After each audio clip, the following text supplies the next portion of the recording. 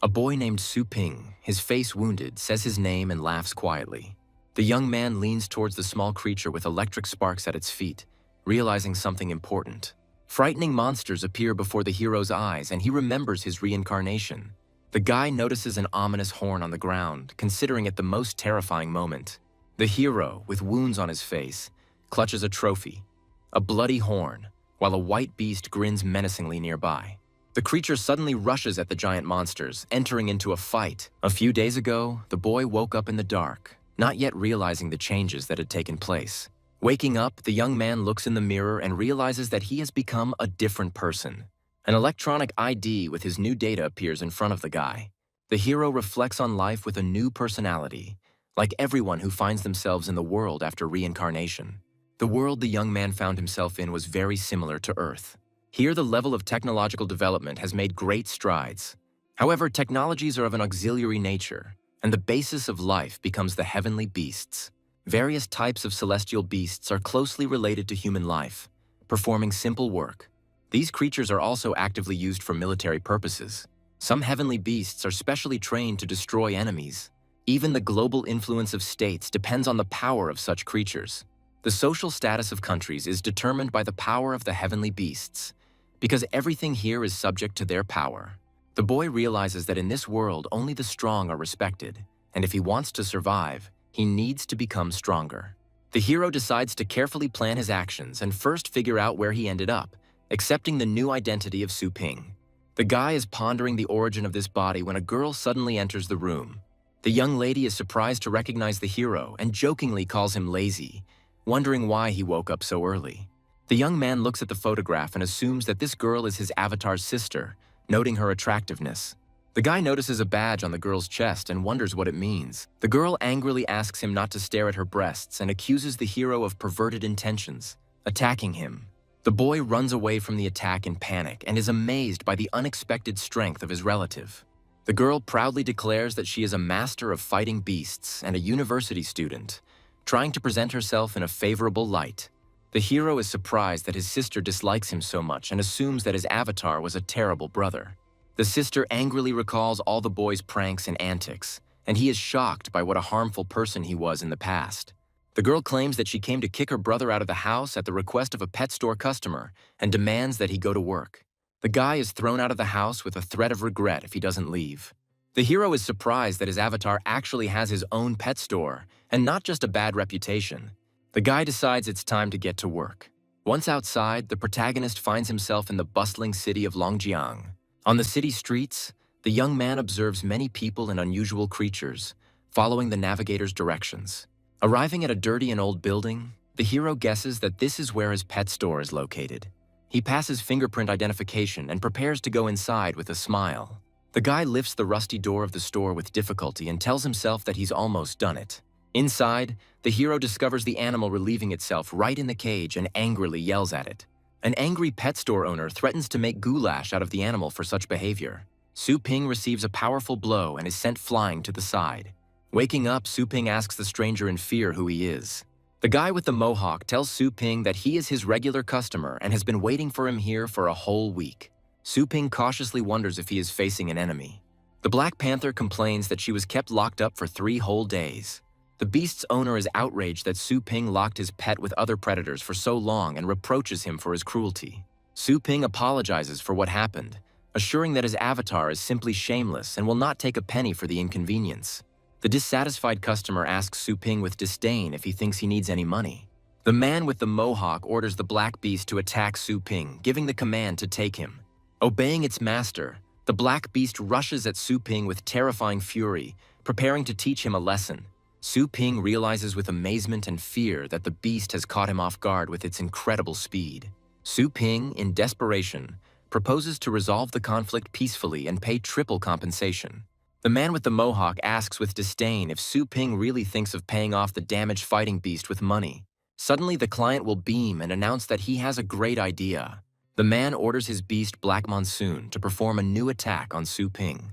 Black Monsoon, with the power of a dragon, charges a powerful energy blast to detonate the magazine and restore his honor. Su Ping is amazed by the beast's strength and does not understand why it has dragon blood.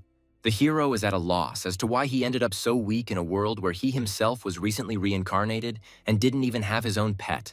At this critical moment, a notification screen appears. A suitable target has been found, and the contract is being concluded. Su-ping is overjoyed to realize that his cheat system has finally activated, and now it really does feel like reincarnation. Su-ping is completely shocked to learn that his contract is somehow connected to a pet store. The guy suddenly finds himself enveloped in blue energy and is surprised by what is happening to his body. The system explains to the hero that the store makes him immune to any damage. The young man is amazed. Since attacks in the store are useless, he becomes invulnerable. The shop owner is suspicious whether the object of the contract is really this old homeless shelter. The system confirms Su-ping's guess, and he thinks ironically about discipline.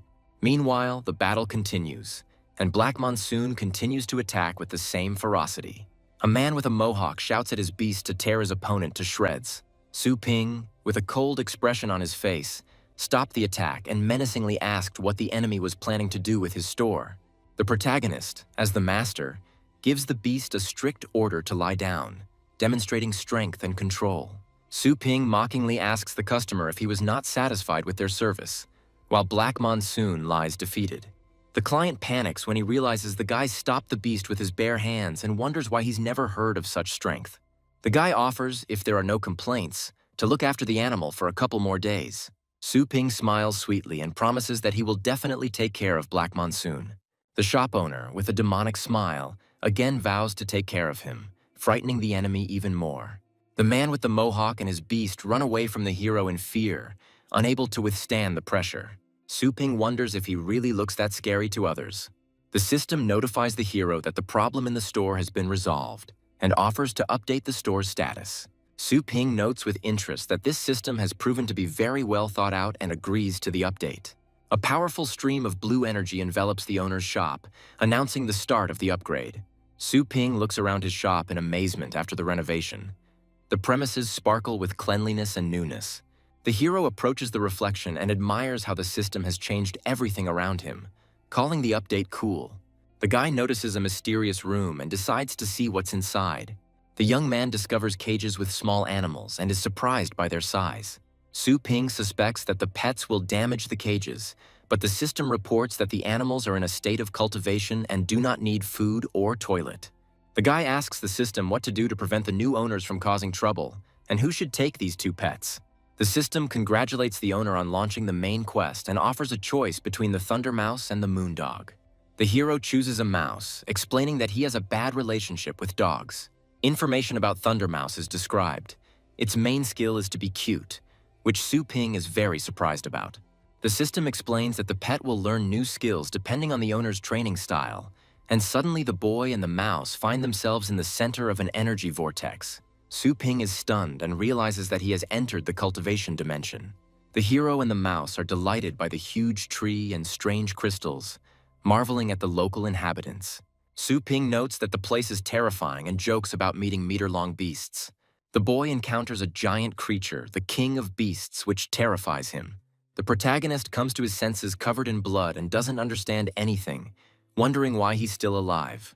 The system informs Su-ping that he was killed by the Beast King, but is now in the resurrection space. The guy is perplexed why the system didn't warn him about such a danger and asks about his scores.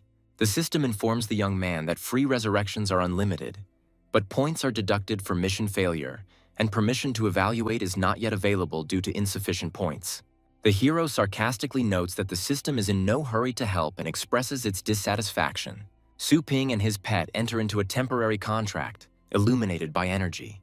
The system informs Su-ping that his mental state has successfully merged with the Thunder Mouse and wishes him a successful search. The young man notices the peaceful herbivorous animals and decides that this is a chance for victory while the enemy is not dangerous. After signing a temporary contract, Su-ping begins to sense the pet's fear and senses approaching danger. A 10-meter giant sandworm appears before the hero, inspiring terror. Su-ping instantly recognizes the threat and prepares to act along with the mouse. The guy decides that the kids are less than 100 meters away and orders his pet to attack. The protagonist strategically aims the mouse to attack the worm in the neck. Su-ping understands that the Thunder Mouse's strength is clearly not enough, but he is happy with the possibility of endless resurrections and gradual progress.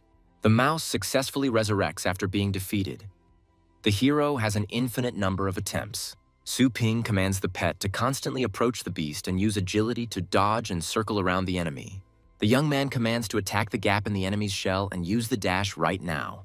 The hero happily notes that they managed to inflict damage. Su Ping activates Resurrection, supporting Thunder Mouse in battle. The guy reactivates Resurrection to avoid giving up in the fight. Thunder Mouse is resurrected again and ready to attack. The system informs that due to the high concentration of thunder in the environment, the mouse has mastered a new ability. Now the dash has become thunderous. A delighted Su Ping notices that the mouse skill has become stronger and can now penetrate the enemy's defense. The protagonist commands the pet to use this new skill to win the battle. Su Ping delightedly claims that his little animal has beautifully defeated the enemy, but decides to give the mouse a rest before the next hunt. Suddenly, the guy is confused by the earthquake that has begun, and he encounters swarms of giant sandworms, of which there are too many. Su Ping, seriously wounded and with broken ribs, reflects on the futility of fighting with the adults. Thundermouse is also exhausted and still hasn't recovered from the last battle. The guy decides that it would be wiser not to resist and to choose the tactic of resurrections with further leveling up. The hero consciously makes a sacrifice and finds himself face to face with a giant monster. Su Ping turns to her pet with hope even in a critical situation. Thundermouse performs a miracle and delivers a sudden lightning attack on the enemy. The boy is amazed that the pet was able to use Thunder Dash again and of its own free will. A fighting spirit awakens in the young man's eyes. He feels a surge of strength and intends to consolidate the experience he has gained. The hero takes the trophy, reflecting that even the beast did not give up completely. Su Ping resolutely declares that he too is not going to give up and will fight to the end. Despite the slim odds, Su Ping and his pet rush into battle against the enemies. The young man with the Thunder Mouse shouts resolutely that he will fight to the death. After a fierce battle, Su Ping wearily exclaims that even after death and resurrection, a feeling of fatigue remains. The hero realizes that his body is still weak and decides that serious training will be needed to improve his physical fitness. Near the numerous craters, Su Ping senses impending danger and warns the mouse about enemies nearby. The boy notices that the terrain is different from the previous battlefield and explores the hard surface of the crater. Suddenly, a 10-meter stone cockroach, smaller in size than the previous opponents, appears from underground.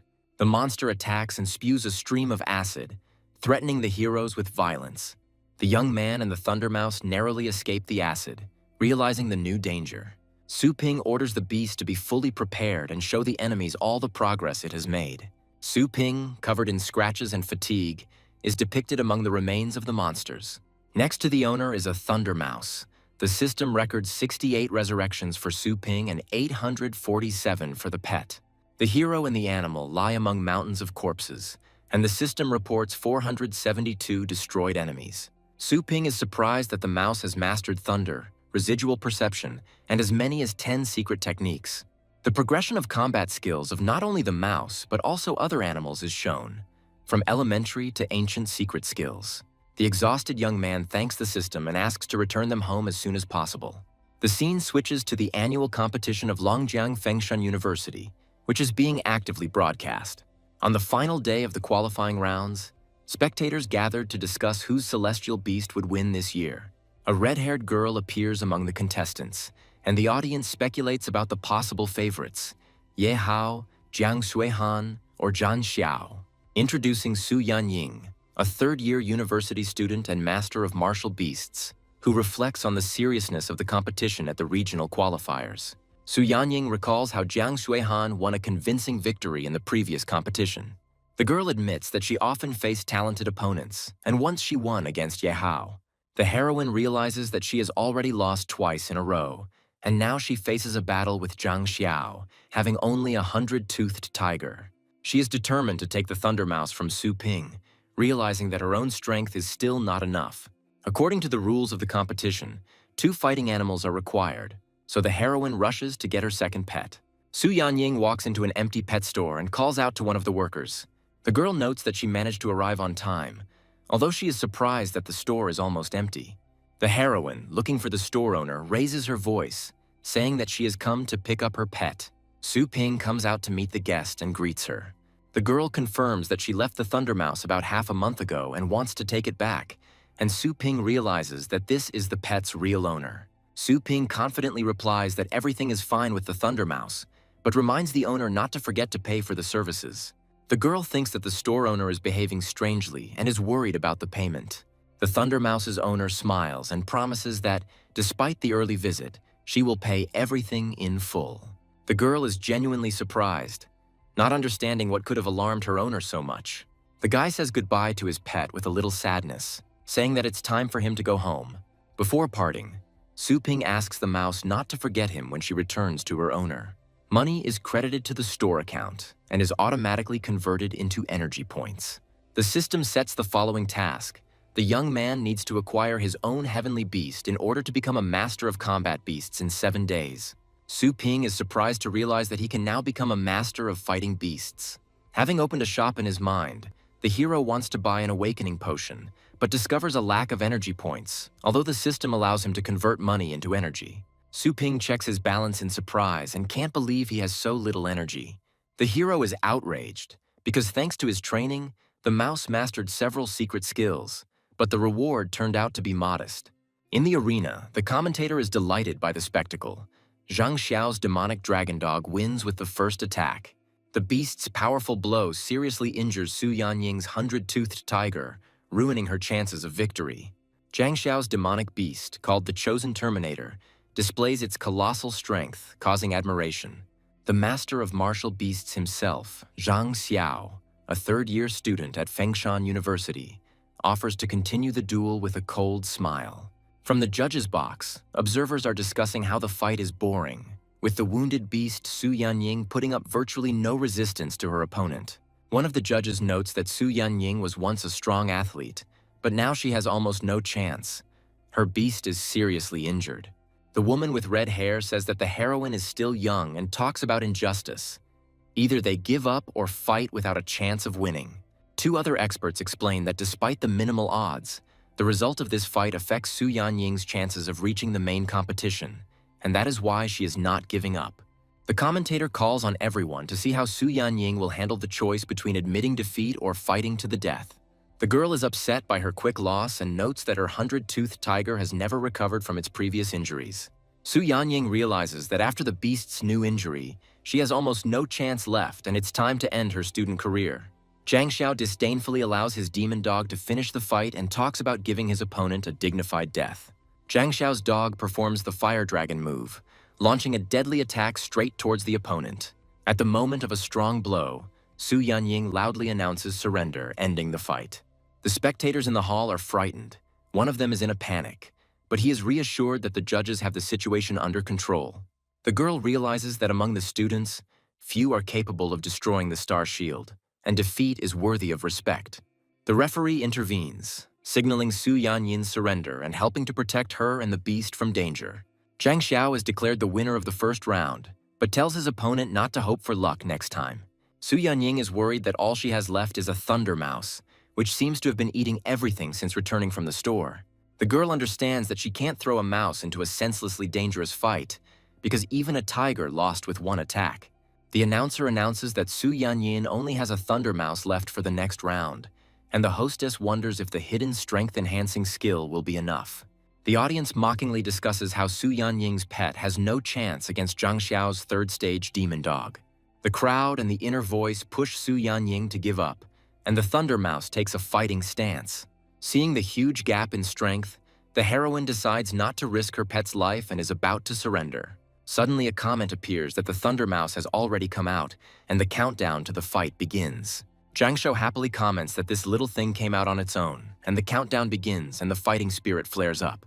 The demonic dragon hound is given the command to attack and begin combat, unleashing a torrent of fiery attacks. One of the judges notices the Thunder Mouse's unusual state and wonders with surprise if something unexpected has happened. Sun Yin commands Thunder Mouse to use lightning speed to dodge the attack. The owner's pet confidently avoids the fiery attack of the demonic dog, which causes a wave of surprise. The girl with red hair notes to herself that everything is too strange and begins to suspect unusual changes. The commentator reports that the mouse was knocked down by the attacks, and Zhang Xiao happily orders his beast to finish off the enemy. The demon dog prepares for close combat, and Zhang Xiao plans not to end the round quickly, but to teach the mouse a lesson. Su Yanying urgently activated the third stage power enhancement secret skill to save the situation. The animal dodges with incredible lightning speed, taking the enemy by surprise. The judges and spectators are amazed by the mouse's impressive speed and watch the fight unfold with interest. The commentator notes that the Thunder Mouse was indeed able to avoid the blow, and Su Yanying decides to immediately go on the attack. The judge in the courtroom strains his eyes and is amazed by what is happening, suspecting something special in the mouse's actions. Thunder Mouse unleashes a 7th stage thunder attack, creating a powerful energy discharge. Releasing the power of the thunderclap skill, the mouse directs a massive stream of lightning at the arena's protective barrier. Spectators and participants are stunned by what they see, not understanding what is happening in the arena. The judges are shocked that a 1st stage beast was able to activate a 7th stage ability and call the youth terrifying. Zhang Xiao is horrified to realize that he cannot believe his opponent's strength. The commentator excitedly announces that the Thunder Mouse has indeed mastered the 7th stage technique and congratulates the winner of the fight. The audience erupts in both delight and shock. No one believes that a mouse could master such a powerful skill from the very first step. Su Yanying is puzzled by how her Thunder Mouse was able to master such a powerful skill so quickly and is now wondering about the reasons for such progress. The girl begins to suspect that the pet's incredible strength is somehow connected to that very store. She looks at the mouse with surprise and wonders inwardly if that same unusual store is the explanation for the whole transformation. Su Yanying speculates that the owner of the mysterious shop might be the legendary master, although he doesn't look like him at all. Meanwhile, Su Ping is in the store, sneezing and grumbling at the pet, which is not allowing itself to be properly served. He guesses that someone is thinking about him at this moment, and the pet is clearly pleased with his pranks. The announcer announces that this battle will go down in the history of the university, as a 1st-level pet used a 7th-level skill. Zhang Xiao realizes with annoyance that he underestimated his opponent and blames himself for it. The arena announces that the score is tied for now and the final round will be decisive, with Zhang Xiao preparing to summon a countermeasure to win. He summons his new beast and admits that Su Yanyin has proven to be a good opponent. In the next moment, Zhang Xiao vows that the final battle will decide everything, and now he is ready to fight to the end. A stone rhinoceros appears on the field, becoming a new serious threat to Su Yanying. Su Ping, watching the battle, quickly realizes that Thunderclap will no longer help, because the new opponent is an Earth-type beast, which is what surprises Su Yanyin, noticing that the opponent is using a hidden ace. The commentator notes that the 4th stage stone rhinoceros is enormous in size and extremely dangerous for the Thunder Mouse. The round begins, and it is clear that both sides are determined, but the spectators are doubtful about the outcome for the mouse. One of the judges is sure that the animal would have been defeated if it had only possessed the 1st level, but its fighting spirit and strength are clearly higher. The referee suggests that the Thunder Mouse has not yet reached its full potential, and the round officially begins. Zhang Xiao commands his beast to increase its power and momentum to the 2nd stage, raising the level of combat. The stone rhino receives an additional 3rd stage armor boost, becoming an unstoppable enemy. The commentator states that after applying numerous enhancements, the rhinoceros's power is now no lower than the 5th stage, and Su Yanying is feeling enormous pressure. Su Yanying tries to close the distance to use the enhancement skill, but the distance is too great. As a result, the Thunder Mouse ends up next to the rhino without the necessary buff, which surprises the commentator with the participant's mistake. Zhang Xiao triumphantly orders the stone rhinoceros to crush the mouse, threatening it with instant death. The Thunder Mouse suddenly splits into 2 and jumps out from under the stone rhinoceros's clutches, escaping mortal danger. The judges are stunned and discuss the impossibility of a residual separation in a real fight. The commentator confirms that this residual separation is another incredible Stage 7 skill, sparking unprecedented interest among team leaders. Thunder Mouse decides not to engage the rhinoceros in combat and instead charges towards Zhang Xiao, surprising everyone. Su Ping is glad that the Thunder Mouse caught his opponent off guard and took advantage of his mistake. Zhang Xiao panics and tries to defend himself by activating his 3rd stage star shield as the mouse approaches him. Thunder Mouse and her residual clone simultaneously use Thunderclap to break the opponent's defense. The commentator explains that Zhang Xiao's shield was almost immediately destroyed by the double attack, and it is now unknown whether he will survive such a blow. The judge's Divine Phoenix intervenes to save Zhang Xiao, who is knocked unconscious by a powerful attack. The referee solemnly announces that Zhang Xiao has lost in the 3rd round, deciding the outcome of the fight. The commentator announces Su Yanying's victory, congratulating her on successfully passing the selection. Su Yanying is shocked by what is happening and is overjoyed to realize that the Thunder Mouse has mastered not only Thunderclap, but also residual cloning. She is sure that the hidden talents of the pet store owner are the cause of everything, and is impressed by his abilities and plain appearance. Su Ping thinks about making money and realizes that he can't just rely on the store's operations. The system informs him that the store currently only offers 3 services: shelter, rental, and food sales. Rental costs 10 yuan per hour. To rent celestial beasts, the owner must breed them, and to produce feed, he must personally collect the ingredients. Realizing that he has neither the money nor the qualifications yet, Su Ping chooses the third option: selling feed. He asks the system where he can collect ingredients, inquiring about the possibility of obtaining them outside of special zones. Looking back on the past few days, Su Ping regretfully realized that he had missed a great opportunity to prepare food in a high-ranking zone. Deciding that this cannot continue, he demands a list of all cultivation zones from the system in order to catch up and become a master of war beasts. Su Ping chooses a suitable cultivation zone and decides not to miss any more opportunities to level up his pet. He enters a dimension called Extraterrestrial Meteorite 10021, finding himself in a beautiful and unusual world. The system gives him a set of items for beginners, including a tool for assessing ancient flowers and herbs. Using the power of thought, he activates the function of receiving items from the reward cube. He manages to successfully retrieve the item, and the first successes in resource collection begin. Su Ping studies the properties of the plants he finds. Some restore stamina, others heal or are used for the needs of animals. The hero realizes that the food that can be collected safely is too cheap to sell and tries to find better ones. In the grass, he suddenly discovers a dangerous beast, a stone snake of the 8th stage, and hides in shock. Realizing that the best raw materials are found only in the most dangerous places, Su Ping rushes to obtain the expensive ingredients, despite the danger and limited storage. At the last moment, he deftly dodges the attack of the stone snake, continuing to collect the most valuable and expensive herbs. Su Ping hurriedly puts the rare plant into storage, but is injured by a stone snake attack. Despite the danger, he continues to collect expensive ingredients, considering their value worthy of any effort, but falls into the jaws of a monster.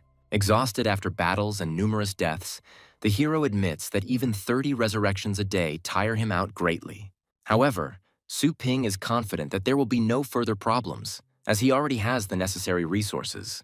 Returning home, he decides to sort everything he managed to collect into the store's storage area.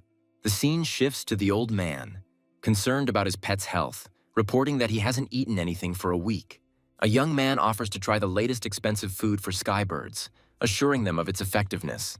The girl happily agrees to give the pet food and immediately invites him to try it. After eating the food, the bird of heaven starts to bleed black blood and a dead centipede appears, causing shock and alarm in those around it. The girl panics and explains that Xiaohui would never eat even the world's rarest dark centipede, while the man urges her to urgently go to the Celestial Beast Clinic, suspecting a dangerous heart infection. The grandfather grabs the sick scarlet bird in his arms, deciding to urgently call a doctor. A doctor comes to the family and joyfully announces that Xiaohui is now saved.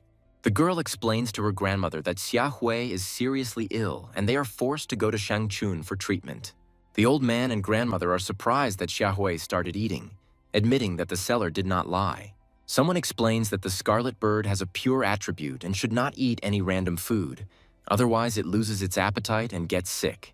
He also adds that the pet will recover if it eats the fruits of the rock rose, and promises to consult with anyone who has any questions. The young man is outraged by this advice, believing that dividing food into types is an invention of traders. He asks his grandmother how much the bird feed cost. The grandmother admits that the purchase cost 130 yuan per fruit, and over 1,000 yuan was spent in a week. The girl shares a rumor that many illegal shops add chemicals to pet food, causing pets to become dependent, and if such food is taken away from them, they literally go crazy. The family is in a panic when they learn that if the pet continues to eat the food, it will die, and the grandfather exclaims in horror, not believing what he has heard. The young man decides to find the suspicious store where the food was purchased and demands to know its name. Grandma recalls with excitement that it was the Azornic pet store. Family members come to the store and demand to speak with the owner. The man aggressively asks Su Ping what he adds to the feed for the heavenly beasts. Su Ping is surprised by the accusations, but insists his food is all natural and asks if the scarlet bird has had any side effects. The man doesn't believe the explanations and demands honesty, angry that the bird couldn't tear itself away from his food. People on the street are discussing the store's previous sanitation issues and recalling revelations about pet food containing dangerous additives in illegal stores. Instead of shouting, the girl suggests sending the feed to the Producers Association for testing to ensure its quality, and the brother agrees. Su Ping angrily mentally revolted. In your opinion, I sell bad food. Su Ping intimidates the visitors with a suddenly powerful aura and demands proof of their accusations, which frightens the girl. The girl's brother angrily attacks Su Ping, accusing him of aggression against his sister. The man grabs Su Ping by the neck and threatens to kill him, asking if he wants to die. Su Ping, with icy calm and powerful strength, easily removes the opponent's hand from himself. The attacker screams in pain, overwhelmed by Su Ping's unexpected strength and feeling powerless. The humiliated guy, feeling pain, leaves the store, accusing Su Ping of rudeness, and the girl watches what is happening in confusion. Su Ping understands that if he doesn't explain things to his clients, he risks losing not only his points, but his entire clientele. He claims that his food has no problems and is ready to prove it to everyone present. Angry customers don't believe Su Ping's words and demand that the store be closed immediately. Before starting the demonstration, Su Ping asks the crowd if anyone has a low-ranking water-type heavenly beast with them. The girl replies that she has a low-ranking water-type beast. At Su Ping's request, she releases her pet, a water beast named Sprinkler, who has simple skills. The brother cautiously asks Su Ping what he is going to do with this beast. Su Ping explains that he will feed the beast the blue yuan fruit to prove the safety and effectiveness of his food. Outside, spectators are discussing how they've only heard of this type of food in specialty stores, and even joke about its purpose. After Sprinkler eats the fruit, a burst of energy is released throughout the store, leaving everyone surprised and shocked. The girl panics and asks what is happening to Sprinkler and why he is glowing intensely. It turns out that the little animal has risen in rank. It has evolved to the second stage with an increase in strength. Su Ping comments that the blue yuan fruit does indeed raise the rank of the heavenly beasts, and this food is not fake at all. He then goes on to explain the rules for rank advancement, explaining that bloodline beasts can naturally rise to high ranks as they mature and cultivate. Su Ping explains that if the beast does not train, its strength will not grow further, and the audience is amazed at how quickly the rank increase occurred. The girl's brother is convinced by the beast's appearance that its level has truly risen and compares it to federal relics. He comes to the conclusion that if such feeding is available in a regular store, then the owner's personality is too frightening. The girl is surprised and asks Su Ping if he was replaced, because the result is truly stunning. The brother apologizes for his rudeness and admits that he and his sister went too far. Su Ping coldly accepts their apology, and his brother says that they were blind and asks for forgiveness. He comically declares that 8,700 per fruit is a great price and he is an honest businessman, and everyone is amazed. The brother happily agrees to pay, believing that it is incredibly profitable for such a result, despite the fact that the sister is sorry for the money. Su Ping muses stonily that the price is still very low considering his own efforts and the dangers involved in extracting it. Trying to raise the prices, Su Ping is rejected by the system, and then advises using the leaves of the colorful surbud for the animal, and to continue the course of the berries of the rock rose for the bird's recovery. The sister sighs with relief, and the family's son confidently declares that he will cover all the expenses, surprised by the effectiveness of the feed for such a low price. Livestock breeders in the crowd are vying with each other to sell them the miracle product, not believing that such an effect is possible so cheaply. The seller happily reassures customers, urging them to respect the queue, while everyone around them is eager to buy blue fruits. The protagonist triumphs, happily ordering the system to open the store, having finally saved up enough money for the awakening potion. The young man looks at the bottle of green liquid, knowing that now he can become a master of war beasts, and excitedly swallows his saliva. The guy decisively drinks the potion he bought, mentally urging himself not to doubt. With the essence of awakening within, Su Ping feels a powerful surge of energy, accompanied by a bright golden light. The hero's eyes fill with a new radiance, and he realizes that his moment has finally come. Su Ping proudly exclaims his success as he stands in the golden light, confirming that he is now a true master of the fighting beasts. Meanwhile, one of the clients is amazed to notice that even his reaction speed has increased, having managed to easily catch an ordinary fly. The protagonist studies the requirements for using the Chaos Spirit Pool and realizes that the chance of obtaining a valuable pet is very small. The guy decides to upgrade his pool to the second level, hoping to increase his chances. Having made sure that there is enough energy, the young man carefully starts the process of the emergence of a new beast. A powerful pillar of light shines through the hall, radiating magical energy while the ritual lasts. The system reports the successful use of the second-level pool, and the hero anxiously awaits the result. A strange figure appears in a thick cloud, and the boy is surprised to realize that a small skeleton has come to him. The young man is indignant that he spent 100 points on a funny skeleton, and the pet only laughs embarrassedly in response. Su Ping reasons that even with all the bonuses in the cultivation zone, it will be difficult for the skeleton to survive. But by investing in killing skills, one can reap benefits. On the monitor, the hero sees the requirements. Even the Thunder Mouse was stronger than the skeleton, and the skeleton itself is rated as the lowest level pet. Despite the huge difference in characteristics, the guy, with humor and optimism, decides to turn the skeleton into a real diamond. The hero hears the client's voice and is surprised by the familiar address, holding a small skeleton in his arms. Two girls with a pet appear at the door and call the store owner, surprised that their pet store is located in such a remote place. The young man greets the visitors with a displeased tone and immediately clarifies the amount of the debt, inquiring about the purpose of their visit.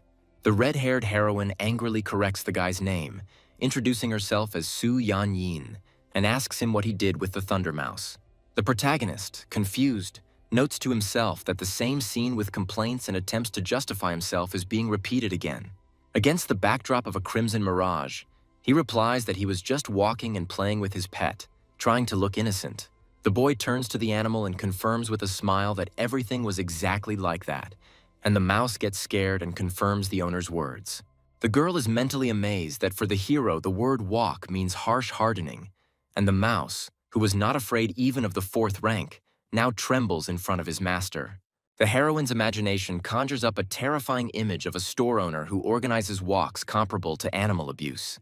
The second girl with blue hair notes with horror that the main character's pressure even exceeds the 6th level, amazed by his hidden abilities. The blue-haired girl whispers to Su Yanyin that the owner looks completely ordinary and the shop is small, doubting whether her friend was mistaken. The red-haired heroine explains to her friend that she can't explain everything now, but she considers the young man a 7th-level master and fears for their safety. The protagonist, reflecting on the situation, realizes that the system does not require a limited task, meaning it is not about the pets, and asks if his prices are too high. In Su Yanying's wild imagination, he suddenly appears as a terrifying merchant testing a client's honesty by charging a high price for his services. The heroine, remembering how her Thunder Mouse became strong for only 108 yuan, frantically counts. Indeed, the prices are not that high. Su Yanyin decides to show her gratitude and transfers 1,000 yuan to the hero to thank him for his care, and Su Ping is surprised by such an act. The system reports that the transfer failed, the other party rejected the payment, and the girl is shocked and doesn't understand what's happening. The guy looks at the bracelet with indifference, considering the whole situation rather funny and ridiculous. The angry heroine decides that 1,000 yuan is not enough, and transfers 5,000, determined to win the master's favor. The translation fails again, causing Su Yanyin to despair, and then she asks Lele to help with this issue, and her blue-haired friend sighs and agrees, realizing that there is no choice anyway. Su Yanyin firmly convinces herself that meeting the master is a great success, and sends a transfer of 10,000 yuan for a worthy job. However, the girl is again faced with a system failure, and the guy looks more and more irritated each time. Unwilling to give up, the red-haired heroine frantically tries to make another payment. Finally, Su Yanyin decides to take the extreme measure of transferring 100,000 yuan and hopefully asks the hero to accept the money quickly. The girl is shocked to discover that this impressive transfer is again not going through and desperately asks for the real price.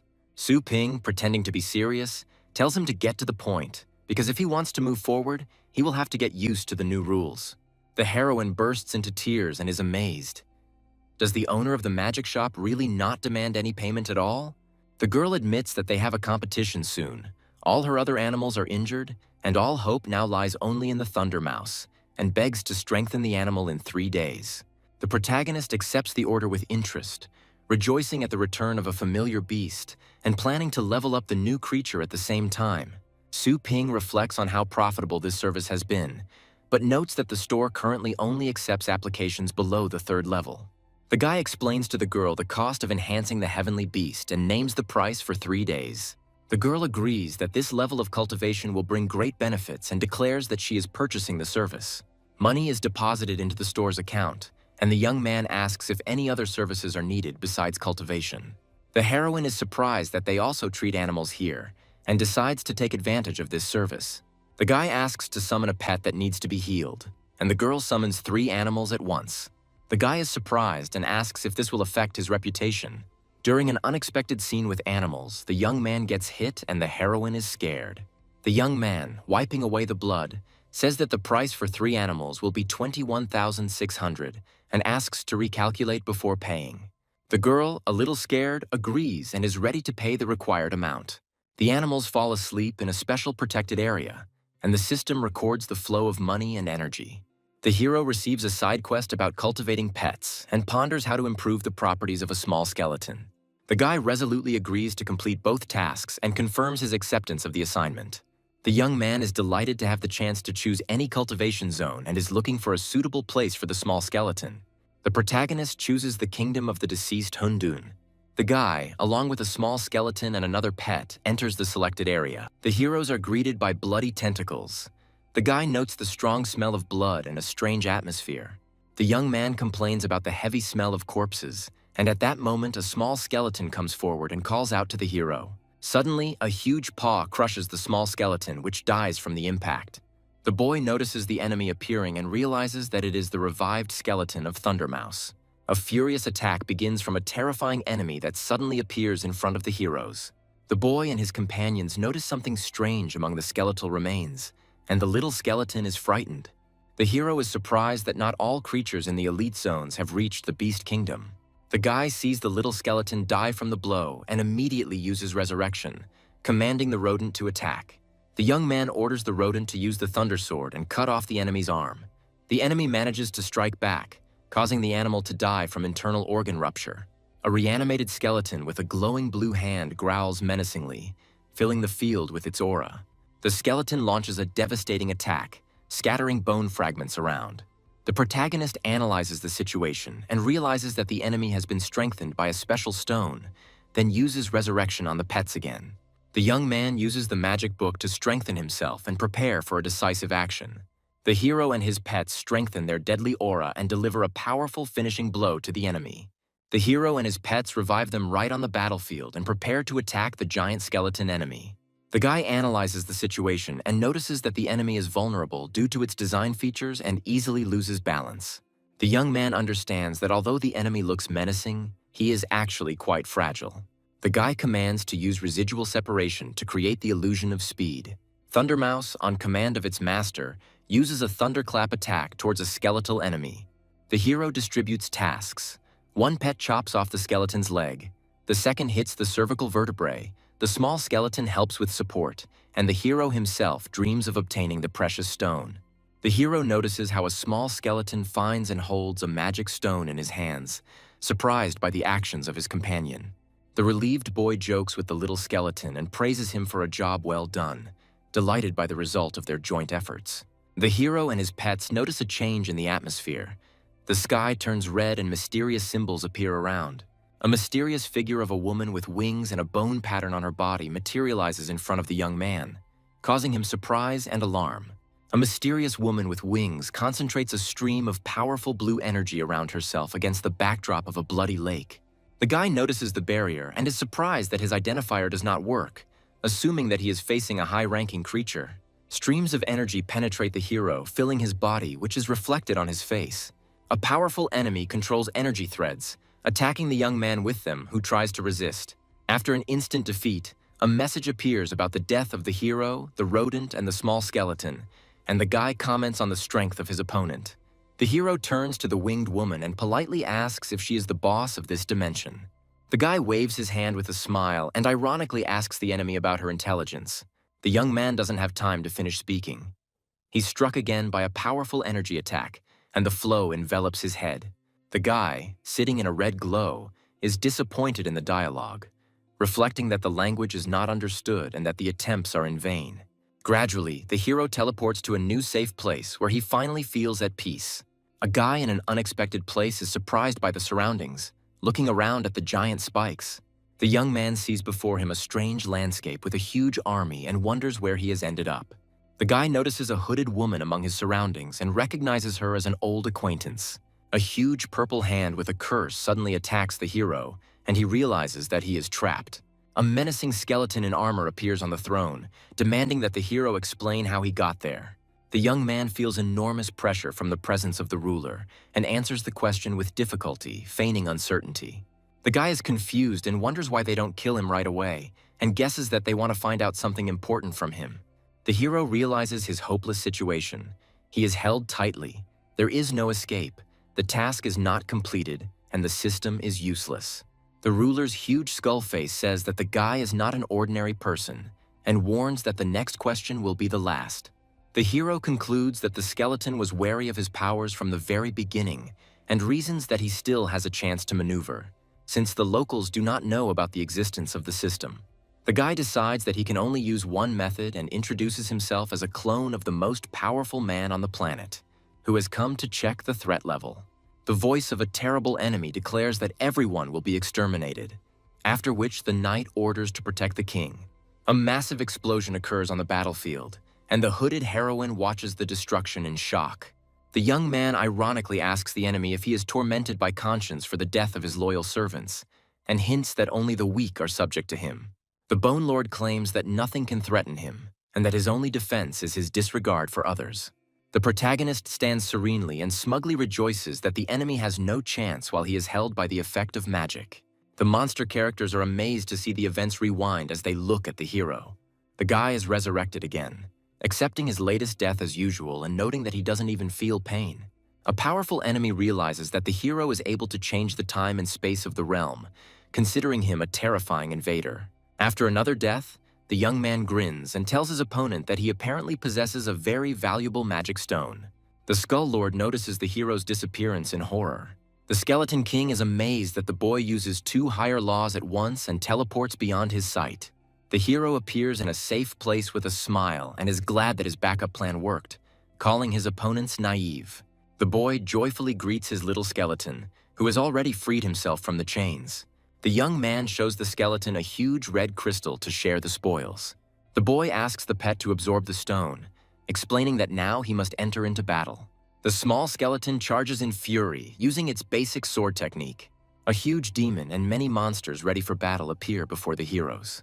A guy with pets watches the waves of enemies and entrusts all the experience to a small skeleton. A young man sits on a pile of bones among endless corpses, contemplating the endless waves of small enemies. A huge monster with a red core emerges from the remains, and the young man is confused, thinking that this enemy has not yet been defeated. The guy happily notes the strengthening of his pets, speaking of their murderous intent. The demon decides that he can advance further if he destroys the hero and rushes into attack. A huge shadow looms over the hero and his companions. The boy calls upon the small skeleton to use the basic art of the sword. The small skeleton deals a powerful blow to the monster using a red energy wave. The monster summons an army of blue creatures that attack the guy and his companions. The skeleton, the young man, and the rodent find themselves captured by the hands of blue monsters, and the hero is shocked by what is happening. The boy realizes that he is captured again and calls the rodent for decisive action. The boy commands his pet to attack the monster's core with a thunderclap.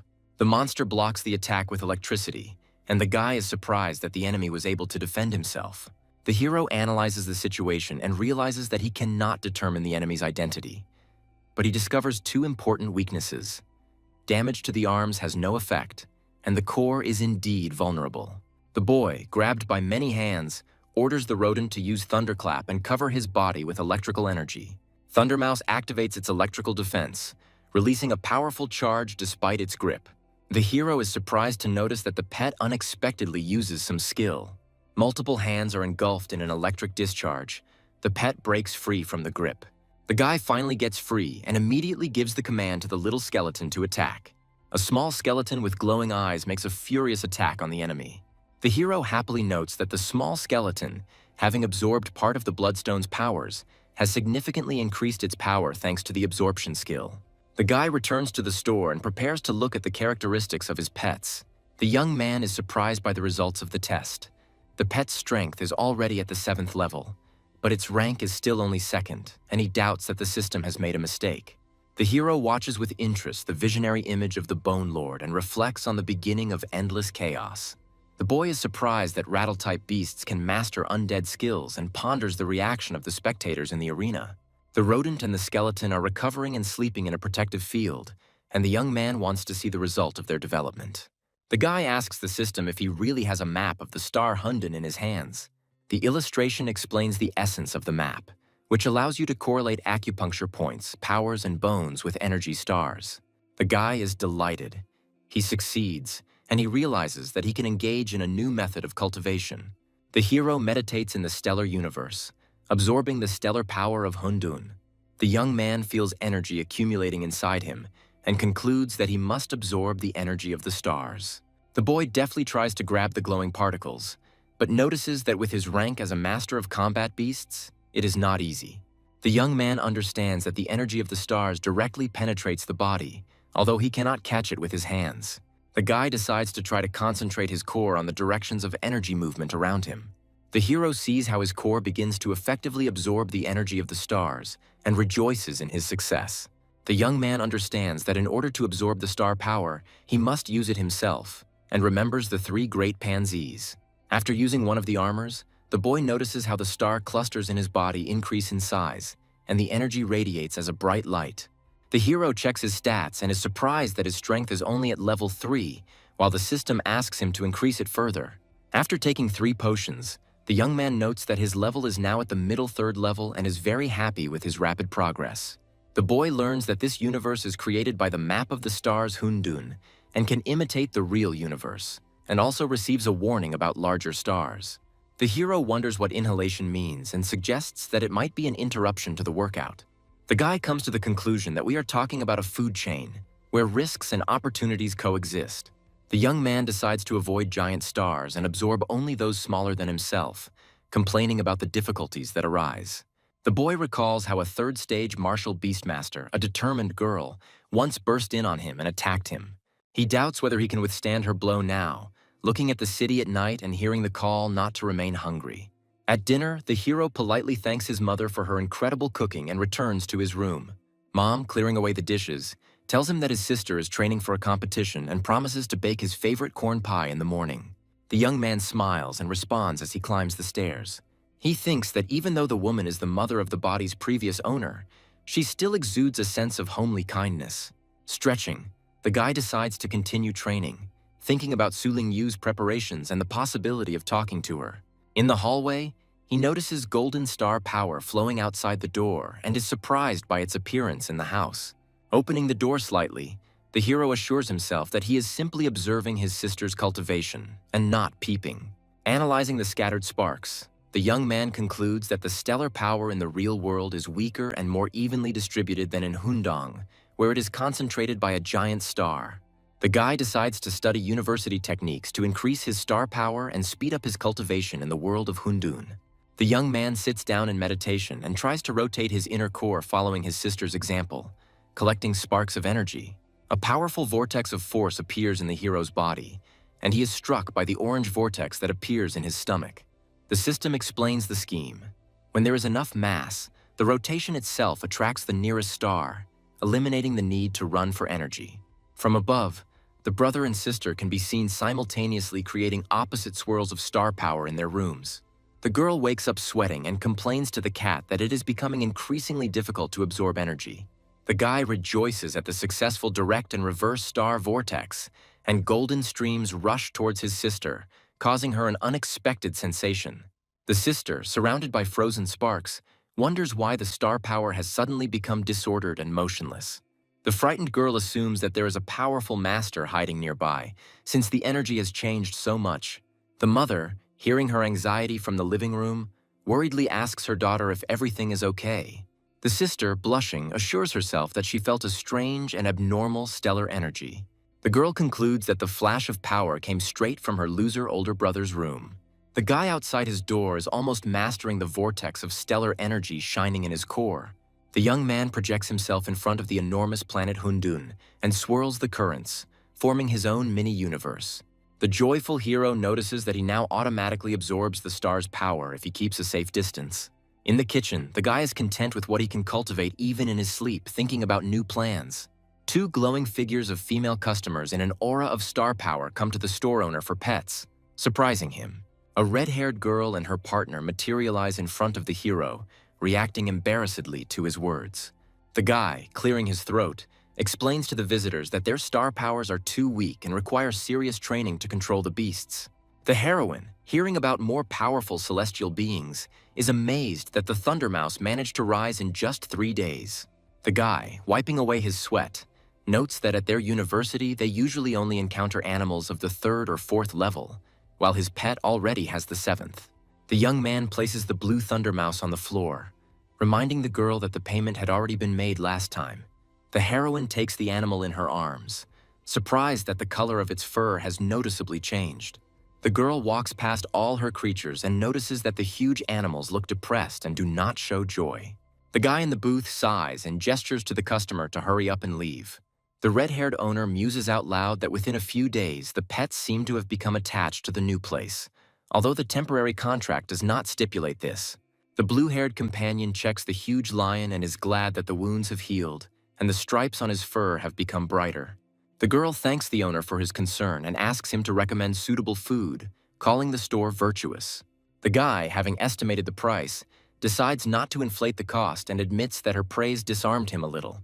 The young man points to a jar of fire spirit grass priced at 1,200 yuan each, explaining that it is the perfect food for a fallen phoenix, and the guest repeats the price in shock. The red-haired athlete decides to warm up before the competition and test how much stronger her Thunder Mouse has become. The girl calls out to her blue-haired rival, Layla, and challenges her to immediately release her strongest celestial beast.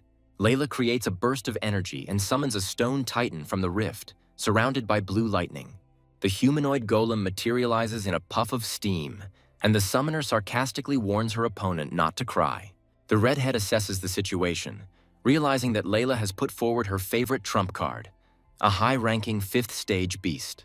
She runs alongside the blue mouse, hoping that her pet will survive the fight, relying on the thunderclap and the residual separation. Thunder Mouse, with pink lightning in his eyes, rushes to attack. Layla orders the golem Kshiti to toy with her opponent, and he rushes across the glittering arena floor to intercept her. The stone giant uses Earth Split, shooting spikes out of the floor, and the mouse dodges, sparking with electricity. The redhead, seeing the golem's powerful blow, loudly gives the order for residual separation, trying to save her pet from the stone debris. The heroine is shocked that the Thunder Mouse created 3 clones, and the red-haired rival, surprised, calls this multiple residual division. The girl activates the protective star shield, but realizes its weakness and asks her ally to command the beast to fight Kshiti. The rival explains that she only ordered the animals to approach without attacking, and considers this an excellent opportunity to test the residual division against the very perceptive Kshiti Garba. Both girls are shocked to notice that the golem has managed to grab one of the mice. However, it soon becomes clear that the animal has outwitted the enemy. The Thunder Mouse ends up on Kshiti Garba's head, escaping capture. The golem jumps back in panic, avoiding further attacks, and its owner is surprised that Kshiti is afraid of her opponent. The red-haired athlete asks to be released from her stone shelter, realizing that the Thunder Mouse is very fast. The girl is stunned that her high-ranking pet was so scared of a low-ranking Thunder Mouse. The heroine admits that the pet's strength has now crossed all boundaries and is delighted with this result. At this moment, the host in the arena announces the start of the next stage of the annual Fengshan University competition. A new second-year star, the red-haired heroine Su Yanying, steps onto the left side of the arena. A professional competitor, a guy with blue hair who made it into the top 10 last year, comes out to the right side of the arena. They introduce their opponent as the most insightful, Li Ji, and they participate in turns, releasing 3 pets. The judge announces the rules. The winner is the one who defeats all of the opponent's animals first and gives the command to begin. Spectators are discussing Li Ji's release of a weak beast and questioning his choice, but others are warning not to underestimate his tactics. The red-haired girl analyzes the enemy. The aquatic beast is good at surprise attacks but of average origin, and prepares to summon a counter-pet. Su Yanying summons a fallen phoenix clad in red-orange flames. The commentator from the podium is amazed, noting the high rank of the phoenix and warning that for an aquatic beast it is a very powerful enemy. Li Ji calmly raises her hand and declares her surrender. The guy confirms that he lost in the first round, which completely surprises the judges and spectators. The commentator announces Su Yanying's victory in the first round, and the heroine herself watches her opponent smile with suspicion. The rival says with a cold smile that sometimes you need bait to catch your prey. The girl notices her opponent's strange actions and reacts warily to what is happening in the arena. A huge ground-based hunter appears on the field, and the guy explains that the fallen phoenix is the most difficult opponent for his beast. The rival explains that the thunder mouse and the heroine's other pets are land animals, and his pet is capable of crushing them with ease. However, the air phoenix attacks fiercely, although even a 5th-stage beast has a hard time dealing with a ground giant. The guy, confident of victory, apologizes to the girl and categorically states that she lost. However, the attempt to stop the phoenix proves futile. The protective barrier cannot withstand the pressure of the fire. The next moment, the opponent realizes with horror that he himself is engulfed in real flames, and he panics in front of everyone. The red-haired heroine looks around calmly and asks with a smile if he has finished his statements. The blue-haired guy commands to attack the arena with the ground spikes technique, targeting the phoenix. The red-haired heroine commands her fallen phoenix to dodge dangerous sharp thorns. The girl activates the speed boost and wants to quickly get rid of the opponent's trap. She commands the flaming bird to use a fire slash to attack from the air.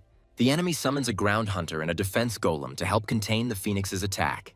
The heroine is surprised by the earth beast's resistance to fire when her pet's attack does not produce the expected effect. The blue member explains with a grin that the phoenix will not be able to resist an adult ground-based catcher and declares the reception conclusion. The entire arena is shrouded in a net, a confinement skill that can restrain both low-ranking and very powerful pets.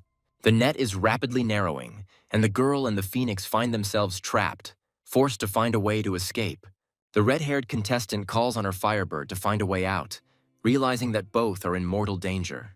The red-haired heroine uses the 3rd-stage power enhancement to try to escape the trap. The net continues to shrink around the girl and the phoenix, completely ignoring the enemy's fire attacks. The participant finds herself trapped in an energy grid, but refuses to give up and calls for her pet. The girl desperately calls out to the fallen phoenix, while her opponent advises her not to resist, so as not to get further injured. The guy calmly states that this outcome was part of his plan and demands that his opponent surrender. The hero is holding on with all her might, but on the verge of a breakdown, she is ready to give in under the pressure of circumstances. At this moment, the phoenix suddenly releases a powerful attack. A bright beam pierces the trap and reaches the enemy. Everyone watches in shock as flaming beams appear, one blow of which immobilizes the ground hunter. The spectators are amazed that the phoenix has displayed an advanced 8th-tier skill that is not typical for its class. The masters discuss how, despite its low stats, the girl's pet unexpectedly demonstrated exceptional strength, something fallen phoenixes typically lack. The girl with short red hair notes that the fallen phoenix of a teenager has truly accomplished a feat, and emphasizes his promising future as he has not yet reached maturity. Scientists notice that the heroine also has a thunder mouse with a unique attack skill and wonder who she is. The vice-rector informs that the girl's name is Su Yanying, and the dark-haired student replies that she has been following her for a long time. The teacher admires her inwardly, considering the heroine a genius who can lead the university to new successes. In the audience, everyone recognizes the heroine as the owner of the Mouse King and compares their pets with her achievements. The red-haired participant looks in delight at the phoenix, which evolves, its power reaching the 4th stage, and its technique to the 8th. The girl is amazed by her pet's talent and cannot believe that the phoenix is still her animal. The heroine recalls a pet store service that not only heals, but also dramatically enhances the animal's abilities and mentally suspects the seller of dishonesty. The referee announces Su Yanying's victory in the 2nd round, and her opponent is furious, believing he was simply unlucky. The guy recognizes the beauty's phoenix power, but is determined to face the final battle, foreshadowing a difficult test for the heroine. A 4-winged wind demon appears in the arena, causing everyone to feel a sense of true terror with its enormous appearance. The hall is discussing that the beast possesses the power of the highest 5th level, and the teacher is outraged by the violation of the rules for students.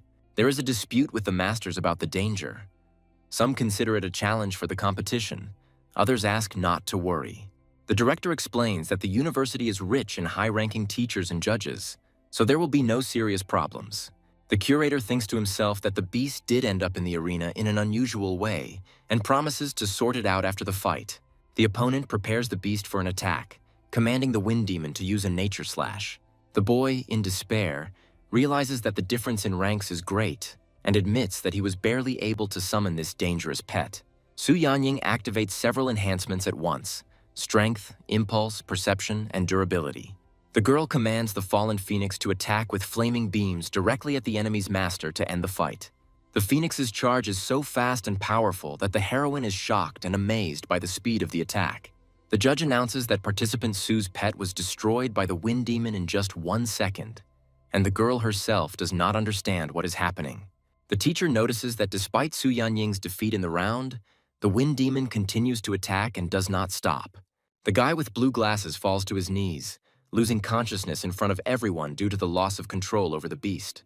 The heroine, in a state of shock, tries to stop the monster, and the host and judges shout to immediately stop the fight because the beast is out of control. At this moment, a mysterious figure in a black cloak appears and summons a divine phoenix to confront.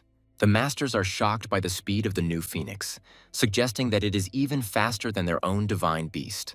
A thunder mouse suddenly appears on the field, surprising the commentators with its unprecedented agility and stealth. The mentor explains to the audience that Su Yanying was able to hide her pet in the arena all this time, which means that this animal knows how to hide its aura. The host announces the start of the 3rd round, where the heroine and the thunder mouse once again face the wind demon face to face. The girl and her pet find themselves in the center of a furious attack. The number of attacking streams grows, and she is at a loss in her attempts to dodge. A group of characters with shocked expressions discuss Thunder Mouse's ability to use demon-type skills. A hatted observer comments on Thunder Mouse's spectacular use of a demonic skill, successfully blocking a natural attack. A girl behind a shield surrounded by blue electrical discharges shouts the name of Thunder Mouse, who quickly collides with the wind demon.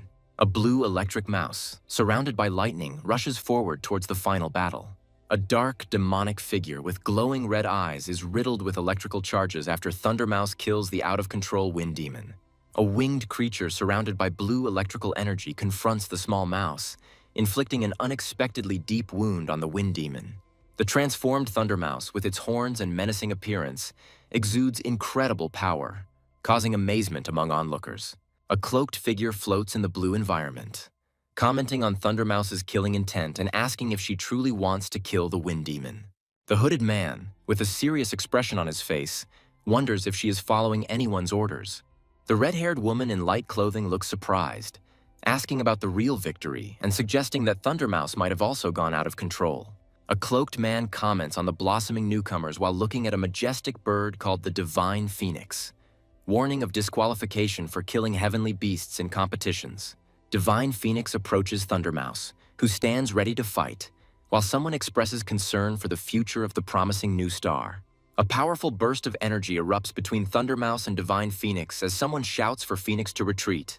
The Divine Phoenix lets out a cry of pain, and the observer notes with surprise that the creature managed to wound the powerful bird. The shocked hooded man couldn't believe what had happened, thinking that even some 7th stage heavenly beasts couldn't keep up with the Phoenix's speed, let alone the Thunder Mouse. A group of spectators react in amazement to the use of 10 thunder curves, discussing the incredible power of the skill, capable of producing 10,000 bolts of lightning in an instant. The elegantly dressed man with the mustache thoughtfully notes that the little mouse has not only mastered the 7th stage thunderclap, but is now demonstrating 10 thunder bends. The white-haired man mused with a sly smile that she must have specially learned superior heavenly skills, which greatly increased her value compared to other mid-rank pets. The red-haired girl admires Thunder Mouse's fearlessness in front of Divine Phoenix, admitting that this bravery makes her admire the girl even more. The Divine Phoenix is surrounded by a vortex of blue energy in the midst of battle, while a cloaked figure watches from above as someone uneasily calls out the name of the powerful being. The man, with a worried expression, tries to calm the divine phoenix using glowing green energy and curses the possibility of fighting the out-of-control Thunder Mouse. The red-haired girl stands frozen, surrounded by blue electrical discharges. The girl turns to Thunder Mouse with a joyful smile, amazed at her ability to master a high-ranking skill again. The red-haired girl gently picks up the little blue mouse, calling it her little one and calling it to her. The black-cloaked figure reacts in surprise to the enraged divine phoenix surrounded by blue energy, relieved that Thunder Mouse has not lost control.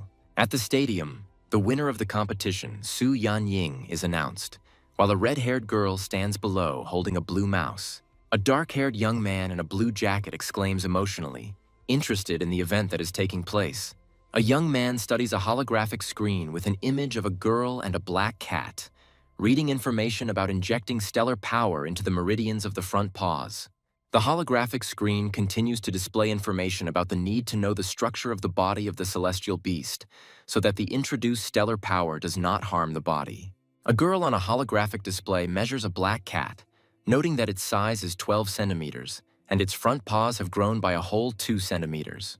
On the holographic screen, the girl enthusiastically displays a black cat, stating that the attack power of its front paws has been increased by 1/5, and noting that this cultivation took only 3 months. A young man with black hair, looking at a holographic screen, ponders the difficulty of raising pets in this world, which explains Su Yanying's surprise, and considers starting a blog to attract viewers. A muscular man with silver blue hair and a fur collar greets his interlocutor cheerfully, noting that they haven't seen each other for a long time. The same man, holding a hologram, is interested in the news, while a black-haired youth is visible in the background. A black-haired young man turns to someone in surprise, asking about their hand. In the corridor, a man asks with a grin whether the young man had been treated at Shansha Hospital.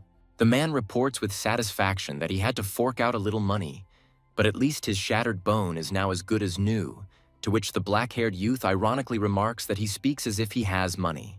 A black-haired young man offers his interlocutor some demon-type food at a discount, standing next to a display case displaying various products with price tags. The man exclaims in shock that the price is 100 times higher than last time, and the girl in the beret covers her mouth in surprise when the man notes that one such food will cost more than his operation. The black-haired young man, turning away, coldly says that if his interlocutors don't want to buy, they can leave, adding that training awaits him. The man with blue hair and a furry collar laughs nervously, admitting that he came for a different purpose than expected, and invites his interlocutor to the outpost. In the past, the Blue Star was a poor planet with few resources, until one day an incredible force tore apart space, forming the so-called star rifts. An elderly man in a fur robe explains to a young girl with brown hair that the unstable cracks have become a passage to other unknown planets. A huge monster with sharp teeth and a spiked back towers over the people, demonstrating that some planets were rich in resources, while others were inhabited by ferocious monsters. A bright, fiery star blazes across space, highlighting that some planets were as hot as the sun. Thanks to the star rifts, humans were able to continuously obtain resources from other planets, as demonstrated by the extraction of a huge purple crystal from foreign territory. A majestic, futuristic city with a central tower rises above the skyline, symbolizing the goal of building a strong country. Amid the explosions and smoke of war, the silhouettes of fighter jets can be seen, a reminder that prosperity lasted only a few hundred years. A group of war-weary people with desperate expressions illustrate how the fighting for control of high-quality rifts began, and the number of survivors was reduced by more than half. A withered tree stands alone on the cracked earth, showing that approximately 70% of the entire Blue Star area has become barren and uninhabitable. The surviving humans finally reached a consensus and formed the Human Federation, as shown in the image of a group of officials in business suits shaking hands. The survivors migrated to safer lands free of star rifts, while the Human Federation actively cultivates masters of war beasts for the sake of humanity's survival. In a brightly lit corridor with high walls, the shadow of a creature is visible, symbolizing that the strongest of the beasts are selected as explorers, who travel to other planets in search of valuable resources. The dark-haired young man with golden eyes thoughtfully touches his chin. A muscular man informs a girl in a beret about the appearance of a new star rift outside the base city. The black-haired young man with a keen gaze pondered the mystic skill, recalling that the reward last time was a Star Hundun card that brought quite a lot of benefit. But the current reward doesn't seem so bad. A close-up of the profile of a thoughtful guy who admits that he most wanted to test himself in a real fight, demonstrating his determination and ambition. A military observer wearing a helmet and carrying a radio announces the approach of a Prokotsev vehicle, which should be allowed to pass while the vehicle moves toward the checkpoint. An energetic captain with turquoise hair waves cheerfully, announcing his arrival, while a silent, black-haired young man in a blue jacket with orange stripes stands next to him. The man with a proud posture introduces himself as the captain of the Black Wolf Group, Fan Ganli, asking who he has the honor of speaking to. The black-haired, golden-eyed youth introduces himself as Su Ping and describes himself as an unremarkable type, looking modestly to the side. The fair-haired Li Ying, with a sly smile, tells the young man that they heard about him from Fan Yujin, and at first glance it is clear how young their hero is, asking if he has turned 20. Su Ping, with a serious expression and a hint of surprise in his eyes, simply answers 18. Captain Fan Ganli, his deputy, and the third member of the team are frozen in shock against the backdrop of flashing lightning when they hear the age of the young prodigy. The deputy captain, with a cold expression on his face, clarifies whether this means the guy has not yet graduated from the University of Combat Beastmasters, and asks where he studies. The captain says the self-taught man with amazement in his eyes, to which the confused Su Ping responds with bewilderment. Fan Ganli, with a serious expression, explains to the newcomer that the Star Rift is 100% life-threatening, and they need to register it before entering. Surrounded by a reddish aura, Su Ping calmly agrees, but immediately clarifies that he has no intention of joining their group and only intends to find his lost pet. An irritated Li Ying, with a disdainful look, notices that the young man, although very young, does not watch his words, asking whether he really thinks that he can join them just by emoting. The captain calmly stops his hot-tempered deputy, reminding him that Brother Su is Xiao Fan's guest, so he should be polite, to which the blonde only remains meaningfully silent. The hero's menacing eyes, surrounded by scarlet lightning, sparkle, accompanying the command, emitting a powerful aura. A flash of red light reveals a small skeleton with a metal collar emerging from the shadows, ready for action. The team looks in shock at the lurking little skeleton, while the hero, calmly observing the situation, calls his servant personally. Su Ping holds a red energy stone in his hands, saying that after 8 days of diligent absorption, this thing is sufficient for his further use in the wasteland. The captain, turning to the hero, is surprised that he recently acquired this pet, to which Su Ping calmly confirms. Expressing concern, the captain explains to Su that the personalities of their leader and his deputy could create difficulties if he lets them down. Smiling, the young man places his hand on the little skeleton's head and assures the captain that he can be trusted, because he will not disappoint. The small skeleton, responding to its master's command, draws a sword that glows with powerful energy, ready for battle. The entire squad, including the captain, watches in amazement at the incredible speed of the little skeleton, who has already managed to sheath his sword. Glittering attack circles spread out from the point of impact, creating destructive force. Su Ping asks in confusion whether the young man has completed his skills at this point, and the man standing next to him is surprised that the hero only graduated from high school and is only 18 years old. The blonde assistant warns the hero that temporary employees may be eligible for merit, but they will still not have full privileges. The man points the way for the hero, directing him to the registration corridor, clarifying that for any crime he will be tried as an ordinary civilian. The cheerful captain cheerfully assures Su that if he has any problems with the police, he will definitely come to his aid, which makes Su think sarcastic thoughts about this talkative comrade. In a spacious technical room, the captain offers the hero something for self-defense, emphasizing the dangers of desert areas. Pointing to rare and expensive items, the captain explains that such equipment is rarely found even in the market, which Su understands and accepts with interest. The hero looks at a display case containing a mysterious artifact surrounded by bright energy circles, wondering if these items were really obtained from other planets. The captain reminds the hero of the time limit, asking if he found anything interesting. Su Ping points to one of the display cases, clarifying that he would like to take the item displayed there, causing surprise among his companions. On display is a book with basic skills for a master of war beasts of levels 1 to 6 worth 10 merits, which causes a loud surprise in the squad. The fair-haired deputy asks the captain with a grin who he brought into the group, making fun of the situation. The silver-haired man convinces Su Ping to take self-defense equipment, noting the danger of the upcoming mission, but the hero is reluctant to take anything until his task is completed. The captain ponders the hero's capabilities, suggesting that he is either incredibly confident in his abilities or acting impulsively. Su Ping looks at the box containing the unusual black equipment with confusion, wondering what kind of item it is. His partner explains that it is defensive armor capable of withstanding attacks from 5th-stage beasts, adding that failure by their group is unacceptable. The boy with golden eyes coldly agrees to the plan, demonstrating confidence and a willingness to act without hesitation. Finding himself under the night sky, Su Ping asks his partner for information about the star rift, to which he receives a response about its classification as a demonic type. With a slight smile, the hero reflects out loud that he has chosen the right place, while simultaneously clarifying the situation with the 2 wounded. The partner mentions that the deputy has already called the second assistant, warning Su Ping to be careful not to anger him. At a tense moment, Su Ping turns around abruptly and with surprise and caution asks the stranger who he is. Lich Mikun calmly remarks that the others are too slow and jokes that he almost fell asleep waiting for the command. A guy in a black suit helps his friend up, and he assures him that his determination will not break and that all weaklings below the 6th level simply pale in comparison. The captain teases Mikun about the disappearance of their group's blood fox, and he reluctantly admits that he feels insecure without it and is glad that he can now be with a pro. A burly man with tanned skin smiles and agrees that it would be foolish not to take professionals into the wasteland, while Su Ping watches the conversation from the sidelines. Someone looks at him suspiciously and wonders who this guy is, noting that he is not in the database.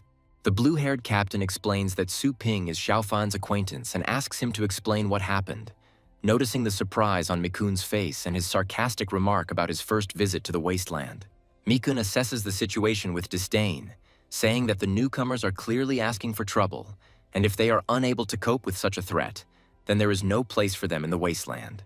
In response, the captain claims that although his comrade is not as experienced, he has truly good abilities as a master of combat beasts, and his strength level is quite up to standard.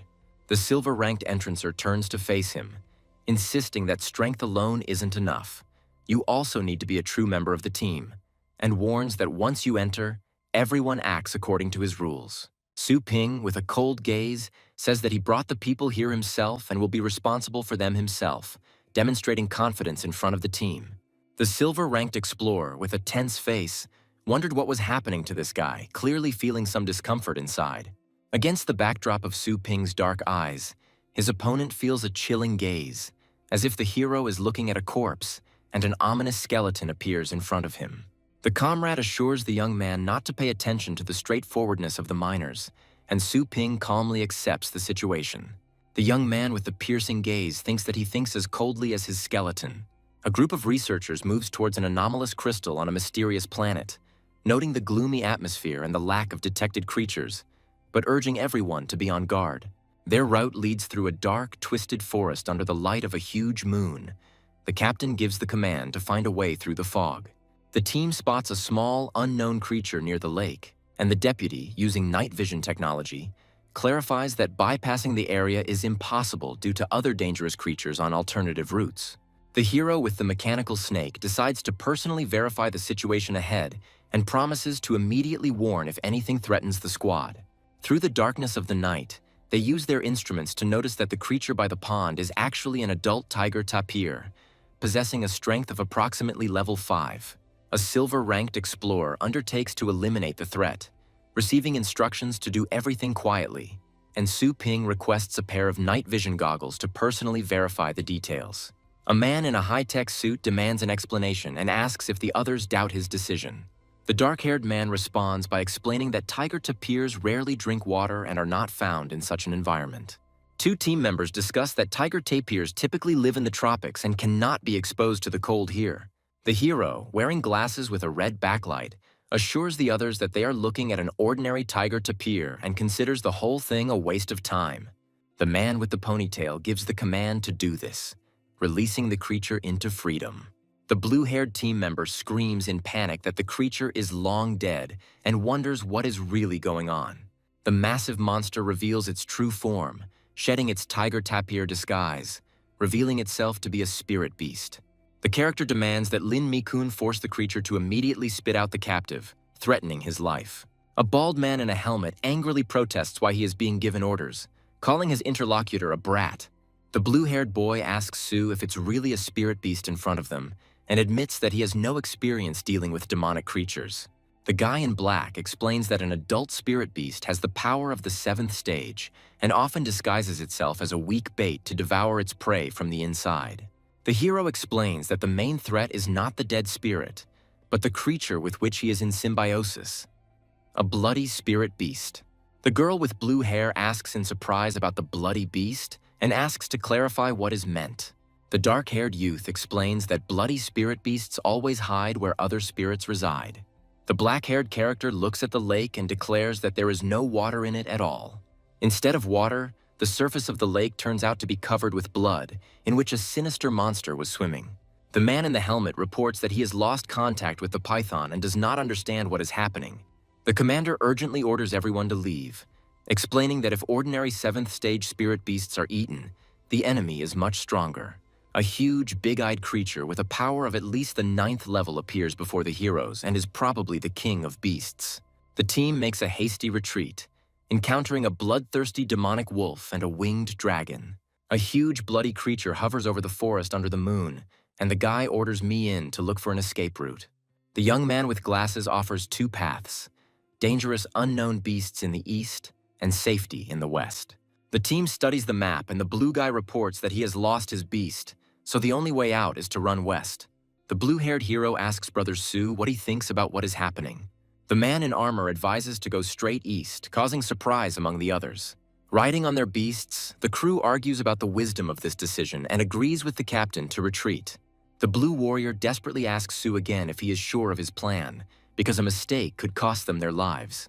The dark-haired youth insists on trusting him, assuring them that they are running out of time and that this is the only way to find the bloody fox.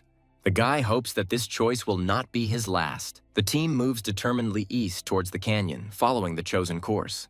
A guy in goggles calls the captain in alarm after noticing something unusual. The radar shows how all the monsters in the canyon suddenly start to scatter. The young man explains that everyone sensed the bloody spirit beast behind them, which is why they ran away.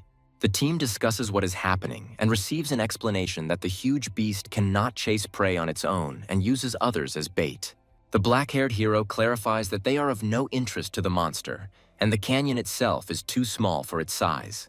The man with pink lines on his armor admits that he himself would not have retreated, and justifies himself by saying that he did not know all the features of the bloody beast. The guy on the blue dragon reports that they have almost reached the place where the missing person was found, but a sky beast is on duty at the exit.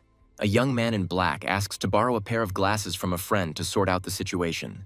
The man reluctantly agrees, calling him a pauper and telling him not to get cocky. The dark-haired hero catches the transmitted devices and thanks his comrade in arms. A mysterious dead spirit in a cloak is captured by the electronic visor and alarms the heroes. The man with the metal bands on his head says that this is an adult dead spirit with the power of the 5th level, and the guy in the red glasses asks if this guy is dangerous. The young man in the black suit assures his comrades not to worry, promising to deal with the enemy himself. A demonic monster with a skull for a head charges forward using medium sword art. The heroes are amazed. The guy with the dragon destroys the enemy in a second, causing surprise and admiration among the others. A bald man with pink lines on his suit angrily declares that he is also capable of the same and accuses the hero of showing off. The blue guy remembers that this mountain is very dangerous. Once, due to an encounter with a strong beast, they lost the bloody fox. The protagonist commands everyone to hurry up and go down and start searching for traces. The girl with the tail and the boys notice something unusual and ask the many-armed monkey if she found anything interesting.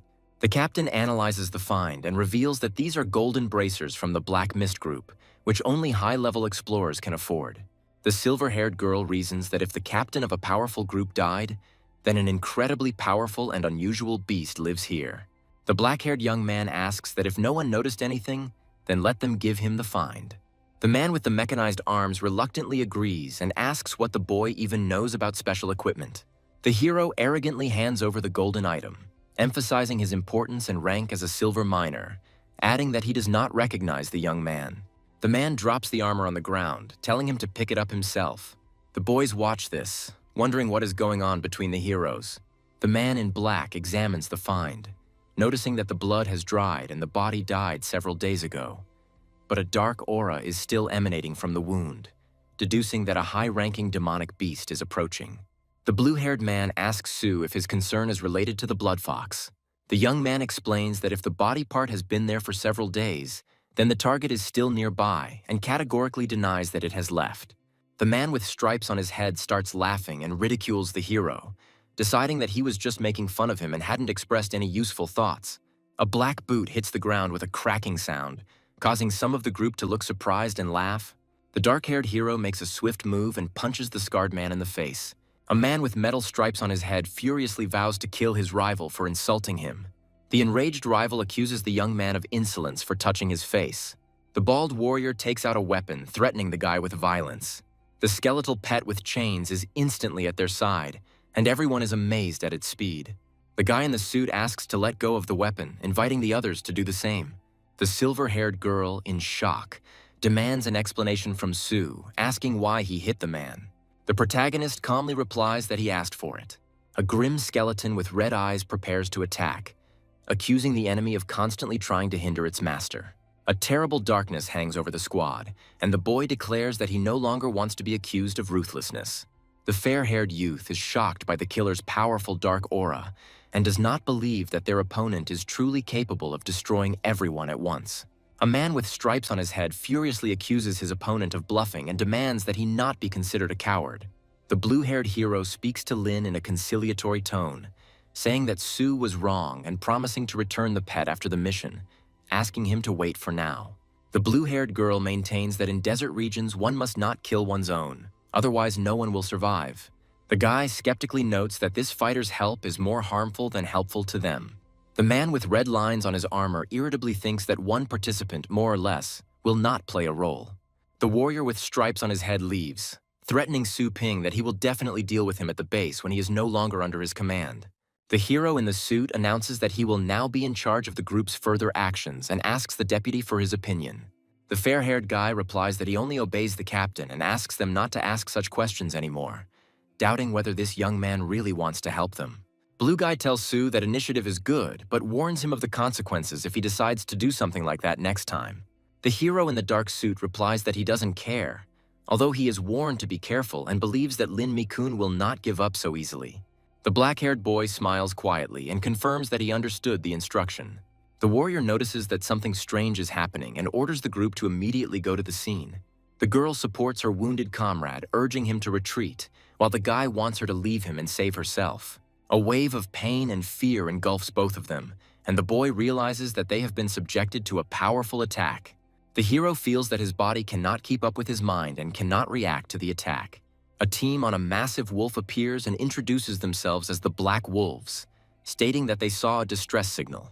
The victim tries to warn everyone to be careful, as they are being attacked by an unknown enemy. The blue guy screams in horror, recognizing the description of the dangerous attacker. A huge monster with a bone mask appears before the heroes, and someone recognizes it as the creature that attacked them earlier. The squad, in a panic, clings to the wolf in order to escape as quickly as possible from the monster pursuing them. A man with metal bands commands everyone to hold on tight, as a bumpy and dangerous ride lies ahead. The monster's claws crash down onto the ground, and someone from the team urges Sue to act faster to avoid the blow. The young man calls on his deputy to find a safe route, since only monsters are indifferent to obstacles, and the team is slowing down significantly. The blue-haired guy clarifies that it's not just Bone Crusher who's chasing them, but other dangerous creatures as well, and asks if the allies have any more of their teammates left. The guy regretfully admits that his last beast is lost. The girl with long hair reports that her sacred flame bird is still able to fight despite being wounded. The blue warrior notes that even among the 8th stage beasts, this flame bird is a true force, but is shocked that it also suffered. The protagonist reflects that the skeleton will not be of any use against the Bonebreaker due to the enemy's strong bones, and decides to turn to Lin Mi-kun for help. The guy with blue hair remarks that at this rate they won't be able to escape, and the hero in the blue jacket suggests calling all the heavenly beasts to buy time. The man with stripes on his head is outraged that he has just lost one animal and does not want to lose others. A guy named Ye Chenshan promises to compensate for all the pet's losses and guarantee a reward. The warrior clarifies Ye Chenshan's name and realizes that he is a gold-ranked explorer. A senior team member sarcastically says it doesn't matter who the guy is and demands 3 times the compensation. The deputy commands Mi In to tell everyone around to summon their beasts. Otherwise, everyone will die. The blonde deputy announces to the others that if they value their lives, they need to get their pets out. A girl with a bandage on her face sadly remembers her sacred firebird. Against the backdrop of a dragon, a guy in black jumps forward, intending to rush into battle. The bald warrior gloats maliciously, believing that the brat has decided to play the hero and is sure that no one will stay to help him. A huge clawed hand bursts out of the ground next to the wolf riding squad, causing shock among the heroes. The group is surrounded by an army of skeletons, and the blue guy panics and tells them they are trapped. The warrior notices that the skeletons have no reaction and assumes that they are not targeting them. A massive undead resurrection spell begins on the plateau at the captain's command, so as not to leave the pet to the enemy. A guy with black hair and a skeleton discuss the impossibility of simply abandoning a faithful beast. A huge army of red-eyed skeletons is ordered to attack and move forward.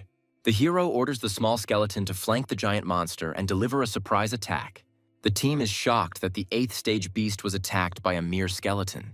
The boy and girl with the ponytail declare that they will also go and help Sue in the battle. The blonde man in the suit decides that if the captain went down first, they should go after him too.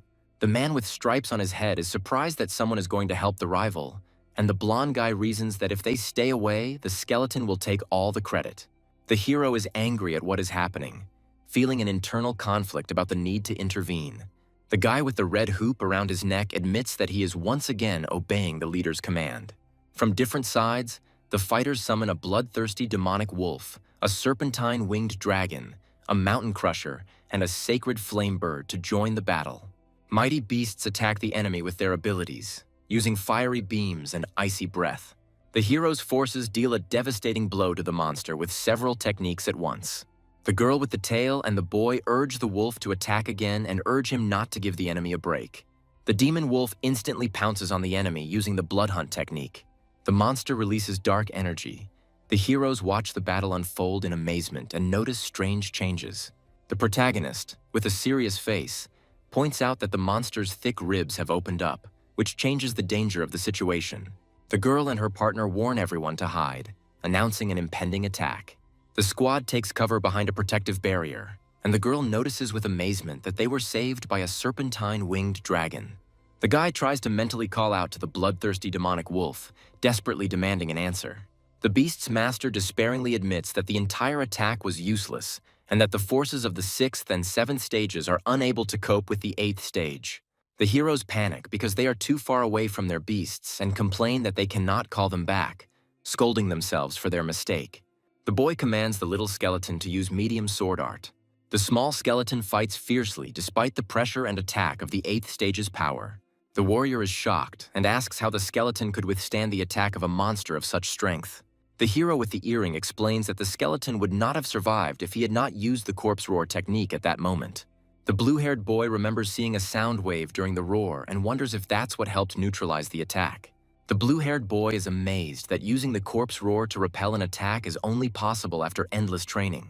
A hero with a neon pattern on his back raises questions about the experiences and suffering he might have gone through. The team is shocked that a 9th-level skill was just used. A huge black cloud associated with the death annihilation technique appears over the battlefield, and one of the fighters runs away in panic. The protagonist gives the command to the little skeleton to act immediately. Everyone is stunned that the 8th-level monster was killed so easily by a skeleton, and they don't believe what they saw. The hero answers his comrades' questions with a smile, assuring them that he simply guessed how to attack the enemy from the inside. At this time, they reason that only demonic beasts are capable of using the recombination of severed limbs, and are surprised by his recovery. The voiceover explains that the monster's body is just a shell, and the root of its life is in the spiritual core. Thanks to the core, the monster survived all this time and restored its body after any damage. As long as the monster uses its abilities correctly, any demon-type heavenly beast will be nothing more than paper to it. The guy with the earring notes with satisfaction to himself that this fight dispelled all doubts about his strength. The team is shocked and cannot believe that the monster is still alive after all the attacks. The hero with the blue collar notices that the monster's movements are unusual as if it is being controlled from outside. The girl with the tail asks Sue if he is responsible for what is happening, and he reluctantly confirms. The group members are stunned by his confession, discussing how a small skeleton was able to summon an army and make a puppet out of a beast. The blue and blonde guys decide not to go into details and suggest continuing the search for the bloody fox. However, the protagonist stops them, saying that he still has unfinished business, and asks them to pretend that they didn't see anything. The blue warrior shouts after Sue to stop and listen to the command, but he stubbornly moves forward.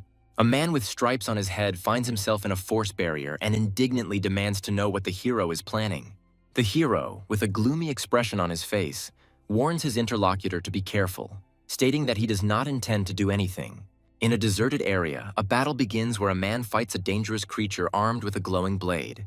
One of the participants in the clash screams loudly in pain, having received a serious wound to the arm. An unknown young man with a cold gaze claims that his opponent will only remain alive thanks to another person. The wounded man retreats, threatening with hatred, but notices something that puzzles him. The hero with bright red eyes says that he will personally destroy the enemy if he does not disappear on his own. The partners turn warily to the blue-haired youth, reproaching him for yet another rash act. The girl with long hair declares that the man in question is too dangerous and insists on his expulsion. A group of people gather to discuss the search for a powerful creature, the blood fox, trying to gain information. The young man, confused, claims that he cannot remember the details, but the girl notes that she saw traces of this creature. The girl asks the hero to lend her a flare gun while at a mysterious object that has attracted attention. The characters find a bloody fox lying on the ground, looking exhausted. Smiling happily, the blue-haired guy announces that the search target has been found. The blue-haired boy tells the fox with relief that he has caused everyone to worry while the rest of the team watches. The young man reports that the task is completed and prepares the team for return. The hero asks to wait a little, delaying the others before leaving. The hero examines the strange glowing crystals with the small creature, noticing something inside. One of the team members offers to examine the find and begins to study the crystal. The group discusses how the discovered ore does not match any known elements and is clearly unfamiliar to scientists. The hero watches in bewilderment as several members of the team leave, leaving him to deal with the find. A man with gray hair explains that rare ores can be of benefit to miners if used correctly. He adds that the likelihood of finding valuable ores is very low, comparing it to searching for gold in sand. The hero listens as another participant advises him to simply report back upon his return, as the government will take care of the ores. The boy notices that the small skeleton is extremely fascinated by the ore, suggesting that it might be unusual. The heroine hands the hero her business card and shows a desire to continue communication. The girl, smiling, invites the hero to visit the university and mentions that she wants to introduce him to the rector.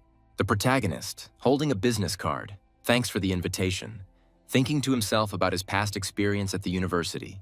The guy apologizes for the rush, notes that he is interested in something else, and promises to discuss everything later.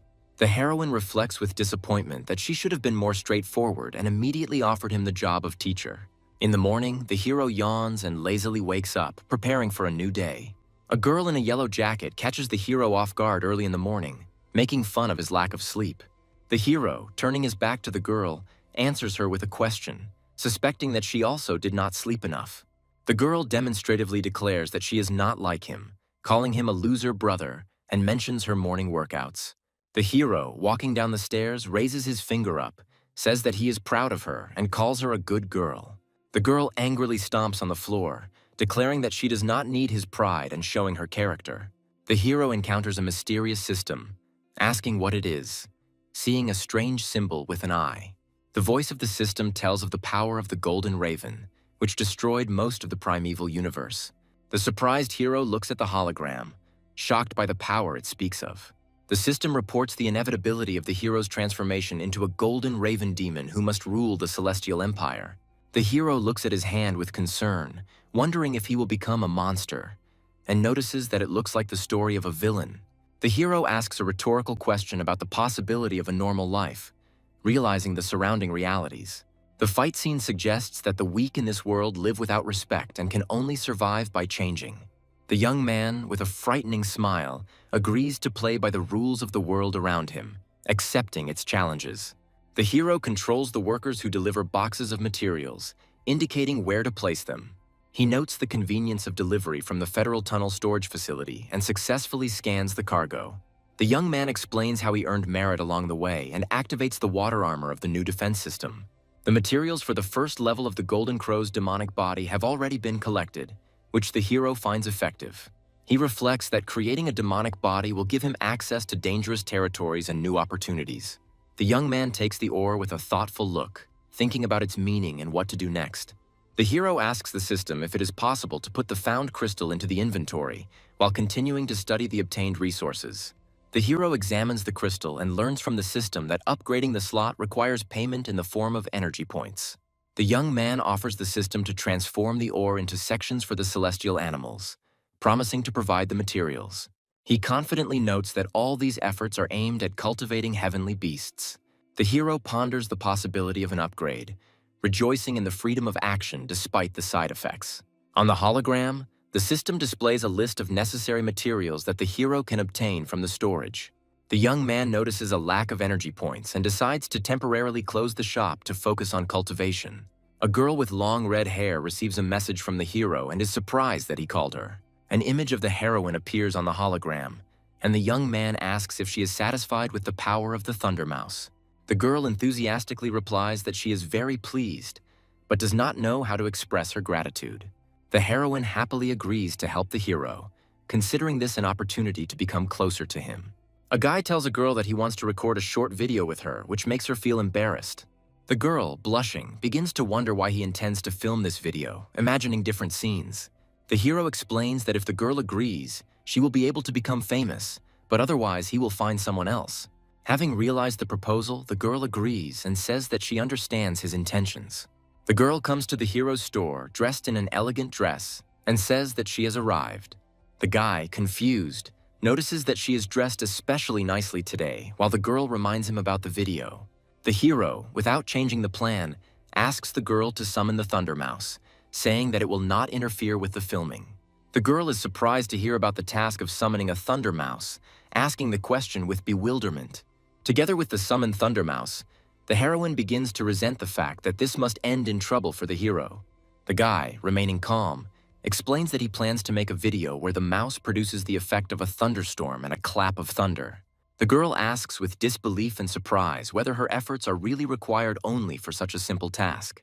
The hero explains that he wants to record a video showing the fruits of his efforts and asks if she forgot anything important. The girl happily replies that she took everything with her and shows the Thunder Mouse. Turning enthusiastically to the young man, she informs him that despite the end of the competition, there is still a final test ahead. The heroine explains that she is about to fight the champion Ye Hao, inviting the young man to go on stage with her for advertising. The young man asks in surprise who champion Ye Hao is, not understanding why he was chosen for the fight.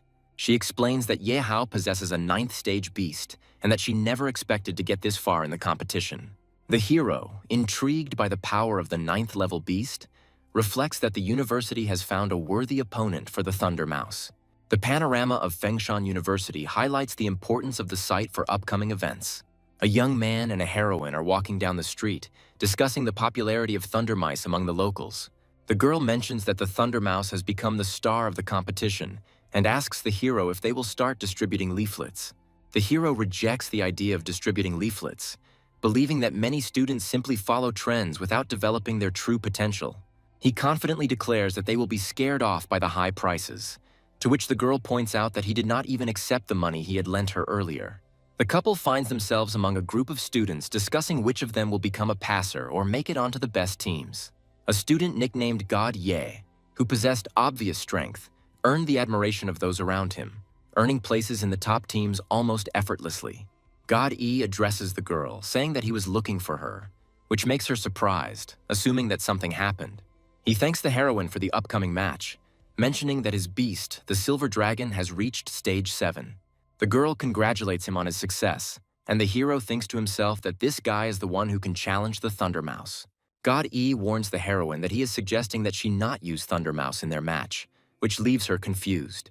He explains that his beast has recently reached stage 7, but has not yet fully mastered its powers, making the match unfair.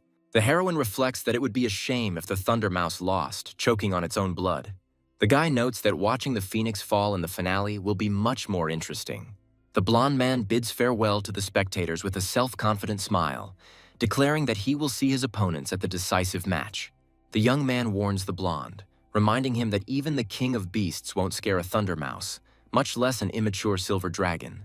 The champion turns in bewilderment to the source of the impudent voice, asking who dared to do so. The heroine introduces the hero as a person who is half owner of the thunder mouse and helped her in training. The girl explains to her partner that the blonde Ye Hao is the university's annual champion and the main sponsor of his pets. The hero shakes his opponent's hand with a smile and jokingly says that it is a great honor for him to meet him. Ye Hao believes that a new master has appeared behind the scenes and offers the hero a job, promising any amount for raising the beasts. The guy cheerfully replies that he is too busy running a successful store, but will make an exception for such a sincere request. The young man confidently announces his services, setting the price at 500,000, and with a sly smile clarifies that this is the minimum cost. The blonde is confused, seriously wondering how justified such high prices are. The hero sarcastically expresses surprise, hinting that a true lover of his heavenly beasts should not skimp on their development. The blonde finally gathers his courage and declares that money is not a problem if the hero really has the strength to fulfill his promise. The guy takes on the challenge with a confident air, thinking that he has encountered the right audience for his skills. In the battle arena, the blue beast fights with a show of power, but is suddenly faced with a strong counterattack. In another battle, spectators watch as dark green energy engulfs a girl and her pet, empowering them before attacking. A huge dark flame erupts in the arena, and the commentators declare Su Ling Yu the winner for her impressive move. A girl from the audience admiringly discusses her tactics, and a young man thoughtfully notes her professional skills. Despite the praise, the hero notes that there are shortcomings in Su Ling Yu's actions that could become decisive in the future. The commentator discusses how there are too many strong competitors in the current season, and some of the animals seem ordinary. Another observer confidently states that the champion will be a rare dragon beast with a 9th stage bloodline. The third expert notes that the girl could have become a star if she had had a more experienced mentor. The hero and heroine discuss how success in competitions often depends on luck as the start of the final match is announced. The second-place winner is introduced into the arena with her thunder mouse, showing confidence ahead of the final. Ye Hao appears accompanied by a huge blue dragon, confirming his status as the annual champion. The girl in the yellow suit in the audience cannot believe that the hero is also participating in the events. The young man gently strokes the thunder mouse, reminding him of the time when they fought together. Thunder mouse suddenly retreats, surprising the heroine, who does not understand her reaction. The audience discusses that the thunder mouse was clearly frightened, suggesting that the silver dragon was the cause. The blonde arrogantly advises the heroine to follow his instructions so as not to make a fool of herself.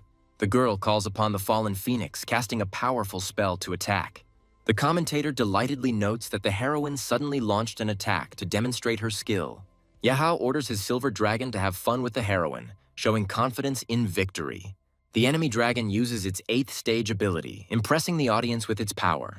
The heroine commands the fallen phoenix to repeat the attack, encouraging him not to give up. The blonde smugly marvels at her opponent's endurance, declaring that now she will see the real difference in their abilities. The silver dragon struggles to hold on to the phoenix's rays in a battle between confidence and underestimation. Despite all the phoenix's efforts, it is unable to inflict significant damage on the dragon.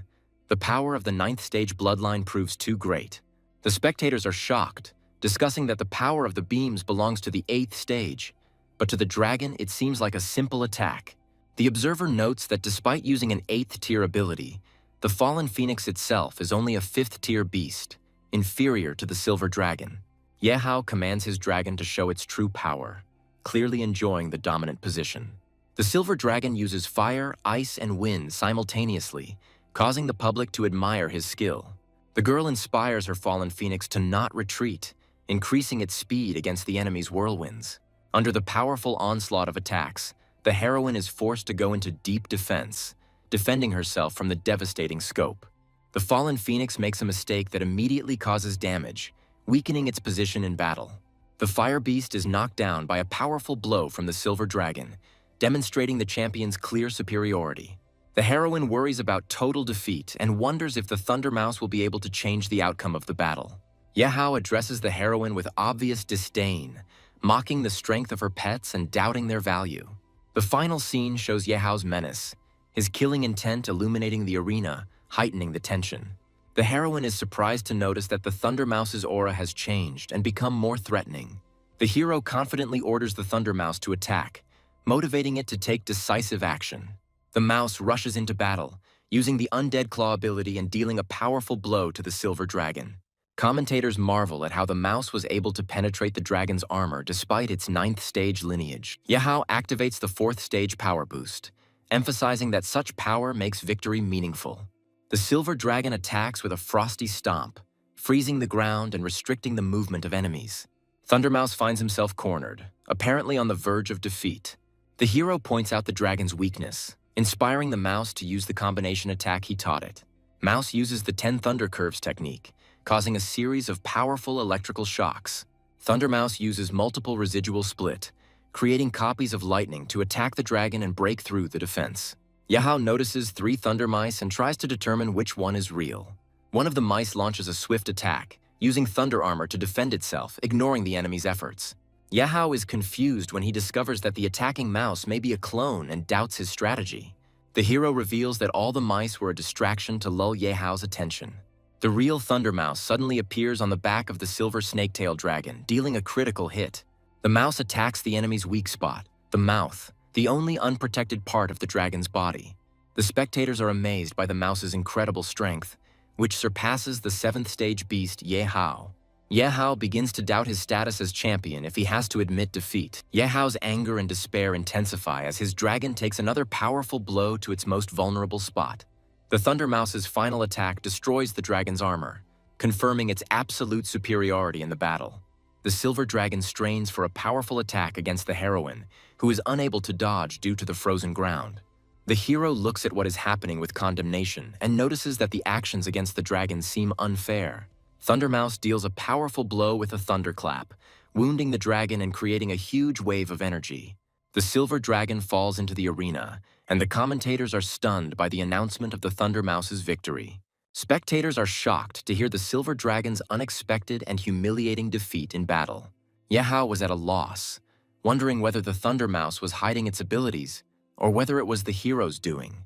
The commentator is delighted that the hero with the Mouse King has destroyed the status of the annual champion. The hero jokingly asks his opponent whether he will pay for the service in cash or by bank transfer. Yehao, flushed with embarrassment, agreed to pay later, but asked if his dragon could reach the strength of a Thunder Mouse. As he leaves, the hero confidently replies that anything is possible, but only he decides whose turn it will be next. The purple-haired boy notices that the young man who commanded the Thunder Mouse is clearly not as simple as he seems. The girl confirms that he controlled the fight the entire time, despite the enemy's icy attacks, regretfully noting that there is no room for new members on her team. Vice Principal Du asks his colleague what class this amazing student is in, and is told that information about him is scarce. The teacher with the gray mustache reflects with disappointment that none of the mentors have reported on such a gifted student. On the door of the Vice Rector's office, there is a sign marking the importance of the upcoming meeting. The girl explains to the hero that they have been invited to a special reception, and the mentor really wants to introduce them to an important person. The young man slowly jokes about the importance of the meeting, pouring himself some tea, despite his friend's attempts to encourage him to behave more seriously. The commander of the White Crane enters the office with high-ranking officials, beginning to discuss the potential of the young man. The hero, sipping tea, arouses the guest's interest in his amazing success, while the heroine, in a panic, tries to calm him down. A dangerous tension hangs in the air as the commander delivers his praise, accompanied by the presence of the Shadow and Iron Hand squad leaders.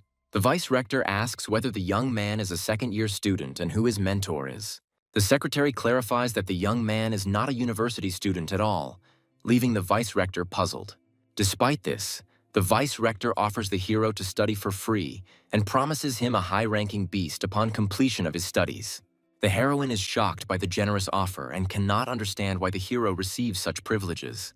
The guy, showing no interest, refuses, which greatly surprises the Vice Rector and those around him. The Vice Rector tries to persuade him, offering additional conditions and a monthly stipend. The secretary reminds the Vice Rector that the young man is the one who killed the 8th-level Bonebreaker and saved the influential members of the Tunnelers. The Vice Rector, shocked by what he heard, realizes that the hero has unique abilities and is right in front of him. The vice-rector's companions discuss the hero's origins, admitting that he may belong to one of the great families. The vice-rector's team concludes that the hero's power is so unique that its origin remains a mystery. The girl indignantly explains to the guy that because of his rude tone, they could lose an important opportunity. A man with short purple hair invites the hero to join their squad, promising double benefits. The girl is surprised and worried that even she is signed to a less prestigious team without any benefits. The guy declares that he would rather study than join the proposed squad, causing indignation in his interlocutor. An unknown young man invites the hero to join their organization, promising impressive bonuses and special opportunities. The girl enthusiastically agrees to the proposal, but the guy reminds her of real responsibilities in life beyond these promises. A woman in a formal business suit approaches the hero with an offer to become a university teacher. The boy and girl are stunned by the unexpected proposal, not understanding why their candidacy might be suitable. The girl explains the conditions for obtaining the position, emphasizing the difficulties and high competition. The woman in the suit convinces the hero that the obligations will be minimal and the benefits of the job will provide comfort and resources. The guy asks with surprise whether they will be able to provide him with all the necessary resources for training. The hero agrees to the offer, realizing that a teacher's license will give him significant advantages. The young man is surprised to find mountains of books and materials in front of him. The woman explains to the young man that in order to obtain a teaching position, he must pass a series of difficult tests. A man with a mustache convinces the hero of his suitability for teaching, citing his military achievements. The guy suspects that his skills are being deliberately tested and asks for details of the test. The leader brings the hero to the testing room, where he must defeat the robot. The hero is told that the main objective of the test will be to hold out against the robot for 1 minute. The huge robot activates, its red eyes flashing menacingly. The young man prepares to accept the challenge and fight to pass the test. The man with the mustache confirms that the robot is of a high level, hinting at the difficulty of the test. The guy is determined to get into battle to test his abilities. The young man uses his technique to fight the automated enemy, but the intense battle continues. The observer notices that the hero's star shield is weak and evaluates his initial reaction. The hero realizes that he is suspended in the air, and this may prevent him from avoiding the next attack. The man states that the test ended faster than expected, noting that the outcome was not the most successful. The girl anxiously shouts at the hero to be careful when she sees an approaching threat. She demands that the man with the mustache stop the test immediately, but he believes that the hero has not yet shown his full strength. The observer explains that the attacks are gradually intensifying and promises to intervene if the hero begins to suffer greatly. The young man uses his last strength to hold back the blows. The water armor begins to crack, and the living vines wrap themselves around his body ever more tightly. The woman, looking worried, shouts that more than 4 seconds have passed and demands that the test be stopped. She is indignant that 10 seconds have already passed and the dangerous storm has not yet been stopped, pointing out its high complexity. The boy is held by green vines and appears motionless, surrounded by fire, causing concern among the onlookers. Viewers assume that the hero has lost consciousness, but the situation remains tense. There is a flash of incredible power, and his body begins to glow as if new energy is being born. The young man displays unprecedented strength as he fights his way through destructive vines and waves of fire. The teachers are amazed to realize that the young man not only survived the attack, but also responded with a furious counterattack. The hero stands before the defeated robot, clearly proving that he has surpassed even the most cruel expectations. The guy's eyes are burning with fire, and he is surprised to think about the new feeling that is filling his body. The hero looks at his hand with sparks of energy, surprised that this is only the beginning of his awakening power. A guy stands in front of a fallen robot, which used all its power in the fight with the last of its strength. The robot announces the completion of the test, analyzing the hero's abilities and recording their levels. A young man, surrounded by broken equipment, asks the examiners if this is enough proof. The man with the mustache praises the young man, claiming that he is more than suitable for the role of senior mentor. The hero reflects that if it weren't for his special body, he wouldn't have been able to withstand Baze's power. The examiner, noticing the displeased expression on the young man's face, assumes that he was upset by his torn clothes. The hero, having finished the conversation, calmly leaves, noting to himself the successful outcome of the tests. The examiners discuss the test results, marveling at the disparity between the hero's fighting prowess and his star power. One observer suggests that the young man is using secret training, having only recently begun to train. A man with a mustache instructs his assistant to find out more about the hero's past, claiming that a true master stands behind him. The guy is outraged that he is being held up by unnecessary matters and asks to find rich students instead. Returning home, the young man is faced with the surprised gaze of the girl, who is perplexed why he is naked. His family notices the changes in his body with interest, discussing his new physical form. The boy angrily runs away from his family's comments, and his mother reminds him of the past. The young man stands in front of the door, thinking that his water armor is damaged and needs to be repaired. The girl bursts into the room, surprised by his unusual strength and asking a direct question about his star power. The hero calmly confirms that he has star power, causing shock to the guest. The girl shyly accuses the young man of indecency, demanding that he get dressed. The guy teases the girl, suggesting that she get to know him better for the future. The young man makes a mocking gesture, frightening the girl, heightening her embarrassment and forcing her to react with a scream. The girl independently declares her own achievement of the 4th stage of development and drives the guy away.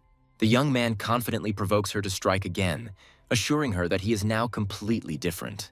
After the unexpected attack, the guy comes to his senses, wondering why his defense at the 8th stage didn't work. During dinner, the hero is asked questions about his awakened stellar power and celestial animal, and he replies that the result is not yet sufficient.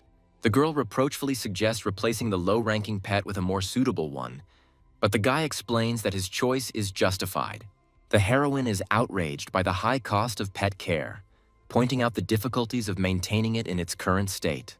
Her companion asks if the guy has enough money to pay for utilities and advises him not to take out small loans. The guy shows off his wallet, revealing that he has earned $500,000, which shocks those present. His relatives ask suspiciously where he got such a sum of money, hinting at the possibility of illegal activity. The young man explains that he made money thanks to the store's popularity and cannot reveal all the details for fear of revealing the secret of his success. The woman notices that her older brother has finally achieved success and advises the girl to learn from him. The guy, with a slight grin, promises to take care of his sister, hinting at her unfriendly behavior. The next day, a customer comes into the young man's shop, seriously determined to find out about his abilities. The client asks if the hero is really the one who raised the thunder mouse that became famous in Fengshan. The guy, realizing the popularity of his store, with a welcoming smile asks the purpose of her visit. The girl explains that she has 4 pets that she wants to make stronger than Thunder Mouse. The young man, remaining polite, informs that special enhancements were a limited service and that only standard methods are currently available. The woman, disappointed, clarifies the effect of the usual enhancements, noting that they look less impressive. The guy explains that standard changes work less effectively, but still improve pets' stats for a fee. The woman reflects on the fact that the store is most likely using Thunder Mouse's name to attract customers and wonders if the place is trustworthy. The client, not convinced of the value of the services, is about to leave, but the guy calls her to come back. The hero considers the secret skills and the great panacea to be worthy rewards, but wonders if the clients can afford such expenses. He explains to the girl that their unique service may seem too expensive for most people. The visitor clarifies the amount, reminding her that she doesn't have much money and is trying to figure out whether her savings will be enough. The guy announces the price of the service with a smile. 1 million, causing her obvious embarrassment. The client is outraged by this amount and suspects that the store may be a scam, but wants to make sure. The young man confidently declares that they are not running away from responsibility, offering to check his reputation on the Fengshan University website. The girl activates the system, discovering that he is a high-ranking university martial arts teacher. Upon learning of the hero's status, the client is shocked that he hid such important information. The guy, with a sly smile, hints at who will now be the loser, calling the client a senior student. The girl, embarrassed, apologizes to teacher Sue for her rudeness and underestimation of his status. The hero confidently says that in the store he should be called the owner or boss, pointing out his advantage thanks to his teacher's license. The visitor agrees to the terms but admits that she has a limited amount of money. She introduces her pet, a pig, hoping for help in strengthening it. The hero is shocked that the girl transferred $1 million so easily, because earlier she complained about a lack of money. The confused customer notes the shop owner's displeased expression, apologizes, and promises a generous gift once the process is completed. The young man thinks about such a rich sheep with a sarcastic smile, deciding that it is too late to show his politeness. The hero reassures the client that he treats everyone equally and will begin the cultivation process immediately. The girl is amazed by his generosity and the speed with which he completes complex cultivation, considering him a true teacher. The grateful client humbly expresses her gratitude to teacher Su for the work done and the attention to her request. Su Ping is wondering where he should spend 10,000 energy points, upgrading the store or the chaos spirit pool. The boy evaluates the difficulty of using the cultivation zone by comparing it to the Thunder Realm, and understands that he will need a lot of energy to make significant progress. The young man discovers that the second level of his shop allows him to unlock the Shadow Clone skill. The hero is delighted with the Shadow Clone skill, imagining how it can be used to continuously cultivate pets and quickly recoup the costs. A group of new customers discuss the location of Su's shop and decide to go inside. Su notices a noise outside the store and notices a crowd of people gathered in front of the entrance. Realizing that all these people came to him, the guy feels genuine joy from such an influx of clients. Customers enthusiastically ask the boss if he can strengthen their celestial beasts and improve their stats. Su confidently declares that he will accept all clients, guaranteeing the successful fulfillment of their requests. Using the Shadow Clone skill, the young man creates his first clone, spending 200 energy points. Su Ping looks at his Shadow Clone with doubt, as it looks strange and seems to be a mistake. The hero reflects on the place where the elements merge, where the strong attributes of the environment contribute to the more successful development of fire beasts. The group of pets, along with Su, come out to a lava landscape where the fire element reaches temperatures of 2,000 degrees. The guy calls his pets to follow him, confidently directing them to a new training location. Su is surprised that even in the hot environment, his defense works flawlessly, as during the battle with Baze. Recalling the previous battle, the young man realizes that activating the Golden Crow form protected him from the deadly heat. He begins to analyze the connection between his appearance and the nature of fire, reflecting on potential and new possibilities. The hero decides to test the fire element, confident in his ability to return to life after failure. The fiery streams begin to obediently obey Su, which confirms the unique talent of the Golden Crow. However, his imperfect clone continues to irritate him, despite all attempts to get results from him. Su decides not to waste time and starts cultivating his pets, preparing for difficult training. He encounters a system that offers to immediately resurrect pets, questioning their fire qualities. The guy, grinning slightly, notes that his pets lasted longer than he expected and decides to continue. The store's customers rejoice at their success, praising Su for helping them master complex skills in a short time. Inspired, new visitors demand product from the boss, ordering food and sections for their pets. Su explains to the crowd that he will serve everyone in turn, maintaining calm and discipline. Looking around the occupied sections, the young man realizes that the energy will pay off faster than he initially expected. The hero wonders if it's worth investing in a high-level cultivation zone for his pet. The young man makes a decision by asking the system to improve the Chaos Spirit pool. With a strong determination, Su activates the enhancement process, anticipating new opportunities for his pets to grow. Su notes that using the Chaos Pool costs thousands of dollars, wondering if the investment would be worth it. The guy makes a request in the system, hoping to get a 6th-level pet, indicating that he does not expect anything more. Visitors on the street begin to notice strange changes in the weather, wondering what is happening. A bright burst of energy illuminates the shop, calling the Shadow Serpent to cultivation. Su is shocked to discover that the summoned beast is the Light Serpent of Purgatory, a wielder of powerful abilities. The hero is delighted to realize that the case was a success, since the pet of the 9th stage was worth all the costs. Su notes the greatness of the new serpent, emphasizing its strength and the severity characteristic of dragons. The man copes with a pet with a difficult character, noting his determination and willingness to go all the way. While talking to the snake, Su offers to make a contract while remaining calm and confident.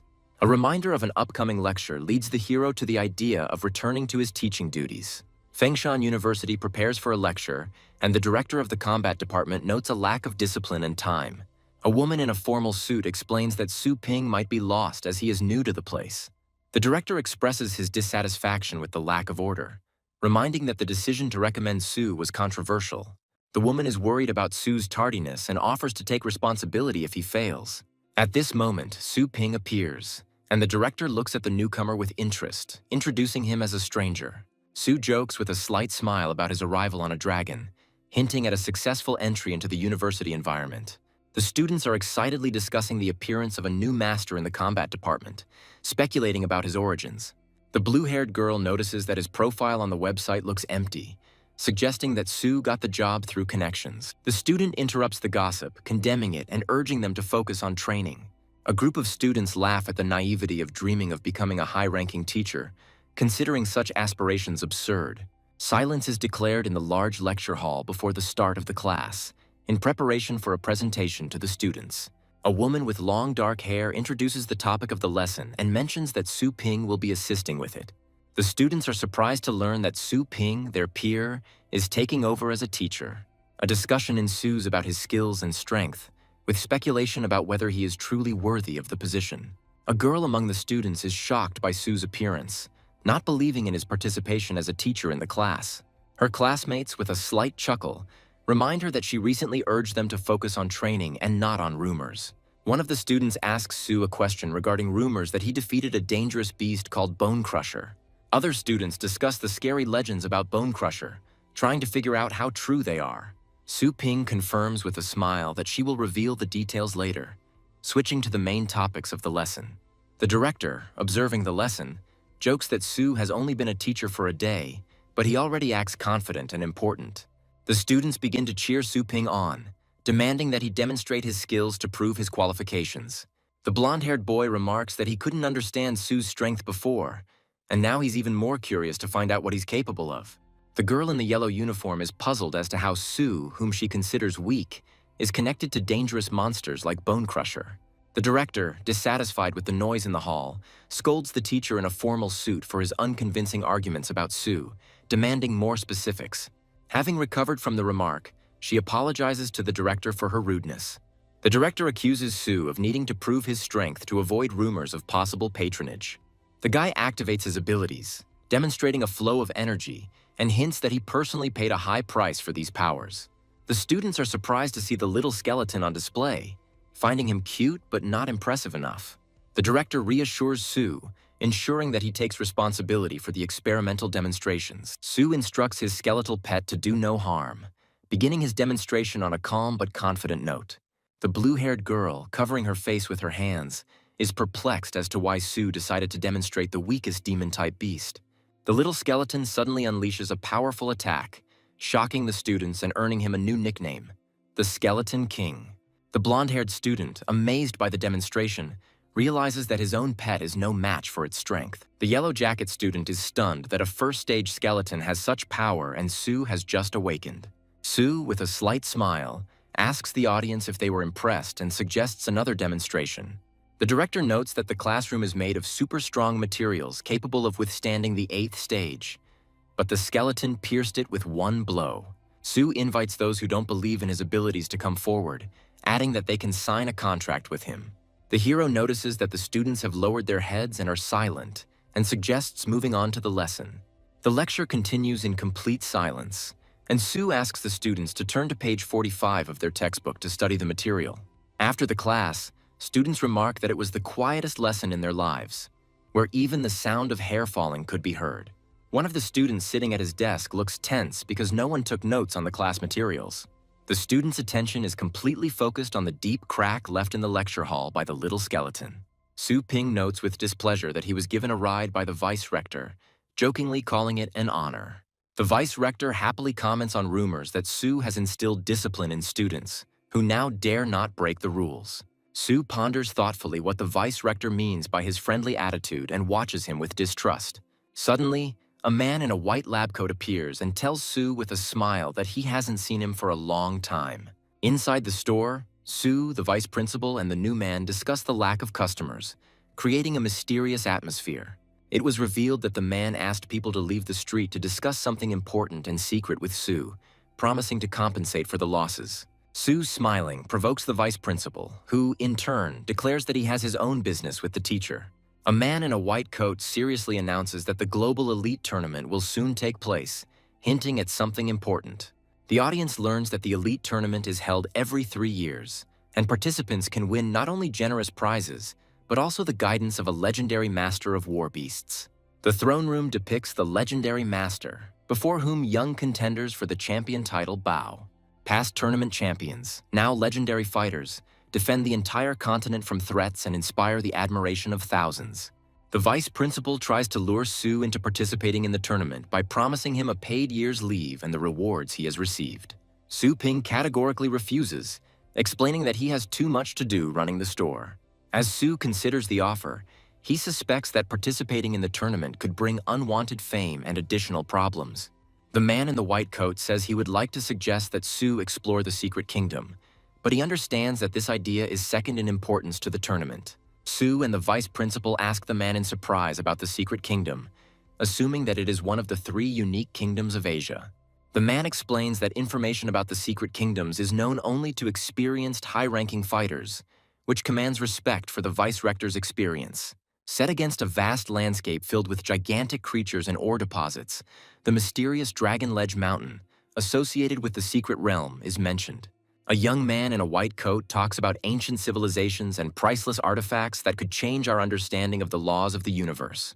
The dark-clad hero exclaims in surprise, realizing the scale of the information presented to him. The wise old man explains that the secret kingdom is protected from humans and filled with dangerous heavenly beasts. A young scientist shares that he was given the opportunity to explore the outer zone. The protagonist, although not interested in the Elite League, is considering participating in its mission.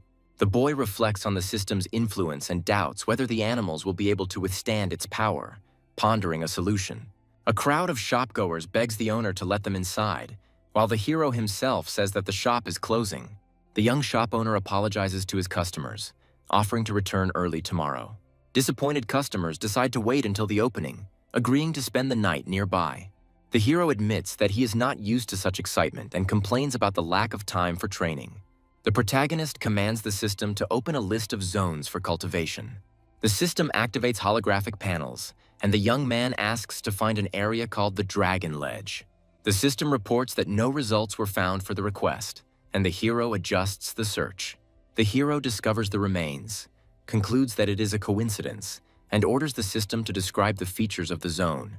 The young man analyzes the cost of access and asks himself about its high level. Near the mysterious door, he expresses dissatisfaction that the find may not be significant enough. The hero notices a dog whose cultivation period has long expired and thinks about its owner. The guy suggests that the pet's owner may have already died. The hero agrees to cooperate with the dog, establishing a magical connection. A powerful voice asks the hero if he is ready to face the test of his legacy, revealing a group of creatures nearby. The hero resolutely accepts the challenge and agrees to test his legacy. According to legend, the 9 floors of the dragon column symbolize the 9 poles of the universe. The guy wonders how to pass the preliminary test and what awaits him next. I remember the moment when the dragon's flesh and blood were transformed into the basis for the creation of the continent. Due to the pollution of the earth, monsters appeared, which led to chaos. The young man understands that in order to restore the king's spirit, he must get rid of all the monsters. On the 9th floor, the heroes face a final test with extremely high requirements. The boy understands that the complexity of the tasks testifies to the importance and value of the legacy. The group reaches the Golden Gate, but the hero notices that there is another obstacle ahead. Having penetrated the doors, the company is faced with darkness and is perplexed why there is no light inside. The hero is stunned by the intense pressure that suddenly falls upon him in the darkness. Hearing the roar, the boy anxiously recognizes the sounds made by the moondog. He wonders how this is possible if the animal was previously standing behind him. The young man becomes alert, hearing sounds from everywhere, and begins to suspect the presence of ghosts. The boy recalls colliding with a wall in the dark while trying to figure out what was happening. The special structure of the wall, according to the hero, causes sound distortion, confusing him. On the ground floor, he is greeted by an imposing statue that demands he learn to show reverence. A giant knight with a gleaming sword appears from the darkness, ready to attack. The hero realizes that the statue guarding the gate has come to life and reveals its deadly intentions. The knight's sudden blow wounds the boy, forcing him to curse the situation. The hero blames himself for his slowness and realizes that a concentration of stellar power could have saved him from the blow. He orders his little skeleton not to interfere, believing that he can handle it on his own. The young man concludes that showing reverence means avoiding eye contact with the dragon. After quickly completing the test, he heads forward with his group of creatures. The hero notices that his senses, as a master of combat beasts, are much sharper than those of ordinary people. The inner perception is subject to pressure from the being that creates threats around. Understanding the rules of the first floor, the guy focuses on controlling perception against pressure. He considers passing the first level an easy task and continues moving forward. Suddenly, a deadly aura appears in front of him, causing alarm. The hero notices a flaw in this aura, realizing that it does not come from a living being. The hero successfully completes the first floor test and is instructed to proceed to the second level. He notes with a smile that he reached the 8th floor without much effort. But for others, this might be a problem. The boy reflects on the fact that even having mastered powerful abilities, his skeleton is too weak in front of the 9th floor guard. The girl, watching from the side, decides to expose the hero, considering him a weakling, incapable of being an influential master. During the journey, the protagonist raises questions among his acquaintances, arriving at the place earlier than usual. A group of customers joyfully greet the shop owner and approach him with requests. A girl standing aside is surprised at how much those around her trust the hero, seeing him as a savior. The guy orders everyone to line up, emphasizing the importance of maintaining order. A new character easily tries to cut in line, causing outrage among those waiting. Everyone unexpectedly receives the newcomer with respect, realizing that he is an influential person. The crowd is astonished to see Ye Hao's arrival, causing a loud response from those present. The girl in the hat looks at the situation suspiciously, wondering why such an influential person is here. The protagonist asks Ye Hao, perplexed, about the reason for his unexpected visit. Ye Hao, by summoning the silver dragon, reminds of its strength and majesty. The appearance of the dragon causes panic in the crowd, and people retreat in terror under the strong wind. The giant dragon looms menacingly, causing those around it to fear its destructive power. The girl was worried, assuming that Ye Hao had decided to put on an illustration of his ruthless strength. Ye Hao, with a smug smile, discusses the majestic nature of the dragon and its capabilities. The protagonist stands to the side with restraint, wondering why Ye Hao arrived now. The guy is discussing with the system the possibility of unlocking a function to improve rare celestial beasts. The hero is amazed by the scale of the territory, noticing that instead of an ordinary store, there is a real factory. People admire the 9th level highborn beast and discuss its development possibilities. The crowd expresses doubts about the hero's abilities, suggesting that he has never raised dragon-type beasts. Ye Hao provocatively asks the hero if he can handle beasts of such high pedigree. The protagonist defiantly calls upon his pet, explaining that there was little time to improve it. The crowd is terrified by the powerful aura of the pet, who suddenly unleashes his power on them. The girl is surprised by the scent of power emanating from the pet, and is perplexed as to how the hero tamed such a formidable creature. The hero's pet, the light-bearing serpent of purgatory, appears before the public for the first time, striking them with its grandeur. Ye Hao struggles to cope with the pressure, recognizing this as a manifestation of the dragon's true power. The majesty of the Lightbringer serpent is so overwhelming that even the silver dragon bows before it. Even the silver dragon, which was larger than the others, felt the superiority of the light-bringing serpent of purgatory. The hero tells Ye Hao that the main reason for subjugating dragons is not greatness, but bloodline. Ye Hao was stunned to hear that at the highest levels, it was the bloodline that played the key role. The protagonist explains that 9th level beasts have a huge reserve of durability, which puts them in a special category. He emphasizes that the dragon race has the strictest hierarchy among the celestial beasts. The young man offers to make sure that the light-bearing serpent of purgatory is a clear proof of the highest level from birth. Ye Hao suddenly recognizes the hero's professionalism and feels uneasy about his unfounded confidence. With a slight mockery, the hero reassures Ye Hao, promising that his time will definitely come. The hero internally scoffs, thinking that Ye Hao is too naive for the current situation. The girl, pondering what she saw, is amazed by the list of rare high-level beasts and the hero's abilities. The girl is surprised to realize that her older brother is truly incredibly competent and deserving of admiration. Clients with pets line up and ask Master Su to help them cultivate their pets again. The protagonist jokingly addresses the already familiar animals, reminding them of payment for their services, while they look at him in amazement. In the evening, the hero checks his account, seeing that all received funds have been automatically converted into energy points. He begins to consider the need to expand the store to 3,000 square meters, realizing the high cost of the project. The hero analyzes the pros and cons of upgrading the store, realizing that it will increase profitability, but will be an expensive investment. He thinks with horror about how to earn the necessary 150 million to implement his plans. The young man considers alternative ideas, including using his pet as collateral, but dismisses this option due to the risks. Having decided to use his status as a high-ranking teacher, he comes to the conclusion that this is the most reliable method. The action moves to the base city of Longjiang, Shangcheng district, where the next stage of his journey likely begins. The guy in the room complains about the lack of demonic specialists on official websites. The hero reflects on the difficulty of finding craftsmen for rare species of animals.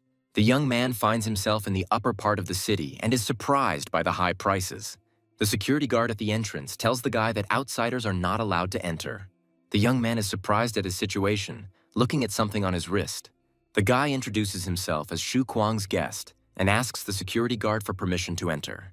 The hero observes the training robot and realizes that its defense has been raised to the highest level. The combat robot activates martial arts mode, forcing the hero to use his skills.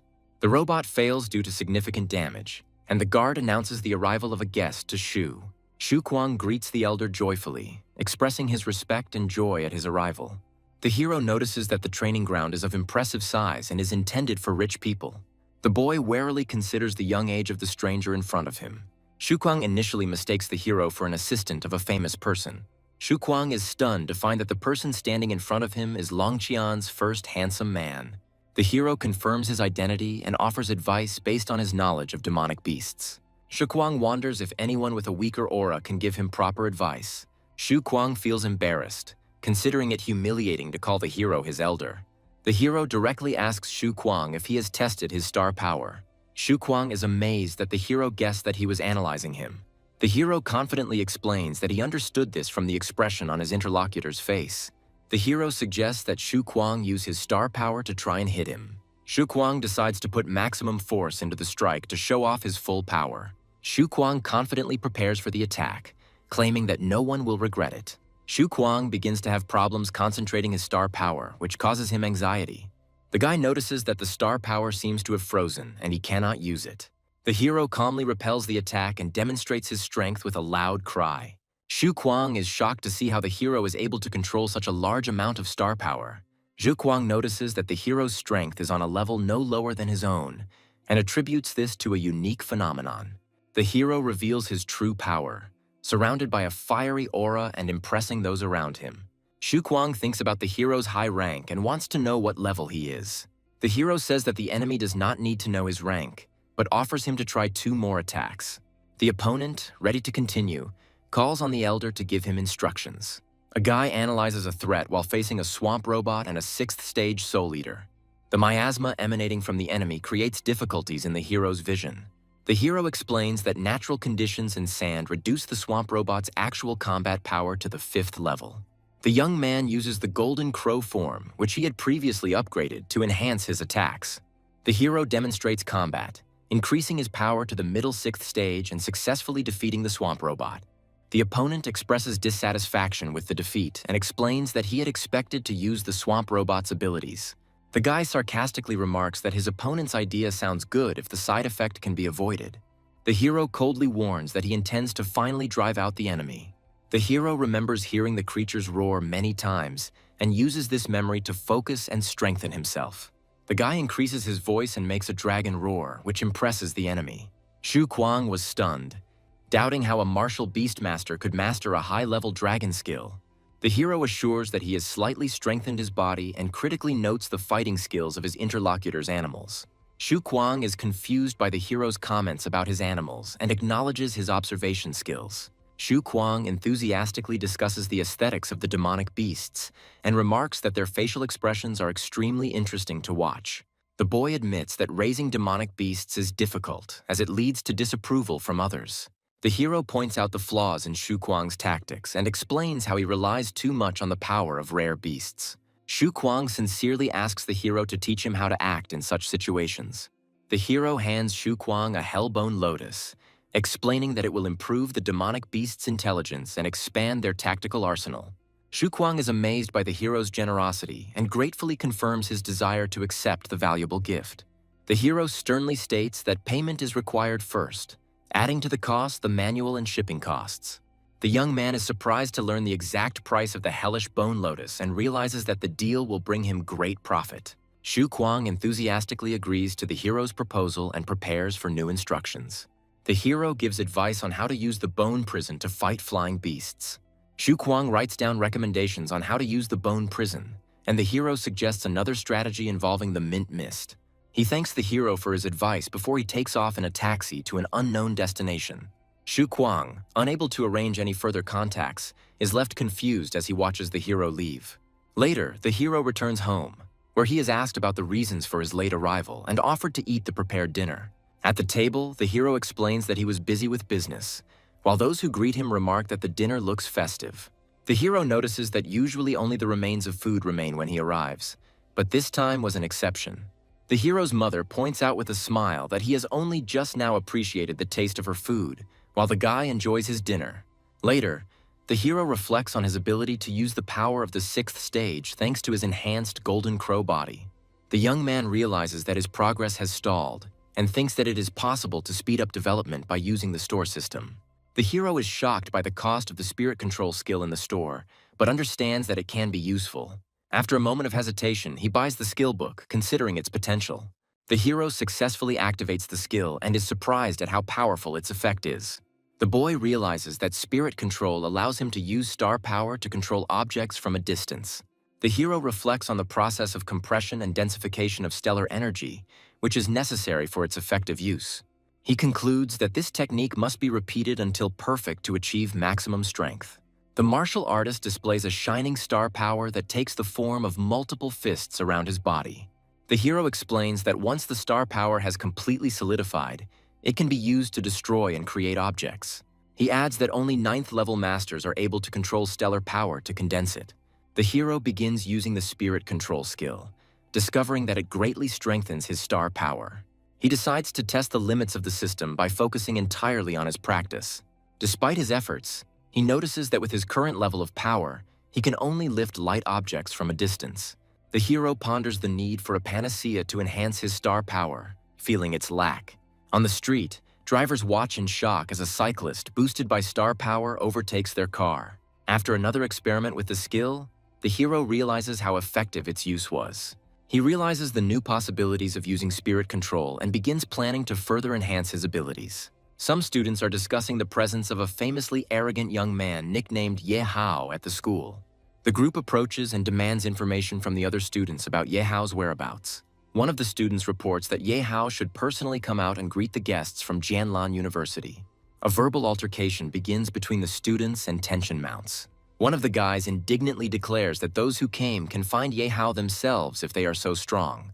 A fight breaks out and one of the students grabs the other by the arm and threatens to teach him a lesson. The violent confrontation leads to the worried students promising to find Ye Hao. One of the students grins and reminds them that they were promised that Ye Hao would be brought to them, and insists on continuing the search. The big guy makes it clear that leaving won't end that easily, and the situation needs to be discussed. The conflict continues, and newcomers are subjected to bullying by older students as a form of practical training. One of the students defends the honor of his school, declaring that he is ready to take blows, but demands that Feng Shan not be insulted. One of the attackers ironically agrees to fulfill this interesting demand. Suddenly, the hero appears, demanding that the pursuers release the victims. The guy, with a serious expression on his face, repeats his demand and physically stops their aggression. One of the attackers is outraged that the hero dared to touch the students of Jianlan University and grins maliciously. The hero, with a smile, advises the attackers to leave the place, stating that it does not concern them. One of the opponents suspiciously asks the hero if he is also a student of Feng Shan. The attackers begin to laugh and mock the hero for his old bike and appearance. One of the opponents arrogantly declares that the guy would be better off giving up the bike and walking. The hero, surrounded by spirits of power, hints with a cold grin that it would be more appropriate for the attackers to crawl. One of the opponents is struck down, falling to the ground and angrily trying to understand what just happened. His comrades scoff, suggesting that he simply tripped on level ground. An officer from the opposing camp notices that he didn't even have time to notice the hero's movements. Another opponent accuses the hero of using force, but receives a cold response explaining the situation. The hero calmly invites the enemy to come closer, without retreating and keeping the situation under control. The enemy leader activates his power, threatening to break the hero's legs for his actions. He summons his strongest card, a massive golden-maned bear, declaring it a worthy challenge. The hero sarcastically notes that the situation is becoming troublesome, but does not yet see the need to actively intervene. Noticing that his lecture is about to begin, the hero calls on the other opponents to quickly demonstrate their trump cards. In another scene, a group of elders discuss the progress of a 5th-stage student and his terrifying dragon.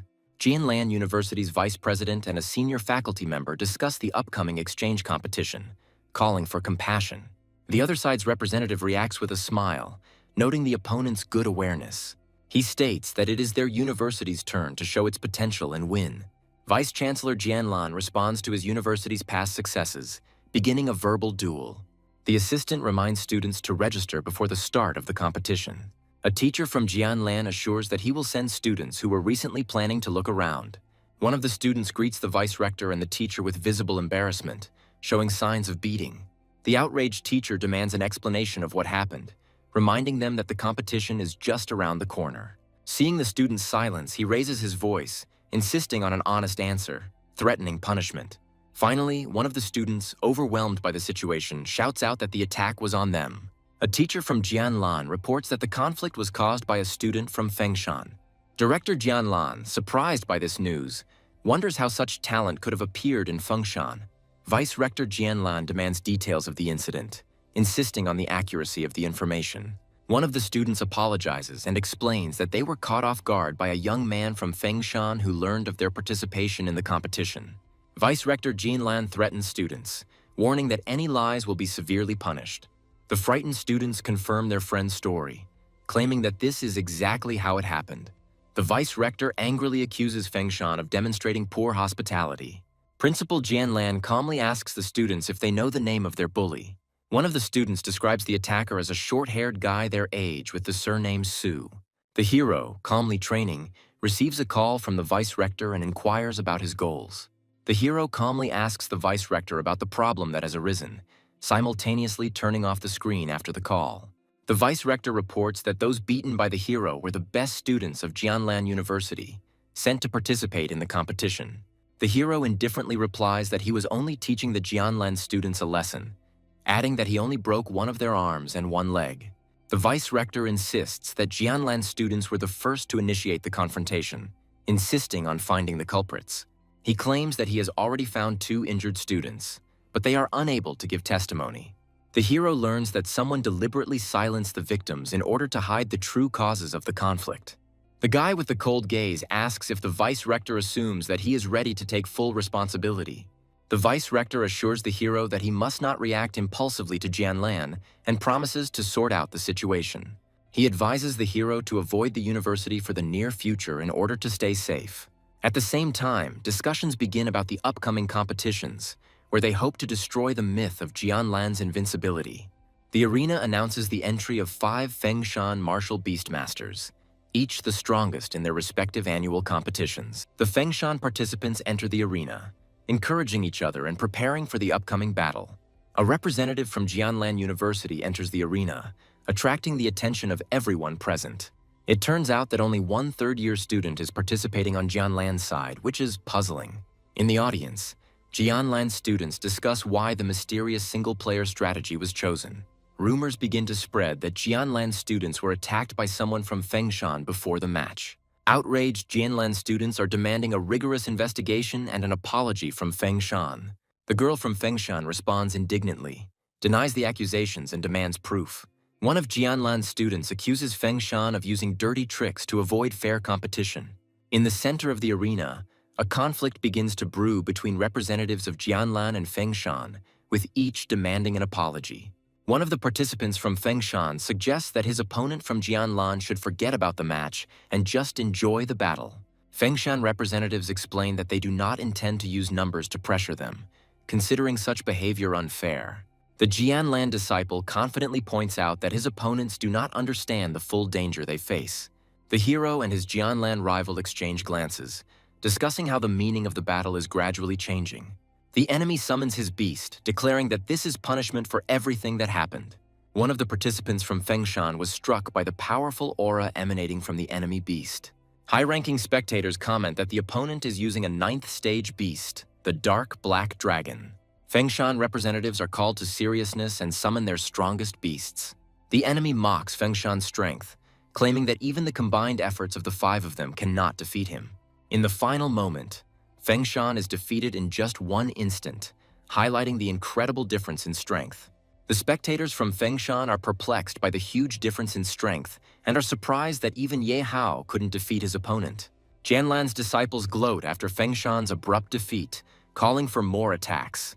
The scene shows bloodshed in the arena, where a rival from Jianlan defeats one of Fengshan's strongest participants. One of the observers from the stands demands that the match be stopped immediately, but is told that the referee is on the opponent's side. Another observer reports that the key truth will be revealed once the witnesses wake up. Jianlan's teachers remind us that the witnesses are still unconscious and demand that their recovery be expedited. A Fengshan spokesman claims that the opponents are simply stalling for time to avoid exposure of their actions. One of Fengshan's students holds his ground despite pressure from a rival who mocks his attempts at resistance. The girl from Fengshan is surprised that her team still refuses to give up and tries to contact her brother. The hero responds to the contact, assuring his sister that he is ready to intervene in the situation. The hero observes the arena and notices that the situation has gotten out of control, assessing it as terrible. Vice Rector Jianlan notices the hero's appearance and wonders why he is here, while the Vice Rector declares that it is necessary to investigate. The hero, with a self-confident smile, explains that he came simply because he happened to be nearby and wanted to take a look. The Vice Rector, irritated by his appearance, mentions that he asked the hero not to interfere. The hero calmly replies that his sister insisted that he come, so he could not refuse. Jianlan's High Master accuses the hero of arrogance and urges him to surrender without resistance, but he calmly ignores the threats. An argument arises between the Vice Rector and the Mentor, with the Vice Rector defending Fengshan and forbidding anyone to touch him without proof. Mentor Jianlan threatens to hand over the hero to him, but the Vice Rector firmly refuses. The hero openly admits the fact that he beat up Jianlan's disciples, calling them insignificant forces, which angers the Mentor even more. The Vice Rector, warning the hero about the enemy's strength, declares that he will do everything possible to resolve the conflict peacefully. Vice Chancellor Jianlan proudly declares that Dai Yang and his comrades are among the strongest students in the university. An unexpected revelation is made. The hero, who was initially mistaken for a student, turns out to be a high-ranking teacher. One of Fengshan's senior mentors regards the hero as an exceptional possessor of the unique power of 4th-level stellar energy. The hero notices that his strength has already been quietly tested and then offers to explain. Teacher Jianlan contemptuously refuses to explain, calling the hero a second-rate teacher. The hero offers a bet with a grin, claiming that he can even make his opponent bow his head and ask for forgiveness. The Mentor, angry at the insolence, challenges the hero to the arena for a fight to show who is stronger. Vice Rector Fengshan tries to prevent the duel, warning the hero about the responsibility for a possible loss.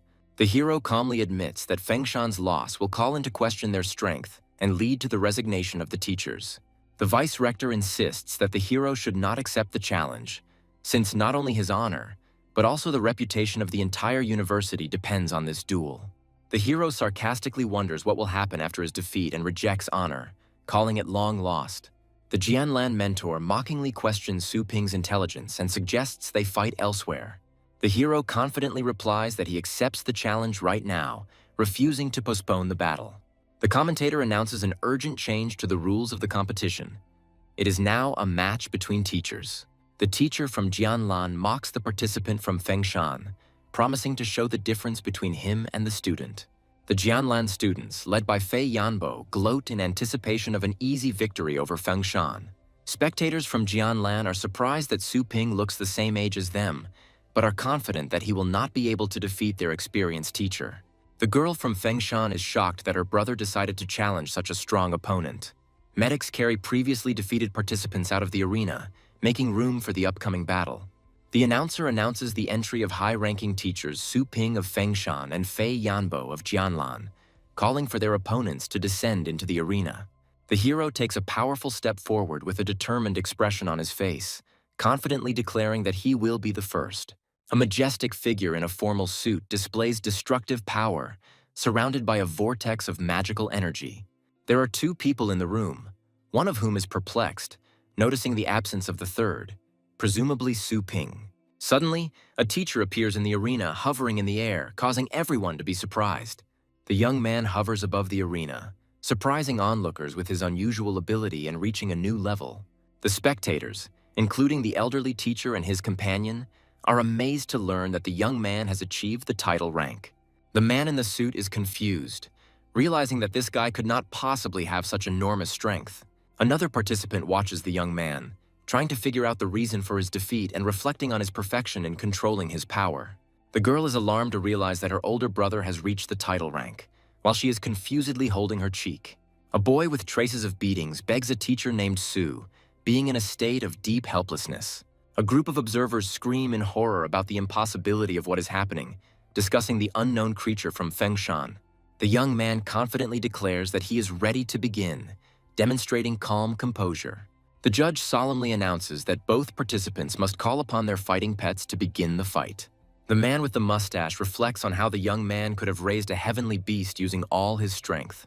The enemy attacks with a huge energy blast with disdain, intending to demonstrate his fighting skills. A giant purple shadow fox emerges from behind one of the participants, causing shock among the spectators. A disciple in the crowd points to the 8th level of the bloodline beast's power with fear, amazed at its might. The audience begins to discuss the superiority of the shadow fox, calling him the most ferocious beast in the element of thunder. One of the participants gleefully declares to the enemy that his side is dangerous and knows no mercy. The hero, with a cold gaze, laconically assesses the enemy, mentioning his 8th stage. The guy blocks the enemy's attack with a slight grin, arguing about the coincidence of circumstances. His pet, in the form of a huge dragon, makes an impressive appearance in the arena, and the opponent notices the Lightbringer Serpent of Purgatory in horror. The audience screams in fear, feeling the powerful impact of energy even through the protective barrier. The mustachioed man assesses the abilities of the young man's pet, calling it one of the best dragon-type creatures. He orders the energy barrier's defense level to be raised to maximum to contain the growing power of the battle. The young man stands confidently next to his dragon, declaring that he no longer needs to be polite. The enemy underestimates the strength of the youth's beast, claiming that its power is only at the level of the lower 8th stage. The man fills himself with the energy of the 8th stage, raising his fighting potential to the limit. The opponent's shadow fox reaches almost the 9th level of strength despite the overwhelming influence of the great dragon. The opponent is surprised why the guy doesn't strengthen his pet, while it is preparing for the next move with slight confidence. The young man asks with a slight grin if that's all, pointing out that the enemy hasn't yet reached the level of 1 against 2. The opponent, with a furious look, declares that his purple shadow fox has 8 thunderclaps. The golden-haired boy is shocked to realize that the Thunder Mouse's power is quite serious, and the purple shadow fox can use it 8 times at once. 8 thunderclaps neutralize the hero's attack, which raises questions among observers about his next move. Purple Shadow Fox creates clones of himself with the Thunder Bite skill, making it difficult to distinguish the original. A blinding flash of purple energy creates tension, leaving the audience wondering if the hero managed to dodge the blow. The hero emerges from a cloud of purple smoke and notes with slight irony that the opponent's clones have weak illusions. The enemy, in a panic, demands to regain control of the Purple Shadow Fox and strengthens their teams. The fox attacks with its head with great force, continuously firing with all its might, which plunges the audience into awe. The small commentator declares that the consequences of the attack are simply incredible, suggesting that the outcome of the battle is near. A guy with gold inserts on his uniform egged on his interlocutor, offering to deal with the enemy and comparing him to his former teacher. Observers of the fight are discussing the gap in combat experience and believe that the outcome of the fight was a foregone conclusion. The hero confidently asks the question, making everyone wonder who said that everything had already been decided. The Lightbringer Serpent of Purgatory manifests defensive skills such as stone and vine armor on its body. Thanks to these defensive skills, the snake can withstand powerful enemy attacks and remain unharmed. The opponent is outraged that such a tall beast only uses defensive skills, calling it a waste. The young man ironically asks his interlocutor about his words about pride in dragons. In the arena, 2 powerful creatures clash in combat, one of which demonstrates its immense strength, surpassing the other side. The voiceover emphasizes the importance of adaptability, letting go of the proud dragon essence in favor of mastering defensive skills. The young man stands next to his Lightbringer Serpent in its completed form, noting that no one wants to die. The students happily celebrate Su Ping's victory in the first round, applauding enthusiastically and shouting words of encouragement. Su Ping's opponents are nervous and angry, calling what is happening a curse. Senior observers are relieved to admit that their fears about the battle turned out to be unfounded. Teacher Fei states that his purple shadow fox is merely his secondary pet, hinting at a more powerful creature. He summons the demonic abyssal serpent, a huge and terrifying beast imbued with destructive power. The spectators in the crowd realize with horror that the abyssal demonic serpent is a 9th-stage beast, threateningly powerful. The opponents confidently declare that after the previous battle, the light-bearing serpent of purgatory has exhausted its strength and will no longer be able to win. The students in the stands demand that Su Ping be destroyed, cheering on their teacher Fei. Su Ping calmly states that the purgatory light serpent was not his main pet, shocking everyone around him. A mysterious creature with glowing eyes emerges from the rift, raising a storm of questions about its true nature. The spectators are puzzled, looking at the summoned little skeleton, wondering why the fight has suddenly become so cold. The girl in the yellow uniform notes the strange changes in the skeleton's appearance, admitting that she has never seen anything like it. Teacher Fei mockingly suggests that the young man summon another pet, not taking the skeleton seriously. However, Fei feels an inexplicable fear, noticing for the first time that his demonic serpent has more than just a desire to kill. The skeleton attacks instantly, and the enemy is struck by its speed, not having time to react. The demonic abyssal serpent is wounded in an instant, causing confusion among all onlookers. The young man offers to take the injured pet, as he is in a depressed state and requires medical attention. Teacher Fei is in a panic, refusing to believe that a low-ranking creature could defeat his carefully nurtured beast. The young man confidently protects himself with a golden barrier, dodging his opponent's questions and inviting him to find out the truth himself. With a slight grin, he avoids answering, asking a counter-question: is he obliged to reveal the essence of what is happening? The crowd applauds loudly, celebrating Su Ping's victory and calling it his first big win in 10 years. Students in black and gold uniforms discuss the hero's success, admiring his actions and calling him a heartbreaker. A man with gold accents on his clothes angrily demands that Su Ping not be released from the arena, accusing him of attacking his pet. A group of students in uniform become aggressive, loudly demanding an explanation and apology from the hero. The young man, with a slight smile, calmly replies that he will provide an explanation by activating the connection. Su Ping's little assistant links the device to the screen, offering to show the evidence on the large monitor. Opponents from the other team are perplexed, wondering who will testify and what the hero is planning. Su Ping, reacting with restraint to what was happening, asks to step aside and give an opportunity to show what happened. The man with the gold badge recognizes the two students the hero plans to bring on screen and says that he was expecting this. Taking the whole situation in stride, the enemy remarks with a terrifying grin that the two pose no threat due to their severe injuries. Su Ping shows footage of 2 injured students who have already recovered with local medicine and confirmed their willingness to talk. The opposing leader becomes furious and perplexed, not understanding how this is possible. An elderly observer asks with interest who these people are that Su Ping brought onto the screen. Students from the rival school panic and try to flee the scene, accusing the heroes of deception. Su Ping calmly invites the witnesses to recount in detail what happened that day. The injured student explains how a group from the enemy school surrounded them and beat them, trying to extract information. A second witness confirms that a hostile group attacked after class, but they were saved by Su Ping. The spectators from the other school sit in stunned silence, lamenting the loss of their leader and team. A young woman in a yellow uniform confidently declares that it has been proven who launched the attack first, rejecting the accusations of her rivals. The vice-rector intervenes, forcing the opposing leader and his team to acknowledge their defeat. The red-eyed senior mentor sternly warns of the consequences if anyone dares to lie. The enemy leader is horrified to realize that he faces expulsion and loss of the right to interact with the heavenly beasts. The elderly man humbly takes responsibility for the actions of his students and promises to reimburse all expenses. The teacher reminds Su Ping that he has forgotten something, hinting at his next steps. The man offers Su Ping rare animals or valuable rewards as compensation for the conflict.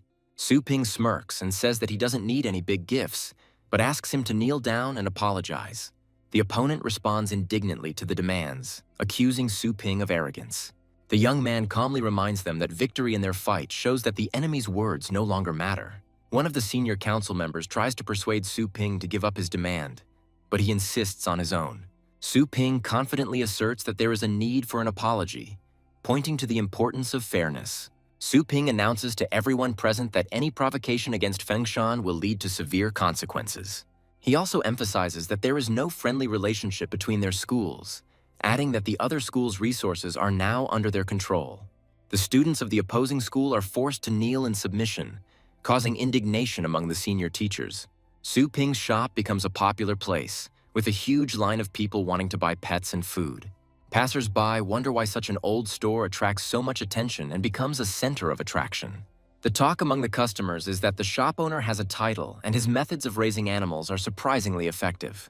Some students from Fengshan are asked to keep the store's popularity a secret in order to maintain an advantage for themselves. Su Ping realizes that his intervention in the competition not only resolved the conflict, but also strengthened the reputation of his business. A girl from Fengshan School pushes her way through the crowd to reach Su Ping, determined to talk to him. Su Ping sarcastically notes that she didn't even say hello, adding mockingly, "Why would such an important person stand in line?" The girl states that being Su Ping's sister, she does not want any privileges, striving to achieve success on her own. She gratefully adds that she wants to take advantage of the opportunity to become stronger by showing determination. The young man calmly asks what level her beast is at, in order to understand what it will be working with. The girl reports that her pet, a cat named Snowball, recently reached the 4th level. Su Ping explains that the 4th level is considered average by the standards of heavenly beasts, and his work at this level is quite expensive. The girl is surprised by the cost of his services, realizing that her income does not even cover one time for a year. The young man, jokingly giving his pet a new name, confirms that he is ready to continue working despite her doubts. She sheepishly admits that she forgot to take the money, but Su Ping confidently agrees to pay for the expenses out of his own pocket. The young man reflects on his business and notes that his system and approach are still aimed at raising strong animals. In conclusion, he adds that he has recently mastered the technique of client cultivation, assuring that now they are even.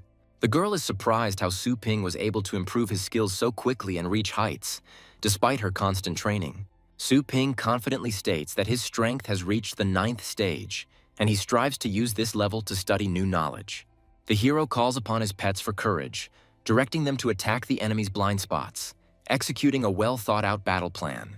In the midst of the battle, Little Skeleton delivers the decisive blow, restraining the powerful dragon and causing it to roar uncontrollably.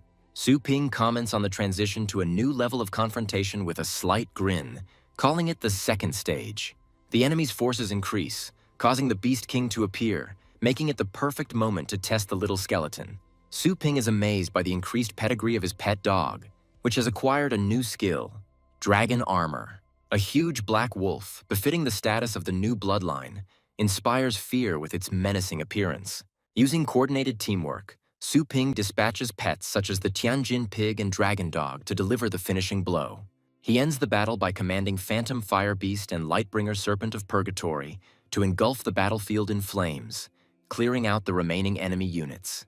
The Little Skeleton displays incredible abilities thanks to his absorption of the Bloodstone, making him virtually invincible. Su Ping orders the Lightbringer Serpent of Purgatory and the Dragon Dog to unite and destroy the remaining enemies. Su Ping happily realizes the comfort of working with dogs' intelligence skills, planning to use them to determine the quality of food. The guide jokingly wonders why another pet has more survival skills in its arsenal than offensive abilities. As Su Ping examines the two pets, he lists their strengths and finds ideal roles for them to use in battle. The very next morning, a huge line of people lined up outside Su Ping's shop, wanting to strengthen their pets. The girls are amazed at the speed of their pets' improvement, as, according to rumors, it used to take a whole month. Passers-by discuss how the pets have gained significant muscle mass, amazed at the effectiveness of Su Ping's methods. Su Ping encourages those who are hesitant to try the store's services to experience the effectiveness of its approaches. A funny scene unfolds when Su Ping's team angrily expels doubting customers, ending the hero's working day. Su Ping looks out at the crowd with confidence, knowing he no longer has anything to prove. His results speak for themselves. The hero curiously activates the hidden function, expecting to gain a mystical skill. He learns about the demon god's overwhelming fist ability and evaluates its potential. Su Ping finds himself facing giant beasts equal in strength to the Beast King and studies their attack mechanics. The hero's powerful energy strike demonstrates his abilities and destroys the surrounding space. A vision of the 5 stages of the new skill's impact is projected around the character, detailing its capabilities and risks. Su Ping is asked to make a decision, to overcome the power of the demon god's overwhelming fist, as only the Golden Crow can withstand its backlash.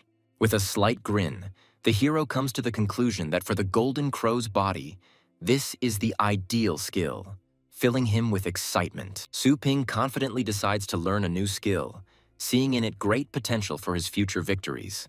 As the power is absorbed, a bright golden glow weaves around the hero's figure, heralding his new level of mastery. Su Ping realizes that learning the first style will open the way to the next level of power.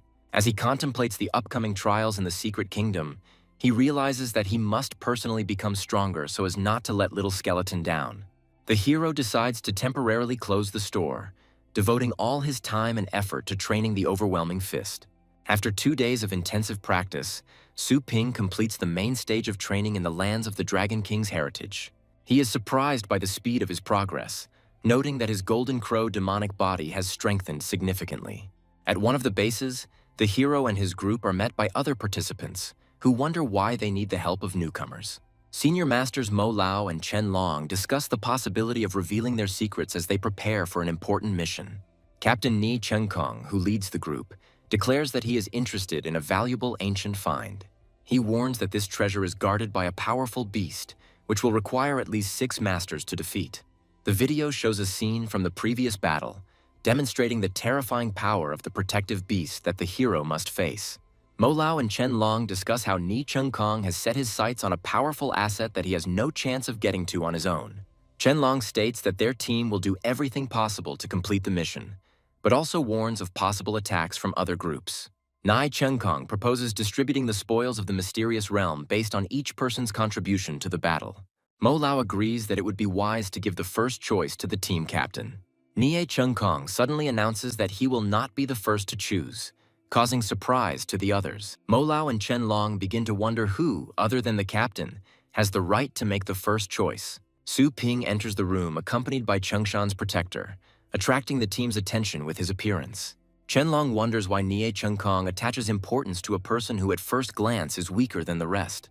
Nie Chenkong introduces Su Ping to the group and emphasizes the importance of his participation in their mission.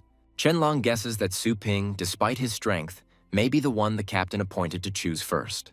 Nie Chengshan introduces Su Ping to the team, telling them that he saved his life and defeated the 8th stage beast. Mo Lao agrees with the decision to give Su Ping first choice, acknowledging his achievements. The team begins their climb up Dragon's Ledge, facing difficulties due to the thin air at the summit. Su Ping suggests using flying pets for lift, but is dissuaded by local regulations. Nie Chengshan explains that summoning flying beasts on this route can lead to accidents and severe punishments. He warns Su Ping to act quietly to avoid trouble. The heroes notice 2 masters from great families who break taboos by using their political power. The fight between the masters of the Qin and Tang families results in a powerful energy that threatens the entire zone. The ensuing rockfall forces the team to be cautious, although the experienced members are confident that it will not hit them. The hero watches their calmness with a smile, realizing that the situation could get out of control at any moment. Su Ping, faced with a rockfall, uses his power to destroy the falling rocks and protect the team. His actions inspire the other members of the group, and Nie Chengshan agrees with his initiative, realizing that it is impossible to avoid threats. Mo Lao and Chen Long discuss how Su Ping quickly showed leadership skills, boosting the team's morale. On a narrow staircase, the team encounters a crowd making way for a clanswoman determined to challenge Dragon's Ledge. Ahead of them appears a group of the Tang family, whose appearance is accompanied by respectful remarks from those around them.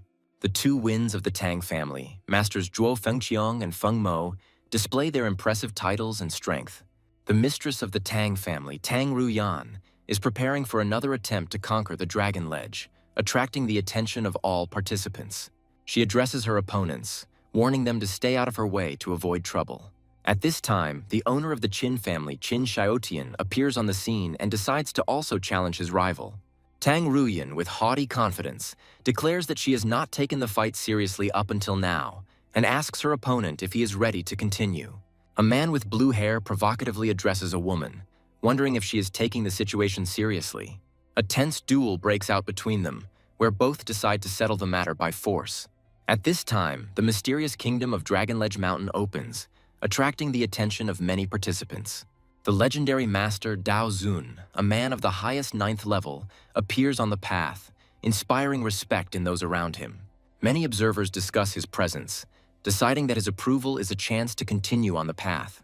The Tang family places a strict ban on further advancement, threatening anyone who tries to cross their territory. A man from the crowd dares to condemn the actions of the Tang family, causing their representatives to react in bewilderment. The place is destroyed by a powerful blow from the sword, leaving a huge mark on the ground. Dao Zong intervenes, urging everyone to resolve conflicts privately rather than on the open stage.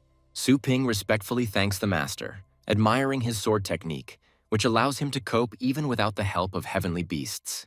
The man with gray hair says that his actions are aimed only at correcting mistakes, noting that the attack could not harm his interlocutor. The two elderly men rush forward furiously, condemning the disdainful treatment of the Tang family.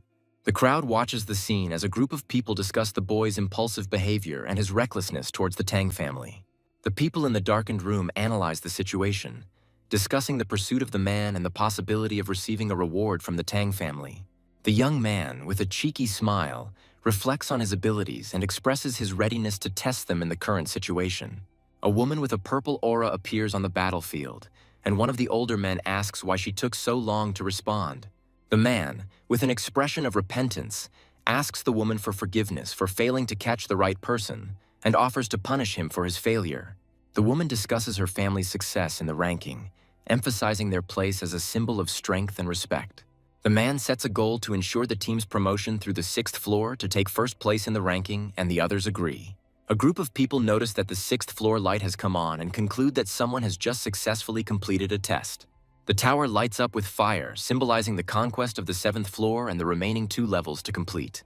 The heroes are surprised to notice that the 8th floor is on fire, and they discuss who has the strength to get through it first. The elderly man angrily recalls how their place in the heavenly ranking was stolen, blaming it on other families. The tower amazes everyone by signaling the completion of the 9th stage and inviting the remaining contenders to take on the challenge. The girl is surprised to see the top of the column, discussing what kind of family could possess such enormous power. A crowd gathers at the tower, watching the events from afar and discussing them. The young man coolly notes how easily he defeated his enemy, reminding him that these difficulties were once his limit. The hero completes his personal inspection of the system and decides to return to the group to continue the treasure hunt. The group looks out from the top of the tower and shares mixed emotions about the easy passage of the 9th stage. The boy turns to the captain, asking about the group's future plans as the sky envelops their silhouettes. The young man returns to the group where the man greets him promptly, mentioning that he was expected to begin the treasure hunt. Among the participants, there is surprise that the guy who passed the column first used his abilities even for a small warm-up. The two companions discuss the young man's independent actions, which irritates them, but they promise to teach him a lesson. The man tasks the group with scouting the terrain on foot and in the air, while summoning a massive beast for protection. The young man summons the dark dragon dog, deciding to test its skills in the current situation. A senior member of the group criticizes the boy for summoning a high-level heavenly beast, suggesting a lack of trust. Another team member notices that the summoned beast is too attention-grabbing, asking the young man to bring it back. The dark dragon dog suddenly growls, warning its master of a threat that has appeared nearby. The group notices the beast's behavior, becoming wary and activating abilities to search for nearby enemies. One of the heroes looks around in confusion, wondering where exactly the enemy the beast is warning about is. The team captain is outraged by the lack of signs of the enemy, while the girl reports that her flame bird has not detected anything. One of the group members mockingly comments that the guy is trying to attract attention with his behavior. The flame bird and earth cradle become active in response to an unexpected change in environment. The group encounters high-threat pythons and prepares to fight, realizing it is too late to escape. A massive magical creature is summoned to protect the team while the rest of the group prepares celestial beasts to attack the enemies. The hero explains that his dark dragon dog is unprotected, but is accompanied by 2 powerful 9th-level beasts. The girl warns that it is impossible to escape the pythons due to their dense surroundings, pushing the group into action. The young man recalls that his dark dragon dog warned them of the danger from the very beginning, offering a strategy for their protection. The guy thanks the team members for their participation, explaining that he appreciates their concern but does not fully require it. He assures everyone that his beast is not only strong in reconnaissance, but also has good combat skills for the upcoming tests. The young man suggests killing the leader of the pythons, explaining that this will solve all problems with their threat.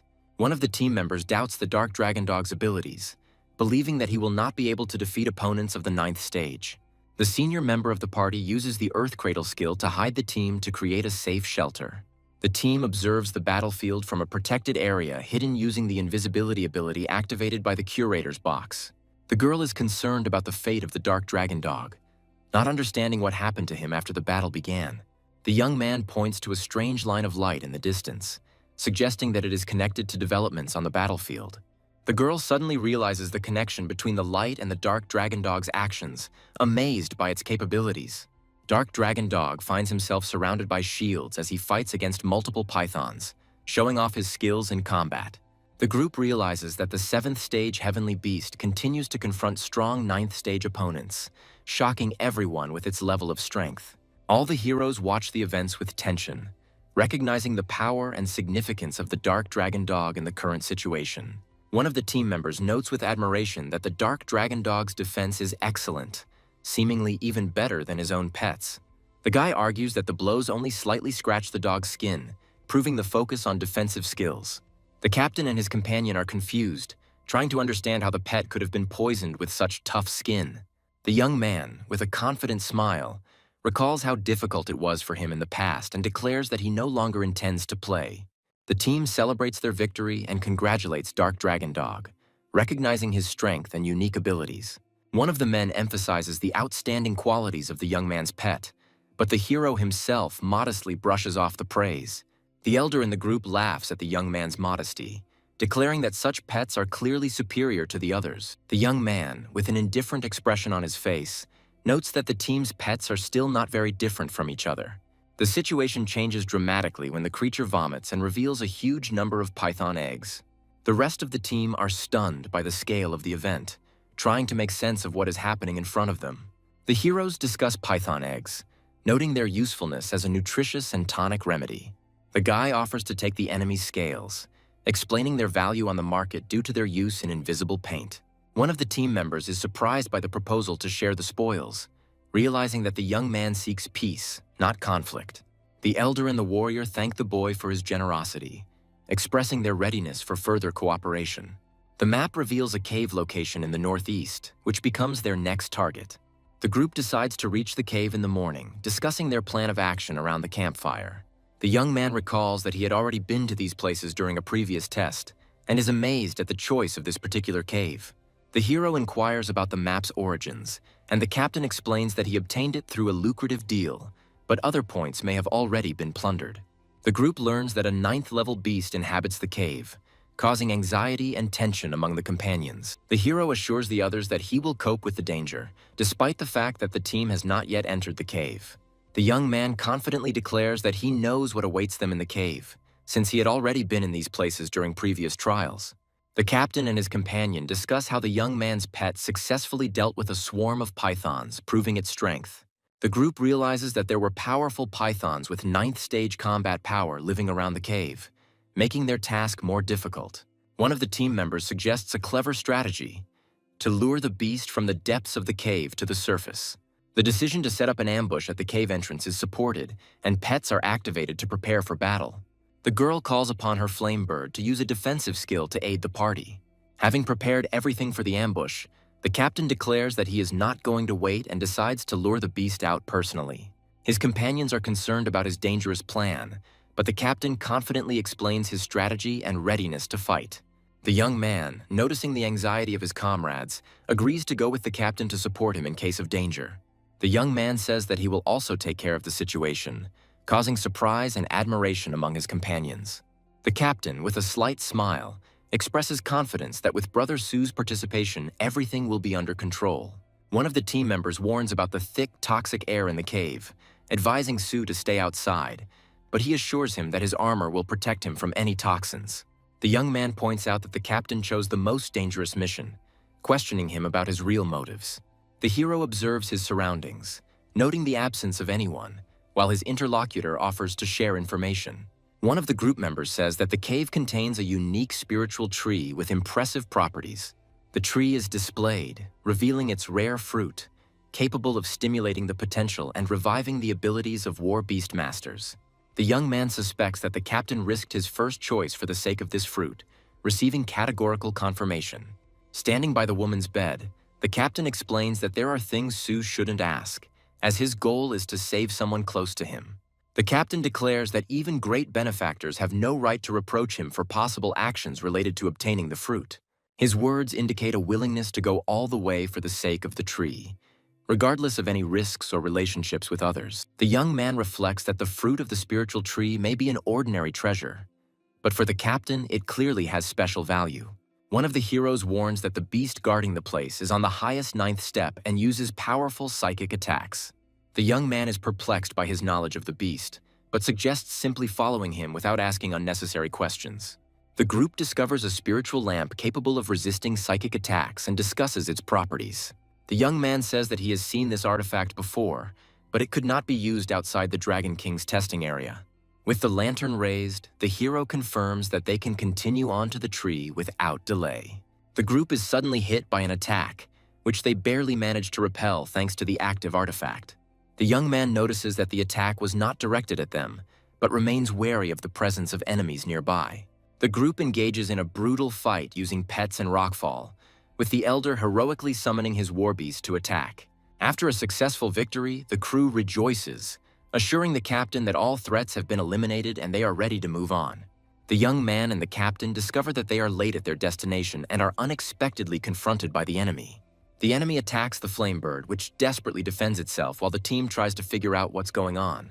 A huge 9th-level beast appears, causing the situation to become increasingly tense. The team realizes they are trapped in an illusion where their allies risk killing each other and attempts to use the spiritual lamp. The young man orders the captain to infuse the star power into the lamp to counter the illusion's attack, to which he agrees. The team members suffer from headaches caused by the enemy and try to keep from going beyond the lamp's protective zone. The young man jumps down, strengthening the protective zone, and calls on everyone to stay within it for safety. The team joins forces and channels stellar energy into the lamp to destroy the illusory field. The lamp begins to show activity, and one of the heroes notices movement as the object's power increases. The enemy attacks from all sides, and the team led by Brother Sue begins the battle to protect the spiritual lamp. The hero tries to protect his comrade by using the star shield to block a powerful attack. The guy calls on his enemies to stop hiding in the shadows and come out to resolve the conflict. A massive creature appears, while a group of mercenaries can be seen in the foreground watching the battle.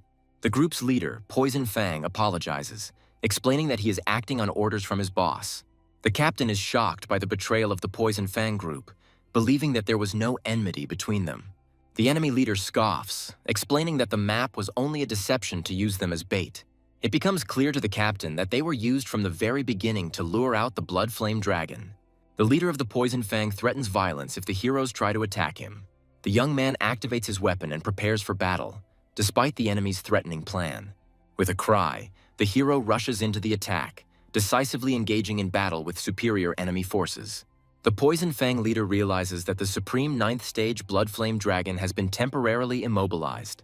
The heroine and her partner, having been wounded, discuss with bewilderment what happened and the successful blocking of the dragon. The young man appears before his enemies in the air, insisting that they wanted to destroy them, and now it is time for retribution. The mercenaries are shocked to discover that there is a young master of the title rank in the squad, and they realize their mistake in not taking into account the intelligence. The leader loudly orders the panic to stop and the attack to be carried out, reassuring them that the situation is under his control. The long-range scorpions prepare to attack, but the young man stands motionless and condemns their methods. The leader commands, mocking their confidence, but is unexpectedly wounded. The captain, bleeding, asks the crew to hold on, while two of his companions are in serious condition. One of the squad members reports that two of their comrades, Mo Lao and Chen Long, were unable to complete the task and fell in battle. The young man stands in the center, ready to take control of the situation and continue the fight. He and the captain run towards the tree, despite the bad feeling, trying to reach their goal. The captain asks the young man to guarantee that the fruit of the spiritual tree will be obtained in the event of his death, to which he is asked about the meaning of such an act. The captain reveals that the fruit is meant for his daughter to save her from an incurable disease. The captain explains that the fruit will be able to stimulate the development and rebirth of war beasts, which is important for healing. A group of enemies reaches the tree and discovers that it is impossible to take it all, starting to harvest the fruits. The Poison Fang leader orders the tree to be destroyed so that no one else can have it. One of the enemies successfully obtains the fruit and rejoices, not noticing the impending danger. The young man intervenes and begins the attack. The enemies are amazed by his appearance and strength. The group's leader is shocked to realize that their opponent is a 9th-level master and suggests settling the matter through negotiations. The enemy leader offers to divide the find in order to avoid further confrontation, trying to buy time. The enemies, in confusion, look for the one hiding in the shadows, accusing him of cowardice and provocation.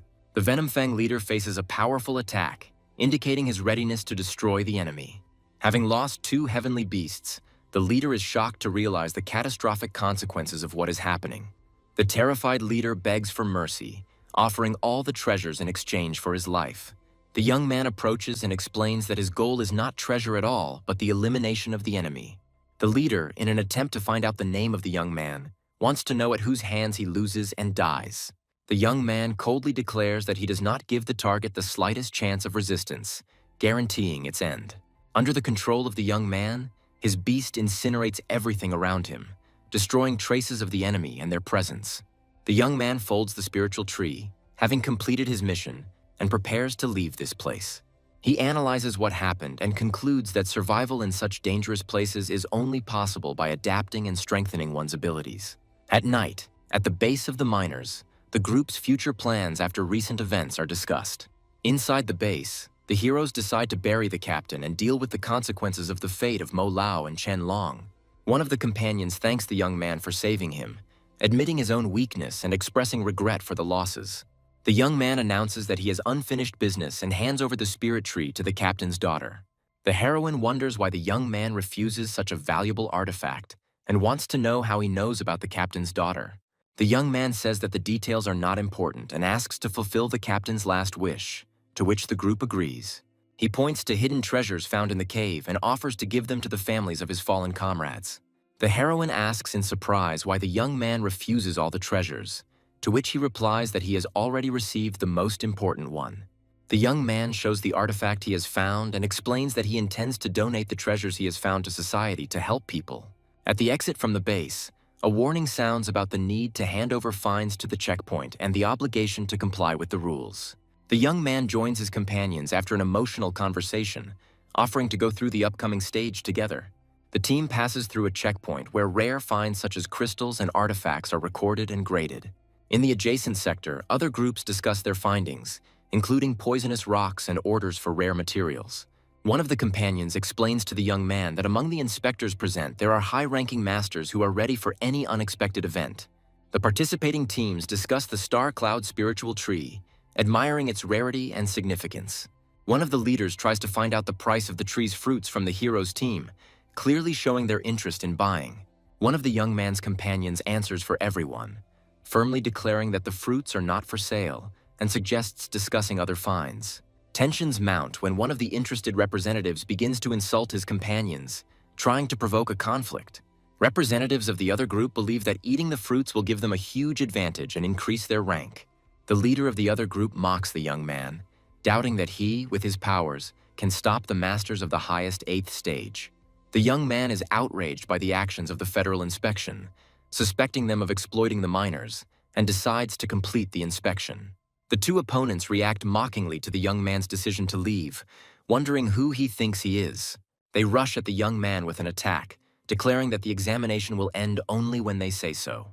The crowd notices the tense situation and wonders why the young man was hit, but he assures them that he is fine.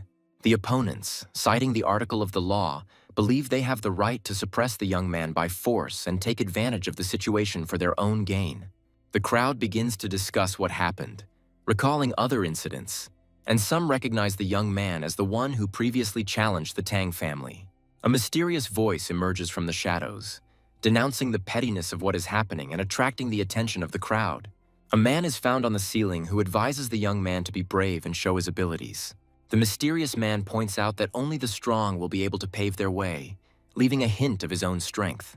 The young man considers the advice of the powerful stranger and thanks him, thinking about his future in the new world. Two opponents rush at the young man with threats, full of self-confidence in their strength. The young man uses an ability to knock out opponents with a powerful burst of force. Once on the ground, the enemies realize with horror that the young man is a master of the title rank. The youth, surrounded by an aura of power, draws the crowd's attention, demonstrating that even a young warrior can reach the highest levels. He subjugates the star cloud spiritual tree with the spirit control technique, proving his exceptional skills. The crowd is astonished when the young man disappears, suspecting that he was using a spatial artifact. The opponents discuss the situation without understanding who this person is and complain about their failure. Realizing the strength of the young man, they humbly apologize, admitting their mistake and unpreparedness. However, the young man rejects their apologies, claiming that the blow was for a friend, and demands compensation of 20 million. The opponents argue about the impossibility of compensation when the appearance of the head of security makes them realize that the situation for them is becoming even more dangerous. The boss sharply remarks that instead of following the rules, the wall was destroyed, and ironically asks if the lesson has been learned. The young man, rejecting a quick monetary solution to the situation, sets the payment at 60 million, adding that the funds will go towards improving the pet store. The companions discuss their defeat, expressing regret for their weakness, and the young man takes on the task of looking after the spiritual tree. The hero decides to replant the tree after using it, and offers the fruits to reach the 9th stage. The companions are surprised by the young man's generosity, and the heroine shyly notes his ability to help others. The young man instructs his war beast to guard the territory, while he himself dives underwater in search of treasure. He finds himself in a mysterious underwater place, remembering that a great treasure must be hidden here. A young man discovers an ancient temple that possesses incredible power, capable of moving mountains and filling the seas. Once inside, he finds a secret scroll hidden in a secluded place and realizes its uniqueness. The scroll turns out to be a tool for creating spatial storage, which impresses the hero despite its limitations compared to system storage. The young man studies the ability of an artifact that can create space and increase its capacity as its stellar power grows. The hero notices suspicious activity in the sky. A bird is watching what is happening from above. Deep underwater, a boy ponders the undead demon fruit and its unique properties. The hero and the dark dragon dog discuss the location of the bird and the fate of the demon fruit. The two 8th stage martial beastmasters resent the bird's pursuit, feeling threatened. The hero attacks the guys on the cliff with a powerful blow, which causes them to react with alarm. A mysterious old man with a magical artifact and a bird on his back stalks strangers in the forest. The masters of the fighting beasts are surprised to recognize a representative of the Tang family in front of them and begin a dialogue. A girl in an elegant dress demands the return of the stolen item, reminding her of her status. She warns them not to give in to greed and reveals that the demon fruit was stolen from them. Two martial beastmasters attempt to escape by activating the so-called 36th plan. The titular old man accumulates star power, demonstrating his might and stopping the fugitives. One of the opponents falls to the ground, trying to protect the artifact, but notices that his plans are ruined. The magician threatens the fugitives, offering to avoid further conflict if they remain silent forever. The old man uses magic to forcibly take possession of the artifact, leaving his opponents no choice. The 9th stage Shadow Asura appears, causing chaos and displaying its combat power. The hero commands his dragon and allies to use defensive abilities against the Shadow Asura. The guy uses the Dragon Patron technique, breaking the enemy's defense and attacking the Asura. The Shadow Asura is defeated, causing shock and fear among the enemies who realize the hero's power. The old man realizes that the enemy suppressed the Shadow Asura in just a few blows and tries to understand how this happened. The old man, in a rage, discusses with his ally the decision to leave the hero no chance to escape. The master uses powerful light attacks, causing a cascade of destruction and demonstrating the power of his title. The hero appears with his ally, a small skeleton preparing for battle. A giant beast appears in front of the heroes, and the guy realizes that the trap has failed. The older opponent is surprised that the young man has reached the title rank at such an age and decides to stop him. The enemy releases a demonic beast, accusing the hero of killing his pet. A girl from the enemy camp is amazed by the destructive power of a small skeleton. The eldest of the enemies attacks with swords imbued with star power, pointing them towards the hero. The enemy unleashes the clan's most powerful attack, unleashing a barrage of energies. The young man prepares to use his power with an expression of confidence, finally testing his strength. A bright golden attack flashes across the battlefield, causing enemies to be surprised due to its divinity. The elder mage is seriously wounded by the hero, who is struck by the extraordinary strength of the young man. The Dragon King is commanded to rescue his mistress by carrying her away from danger. The hero and his ghost animals block the path of those fleeing, preventing them from escaping. The wounded mage launches a secret technique, convinced that the outcome of the battle is not yet decided. The hero realizes that the enemy is using the secret art of the Tang family, known for its powerful destructive force. The girl finds herself caught in a deadly trap of a magical technique that sacrifices the owner's body. A huge phantom enemy materializes in front of the hero, threatening to take his life. The ghostly spirit begins to laugh, confident in its invulnerability to the hero's attacks. The enemy declares that even after his death, he will destroy the hero, threatening him with an incredible curse. The phantom is perplexed as to why he cannot possess the hero, suspecting hidden protection. The young man holds in his hands a secret treasure of spiritual protection, causing the enemy to become furious. The girl is worried that the Dragon King of Earth might betray her and attack her. The guy notices the girl's appearance and asks about her presence with slight irony. The heroine, in irritation, forbids anyone to call her young mistress, hinting at contempt for the hero. The girl begins to suspect that the aura of her ally, Old Feng, has disappeared and expresses bewilderment. She discovers Old Feng's remains and is shocked by the defeat of a warrior with the power of the middle 9th stage. The heroine angrily asks the hero about the reason for his attacks on the members of the Tang family. The bodies of 2 defeated war Beastmasters, who died in the fight, are visible on the battlefield. The girl states that his actions are dictated by the law of the jungle, despite their status. The young man, with a sly smile, hints at the weakness of his opponents, increasing his psychological pressure. The hero stands surrounded by dark energy, preparing to deliver the finishing blow while his ally raises his weapon. The heroine realizes that the fallen winged king, who possesses the power of the 9th stage, feels threatened. The guy sets a condition for showing sincerity in exchange for negotiations, demonstrating his superiority. The girl is surprised by the actions of the hero, who releases the magical creature from the contract to gain an advantage.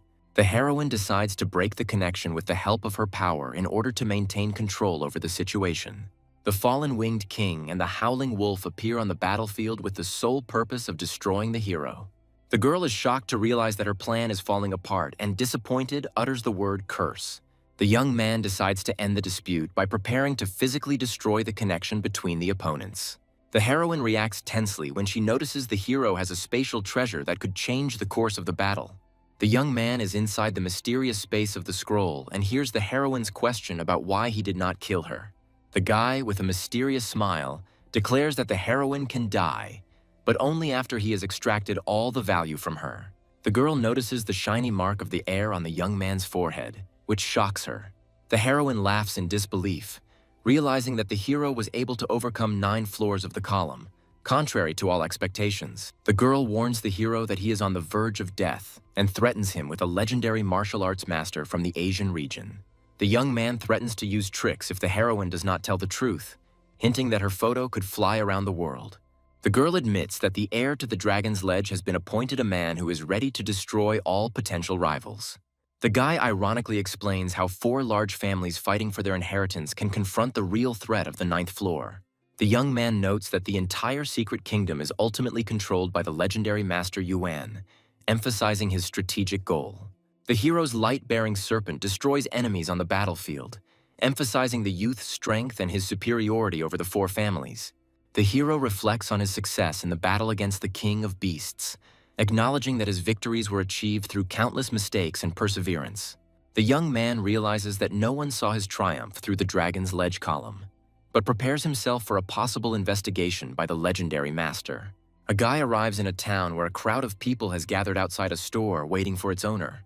Customers eagerly discuss upgrading their pets, bombarding the hero with requests to upgrade their abilities. The hero tries to calm the visitors, asking them to maintain order and assuring them that everything is under control. While analyzing the store's earnings, he plans to accumulate the required amount and find an intermediary to purchase a plot of land. He contacts a virtual assistant to expand his store and purchase a plot of land nearby. The assistant clarifies that the required area is 3,000 square meters, after which she confirms the store address. The hero is astonished by the rising real estate prices attributed to the start of the Global Elite League, which complicates his plans. Remembering his rare blood flame dragon, he considers selling a top 9th stage wild beast to cover expenses. The virtual assistant reports that a wild beast above the 9th level is rare, and the current market price is 400 million. The guy decides to sell the animal for the offered 250 million in order to raise the necessary amount for his purposes. The youth discusses with the system the possibility of finding a more difficult cultivation zone than the Dragon King's heritage land. He reflects that the price of entry into the Supreme Divine Realm is high, and every death now costs him too much. The hero activates the portal and plans to find the Flame Shinya core in the New World, which is necessary for leveling up his pet. Aware of the challenges ahead, the young man confidently enters the new zone, preparing to strengthen his physical defense and increase his survivability. The boy notices that the style of the New World is very different from everything he has seen before, and believes that the place was built by gods. He decides to use the services of an Empire translator for the first time, hoping to avoid senseless deaths in an unknown world. Meanwhile, in another part of the world, a blonde girl senses a strong energy fluctuation and carefully assesses the threat. The young man summons the little skeleton and the Lightbringer Serpent of Purgatory, preparing for another intense battle. The hero's little skeleton activates the Undead Fruits effect, becoming immune to one fatal attack. The youth calls upon the Lightbringer Serpent for resurrection, but explains that he has little energy and does not intend to fight. The golden-haired elf notices the hero's otherworldly origins and is surprised by his presence. The guy is amazed how the elf found out about his arrival from another world and demands an explanation. The girl arrogantly explains that this is the domain of the gods, and that mortals cannot live here without outside help. The elf clarifies that humanity sometimes contacts the gods and gives birth to offspring, marveling at the backwardness of the hero's world. She dismissively remarks that even a student of her level is considered superior, even though the hero uses the heavenly beast. The elf begins to suspect that behind the hero's incredible aura lies something far superior to ordinary mortals. She bows her courtesy and asks demandingly how the young man got to the central lands of the gods. Appearing in all her power, the girl with wings demands to know who is behind the hero, threatening him with her power. The hero, with a slight grin, asks his interlocutor whether she is really talking about the central lands of the gods, and notes that this is a semi-divine kingdom. The young man analyzes the girl's reaction and notices that the name Demi-Divine Kingdom deeply offends her. The guy decides to put aside thoughts about his interlocutor and focus on his current goal, strengthening his own strength. Finding himself in a new area, the hero notices the strangeness of the ground beneath his feet, indicating the presence of a mysterious force. Suddenly, he is attacked by a huge monster that tries to swallow the hero, but he remains calm. The youth uses Divine Fist, attacking the beast and dealing it a crushing blow. The heroic blow leaves the creature battered, and the boy sarcastically remarks on its missing teeth. The hero summons his allies, Little Skeleton, Lightbringer Serpent, and Dark Dragon Dog, relying on their power. The hero's squad joins forces, preparing for a deadly battle with a powerful enemy. Led by the Lightbringer Serpent of Purgatory, the hero uses the legendary Dragon Patron technique for a powerful final attack. The Lightbringer Serpent of Purgatory unleashes a flame dragon strike, attacking the enemy with devastating force. The hero commands the Little Skeleton and the Dark Dragon Dog to deliver the next attack to the monster's eye. The Dark Dragon Dog sacrifices itself in battle and dies, falling into the enemy's mouth. The Little Skeleton rushes at the enemy, activating his powers, while the hero calmly watches, analyzing the situation. The young man orders the skeleton to not give the enemy a chance to catch his breath, continuing the intense offensive. The hero attacks the enemy together with the Lightbringer Serpent, using the Flame Dragon technique, delivering a decisive blow. Finding the Divine Crystal, the boy discovers that it enhances physical strength and allows one to master divine skills. The hero decides to give the found crystal to the Dark Dragon Dog, speaking about the importance of strengthening allies. Dark Dragon Dog happily accepts the gift, while Little Skeleton dismissively dismisses its significance. The boy teases Little Skeleton, reminding him of the Lightbringer Serpent's importance as a powerful ally. The hero notices that the new panel includes a line about divinity, suggesting that it must be completed in order to transform. The boy and his allies hear a sound from below and begin to suspect that someone or something needs their help. They descend to find divine beings battling giant beasts. A student from the small squad, on the verge of despair, cries out for help, realizing that his own strength is insufficient. The young student tries to defend himself from the beast, but his weakness leaves no chance of success. The hero's light-bearing serpent intervenes at the most opportune time and saves the young student from certain death. The young man rises on his dragon with his new allies, asking them how they ended up in such a dangerous place. One of the survivors explains that the star beasts are invading through space-time rifts, which their group is tasked with clearing. The hero examines the damaged nest, and his new comrade is surprised by his presence on the divine lands. The young man indifferently replies that he was passing by, and sarcastically remarks that even gods have problems with aggressive creatures. The demigods explain to the hero the greatness of divine wings, emphasizing the honor of dying for the expulsion of the Zerg-like creatures. The young man realizes that the girl with wings he met could indeed be a pure-blooded goddess. The hero reflects on the incredible power of the goddess, comparing it with the power of his companions and acknowledging her superiority. During the discussion, the hero's companions admit that they have never heard of her because they live on the outskirts. One of the companions tells of a legend of the supreme divine realm, where one day of cultivation is equal to a year in the real world. The hero is puzzled as to why this place is considered inaccessible, despite its description as a cultivation zone. The young warrior expressed regret that he was unable to enter the supreme divine realm, even for a short time, to strengthen his abilities. The senior companion denies the possibility of the legendary place's existence, claiming that it is better to focus on real skills. Suddenly, the group notices that they are once again being pursued by hostile creatures that threaten their lives. The student, horrified, desperately asks how they can defeat the enemies, foreseeing imminent death.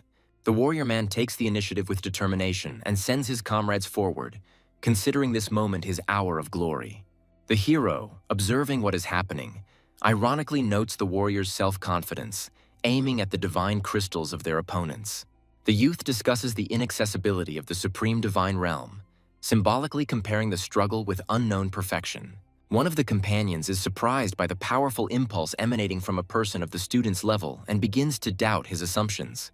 The demigod acknowledges the hero's strength, expressing respect for his human nature and transferring the initiative for the coming battle. The moment of battle arrives, the star beasts attack, and the young man and his allies mobilize all their forces. The hero notes the resulting chaos with slight mockery and calls the encounter with swarms of insects nostalgia.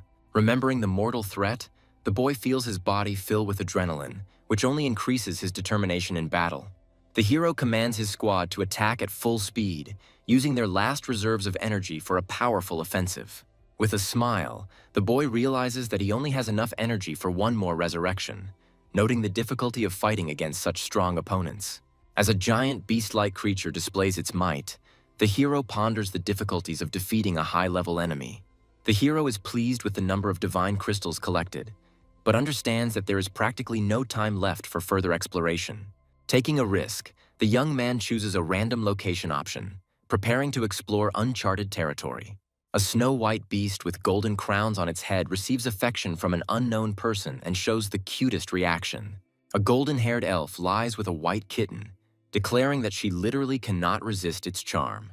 The hero's sudden intrusion into the room causes confusion among the elf and her beast, and the guy himself tries to joke about the coincidence. The elf is outraged by the hero's intrusion, flares up in anger, and accuses the human race of its abomination. With wings of light behind her, she aggressively points her divine spear at the boy, demanding an explanation of his intentions. The hero, reflexively defending himself, actively asserts that there was a misunderstanding between them and that he is not the enemy. The elf, furious and distrustful, wonders how he was able to withstand her divine spear, which was capable of tearing even a soul apart. The hero understands that resurrection is impossible, so he considers how to get to the supreme divine realm to strengthen his abilities. The elf is shocked by the mention of the supreme divine realm and says how many gods dream of returning there to destroy the race of beings. With doubt in her voice, the girl asks how an ordinary person can know about a place that even the gods could not penetrate. The youth claims that his strength is proven by the fact that he freely enters and exits the central divine lands, despite her attempts to kill him.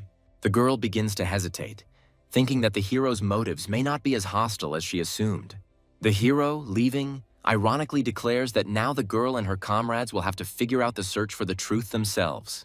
The elf offers the hero a choice between power, gold, or land, and he promises that power will become the foundation of his future. She hands him a secret cultivation manual using the divine origin art, which accelerates skill learning. The hero, impressed by the manuscript, understands that this is an unexpected turn of fate and an excellent opportunity to strengthen his abilities. The elf promises to help the hero open the gate to the supreme divine realm if they meet again, which brings him hope for survival. The hero suggests creating a special amulet to avoid space-time chaos on the new journey. The elf agrees with the hero's plan, but slightly sarcastically remarks that she does not have a ladder to sit on to apply the mark.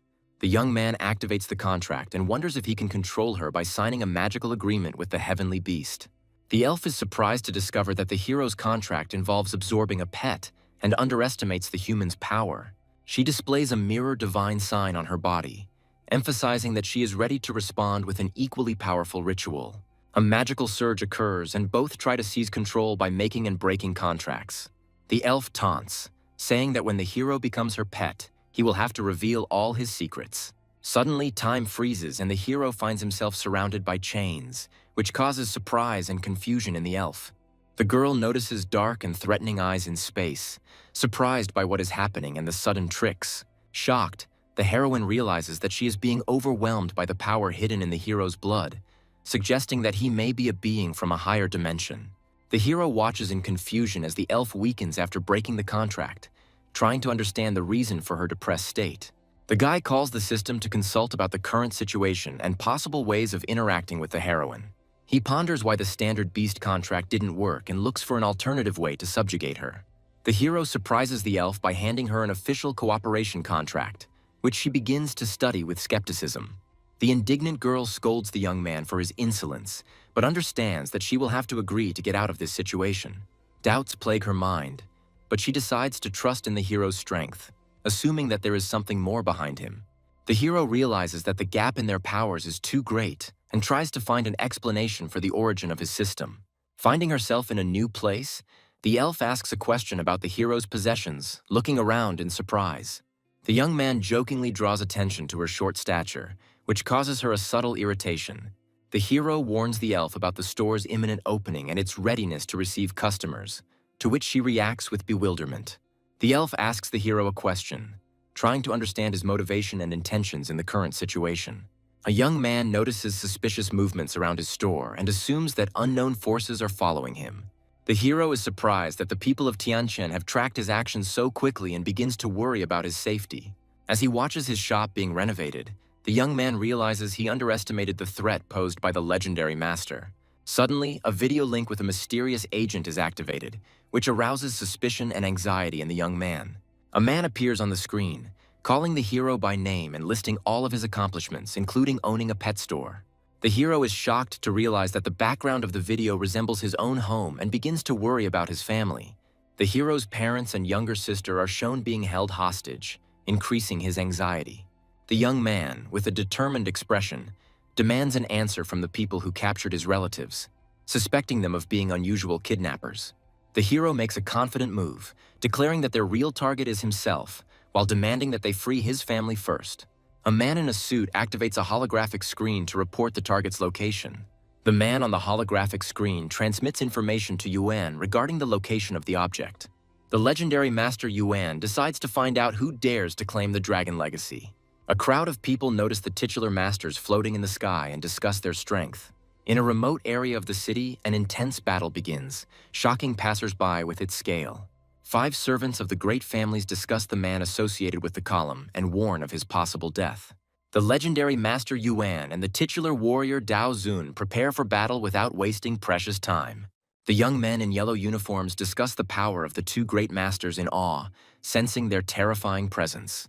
An older man orders the young people to leave, emphasizing that it is none of their business. A huge warrior with a crimson aura threatens to destroy the store, challenging the owner to a duel. The masters discuss with surprise why the door does not react to their attacks, assuming the presence of a complex defensive formation. A guy in sportswear comes out to meet the masters and asks them not to involve his family. The young man confidently asks his opponents who is looking for him and what they want. Dao Sun is surprised that this young man has skills on the level of legendary masters. One of the masters threatens the young man, stating that he is not in a position to set conditions. All the masters present join forces, intending to capture the youth, whom they consider too daring. Suddenly, a powerful burst of energy appears, and someone calls for the fight to be left to high-ranking masters. The legendary Master Yuan emphasizes that the youth's strength is much greater than expected and suggests that he plan his actions carefully. The girl and the young man are held captive by spies while the legendary master expresses his admiration for their determination. The young man, unable to contain his rage, attacks and demands that his loved ones be left alone. The guy, in desperation, checks the girl's condition and asks what happened to them. The legendary master reassures, saying it's just anesthesia, and adds a philosophical comment about losing control. The young man sarcastically asks his opponents if the legacy of the Dragon's Ledge is really written in his name. One of the masters indignantly reproaches the boy for his boldness, questioning his right to the inheritance. The legendary master warns his allies of the threat emanating from the shop and asserts his dominant status in the region. Master Yuan comes face to face with the young man, wondering how they can both be in the same room, like two equal legends. Yuan offers the boy to submit to him and promises to provide mentorship to develop his potential. Daozong comments suspiciously on Yuan's intentions, viewing his proposal in terms of power and influence. Yuan emphasizes the need to focus on the most worthy warriors in order to effectively utilize the Secret Realm's resources. The guy remembers with a smile his hatred for people who believe that something rare could only be obtained under certain conditions, including when choosing the best. The legendary master warns that no enemy who dares to go against him will go unpunished. He creates an energy barrier and reminds the young man that he must make a choice: surrender or die. Outside, the masters are stunned that the girl was able to stop a powerful blow with one hand, discussing her legendary rank. Yuan notices the girl's hidden star power and sarcastically asks if she is the boy's mentor. The girl asserts her right to defend the store, emphasizing its position in her duties as an employee. She claims that she will punish anyone who breaks the rules inside the store, even the legendary master. An irritated Yuan accuses the girl of deliberately belittling him, but her confidence baffles him. Enraged, Yuan attacks, demanding to know why he is being ignored, and his reaction causes concern among his allies. People on the street scream in confusion as they watch the events unfolding in front of the store and Yuan's condition. The young man and the girl insist that the opponents should only be neutralized, not killed, in order to uphold the principle of justice. The girl, with an icy expression, declares to her opponent that reducing the number of his limbs would completely satisfy her. The atmosphere escalates when a powerful demonic aura materializes from the store, shocking all witnesses. Yan summons the dark entity to become his weapon, imbued with destructive power. The legendary master summons his most powerful servant through a spatial rift. Yuan activates a new level of power, merging with the Shadow Beast King, displaying incredible might. The young man looks at what is happening with disbelief, thinking about merging with the heavenly beast and its capabilities. The combined form of Yuan and the servant transforms into a terrifying warrior with the power of the empty cave realm, ready to destroy anyone. Witnesses, stunned by Yuan's hidden skills, admit it is impossible to participate in a battle of such a scale. One of Yuan's advisors begs him to calm down, warning that the battle could destroy the entire city of Longjian. Yuan scornfully declares that he will not destroy everything because of two enemies, comparing them to small mice stealing food. The girl mockingly breaks the enemy's attack, asking if this is the limit of his capabilities. The guy stops the heroine from killing the defeated enemy, explaining that it will take him several years to recover. Astonished observers cannot believe that the devastating attack was neutralized with one blow. The young man challenges his opponents with a cheeky smile, asking why they are still hesitating. Returning home, the guy worriedly asks the girl who has woken up how she is feeling. At the table, the young man and his sister discuss recovery while their mother is still resting after a hard day. A master with a thick beard tries to awkwardly talk to a girl, addressing her by name. The girl steps back in fear and panics, asking the uninvited guests who they are. A group of guests introduce themselves one by one, emphasizing their affiliation with the Xiao family, much to her confusion. The sister, outraged by the intrusion, asks her brother why these people are in their house. The guy awkwardly justifies himself to his sister, claiming that he brought the masters as her tutors. He emphasizes that training from such masters will give her knowledge that cannot be obtained even at university. The girl asks skeptically what exactly the invited mentors are going to teach her. One of the masters, Xiao Liu, introduces himself as the king of poisons and promises to impart knowledge on poisoning and detoxification. Xiao Qin, a restoration master, offers to teach her healing skills and physical strengthening. The third mentor, Xiao Tang, states that he will teach her how to operate hidden weapons and mechanisms. The last master, Xiao Mu, who calls himself the Beast Emperor, offers her the skills to control celestial beasts and gives her a moon dragon. The girl is stunned by the master's generosity and, perplexed, asks if she can really control the dragon. She turns to her brother with a question whether these craftsmen can be trusted and whether they demand anything in return. The mentors, understanding her doubts, apologize for their straightforwardness, admitting that they underestimated her. The masters bow before the hero and heroine, begging them to spare their lives and show mercy. The guy jokingly asks the girl if she knows how to use curse magic, to which she sternly rejects such methods. The girl, with a sly expression, asks the guy if he is afraid of the master's betrayal and if he wants to keep them under control. Activating her energy, the heroine announces that for the sake of points, she will perform another miracle to purify the masters. The masters, blinded by the light of her energy, fall to their knees, praising her as a goddess and declaring that they have seen the light. An onlooker comments in shock that she is able to control even the title masters as if they were children. When the guy asks what she did, the heroine explains that she used the blessing seal to guide them on the path of truth. The heroine warns that disrespect for her faith will lead to punishment in the form of burning in divine fire. The guy calls the girl cruel, but then solemnly declares that everyone is now obliged to believe in the inviolability of the Su family. He ironically offers the masters, since they are here, to teach him the skills of swordsmanship, capturing their attention. Dao Zong, a little embarrassed by the request, doubts whether there is any point in teaching a guy with such colossal strength. The young man, with a firm expression on his face, insists on his desire to learn from the master. Dao Zong agrees, but emphasizes that the sword technique is destructive, and also clarifies important points for starting training. The master notices that the boy's fighting style is more like fist fighting and inquires about his intentions in using the sword. The guy confidently replies that he will take care of organizing the training field, offering to leave contact information. The young man reminds her that learning from the masters is a rare opportunity and asks her sister to make the most of it. Having contacted his partners via a holographic interface, the guy discusses the sale of a fire dragon and real estate. He thanks the professional team for the speed and offers to complete the transaction in his store. After looking at the energy interface, the young man plans to upgrade the store to level 3 to expand its capabilities. Reflecting on the possibilities, the guy makes plans for additional income, discussing them with an invisible ally. The guy is decisively upgrading his store, happily noting that it is beginning to resemble a full-fledged pet store. Using a holographic interface, he carefully carves out 300 square meters of living space for his family. The girl, impressed by the power of this force, is surprised that the created objects can exist forever without the need for energy replenishment. The young man continues the layout, allocating part of the space for reception and office space. The next step involves dedicating a fifth of the store to a feed storage area to simplify inventory management. He uses the remaining space for growing sections and experimental zones, completing the store's design. Satisfied with the result, the guy confirms all the changes, believing that this will be enough to keep the store running. Outside the store, a mother and daughter wonder if they have the wrong address when they see a familiar name. A large building with a sign attracts their attention, emphasizing the grandeur of the new store space. The hero greets them inside with a smile, asking if they managed to take everything and if they are ready for the next steps. The two craftsmen inform the guy that all the things are packed and loaded into the truck and say goodbye, heading off according to his instructions. The guy gives permission for the trucks to leave and begins preparing for a new organization of the space.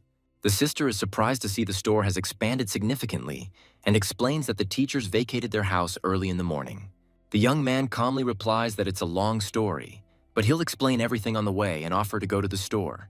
The first customers appear at the entrance to the store, trying to impress the elf, but receive a cold response for their attempts at flattery. The heroine, holding 3 creatures in her hands, jokingly scolds the young man for calling his clients ants. The guy asks his sister to look after the store, citing his busy schedule with other things. The sister is delighted to discover that they now have their own swimming pool, and her joy lifts everyone's spirits. She is delighted with her new room with a soft bed, noticing how much better the conditions have become. When asked about the cost of the house, the guy explains that the money was received from clients from elite areas of the city. The guy assures the family that the elite clients are happy with his work and pay for it easily, and the house is too big for their convenience. The sister jokingly says that she is taking over the responsibilities of running the house, and then asks who the attractive girl in the store is. The young man recalls the heroine's contradictory images with confusion, but calls her his new employee. The mother suggests that the boy invite the elf to dinner to get to know her better as part of the team. Joanna greets her family members elegantly, emphasizing her respect for them. At the dinner table, the girl's mother asks her name. The sister touches Joanna's hair curiously, noticing its softness and fluffiness, while the boy reacts with slight irritation. In an informal conversation, Joanna's mother asks questions about her background, age, and personal life. Joanna replies that she is from the Outlands, is 18 years old, and has not yet thought about romantic relationships. After dinner, the guy ironically asks Joanna why she behaves so normally with his family, and she jokes about the possibility of raising her ratings. The young man sarcastically tells the elf that he will increase her personal rating if she continues to work just as effectively. The mother wonders how the hero and his employee managed to run the store together. Joanna calmly replies that the current flow of visitors is enough for the two of them, but additional tasks could complicate the work. The guy notes that thanks to Joanna's abilities, he can even reduce his participation in the management of the store. The young man, with a sly smile, thinks about plans related to the young mistress of the Tang family, who remains locked up. The girl appears in the guy's room and irritably asks what he is up to while he calmly answers her question. After examining the room, she realizes that she is in the hero's house, deciding that he is not prepared to defend himself. The girl is thinking about an escape plan, planning to break a window and escape, only to return with the support of her family. She soon rushes towards the exit with revenge in mind and the intention of gathering the Tang family's elite for an attack. Promising revenge for her capture, she clenches her fists and speeds away from the hero's house. The girl angrily hits the window but finds that it is too strong for her to escape. Having exhausted her strength, she falls near the barrier, blaming the guy for her current state due to long days locked in without food. In a last-ditch effort, she calls out furiously to the boy, demanding an explanation of his intentions. The guy, with a mysterious smile, replies that his main goal is to understand her value and use her abilities. In response to his remark, the girl points out his strange intentions with apprehension, suspecting a perverted plan. Gathering her strength, the heroine asserts that she will not allow him to do with her what he wants. She states that the Tan family has prepared her for any difficulties, but adds that hunger still weakens her. In a furious and confused state, the girl eats the offered buns, while simultaneously threatening the guy for her fate. The young man, with a sly smile, offers her to sign a temporary contract, adding that she will have to pay for the food. The next day, the store attracts many customers who admire the beautiful employees, thinking it is a fashion show. Joanna and the elf greet visitors, suggesting that they split into two lines, one for service and one for section rental. Joanna notices a door in the room and decides to escape, claiming that she cannot be stopped. The guy reminds her of the contract she signed, which prohibits her from leaving the store for a year. The girl, ignoring his words, angrily rushes towards the exit with the thought of breaking through at any cost. Realizing that she can't break down either the door or the window, Joanna angrily calls the store magical and capitulates. The guy asks the elf to teach Joanna everything so that she can get used to the job faster, which she accepts calmly. Reporters appear at the door, asking which of those present is Mr. Su. The guy confirms his identity and discusses ordering a video shoot to promote the store. During the filming, he demonstrates his power by summoning a 7th-level dragon, which leaves the assembled spectators in shock. One of the reporters asks the guy about the store's slogan, to which he replies that the main thing is the type of dragon and the name, which speak for themselves. The boy's sister says that masters of the title rank followed her even in the most unexpected places, threatening her with their presence. The guy laughingly explains that these masters were hired by him to protect her and cannot harm her. Joanna notices 2 masters, identifying one of them as an elder with the title of Snakeheart. Joanna, reflecting on what happened, suggests that her family may still be informed thanks to her skills. The star-titled master transmits a voice message to another elder who is amazed by what is happening. The heroine tries to explain to the elder that she was captured by the guy and is being held against her will, begging him to release her. The elder asks in surprise if there was anyone else before her who was also caught by this young man. Joanna is relieved to realize that the elder didn't notice her, but his words make her deeply suspicious. The boy instructs the masters to guard the school grounds from the outside and gives them free access to the training field. Joanna can't believe her eyes when she sees the title masters bowing down to the boy and wonders how he achieved such influence. The guy records in the system that Joanna received 1 point, justifying her usefulness for training a new employee. He reflects on the slow progress in uncovering the spiritual tree, which has been in the works for thousands of years. The hero discusses the possibilities of the spiritual tree, suggesting that it could transform into a heavenly beast, and is delighted with the prospects. The young man understands that his next step after becoming a master is to become a mature educator, but admits his lack of experience. He activates the panel for further improvements, planning to enhance his combat power and increase his authority. The guy decides to become so strong that no one would dare interfere in his affairs, ensuring the safety of his family. The elf senses a familiar aura, noticing that the young man's strength continues to grow. Tired from intense training, the hero returns to himself, rejoicing in his victory over a serious opponent. He notes the progress in his training and is proud that his store is also generating high income. They bring him food, and despite his caution, he calmly states that it is impossible to poison him in the store. The boy, sitting in his room, explains to the elf that he used the power of the law of space to reach the divine border. He is surprised by the girl's insight in finding out where he was and invites her to express her thoughts. The elf states that she wants to accompany him next time to use her power to help him in his training. The guy guesses that she has something else in mind, but agrees to go about her business alone. The hero notices the girl exploring the boundaries of the store, investigating what she's allowed to do, and advises her to be careful. The elf is surprised by the guy's decision to take her with him, which is why he jokes about her possible antics. Joanna, tired after a hard day, falls asleep in a chair, and the goddess casts a sleeping spell on her. The guy jokes that even the apocalypse shouldn't interrupt her sleep when she's completely exhausted. The hero suddenly activates the portal and calls the girl to follow him in order to use the moment for important matters. They find themselves at the World Tree, and the elf is amazed by its ability to easily move between dimensions. The guy points out that the elf is not a good employee and asks her to show him the way to improve his level. He asks which kingdom the main god is in, and the elf explains how their structure is arranged. The girl talks about the 5 levels of divine realms and mentions that no one has been able to reach the highest level for a long time. Suddenly, a winged guest of the goddess appears and greets her, and the guy asks who he is. The guest asks them to hold his hand to transport him to another world, which causes the hero slight bewilderment. They arrive at a majestic hall where the divine source has been prepared, to which the guest leads them. The guy notes that the elf takes her preparation seriously, even changing her clothes before the procedure. The divine source activates, creating a grand spectacle, and the hero notes its incredible effectiveness. The elf explains that immersion in the spring is only available to the best, and points to a specially prepared arena for training. The girl offers a deal. Every time the guy returns her to the kingdom, he gets access to the source, but she asks him to stop hunting the star beasts. The guy wonders why the elf is against his battles with the star Zerg, because they have the same goal. The girl brings clarity by stating that she can smell divine crystals, mined from her kind, on his body. The young man evaluates her words and, not finding anything strange, explains his interest in these crystals. The elf points to the giant world tree, recalling its significance to her people.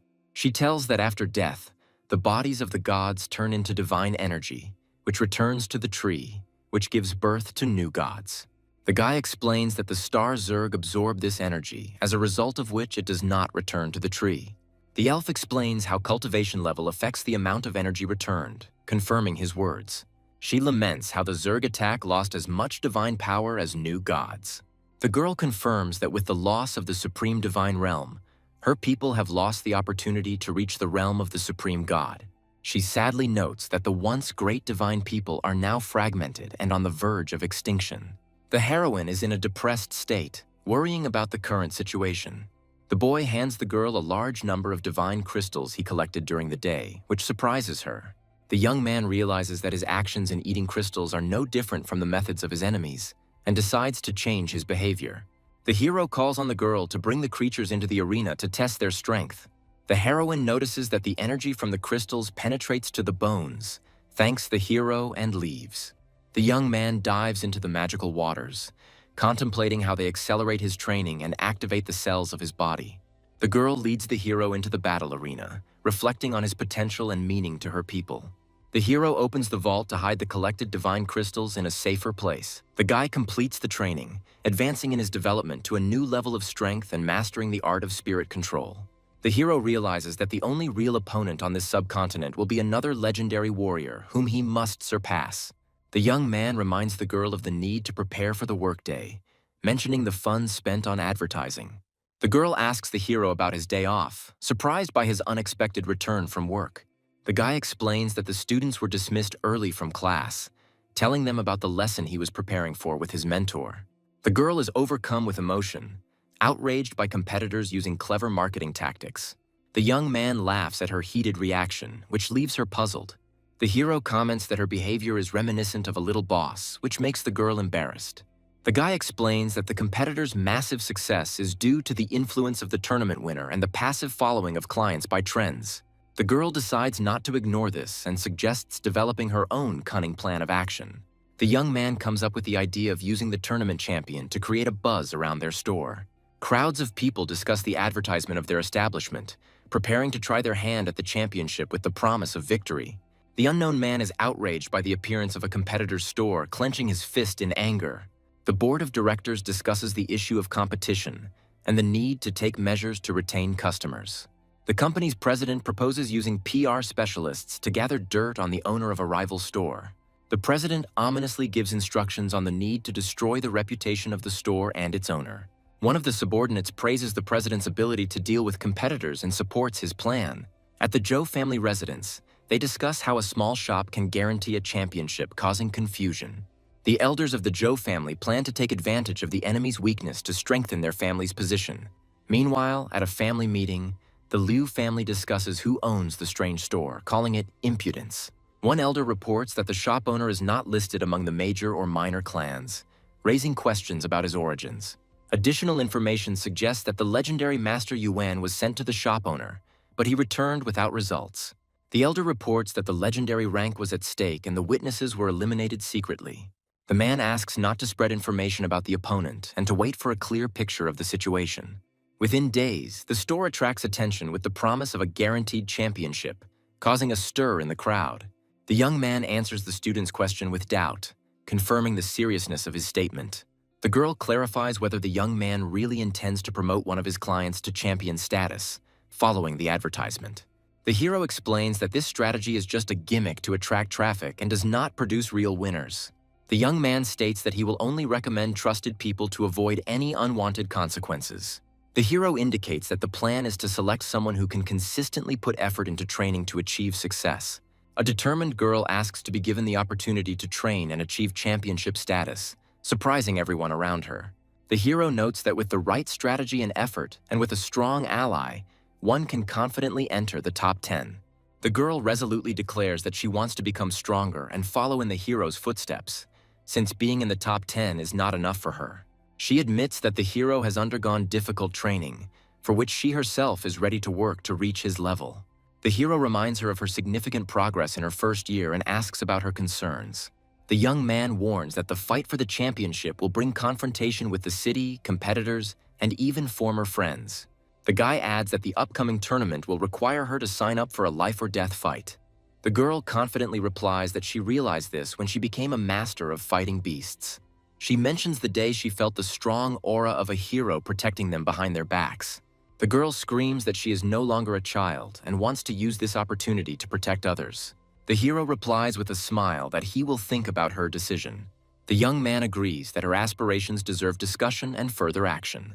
A crowd of people is demanding a refund, outraged by the situation around the store. The hero feels a strange reaction from the system and thinks about what is happening outside. One customer claims his pet was injured by the store and is arguing for contractual rights. The crowd begins to discuss rumors about a possible store error and suspicions of hormone use. The customer makes accusations against the store and claims the money invested, demanding an answer. The panicked man accuses the store staff of coercion and threatens to call the police. The heroine appears in the background, but the hero stops her further actions with a strict order. The man shows off a brightly glowing artifact, claiming that everything will now become clear. A client's pet, exposed to magic, suddenly becomes weakened, causing outrage. The hero asks the man if he had been in the store before and intends to find out the details of what happened. The hero presents the documents and the man's signature confirming the agreement regarding the heavenly beast, but he tries to reject them. A man claims that his fox Aurora began to get sick after returning home, and the hero suggests conducting a checkup. The young man notes that the animal's strength has indeed decreased, but the cause looks more like poisoning than illness. The hero asks a girl named Anna if she has the ability to heal, and she modestly replies that she can do a little. The man accuses the store of using stimulants and mutated substances, citing a doctor's report. Anna intervenes, interrupts the accusations, and declares that she will take care of healing the beast herself. Anna pushes the noisy man aside with one movement, ordering him to get out of the way. Shocked onlookers watch as Aurora the fox recovers almost instantly and gets back on her feet. The man, seeing the result, apologizes for his accusations and says that he will leave them alone. As he leaves, he calls for the restored beast to follow him, acknowledging the shop's craftsmanship. The hero stops the man with the fox Aurora and asks him to come upstairs for further investigation. The young man notes that the man's nervous reaction to curing the fox is suspicious and asks who sent him. The man attempts to deny his actions, threatening to call the police if he is not released.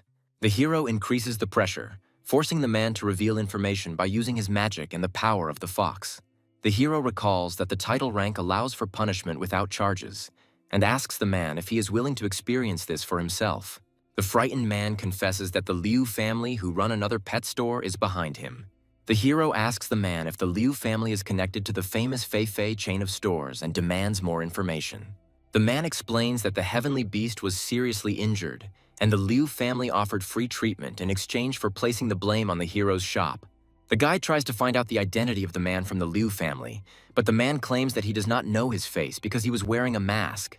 Anna, with a cold look, answers the heroes that the gods do not use disgusting methods like mind reading, rejecting such a possibility. The hero notices that the man speaks too easily and precisely in his explanations, as if he had prepared everything in advance. Anna suddenly intervenes, approaching the man, which frightens him and causes him to call the fox Aurora for help. Anna uses a soul search spell, revealing the man's memories and the reason for his actions. The flashback shows the man receiving threats from the Zhou family and being forced to carry out their plan with the heavenly beast. The man recalls being promised a level 8 bloodline if he betrays the hero's shop, but he also acknowledges his guilt towards the fox Aurora. The hero angrily grabs the man and declares that he is an undead for his actions, frightening him to the point of trembling. The man begs for his life, promising to take better care of the fox and correct his actions. The hero demands that his contract with the fox Aurora be annulled while Anna watches what is happening. The fox does not respond to her former master's order to return, confirming that the man is no longer worthy of her trust. The frightened man finally surrenders, asking the hero not to kill him, and acknowledges his submission. The hero, holding the man, throws himself from a height, emphasizing that he does not like to get his hands dirty. Against the backdrop of the hero's titular rank, a group of accompanying creatures appears, striking the witnesses with their strength. The hero demands to summon the head of the clan, marking his arrival as the owner of the Azornic store. The servants of the Zhou clan ask the hero to wait, stating that the head has already been notified of his visit. The hero, demonstrating the power of the luminous purgatory, warns that he does not have much patience. The elite army of Zhou emerges from the clan's courtyard, blocking the hero's path and promising to prevent his advancement.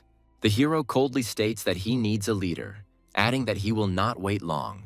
The commander of an elite army with a level 9 combat power warns against entry without permission. The hero decides that if the head of the clan does not come out himself, he will have to knock on the door. The hero's secret techniques have a stunning effect on the soldiers of the Zhou army, who recognize the uniqueness of his fighting style. The commander of the Zhou family's elite army orders all might to be used to repel the hero's attack, claiming that the intruder will be killed. The soldiers form a powerful defensive barrier, but the hero manages to break their formation, shocking the army. The army commander is confused by the hero's unwavering strength and accuses him of planning to destroy the Zhou family. The protectors of the Zhou family enter the fray, declaring that they would rather die standing than live on their knees. The hero uses the Xuanwu burst-style technique, crushing the Zhou family's defenders with a powerful blow. The commander, defeated along with his soldiers, thanks the protectors for their attempt at resistance. The head of the Zhou clan comes out, remarks on the strength of his elite army, but reproachfully asks how they became so useless. The clan leader, who possesses the combat power of the highest 9th stage, admits that he had to intervene due to the incompetence of his subordinates. The army commander falls before the clan leader, begging for a second chance to correct his mistakes and catch the hero. The hero, appearing against the backdrop of his powerful beasts, directly addresses the head of the Zhou clan, asking if it is true that he is the one in charge here. The hero demands that the head of the Zhou clan hand over the culprits who plan to damage his store. The clan's protectors, who possess the combat power of the 9th stage, are outraged by the hero's demands and try to threaten him. The elite Zhou army fully mobilizes and launches an attack, intending to crush the hero. The hero contemptuously compares the army to useless creatures, saying that they are of no use. One of the protectors uses a powerful spell, forming a giant energy creature. The hero mockingly comments on the monster's unexpected appearance and continues to accuse the clan leader of harboring criminals. The clan leader sarcastically remarks that the hero is still arrogant in the face of threat and emphasizes the difference between their power levels. He mentions the divine punishment of Qinglong, which is at the limit of the 9th stage, which is insurmountable for the title rank. The chapter's spell manifests a massive green dragon capable of rivaling legendary ranks. The hero summons his strongest beasts, the light-bearing purgatory serpent and the dark dragon, to show the Zhou clan that he is ready for battle. The hero summons his beasts, ordering them to put the enemy on their backs, demonstrating the power of the Lightbringer serpent and the dark dragon dog. Standing in the midst of an energy vortex, the young man holds one of the enemies by the head, causing him to scream in fear and call for help. The Zhou clan protectors are shocked to realize that the attack of the Qinglong's 9th stage maximum was completely blocked. The hero responds coldly to the threats, destroying one of the opponents and declaring that he has no intention of negotiating. The head of the Zhou clan is horrified to learn of the use of a rare technique called Dragon Execution, which is aimed at dragon-type creatures. He activates his most powerful defensive technique, Zhou Ku's Molten Armor, in an attempt to escape. The hero mockingly says that the leader remembered to use the armor too late and warns that it will not save him. With one crushing blow, the hero pierces the armor, causing the enemy to vomit blood and realize his defeat. The weakened right protector of the Zhou clan confesses to his companions that he hoped to lure the hero in to harm the Liu family. The hero, with a menacing look, asks the head of the clan if he intends to continue to cover up for the guilty, demanding an immediate answer. The hero demands that the clan leader bring all those responsible for the attack and emphasizes that he does not intend to wait any longer. The clan leader, reflecting on the situation, realizes that the hero turned out to be much more dangerous than he expected, comparing him to the god of death himself. Those involved in the conspiracy are led out under escort, begging for mercy, while the clan leader monitors their condition. Chief Zhou declares that these people are ready to be punished for their misdeeds and invites the hero to do so. The hero watches over the prisoners, giving the order to check whether all the culprits are there. One of the captives cowardly declares that he does not know the others, denies knowing them, and tries to escape punishment. The hero realizes that the memories of these people were probably erased to hide the real customer. In the background, the right protector admits that key parts of the memories were deleted, preventing the truth from being revealed. The hero categorically declares that he will not allow the head of the clan to hide behind deception, and demands that the real culprits be handed over to him. With a menacing look, the young man finally warns that the insult to his store must be washed away with blood. The head of the clan is shocked by the hero's confidence and tries to understand where he gets such power from.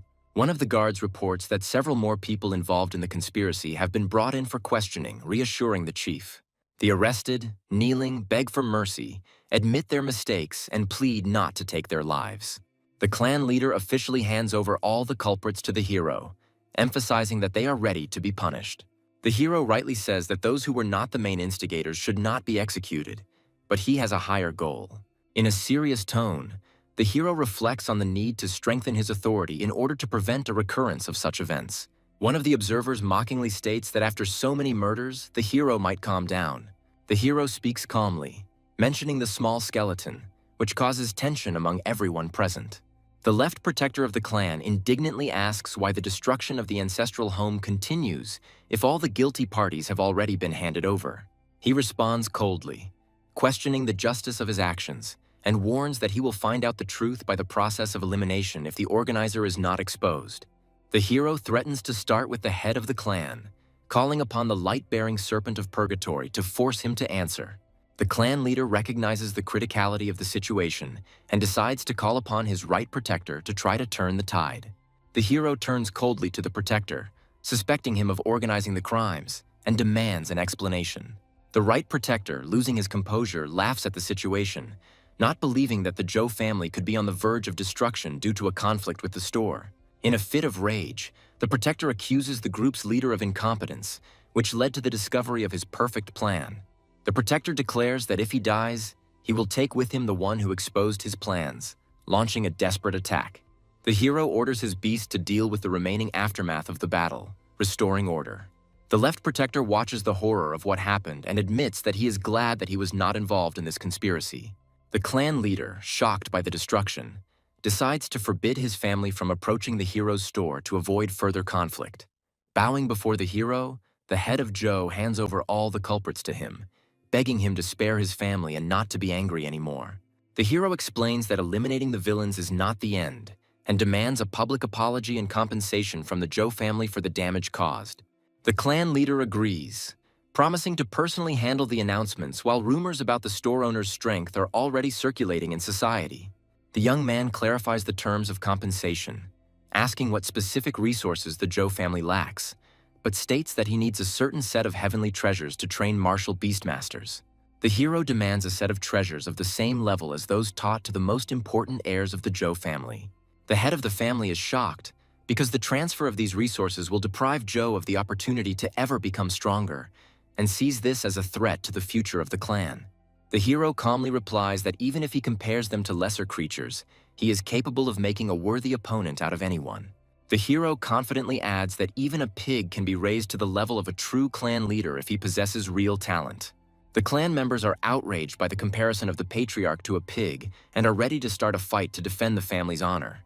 The head of the family wonders if the hero is really capable of raising anyone to the top. Recalling the past development of the little skeleton, the clan leader is frightened, realizing that the hero's words are not a metaphor because the skeleton was indeed once a beast of the lowest pedigree and has now become incredibly strong. The hero notes that the leader of Joe is worthy of his position and offers cooperation for the benefit of both parties, promising rare food and the cultivation of super-strong beasts at low prices. The young man reminds the leader that the Joe family has long dreamed of entering the major league, and hints that his help could become a nuclear weapon in their confrontation with the four major clans.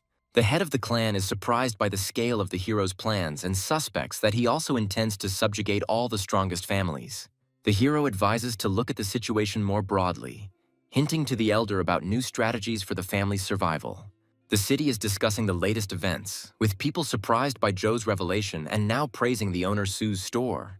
Inside the store, shoppers share the news with each other, noting that the rumors about the amazing store turned out to be true. The hero unexpectedly receives a mysterious reward, a bright energy core, and wonders about its purpose. He is surprised to discover that this artifact allows him to obtain the ability of fusion, a rare gift available only to legendary beastmasters. The young man is puzzled about which of his pets to entrust with such a powerful skill book, because it is truly dangerous. In his imagination, the hero tries on the power of merging with the dragon, imagining how he will breathe fire and fly on the wings of the light-bearing serpent of purgatory. The guy thinks that using a dragon for fusion is too banal and familiar because he prefers spirit control. The hero considers the option of fusing with the dark dragon dog and, imagining its abilities, notes that it would be useful to see souls from a great distance. The dark dragon dog reacts happily, but the idea of becoming a dog warrior seems too ridiculous to the hero. The boy decides that the only one truly worthy of the legendary fusion skill is a small skeleton. The young man summons a miniature skeletal warrior, warning that this time he is not needed for battle. The little skeleton grabs the skill book. The hero encourages him, urging him to accept the power quickly. The hero is surprised to notice that after receiving the fusion skill, the skeleton's combat power has increased almost 1.5 times. After absorbing the bloodstone, the small skeleton's appearance changes. It becomes stronger and much more terrifying. The boy realizes that for a long time, battles and experience did not provide a noticeable increase in strength. But now even a small increase is significantly valuable. The young man rejoices that after numerous battles with divine beasts and acquiring a new skill, the little skeleton's combat power has finally reached 11, confirming the effectiveness of the fusion. The hero's shop finally finds peace, and he decides to train newcomers for future victories. The girl and the boy are discussing the unexpected appearance of a strong fighter who is now in contact with Su's boss. The hero greets the elder Dao Zun, a swordmaster capable of slaying ninth-stage beasts with his own power. The swordmaster is surprised by the changes in the shop and invites the hero to finally begin training in the art of the sword, specifying his preferences regarding the training location. The young man chooses an open and safe area with mountains and sea for training, emphasizing the danger of the master's art. The elder was amazed by the realism of the chosen hologram, and the hero assures him of its reliability for a training duel. Daozun agrees to reveal the secret techniques and asks the hero to prove himself in action, expecting a real sword fight. A tense duel begins. The guy announces the start of the battle with the senior swordsman. The hero warns that learning the sword will come at a price and shows his opponent a mysterious glowing fruit. Senior Daozun is astonished to recognize the legendary spiritual tree fruit, which can develop the power of a Beastmaster to the next level. The hero looks with delight at a rare artifact that could shorten his years of training. The man activates the blade, explaining that its uniqueness is not attainable without exceptional skill. The boy notices the devastating attack and exclaims in surprise at the appearance of a mysterious creature. The senior master discusses the hero's pet's power level and shares his impressions of its potential. The heroine reflects on how destructive this little skeleton is. The master is determined to train his pet in the art of weapon mastery at any level. The hero, full of determination, actively prepares for training, sparing neither effort nor time. On the battlefield, two blades clashed, causing surprise among those watching the clash. The hero gathers his allies, claiming that he is now ready to head into the dangerous region.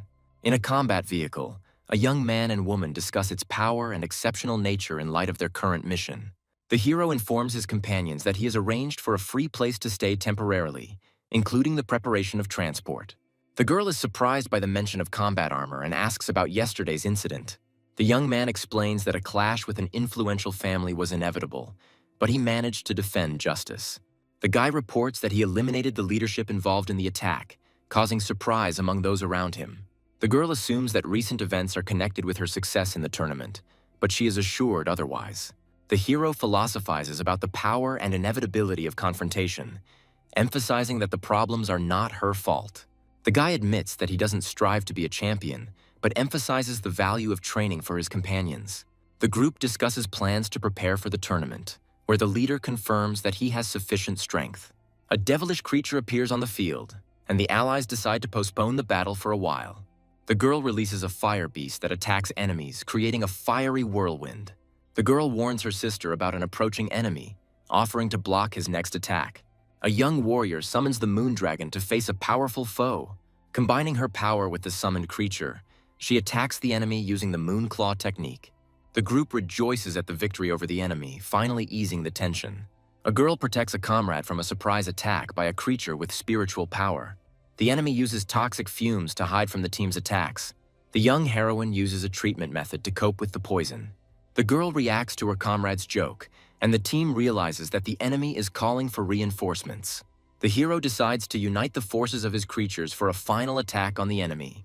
The young man solemnly assures that their coordinated actions will allow the battle to be concluded in their favor. The girl invites the guy to coordinate for an attack, confirming his ability to work in a team. The hero decides to contain the hostile couples and builds a strategy for the future, reflecting on his plans. The young man gives the girl an expensive drug, emphasizing her contribution to their survival. The master declares the end of the training day and suggests that everyone rest, but the heroine wants to continue fighting. The girl shares her enthusiasm for the battle, and the boy explains that he is raising money to promote his dragon. Based on the merit calculation, the operator announces the results, registering the achievements in the system. The man happily accepts the challenge to count his merits and asks about his results. The scoring system is explained to the hero, detailing the difference in value between killed animals of different levels. The base's staff recall previous records and joke about the hunter's gradual progress. A group of competitors called the Night Wolves demonstrate their results with an impressive number of points. The Night Wolves group discusses the distribution of over 1 million merits among its members, which causes envy in those around it. The boy is outraged by the low credit he receives for his efforts in solo hunting and decides to join a group. The operator calls the next team, representing 3 registered participants. The hero and his 2 companions collect a record-breaking 2 million merits, stunning the other participants. Observers are amazed at the number of points received, calculating how much each team member earned on average. The hero renounces his share of the credit, allowing his comrades to share it among themselves. The guy suggests that the heroine take a little more credit, but she insists on an equal distribution. Other participants express dissatisfaction with the unfairness of the merit system. The girl silently listens to the arguments of her group, who accuse her of inaction and unwillingness to fight for points.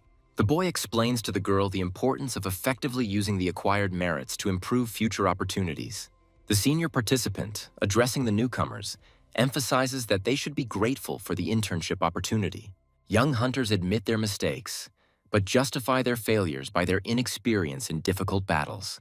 A group of students are outraged that the work they have done, including killing high-level beasts, is being valued so low. The girl notices the tension in the room, but the young man asks her not to rush to conclusions and to remain calm. Senior hunters point out to newcomers that their success is commonplace and a natural consequence of hard work. The leader of the experienced hunters concludes that participating in battles gave the youth useful experience. He reminds us that we need to focus not only on the results, but also on what was done to achieve them. A group of students is told that joining a team means sharing all risks and rewards collectively. Experienced hunters emphasize the importance of the value of each action and encourage those who are dissatisfied to act independently. Young people are becoming more aware of the fairness of the system, recognizing the importance of experience and teamwork for further growth. The boy reflects on the girl's resilience, acknowledging that she hates injustice, but she needs to become stronger. The hero motivates his companions by offering to exchange their achievements for currency and continue training in the desert regions. The day before the tournament opens, the ranking of the top participants is temporarily suspended. The mysterious man rejoices at the opportunity to spread the hero's name throughout the city, planning his moves. In a darkened room, mysterious figures discuss a young opponent who is ready to fight for first place. On the customer rating screen, the name of the hero and his comrades occupies the top positions, attracting the attention of rivals. Giant screens on the airships announce the start of the long-awaited 50-second global epic tournament. The huge stadium is filling up with people eagerly awaiting the start of the preliminary rounds. The crowd of spectators erupts in shouts of enthusiasm, eager to see the exciting spectacle of the tournament. Tournament organizers encourage participants to demonstrate their skills as the competition begins. A girl from Fengshan University is preparing for the qualifying round of the tournament, aiming for high achievements. Participants from different universities and families take their places, emphasizing the scale of the 1,000-strong tournament. The arena gates close, the force field is activated, and the name of the round is announced. The first qualifying round, called Insect Swarm, is filled with dangerous fantasy creatures. Participants will learn that they will have to confront a swarm of wild level 5 bees whose stings can paralyze. The round requires participants to last 6 hours, which causes panic among those unprepared. A university professor watches the tournament, noticing how much more difficult this level has become compared to previous ones. The young man finds himself in the spotlight, sitting next to renowned teachers backstage at the competition. One of the mentors offers the hero to become a golden teacher at the university, promising great privileges. Two professors begin a dispute over the right to recruit the hero, competing for his attention and talents. The young man discusses his recent successes and opportunities for continuing his work at the university with the professor. The teacher praises the hero for suppressing the influential family and notes how his store influences the development of students. He is offered to head a new department of the university related to the cultivation of celestial beasts, which provides enormous resources. The hero jokingly declines the offer, saying that he is only interested in participating in the tournament now. The second professor expresses dissatisfaction with his colleague's treachery, but admits that he would like to suggest something similar himself. The tournament host reminds participants of the rules, as well as the need to take care of the arena's environment. The tournament begins, and the participants are faced with paralyzing, poisonous insects that pose a deadly threat. Many players are eliminated from the round due to the swarms of bees attracted to the arena. A girl finds herself in the spotlight after becoming the target of a swarm of insects due to an unsuccessful maneuver. She displays amazing agility and elegant movement while resisting attacks, which brings delight to the spectators. The girl reflects on the strange activity of the swarm of insects that avoid attacking the grass flowers. On the other side of the arena, one of the participants easily deals with insects using his strength. The guy unleashes power, destroying many fantasy bees, hoping to finish the round faster. The presenter admires the participant's tactics, who hides his true strength, showing only a part. The participant is unexpectedly faced with a massive attack of bees, causing him to lose his advantage. The commentator points out the participant's mistake, as he underestimated the reproduction rate of the ghost bee swarms. The girl analyzes the situation, realizing that even high-level masters would not have lasted so long against the swarm. She comes to the conclusion that the key to passing the round lies not in fighting strength, but in unconventional solutions. The younger generation of the Tang family criticizes the girl for her ambitions, preparing for battle with disdain.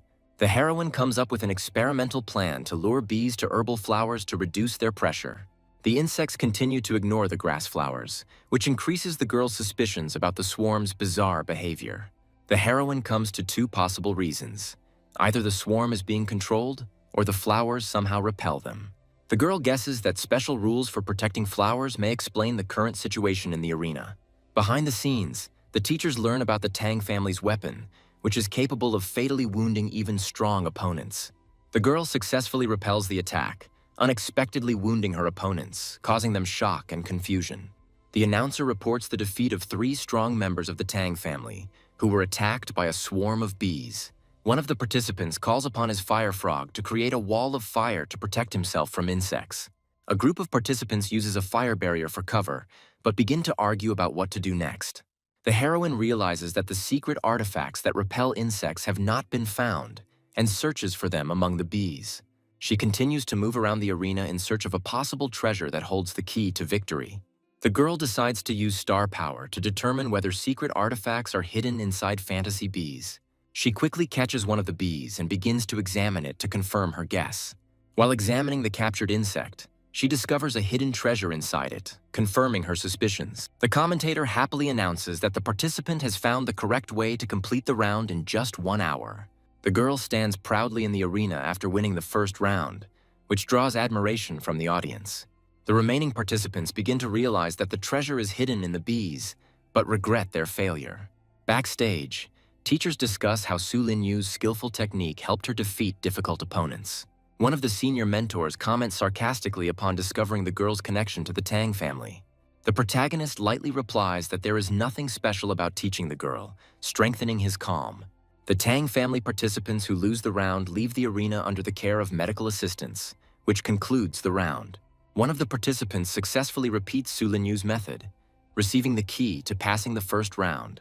The round is declared over, allowing the advanced participants to prepare for the next stage in 3 days. The heroine notices the importance of her discovery and is glad that it prevented possible tragedies in the arena. As she leaves the arena, the girl jokes about returning home and is noticed by a hidden rival from the Mu family. The Mu family's secret technique leaves a blood mark, provoking beasts to become aggressive. The opponent explains that using this technique will split the load between the participant and their heavenly beast.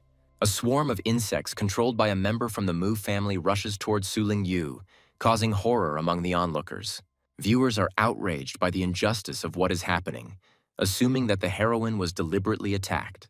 The commentator explains that there is no direct rule against attacking other participants, leaving the situation open to condemnation. A member of the Mu family, ostentatiously declaring himself to be the future champion, directs his full power at the heroine. The girl activates the summoning rift, summoning her powerful celestial beast to counter the enemies surrounding her. A fantasy fire beast appears, possessing high speed and destructive power which confuses the opponents. The enemy is shocked that the heroine was hiding such a powerful battle beast. The enemy attempts to regain control of the battle situation by using the 8th stage demonic claw. The fire beast activates the nightmare paralysis ability, immobilizing the enemy and depriving them of control over themselves. The heroine explains the weakness of the blood mark, pointing to the owner's decreased concentration due to sharing the load with the heavenly beast. She disarms the enemy and destroys the source of his power, avoiding unnecessary violence. Leaving the arena, the heroine easily and confidently declares that she does not kill enemies, following her brother's instructions. The Mu family's hope lies defeated on the field, as their entire younger generation was mercilessly destroyed. The young men watch in horror at the crushing victory, not believing that such cruelty comes from a fragile girl. The calculating young man realizes that all the rumors about the heroine's incredible strength turned out to be a frightening reality. Powerful figures rush to congratulate Director Su, trying to profit from the success of his talented sister. The sycophants look at the empty space in confusion, not understanding where the person important to them has disappeared to. The girl feels watched with icy calm, preparing for a new hidden threat. A ruthless mercenary looks forward to dealing with Su Ling after receiving orders to eliminate his daring rival. The client demands not just to kill, but to brutally maim the girl, ruining her life and career forever. A squad of thugs known for their cruelty prepare to catch their prey, anticipating dirty fun. The bandits lurked in the dark corridor, waiting for the unsuspecting Su Ling to appear and walk straight into the trap. A treacherous shadow reaches out from the darkness to seize the lonely Su Ling. A sudden grip paralyzes the heroine, depriving her of any chance of escape. The heroine explodes with the power of the fifth stage, instantly breaking the grip. Su Ling's furious strike slams into the invisible barrier set up by her mysterious opponent. An angry Su Ling scolds her brother for the dangerous test, worrying about his recklessness. The young man, with a warm smile, praises his sister's talent, reminding her of the real purpose of his visit. Suspicions creep into the heroine's soul when her brother confidently leads her in the completely opposite direction from the parking lot. The young man's cold gaze confirmed his worst fears. An ambush was already waiting in the parking lot. A squad of ruthless cutthroats emerges from their hiding place without finding the long-awaited prey. Instead of a defenseless victim, the mercenaries encounter a diminutive but deadly warrior whose appearance leaves everyone in shock. The tiny pet leaves a trail of destruction and darkness in its wake, displaying terrifying power. A sudden encounter with Dao Zong takes the brother and sister by surprise right in the middle of the city. The mighty Dao Zun sheepishly makes excuses, only interested in the small skeleton. A shocked boy tries to unravel the mystery of the strange friendship between the pet and Dao Zun. The young man entrusts his pet to his mentor without hesitation, banking on the little warrior's future power. The elf reports a pitiful offering from the Zhuo family who are trying to make amends. The defeated Zhuo family humbly offers treasures and their loyalty in exchange for forgiveness. The faithful assistant contemptuously calls the gifts trash and suggests destroying the offenders. A bright light bursts from the open box, foreshadowing incredible riches within. Blinded by the brilliance, the hero understands that trash for the goddess is untold wealth for man. The brother persistently offers his sister priceless treasures for training. But Su Ling is confused by such a generous and incomprehensible gift. Xiao Tang suddenly appears and interrupts their conversation, claiming that these artifacts are too dangerous for an inexperienced girl. The mentor mockingly explains that attempting to absorb such power will lead to inevitable death, calling her brother's plan complete madness. The young man pauses to think, realizing that the warning comes from Tang Ruan, the heiress of a great family, and that changes everything. The guy's gaze turns icy, and with a frightening grin, the hero calls Xiao Tang over for a serious conversation on which his sister's fate depends. The brutal training begins in the water, where Xiao Tang uses tickling and humiliation to break the will of the bound Su Ling. The teacher, with a sadistic smile, justifies her methods, assuring that this is the only way to keep her student from going mad. The heroine's body is pierced by unbearable pain while the girl, tied up and helpless, tries to understand what kind of hellish ritual is being performed on her. An hour earlier, the boy begged Tang Ruan to reveal the secret of using the treasures to help his sister. The arrogant assistant demands payment for her knowledge, hinting that her help will not be free. The arrogant mentor is ready to give in, but sets her own conditions, unaware that the game is about to change. A dark aura grips the boy, who declares his ambitious plans to take over her family, leaving his sister in shock. The girl scornfully ridicules his insolence, reminding him of the invincible power of her family, which rules entire cities. While Tang Ruan revels in the history of his clan, the young man searches for a loophole in the ancient contracts to subjugate even divine beings. Ancient knowledge is revealed to a young man, revealing the secret of a temporary contract capable of enslaving any creature. Armed with new knowledge, the hero resolutely steps towards the stunned Tang Ruan to make a deal on his terms.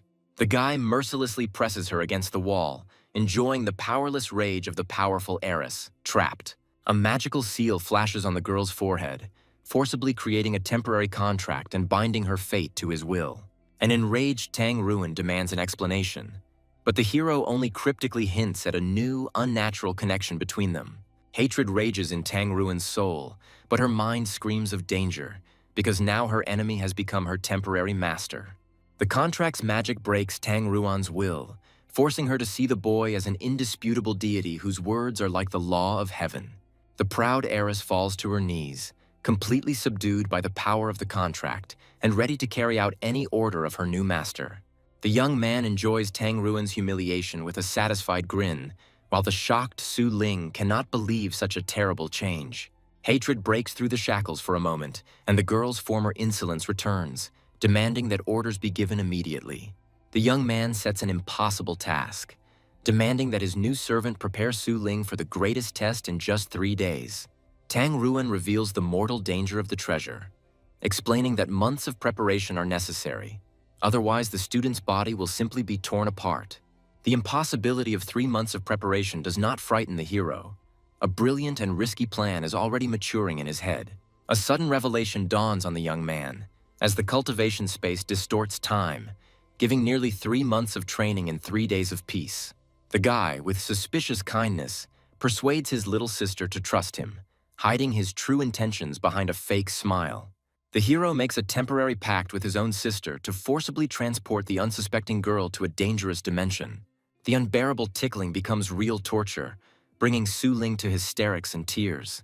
While the heroine begs for help, her brother remains deaf to her suffering, intently preparing for his own triumph. The teacher continues the painful procedure with cold calm, assuring that it is necessary to cleanse the body. Trapped in a tickling hell, the girl dreams of a brutal battle just to end this humiliating torment. Meanwhile, disturbing news reaches the Mu family, reporting a treacherous attack by a mercenary squad. The reporter reports with horror that the operation has completely failed, as the squad has been destroyed and Su Ling is completely safe. Disbelief grips the elders, who refuse to believe the girl's involvement until all evidence is mysteriously destroyed. The elder, desperately trying to find a clue, demands to examine the bodies of the dead in order to determine the style of the killer from the wounds. The subordinate reports with horror that nothing remains of the bodies except a bloody mess, as if they had been ground up in a juicer. Realizing that they were faced with an unknown force, the conspirators made a new decision: to eliminate Su Ling during the tournament in front of everyone. The loyal fighters of the Mu family arrive to take orders, ready to carry out any will of the elders. The clan leader hands his warriors incredibly powerful artifacts, demanding absolute victory in return. Blinded by generosity, the warriors swear allegiance, not realizing that they have become pawns in someone else's bloody game. In the shadow of the Qin family palace, another assassin takes a blood oath, pledging his life to carry out a deadly mission. The Tang family also enters into a conspiracy, preparing their champions for brutal reprisals in order to prove their superiority with the blood of their rivals. The tournament host cheerfully welcomes the participants, unaware of the deadly intrigues that have unfolded over the 3-day break.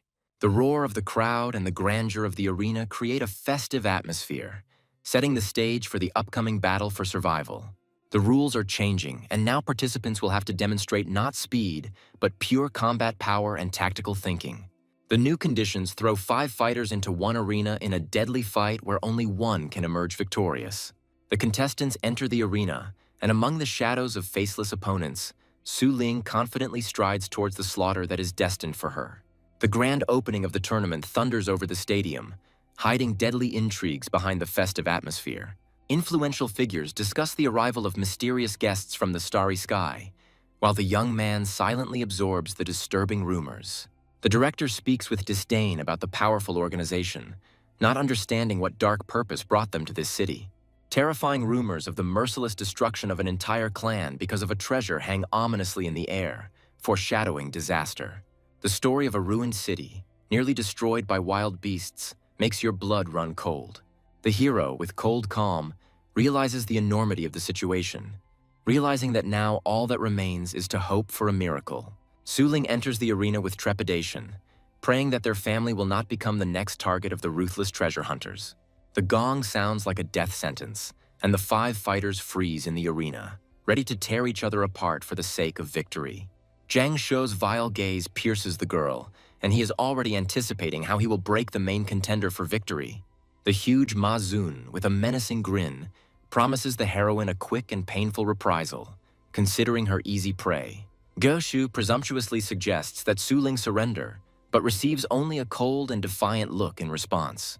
Young Yu Jijiang looks at the formidable opponents with anxiety, not understanding how his sister can be so calm. The boy, with childish naivety, suggests joining forces, fearing that they won't be able to stand up to the three of them alone. Su Ling agrees to the alliance with a smile, surprised by her little rival's tactical savvy. Yu Jijiang enthusiastically extends his hand for a handshake, completely trusting his new ally. Behind the boy's innocent smile lies a devious plan, and he is already anticipating how he will deceive his next gullible victim. The cunning boy secretly prepares an artifact to deprive Su Ling of all her power at the moment of their handshake. Yu Zijiang triumphantly activates the trap, confident that without her star power, the girl will become completely helpless. Instead of the expected effect, the artifact turns against its owner, and a powerful discharge pierces the boy's body. Yu Jijiang falls unconscious, and the stunned opponents cannot understand how Su Ling was able to repel such a treacherous attack. Paralyzed by his own poison, Yu Jijiang is horrified to realize that his insidious plan has become a tool in the hands of the heroine herself. The girl, with a mocking grin, reminds him that she simply accepted his offer, completely outplaying her arrogant opponent. Ma Xun questions her cruelty, not understanding why she would eliminate a potential ally in a mortal battle against everyone. Su Ling ruthlessly exposes the conspiracy, claiming that the treacherous boy belongs to the same Mu family as her formidable opponent. The heroine continues her deadly analysis, accurately naming the names of the families of the remaining conspirators and plunging them into complete confusion. The girl explains condescendingly that their clumsy disguise was revealed from the very first step into the arena, because every little detail gave them away. Remembering his brother's instructions, Su Ling is enveloped in a fighting aura, declaring a merciless war on all four great families. Enraged and frightened, the opponents decide to attack together, summoning their heavenly beasts in a desperate attempt to defeat her. The heavenly beasts of the two families rush into a furious attack on the shadow wolf summoned by Su Ling's invincible power. In the midst of the battle, Ge Shui furiously shouts at Ma Xun, demanding his help and not understanding the reasons for his treacherous inaction. The calculating Ma Xun refuses to attack blindly, fearing Su Ling's hidden trump cards and remembering his recent loss. The allies furiously accuse Ma Xun of betrayal, but he only coldly hints at their imminent defeat. A horrifying truth is revealed to the conspirators as the shadow wolf single-handedly crushes their sky beasts. In desperation, Ge Shui decides to use his family's secret medicine, forcing his ally to take extreme measures to survive. Jiang Shuo reluctantly summons the puppet snake, unleashing his clan's deadly treasure. Beasts empowered by artifacts surround Snowball, creating a deadly ring and leaving him no chance. Contempt and rage fill Su Ling as she sees a crowd of cowardly enemies attacking her faithful Snowball. The heroine's blood resonates with her pet, and the awakened demonic power transforms the girl into a deadly warrior. In a single move, Su Ling and Snowball strike with lightning speed, appearing out of nowhere and leaving their enemies in absolute shock. Panic grips Ge Shui, and she desperately orders the beast to ignore the phantom and attack Su Ling herself. A single burst of rage transforms Su Ling and Snowball into a fiery whirlwind, unleashing a deadly claw attack on their enemies. Panic grips the conspirators, who are unable to even touch Su Ling, whose bestial ferocity and agility exceed all expectations. Jiang Shuo is horrified to realize that Su Ling's demonic form puts her on par with the most powerful battle beasts. The calculating Ma Xun stands aside, coldly analyzing Su Ling's unique tactics to find its weakness. A chilling discovery astounds Ma Xun. In the girl's movements, the warrior recognizes a secret technique available only to the elite of his own Mu clan. Trying to turn the tide of the battle, Jiang Shuo desperately shouts commands, directing his beast into his opponent's blind spot. Observers note Su Ling's incredible synchronization level, close to 90%, which places the girl on par with the greatest masters. The Mu family's royal technique reveals the terrifying truth of complete synchronization, allowing the consciousness of man and beast to merge into one. Breaking all imaginable limits, Su Ling and Snowball's synchronization level reaches an unimaginable 200%. The demonic entity completely consumes Su Ling, turning the girl into a ruthless killing tool aiming for its first victim. An incredible force descends upon the arena as Ma Xun's shadow dragon cuts off Su Ling's attack with a single blow. The tournament's dark horse, Ma Xun, finally reveals his mighty dragon, the true king of the arena, to the world. The dragon's terrifying aura descends upon Su Ling, causing the girl and her pet to writhe in agony from the unbearable pressure. Ma Xun mockingly reveals his insidious plan, aimed not at the pet, but at Su Ling's own mind. Under the pressure of the aura, Su Ling's mind breaks, and the heroine loses control of her demonic essence, unable to maintain resonance.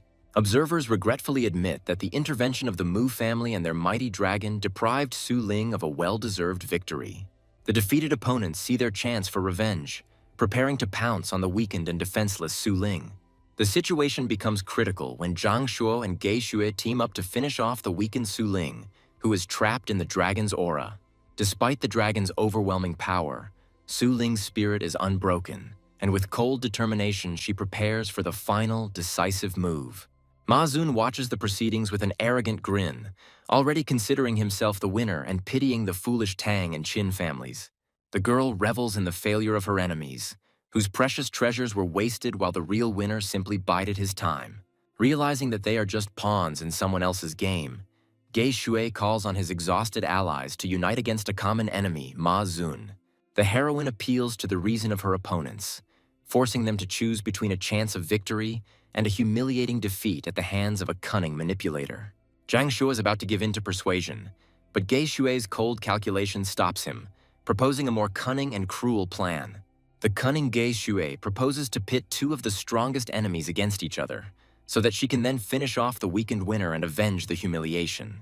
Ma Xun's rage explodes at this betrayal, and the warrior threatens to destroy the cowardly conspirators first. The conspirators accept the challenge with equanimity and begin to recuperate, leaving Ma Xun with a difficult choice.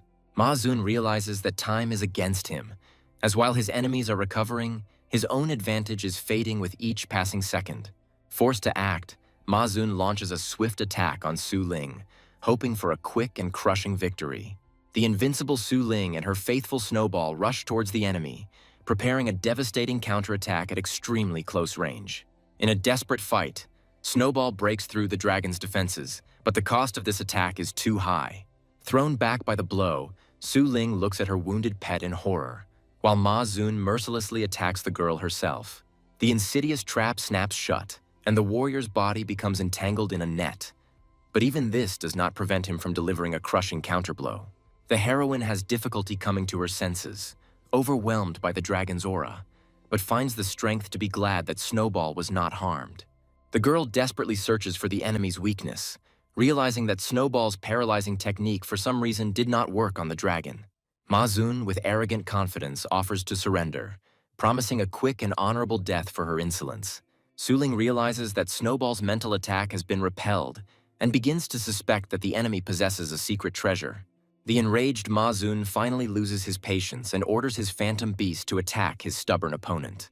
The warrior himself rushes into the attack, dividing his forces to personally deal with the impudent girl and her pet. Snowball uses his strongest attack again, but this time the full force of the nightmare paralysis is directed at the eyes of the mighty dragon. Snowball's nightmarish paralysis descends upon the mighty dragon, but an invisible barrier repels the attack. The heroine triumphantly exposes the enemy's secret, but Ma Xun only grins confidently, because knowledge does not guarantee victory. The source of Ma Xun's invulnerability is revealed, as an ancient dragon bone artifact makes him invulnerable to mental attacks. Without giving her time to recover, Ma Xun delivers a crushing blow, sending the defenseless Su Ling flying across the arena. The insidious technique allows the warrior to create illusory doubles of Su Ling, completely disorienting her and rendering her unable to defend herself. Trapped in a trap of ghostly blows, the heroine becomes a living target, defenseless against the fury of her opponent. The defeated heroine lies in the arena, and the commentator is already proclaiming the triumph of the invincible warrior from the Mu family. Victory did not come easy for Ma Xun, and now the warrior is impatiently waiting for his wounded opponent to finally lose consciousness. A sudden burst of green energy envelops the girl's body, and before the shocked Ma Xun's eyes, her wounds begin to heal. The invincible Su Ling rises from the ashes through the supreme art of restoration, ready to rush into battle with renewed vigor. Ma Xun's rage reaches its limit, and the warrior, in a rage, vows to rip out the heart of his invincible opponent. A frantic attack of clones descends upon Su Ling, but the girl meets the mortal threat with icy calm. The cunning clone strikes from behind, hoping to catch the heroine off guard and finish her off with one blow. Su Ling's blow hits nothing, as the clone's attack was merely a distraction for the real, fatal blow. The cunning trick works, and Ma Zun's crushing blow hits its target, breaking through Su Ling's defense. The injury turns out to be a brilliant trick, and the heroine, feigning weakness, catches Ma Zun in a death grip, sealing his power.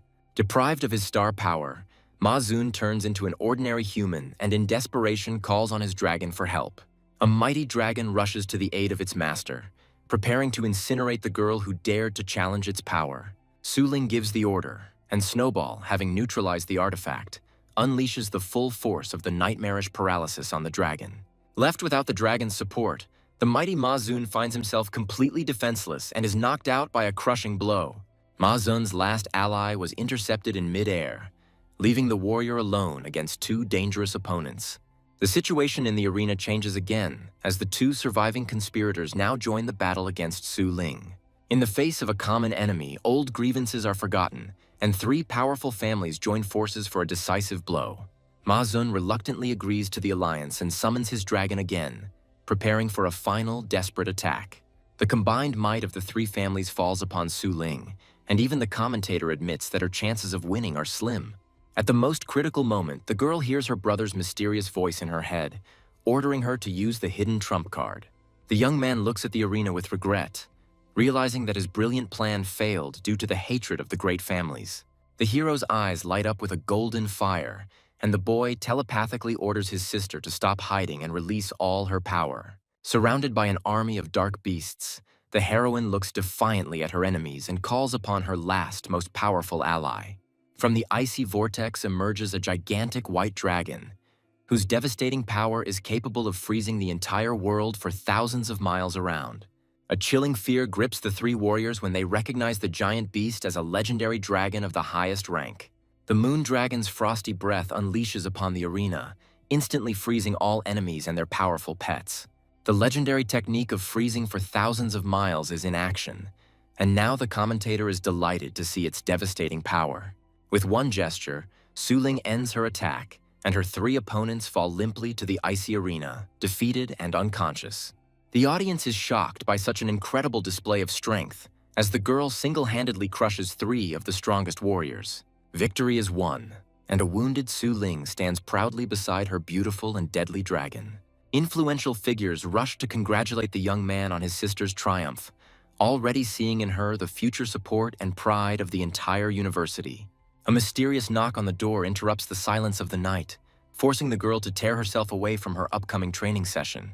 The heroine cautiously peers into the room and sees her mentor, surrounded by a golden glow and immersed in deep meditation. An irritated Tang Ruan interrupts her training, demanding an explanation from the uninvited guest and for her to leave immediately. As a sign of reconciliation and respect, Su Ling presents her mentor with a box of exquisite pastries. The heroine humbly asks Tang Ruan for daily training, willing to do anything to achieve her goal. The mentor, with a sly smile, reveals the student's true motives, suspecting that she is only interested in her secret tactics. An embarrassed Su Ling admits that the brutal battles at the tournament made her realize her own weakness and imperfection. Tang Ruan accepts the treat with understanding, but her penetrating gaze forces the girl to reveal the true reasons for her fear. The pain of her recent defeat and the fear of falling behind her brother drive Su Ling to desperately strive for new, unattainable power. The mentor understands that behind the desire to become stronger lies the fear of losing the connection with her powerful pet. A steely determination flashes in Su Ling's eyes, and she declares her intention to strengthen her psychic power to protect Snowball. Tang Ruan explains the difficulty of developing mental strength, hinting that only a few are able to achieve mastery in this. The mentor, with a mysterious smile, offers to show her clan's secret technique, accessible only to women, and asks to summon a dragon.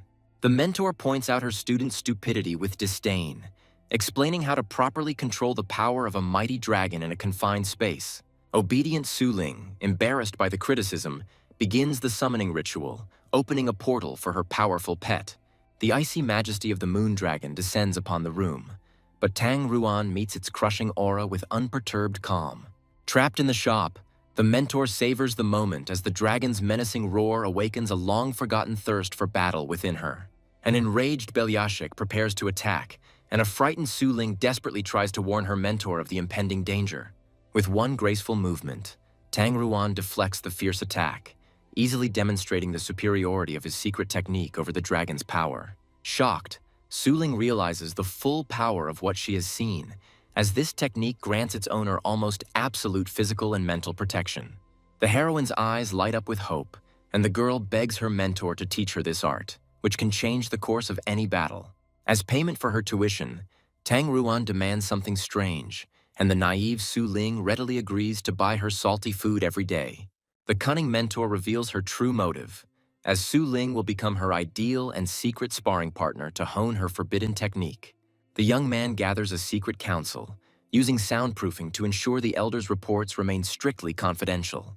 The enraged ancestor of the Mu family reports the patriarch's displeasure, as the humiliating defeat has made Yu Er their main threat. The wise ancestor of the Qin family warns his young master against a reckless fight, recognizing Yu Er's overwhelming power. The Tang family's ancestor doesn't care about the tournament at all, as all the clan's efforts are focused on searching for the mysteriously disappeared Lady Ruin. The cunning ancestor of the Liu family laughingly declares the neutrality of his clan, which wisely decided not to get involved in a dangerous game. The unexpected neutrality arouses the young man's suspicion, and the hero tries to unravel the true motives of the reserved Liu family. The elder reveals the secret of their alliance. As in the past, it was the intervention of the Liu family that saved Yu Er from the wrath of other clans. The hero turns his attention to the main threat, receiving a report about a mysterious messenger from the Starry Sky organization. The young man gives orders to take care of a participant named Shui Kuang, ending the secret meeting and preparing for the next step. The hero's eyes glow with determination, as the young man is certain that the powerful organization Starry Sky is pursuing its own secret goal in this tournament. Deciding to put aside unnecessary worries, the young man remembers his duty and goes to his weekly training with Joanna. The faithful assistant obediently awaits the order, and the hero invites the girl to the divine source for joint cultivation. The cunning elf senses the alarm in her master's voice and offers him a faster and more seductive path to power in the supreme divine realm. The hero freezes in horror, realizing that his secret thoughts have been heard, and now he will have to explain himself. The young man tries to wriggle out of it, using the terms of the contract as a cover, but Joanna is already ready to offer a more profitable deal. Seeing that the owner did not fall for the trick, the assistant shyly offers him a special method, ideal for quick strengthening. Joanna tells of the heavenly trials, a brutal selection process that takes place on the brink of life and death, tempering the body and spirit. A mighty warrior with the body of a divine bull prepares for the test, dreaming of a promotion and a place in an elite squad. At the peak of divine thunder, amidst raging lightning, the most severe and dangerous test in the world begins. Feeling the colossal pressure even from a distance, the guy understands that they are too late, and the most desperate warriors have already begun their mortal battle. The young man admits with a slight smile that he hasn't yet gotten used to the new environment, but has already managed to think about the store's future. Joanna wonders why Su Ling and Tang Ruan remained in the palace, not realizing that their training requires privacy. Observers are gushing over the incredible talent of Team 7, whose thundercloud radius has already reached 10 miles. The hero watches what is happening with interest, trying to assess the strength of local talents and compare it with the capabilities of his pets. A bolt of heavenly lightning strikes the warrior, but he takes the blow with a furious roar, trying to withstand the crushing power of the test. In his agony, the warrior calls out to the mother tree, begging for help and the glory that successful completion of the test will bring him. A second lightning strike pierces the warrior's body, breaking his horns and will, depriving him of his last hope of victory. Having lost his mighty horns, the warrior falls to his knees, completely broken and defeated by heavenly punishment. The shards of horn fly apart and the warrior's lifeless body falls to the ground, marking his complete and utter failure. The storm clouds disperse, and observers note with disappointment the failure of yet another daredevil who failed to conquer the skies. The onlookers are horrified to realize that even the most powerful protective treasure could not withstand the fury of the 10-mile thundercloud. Although the warrior survived, his body was crippled and his spirit broken, turning the once mighty champion into a helpless cripple. Realizing that the warrior's fate is sealed, his comrade, with a heavy heart, prepares to perform the coup de grace. Death in the heavenly trial is cruel and final, as the loser's body crumbles to dust, leaving no chance for salvation. The young man begins to worry about the question of probability, but Joanna explains that this brutal selection has nothing to do with luck.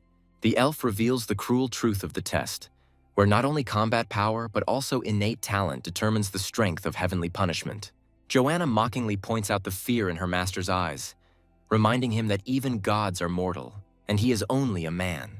The hero casts aside all fears with cold determination, realizing that failure in this test would be too high a price for him. It is the hero's turn, and the young man calmly accepts the challenge, ready to challenge the heavens themselves and prove his right to strength. Joanna calls upon an ancient treasure, lending her master divine power for the coming most important battle of his life. The Guardian proudly presents the Shield of Asius, a legendary treasure capable of granting its owner absolute invincibility. Joanna explains that outsiders are not allowed to attend the trial, but the goddess is willing to make an exception to protect such an important warrior. The Guardian, with tears in his eyes, thanks him for the honor and vows to protect his new ward even at the cost of his own life. The overconfident Guardian assures that with the Shield of Asius, even a 1,000-mile thundercloud poses no threat. Observers are perplexed, as interfering with the celestial trial is not only pointless, but could also disgrace the goddess's reputation. A sense of foreboding grips Joanna when a sudden change in the weather foreshadows the beginning of something terrible and unpredictable. The sky opens up into a blood-red funnel, from which lightning bolts of unprecedented strength and fury are ready to burst forth. The Guardian looks up at the sky in horror, recognizing this phenomenon as the rarest and most deadly heterochromic celestial trial. The terrifying truth is revealed to the young man, for this test appears only once every 100 years and possesses unimaginable destructive power. Doubts creep into the minds of the observers when they realize that the power of this test is 3 times greater than usual. Joanna, horrified, speculates that the Shield of Asius has caused such heavenly wrath because its owner must have committed a terrible sin in a past life. The radius of the thunderstorm funnel reaches 7 miles, and observers understand that its power is already equivalent to a 20-mile normal test. The Guardian looks with disdain at the new recruit with his paltry talent, not even suspecting what a surprise awaits him. The first storm is about to break, and the Keeper quickly calls the warrior to shelter him behind his indestructible shield. Instead of hiding, the young man releases his hellhound with a cheeky grin, sending it to be the first to face heaven's wrath. All the power of the bloody sky is concentrated in one point, preparing to bring down a blow of unimaginable destructive force on the earth. The storm clouds continue to grow at an alarming rate, and observers are counting the miles in panic, not believing their eyes. Having reached the 27-mile mark, the shield begins to get bored. But the Keeper realizes in horror that this is only the beginning of a real nightmare. The hero summons his Moondragon, whose icy aura instantly expands to 20 miles, defying the heavenly flames. The combined power of the 3 pets spreads the thunderstorm to 50 miles, leaving even the bravest observers unable to predict the outcome of this battle. The youth summons another powerful beast, the light-bearing Serpent of Purgatory, whose power complements that of the Dragon Dog. The incredible sight leaves the Keeper in shock, as 3 powerful dragons now soar in the sky, and an anxious premonition grips his heart. The incredible power accelerates the thunderstorm funnel up to 100 miles, plunging observers into a state of shock. A 100-mile-long bloody thunderstorm hangs over the peaks, foreshadowing heavenly punishment of unprecedented power. The mortal danger causes the onlookers to panic and beg Joanna to retreat, as even a goddess cannot withstand the impact of a 100-mile thunderstorm. Anger and disappointment distort Joanna's face, because the hero's insidious plan destroyed all her hopes of learning his secret. Forced to intervene, Joanna prepares to sacrifice her divine artifact to hold back the out-of-control celestial punishment. The divine treasure flies to the Keeper, and now the fate of the entire test is in his hands. Absolute confidence does not leave the hero, and, trusting Joanna, the guy calls upon his last and most mysterious pet. The elements, out of control, descend upon the observers, and now even strangers cannot escape the wrath of the 100-mile thunderstorm. The apocalyptic storm grows to 200 miles, reaching far beyond the sacred peak and threatening all living things. Even the ancient Shield of Asius is delighted by such a spectacle, and its Keeper is horrified to realize that he has witnessed something incredible. In a panic, the Keeper tries to shelter the warrior, calling on the Mother Tree and hoping that divine artifacts can withstand the wrath of the heavens. The hero and his faithful pets take the full force of the first blow, creating an impenetrable barrier against the fury of the elements. The heavenly punishment proves too strong, and the souls of all the pets, except one, are completely destroyed by the crushing blow. The shocked Keeper cannot believe his eyes, as all the powerful beasts were destroyed in an instant. With an icy grin, the young man reveals his main trump card. The souls of his pets are immortal and can be reborn in the same place. The resurrected beasts rush into battle again, but now their only goal is to survive and protect their master at any cost. The Guardian realizes in horror that this was only the first of 9 strikes, and with each new wave, the destructive force will only increase. The second level of the trial begins, and ghostly dragons emerge from the bloody clouds, ready to unleash their fiery wrath upon the earth. In a fiery whirlwind of explosions, a small skeleton single-handedly holds back the onslaught of ghostly dragons, taking blow after blow. The skeleton's immortality allows him to cheat death time and again, reviving after each fatal wound. The destroyed dragons explode, creating a deadly wave of fire, and now the hero himself has to keep his distance. The Guardian, in a panic, warns of the approach of the next, even faster and deadlier level of the test.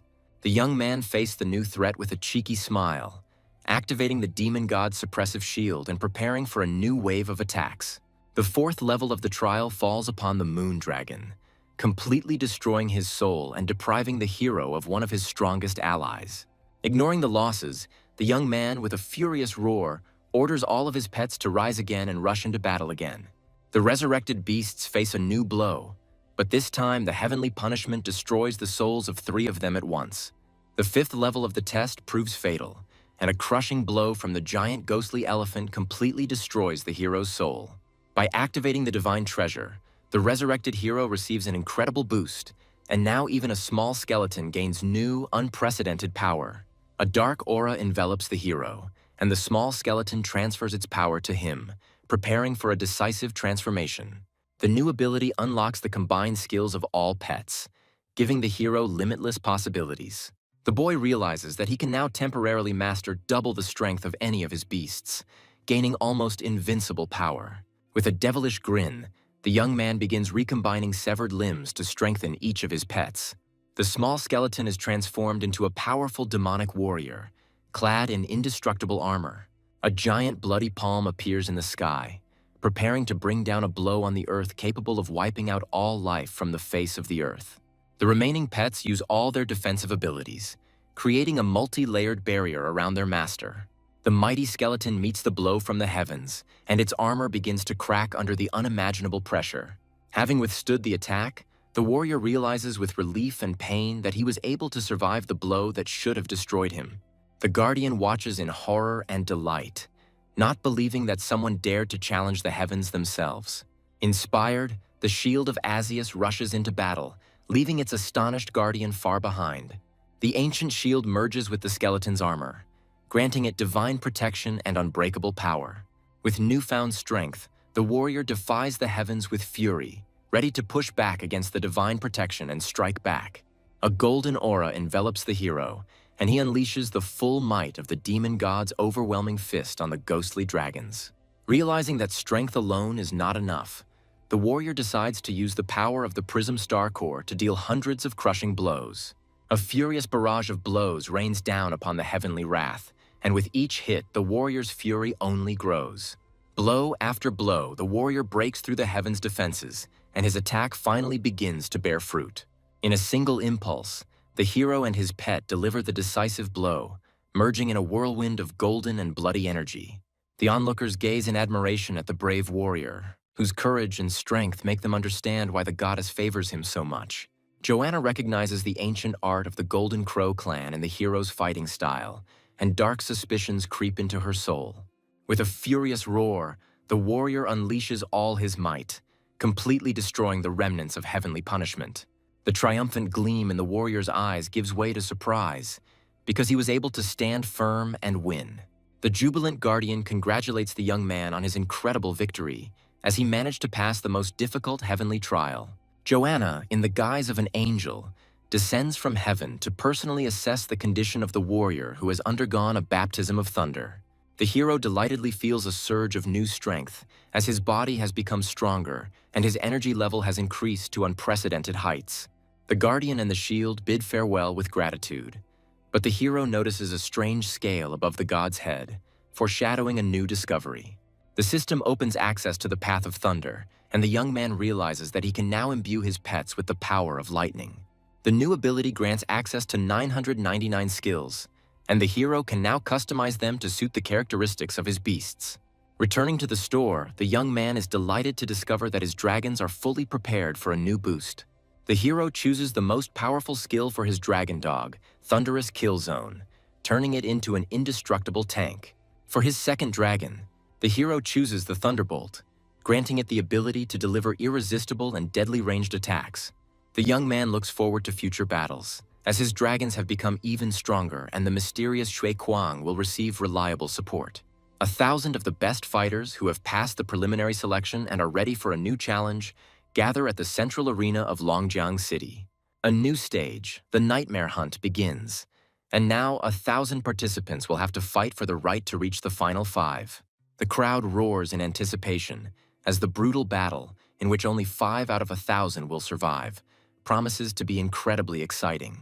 Participants are placed into a deep sleep, and the terrifying abyssal dream beast transports their consciousness into a virtual world created specifically for the tournament.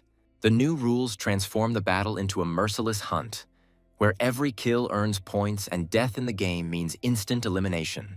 Over the course of 5 hours, the participants will have to kill each other, and only the 5 strongest, those with the most points, will advance to the finals. Su Ling looks to the future with confidence, knowing that she will be able to use one secret treasure that will give her an advantage in battle.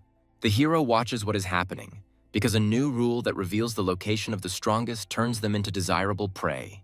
The sleeping gas fills the capsules, and Su Ling, with icy calm, wishes everyone a fun game in the world of deadly dreams.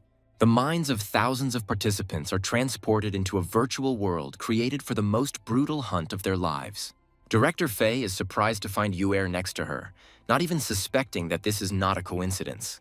The hero and the director put on special glasses that allow them to watch the battle from any point. But Fei doesn't know the price he paid for this place. The nightmare hunt begins, and Su Ling, finding herself in the forest, immediately takes a defensive stance. The girl decides not to take any risks and first looks around, realizing that in an unfamiliar forest, danger can lurk behind every tree. The heroine activates her secret treasure, the Serpent Heart, gaining access to advanced scanning technology. The puppet owl soars into the sky, and now Su Ling can see everything within a 20-mile radius, remaining completely safe. Meanwhile, the other participants, lacking such tactical savvy, engage in a noisy and reckless battle. Hiding in the grass, the cunning hunter watches with disdain the fools who, with their noise, have made themselves easy targets. With a predatory grin, Su Ling glides silently through the branches, transforming into a deadly night hunter. The heroine's demonic nature allows her to easily eliminate opponents, becoming a real nightmare for other participants. The girl is surprised to notice another player who is gaining points at an incredible speed, killing one after another. Watching the carnage below, Su Ling realizes that her own hunt seems like child's play in comparison. A cunning plan is brewing in the heroine's head, and the girl decides to set up an ambush, waiting for the fools greedy for glasses. In just an hour, the strongest players, the young masters of great families, score 100 points, causing a real massacre. The incredible power of the heirs of great families allows them to single-handedly mow down more than half of all participants in the arena. Mysterious golden pillars of light point to the gathering place, and the young man realizes that this is no mere coincidence. The hero, perplexed, asks about the old rules, not understanding what secret agreement binds the strongest players. Director Fei reveals the secret, as it is an ancient pact that allows the young masters to avoid clashing with each other until the very end. The young man realizes with cold anger that the agreement of the great families is not just a tactic, but a cruel conspiracy to monopolize the final. Young Master Lu easily dispatches a crowd of opponents, demonstrating the devastating power of his sword. The arrogant heir reminds his charges that their lives and places in the tournament have been bought, and without his protection, they are nothing. The sons of influential businessmen and politicians humbly swear allegiance, realizing that their future depends on the will of the young master. A sudden pillar of golden light attracts attention, and at the same time, Su Ling is surprised to see an identical beam of light in the distance. With a devilish laugh, Shui Kuang charges into the thick of the battle on his dragon dog, reaping a bloody harvest of points. Enchanted by his own power, the boy orders his pet to destroy everyone, enjoying an easy and quick victory. Meanwhile, in another part of the forest, Liu Qingfeng encounters a mysterious and powerful stranger who is ready to teach him a cruel lesson. Su Ling continues her hunt, but now her target is not weak players, but those who dare to challenge her strength. Seeing the two strongest players moving towards Shui Kuang, the girl realizes that she must hurry to help, otherwise it will be too late. Following the pillar of light, Liu Qingfeng finally finds his target, unaware that he himself has become the prey. Shui Kuang confronts the powerful heir with a bold challenge, and Liu Qingfeng notes his courage. The guy admires the power of Liu Qingfeng's sword, but declares that he is not going to run away because their meeting is predetermined. Liu Qingfeng's sycophants look down on the impudent upstart, advising him to give in and not tempt fate. Shui Kuang listens to the threats with mockery, confident that the pitiful minions will not be able to understand the true difference in their strength. Without wasting time on words, Liu Qingfeng strikes, sending two deadly waves of energy rushing towards his opponent. The blow misses, and a shocked Liu Qingfeng cannot believe that anyone was able to dodge his attack. Before Liu Qingfeng can land a second blow, Shui Kuang interrupts him with delight, preparing to introduce himself. Without letting him finish, Liu Qingfeng unleashes the full force of his technique on the insolent man, creating a whirlwind of wind and rain. The minions watch the proceedings with glee, certain that the insolent scum who dared to challenge their master are doomed to die. From the smoke and fog, the silhouette of a giant wolf appears, and Shui Kuang proudly calls out his name, shocking everyone. An irritated Shui Kuang reproaches his opponent for his cowardice, as he only dared to attack when he was distracted. Spectators are perplexed by the incredible size of the dragon dog, unable to understand how an ordinary beast could grow to such gigantic proportions. The familiar name makes Director Fei wary, and he tries to remember where he has heard about the mysterious Shui Kuan. A sudden revelation strikes the director, as he remembers that this is exactly how Su Ping called his faithful follower. Liu Qingfeng's gaze turns icy, and he vows to remember the name of the insolent man who dared to dodge his attack. Unwilling to bear the humiliation any longer, Liu Qingfeng summons his heavenly beast, preparing to unleash his full might on the enemy. The crushing aura of the dark black dragon, the fifth-ranked dragon, descends upon the arena, causing its minions to tremble in terror. Director Fei recalls another powerful dragon, wondering whose beast will prove stronger in this battle. The giant dragon appears in all its terrifying glory, and its power makes even the bravest warriors shudder. The dragon's crushing aura falls upon Shui Kuang, but he only winces in pain, not intending to give up. Liu Qingfeng, with a devilish grin, enjoys the helplessness of his opponent, confident in his superiority and the power of his sword. A sudden blow out of nowhere interrupts the battle, and a new mysterious player appears in the arena. Su Ling and her pet stand between the two opponents, challenging Liu Qingfeng himself. The minions are horrified and cannot understand why the aura of the powerful dragon has no effect on the impudent girl. Qin Xiaotian, who suddenly appeared, easily deciphers Su Ling's secret, recognizing her defense as a legendary technique.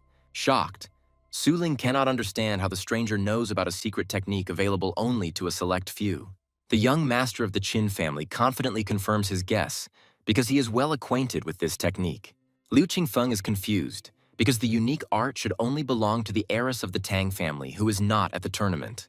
A terrifying realization dawns on Liu Qingfeng, and he realizes that the mysterious shop owner is holding the young mistress of the Tang family captive. Liu Qingfeng proposes an alliance to Su Ling, seeing it as an opportunity to weaken the Qin family and clear the way for his clan. Shui Kuang readily accepts the challenge, and Su Ling instructs him to deal with Qin Xiaotian while the girl keeps an eye on Liu Qingfeng. Qin Xiaotian accepts the challenge with disdain, wanting to personally test the capabilities of the man who claims to be the champion. Without wasting time on words, Qin Xiaotian summons two giant dragons, preparing for a devastating attack. The spectators are delighted as two dragons from the top 7, which cost a fortune to own, appear in the arena. Qin Xiaotian mockingly challenges Su Ling, knowing about her dragon and proposing a true battle of the titans. The girl assesses the situation with cold calm, realizing that her phantom beast will not be able to cope with two dragons alone. Su Ling summons her Belyashik without hesitation, and the giant moon dragon appears on the battlefield, ready to fight. 3 mighty dragons clash in a furious battle, their crushing power shaking the very earth.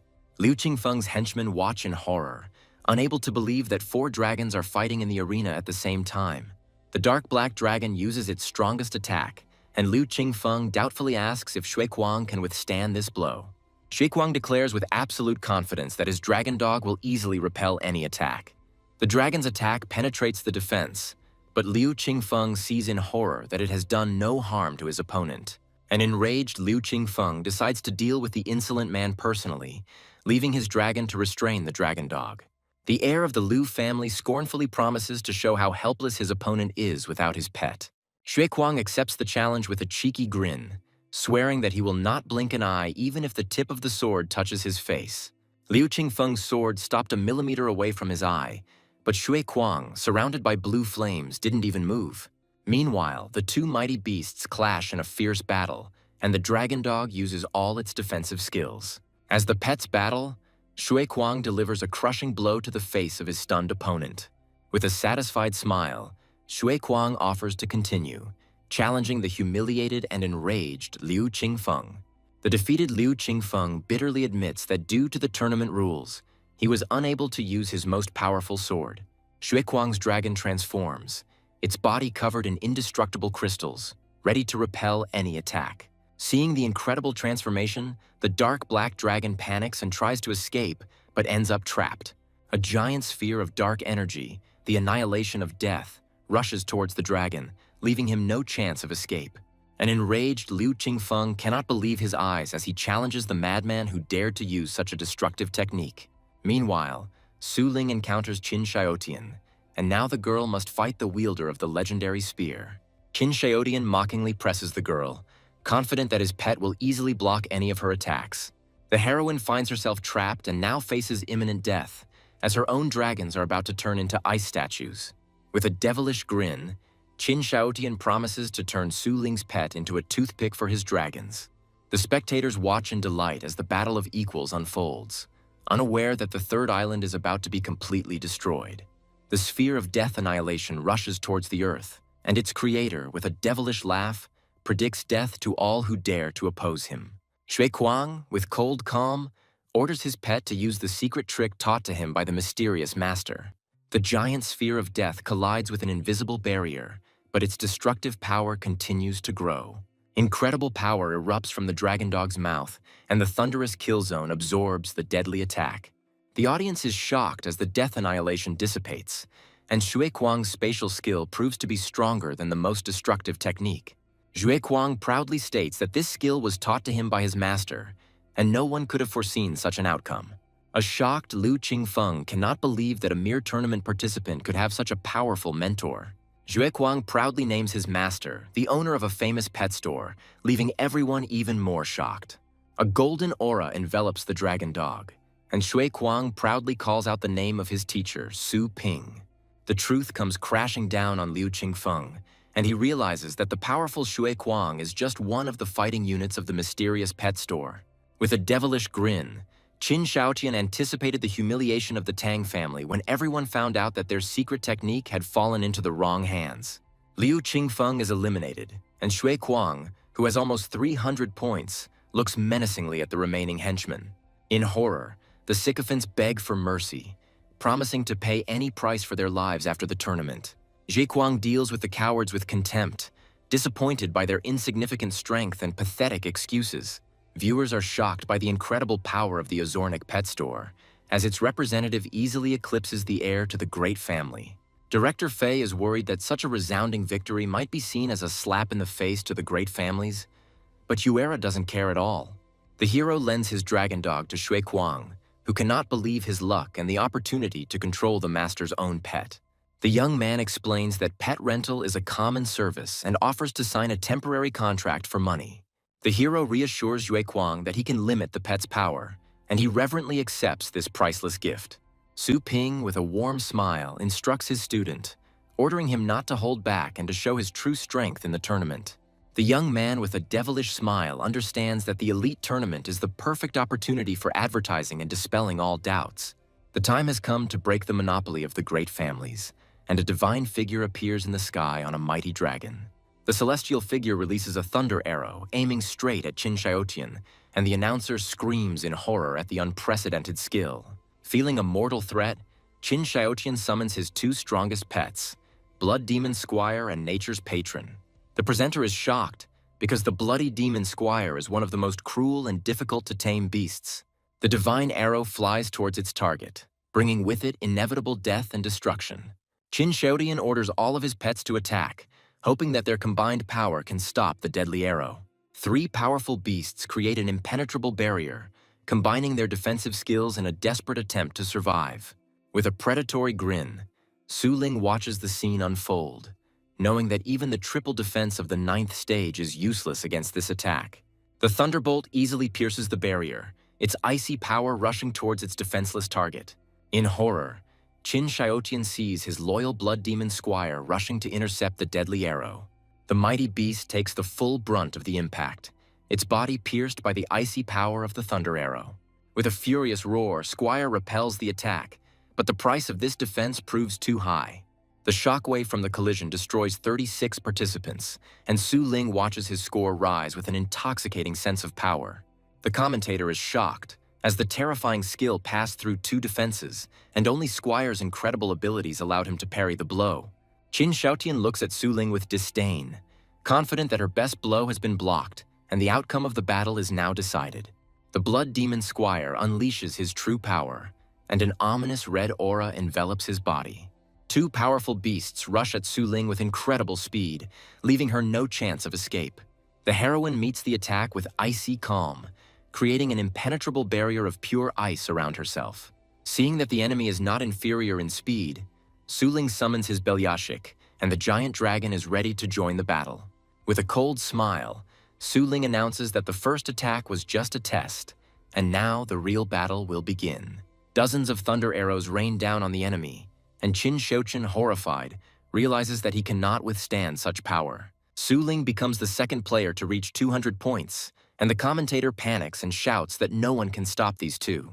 The 2 remaining heirs watch with a grin as their rivals are defeated, confident that it is now their turn.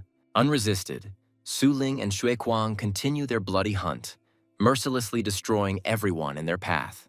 With their targets divided, the heroes begin the cleansing, and Xue Kuang watches in delight as his new chariot sows death and destruction.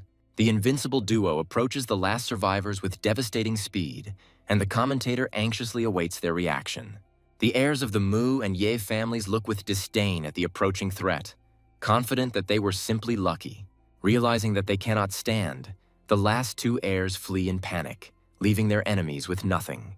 With only 5 survivors remaining on the field, the host happily announces the end of the nightmare hunt. The defeated heirs bitterly admit their defeat, and Xue Kuang becomes the leader in points by an incredible margin. Xue Kuang is ecstatic about his victory, but Su Ling reminds him with cold calm that there is still the final round ahead. The girl feels a lot of pressure and, having given up on the holiday, decides to immediately start training. The defeated opponents approach to introduce themselves, and Qin Xiaotian respectfully admits his defeat, hoping for a rematch. Qin Xiaotian smiles and reassures Su Ling, admitting that his true goal is not winning the tournament, but entering a prestigious academy. The news of his admission to the #1 academy shocks everyone, and even Liu Qingfeng enthusiastically offers to repeat their fight. An enraged Liu Qingfeng cannot understand how anyone could want to fight a monster like Xue Kuang. Unable to bear the humiliation, Liu Qingfeng runs away in a rage, leaving his stunned opponents in disbelief. Feifei's director Liu Yuan approaches Liu Qingfeng with a sly smile, proposing a new, even more cunning plan. An enraged Liu Qingfeng hits Liu Yuan hard, accusing him of being the one who dragged his family into this dangerous game. The Tang family's followers are horrified to recognize Su Ling's technique as the legendary immobile glazed body and rush to report it to the family. Director Fei congratulates the young man on his sister's incredible success, but the hero, having received an alarming message, cuts him off mid-sentence. The young man reads the intercepted message with irritation, realizing that the Tang family has finally figured out his involvement. The hero arrives at the Zhou family residence, where new trials and unresolved problems await him. The young man watches the lazy training with disdain, realizing that he still has a lot of work ahead of him. Recognition gives way to fear, and the elder orders everyone to stop, reminding them of the patriarch's order. The warriors reluctantly greet Master Su, but their hostile glances indicate a complete lack of respect. The hero realizes with cold fury that the forced oath of allegiance is worthless, and he will have to teach them a lesson again. The young man defiantly suggests that the dissatisfied people not greet him, but take him straight to the patriarch to resolve all issues. Over a cup of tea, the patriarch, with feigned friendliness, asks about the purpose of the visit, hiding his true intentions behind politeness. The patriarch enthusiastically notes the excellent results of cultivation, but the hero is in no hurry to rejoice. The young man asks suspiciously why he sees no changes in the elite army, since services were only provided to high-ranking members. The hero realizes that his scolding had no effect, and now he will have to act more decisively. The patriarch speaks with admiration of the incredible thunder techniques that inspired his entire army to train hard.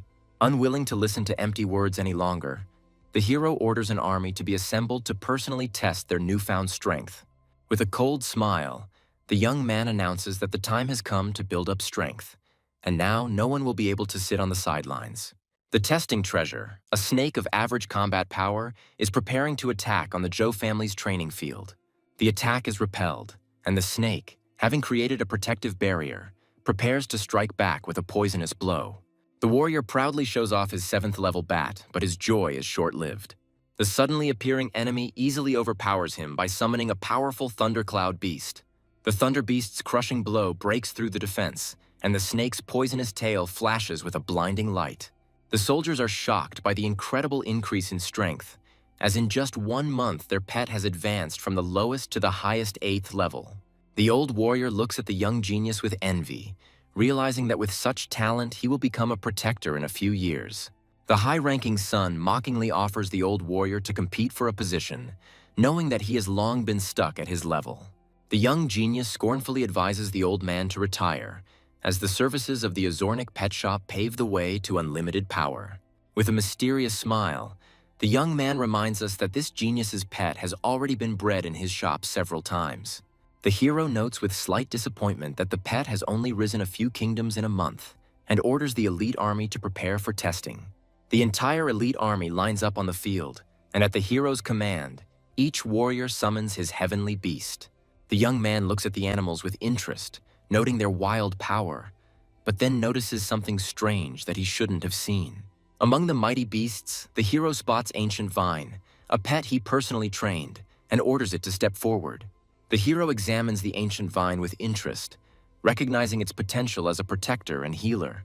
The arrogant youth disdainfully calls the Ancient Vine a piece of trash, incapable of either attack or healing. Ignoring the insults, the hero sees a unique combination in his pet and decides to grant him a new, unprecedented power. The hero directly engraves the Thunder Dragon Wave onto the pet, granting it devastating attack power. The stunned warrior can't believe his eyes, as his humble pet healer has just gained a deadly attack skill. In search of a wounded man to demonstrate healing, the hero grinningly finds a new target in the face of an arrogant, insolent man.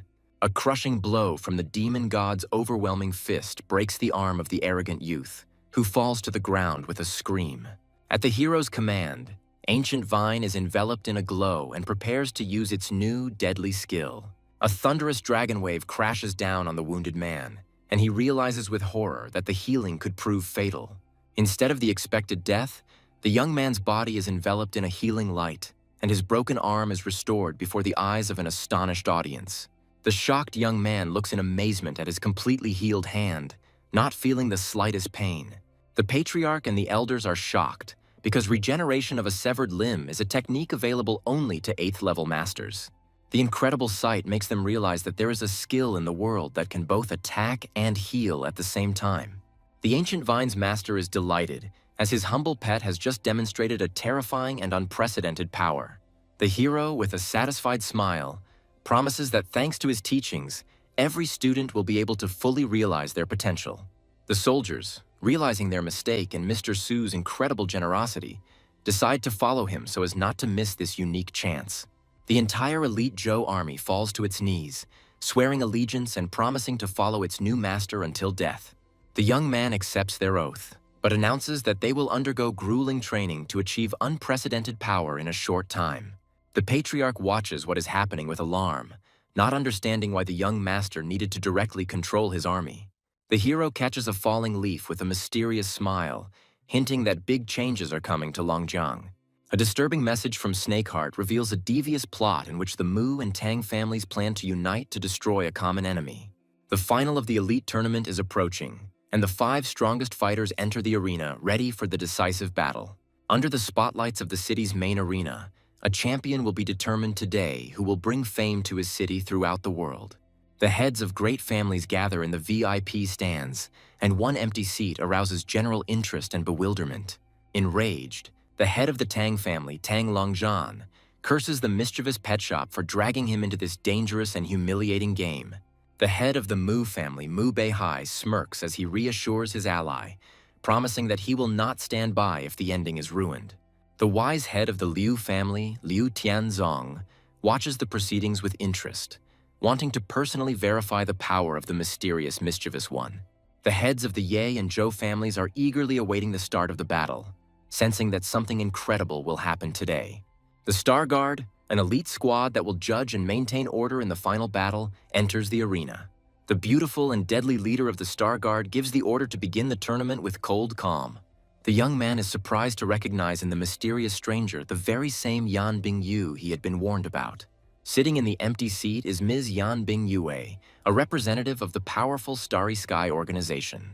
The unfair appearance of an outsider at the end causes murmurs among the audience, but no one dares to openly object. The rules are changing, and now the 6 finalists will be divided into 2 groups, where each will compete against each other. The draw determined the pairs, and now the participants will have to compete against each other before the real final. The first match begins, and Yan Bingyue and Mu Chen, the representative of the Mu family, meet in the arena. Unexpectedly for everyone, the head of the Mu family makes a gesture of surrender, voluntarily giving up the chance to become champion. The audience is shocked, because even the powerful Mu family did not dare to challenge the representative of the Starry Sky. Director Fei asks in surprise about the secret rule, and the young man realizes that something is being hidden from him. The hero realizes that the elite tournament is not just a competition, but a brutal struggle for resources and influence, where the base cities have no say. Director Fei angrily realizes that the outsiders' victory will set their city's development back several years. The second match begins, and the undefeated Yan Bingyue appears in the arena once again, this time against Ye Longtian. The head of the Liu family, with a predatory smile, understands that the Mu family is trying to get rid of the mischievous one with the hands of the Starry Sky. The Ye family, following the Mu family's example, also gives up, and Yan Bingyue reaches the finals without a single fight. The head of the Ye family threateningly advises old Zhou to sacrifice his young master so that Su Ling can live.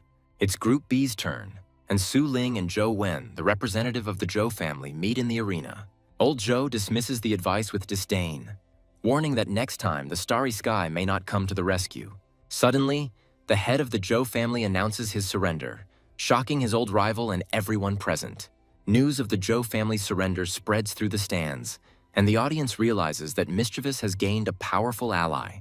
The head of the Mu family looks at old Zhou with disdain, predicting his family's inevitable destruction for this treacherous act. The second match begins, and now the allies, Su Ling and Shui Kuang, must face each other. Shui Kuang warns Su Ling with a serious expression, reminding her of the master's words and Yan Bingyu's hidden power. Unexpectedly for everyone, Shui Kuang loudly announces his surrender, calling on Su Ling to show her true strength in the finale. The long-awaited finale arrives, and to the roar of the crowd, Su Ling enters the arena, ready for the most important battle of her life. Under the spotlight, Su Ling prepares for battle, and now it is up to her to determine the fate of the entire tournament. Behind Yan Bingyu's mask of care and compassion lies a dark and cruel past, full of pain and hatred. Memories of her beloved pet's death awaken in Yan Bingyu a fierce hatred for everything cute and defenseless. A red aura envelops Yan Bingyu as she descends into the arena, ready to unleash her full fury on her opponent. The rules of the final fight are announced, and now the participants will have to fight in 3 rounds, where victory in 2 of them will bring the championship title. The crowd erupts in applause, and all the people of Longjiang look at Su Ling with hope, believing in her victory. A sudden flash of purple energy pierces the stands, and several spectators fall dead, terrifying everyone. The titular weapon demon, Zhao Wuji, coldly and calmly warns that anyone who dares to speak ill of Starry Sky will end up the same way. The titular dragon knight, Yin Fengxiao, scornfully orders everyone to calm down, reminding them that re-education is their direct responsibility. The battered and frightened commentators struggle to come to their senses, ready to continue their work at gunpoint. Su-ling looks at her opponent defiantly, not understanding how she, with neither strength nor confidence, managed to reach the finals. Without wasting time on words, Yan Bingyue unleashed a crushing blow on Su-ling that surpassed all imaginable limits. A shockwave shakes the arena, and the commentators scream in horror that the power of this attack is far beyond the 9th stage. Su-ling easily deflects the attack, and her body is enveloped in a rainbow glow, confirming all the guesses. The head of the Tang family is pleased to recognize this technique as the immobile glass body of his missing daughter. Enraged, the head of the family vows to publicly destroy Su Ping after the tournament, holding him responsible for all his troubles. The hero notices with cold calm that the star patterns on Yan Bingyu's body are not as simple as they seem at first glance. The young man analyzes the situation, realizing that with the protection and enhancement from the patterns, Yan Bingyue is capable of surpassing the 7th stage. Despite the obvious violation of the rules, the judges, bribed by the starry sky, only issue a formal warning. Director Fei desperately asks if there is any point in continuing, but the young man confidently declares that the fight is just beginning. With icy determination in his eyes, the hero realizes that it is the ability to overcome injustice that makes them better. Unwilling to bear the humiliation any longer, Su-ling summons her moon dragon, its icy majesty filling the arena. The audience is shocked, because the dragon has not only evolved, but also acquired a golden glow that conveys divine holiness. The mighty dragon easily pushes Yan Bingyu aside, demonstrating its complete and crushing superiority. The representatives of the starry sky are perplexed, as they cannot understand how a mere celestial beast could suppress their mistress. In desperation, the maid throws an ancient sword to her mistress, hoping that its power will turn the tide of the battle. A blinding light erupts from the ancient sword, causing spectators to cover their eyes in horror. Another sword appears in the arena, and Su-ling is surprised to realize that she will have to fight with 2 blades at once. Su-ling's ice sword collides with an impenetrable barrier, but the second ancient sword easily breaks through the defense. Armed with 2 swords, Yan Bingyue prepares for the decisive attack, her aura reaching unprecedented heights. A crushing blow falls upon the moon dragon, its power causing the arena itself to shake. The sword easily cuts through the protective barrier and inflicts a wound on the mighty dragon, leaving it in shock. The hero recognizes with horror that the sword is the legendary secret weapon of the 9th stage, Yitian, capable of killing even beasts of his rank. The Starry Sky representative acknowledges the dragon's strength with a grin, but declares that this is where his luck ends. Outraged spectators are demanding justice, as the use of weapons above the 7th level is strictly prohibited by the rules. In response to the crowd's cries, Zhao Wuji calmly creates a star power spear, preparing to teach the noisy crowd a lesson. Unwilling to take the insults any longer, Zhao Wuji unleashes his fury on the stands, and a purple spear flies towards the loudest shouter. A sudden golden fist intercepts the attack, saving the spectators from certain death, but its owner remains in the shadows. The hero, with cold calm, warns the representatives of the starry sky, advising them not to go beyond the limits of what is permitted. The judges are horrified, because the unknown person easily repelled the attack of a master of the highest 9th stage, something that even they are not capable of. Unsure what to do, the judge decides to seek instructions from the starry sky, hoping for a wise decision. The starry sky representatives look at the judges with disdain, reminding them that they are only here to help the mistress win. Swordsman Xiaojiang explains that the Yitian sword is considered a pet because the mistress used it even before signing the contract. The referee reluctantly accepts the explanation and announces the continuation of the round, acknowledging that the sword does not violate the rules. The audience is furious because such an explanation is a clear deception, and with the support of such a powerful organization, Su-ling doesn't have a single chance. Yan Bingyu merges with the sword spirit, and her strength begins to grow at an incredible speed, preparing for the decisive blow. Empowered by the sword spirit, Yan Bingyue summons 3 powerful war beasts, and their ominous shadows fill the arena. The first to appear on the battlefield is the Sad Worm, a vile creature of the middle 9th stage. The second is the Wrathful Devil, a powerful warrior whose strength also reaches the middle 9th stage. The third and most powerful is the Assuran Dragon, which ranks second in the dragon rankings, with the power of the highest 9th stage. 3 terrifying beasts rush to attack, and the announcer screams in panic that they will not leave a single trace of Su Ling.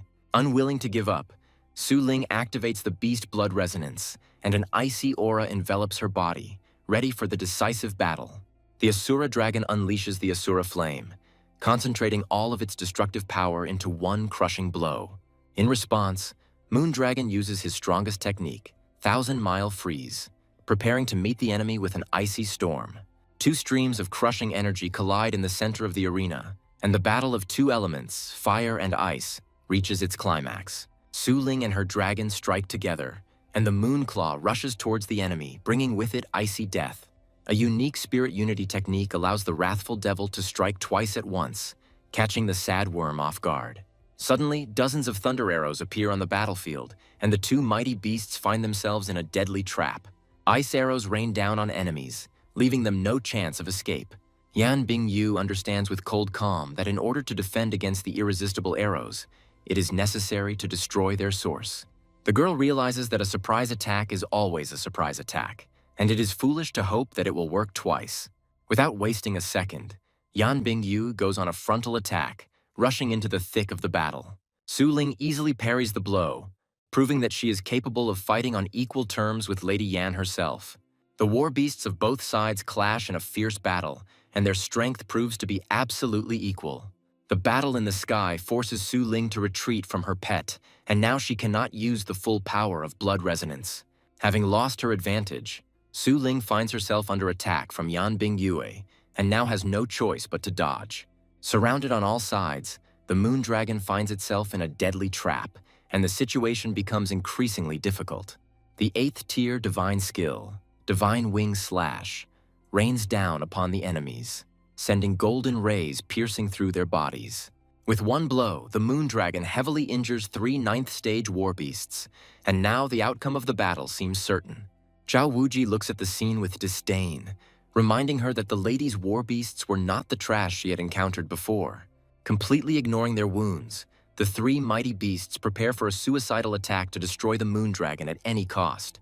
In desperation, Su Ling summons her second pet, Snowball, and now she must fight alongside him. Yan Bingyu's war beasts are at their limit, and Su Ling knows that if he and Snowball can hold out, victory is within their grasp.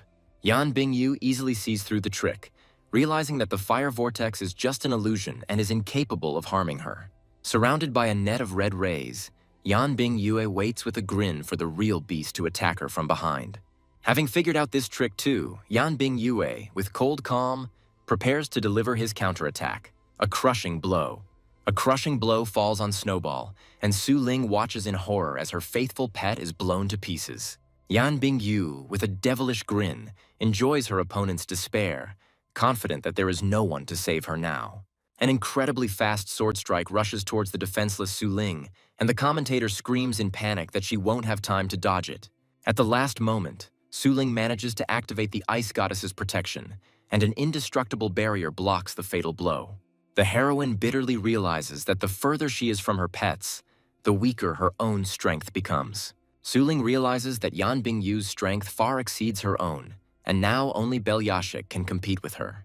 The mighty dragon lets out a furious roar and throws Yan Bingyu back, giving its mistress precious time to catch her breath. Unwilling to give up, Yan Bingyue dodges the attack and prepares for another, even more devastating blow. A sudden flash blinds Yan Bingyu, and she is surprised to realize that the Ice Goddess's protection is still active. With a sly smile, Yan Bingyu reminds her opponent that she got what she fought for. The Moondragon hesitates, and his indecision becomes a fatal mistake in this mortal battle. Taking advantage of the moment, Yan Bingyu's beast latches onto the dragon's neck, leaving him no chance. In a desperate attempt to save himself, Moondragon uses 1,000-mile freeze, but finds himself in a deadly grip. A crushing blow falls upon the dragon, and its death roar echoes throughout the arena. The sad worm's tentacles wrap around Su Ling, and the girl gasps as she tries to utter a word of surrender. Both of Su Ling's pets are seriously injured, and the girl herself is tied up, and now the judges are ready to deliver their verdict. Despite the obvious defeat, the judges announce the continuation of the round, and the outraged spectators erupt in screams. The representatives of the starry sky disdainfully declare that the strong always bully the weak and call on the lady to teach the impudent woman a lesson. Bound and helpless, Su Ling is suspended in the air, and now she must endure humiliation and pain. Spectators turn away in horror, unable to bear to watch the cruel and unjust reprisal taking place before their eyes. The heads of families look on with disdain at what is happening, convinced that the arrogant upstarts deserve such humiliation. Just as the sword is about to pierce Su Ling, it is stopped by an invisible force, leaving Yan Bingyu frozen in confusion.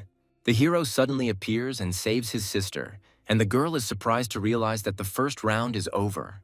A crushing blow shatters the protective barrier, and the commentator screams in horror as a huge hole appears. The judges reluctantly announce Yan Bingyu's victory in the first round, as Su Ling had already announced that she was giving up. Yan Bingyu looks at the mysterious savior with bewilderment, feeling an inhumanly frightening aura in him. A golden glow envelops the hero, and his appearance begins to change, turning into something divine and terrifying. The representatives of the starry sky contemptuously recognize in the savior the same Su Ping who dared to interfere in their affairs. An enraged Yin Fengxiao descends from the stands, considering Su Ping's appearance in the arena an attempt to mock the weak. A crushing pressure falls on Yan Bingyu, and the girl falls to her knees, unable to withstand Su Ping's terrifying power. The hero asks threateningly if one small skeleton would be too much for this battle.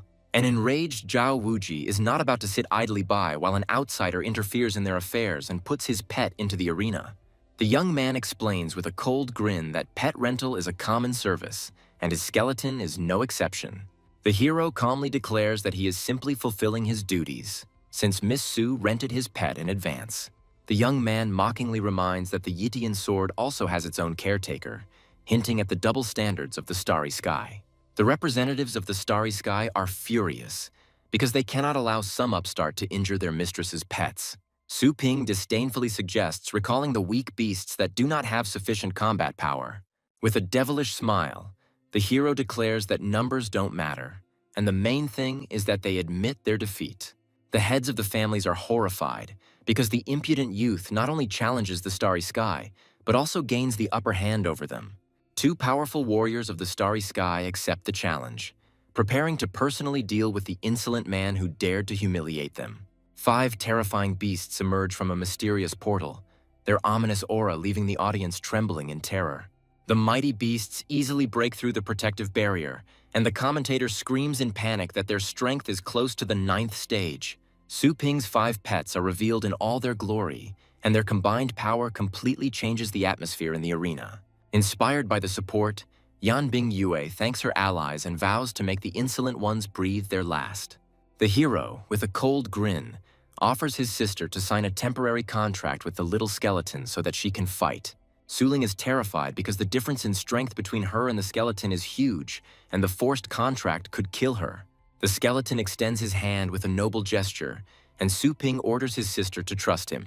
The girl touches the bony hand with trepidation, feeling neither warmth nor cold, and the temporary contract is successfully concluded. In her subconscious, Su Ling sees the weakened but living souls of her pets and promises to heal them. Suddenly, the girl realizes that something is missing and is alarmed to realize that she cannot find the consciousness of the little skeleton. In the depths of her mind, Su Ling finally sees the one who accompanied her brother on his journeys. The girl understands that if she loses, the championship will go to Yan Bingyue, and she herself will be humiliated and disgraced. The hero calms his sister with a smile, assuring her that the little skeleton will figure everything out on his own. The round begins, and Yan Bingyu shouts furiously as he orders his beasts to tear their opponents apart. An army of powerful beasts rushes into attack, and their combined might is ready to wipe out all life from the face of the earth. Gathering all her willpower, Su Ling looks at the little skeleton with hope, trusting him with her life and destiny. A flash of undeath erupts from the skeleton's eyes, and a beam of red energy pierces the giant dragon's head. In an instant, the small skeleton decapitates 2 powerful dragons, leaving everyone in a state of shock. The representatives of the starry sky cannot believe their eyes, because they did not even have time to follow his movements. Having accomplished the impossible, the little skeleton does not stop, and with a devilish grin rushes at the next victim.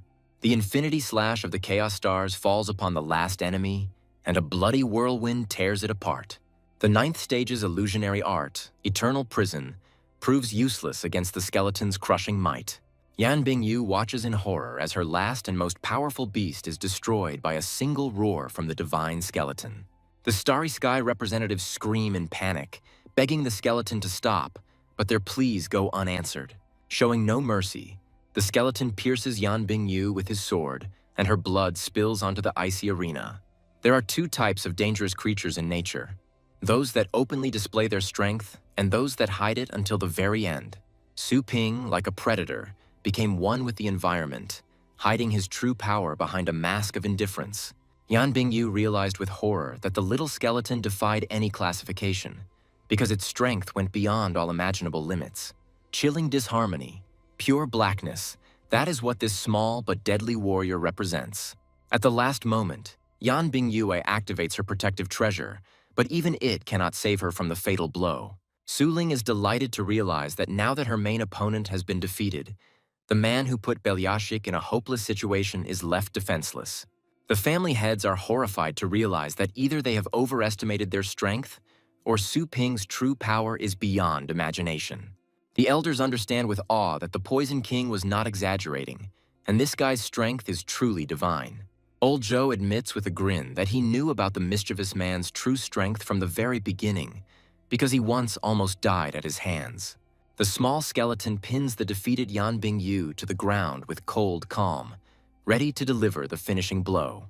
In a panic, the representatives of the Starry Sky rush into the arena, begging for mercy and declaring their complete surrender. The incredible turn of events shocks everyone, and the commentator cannot believe his eyes as the mighty Starry Sky surrenders.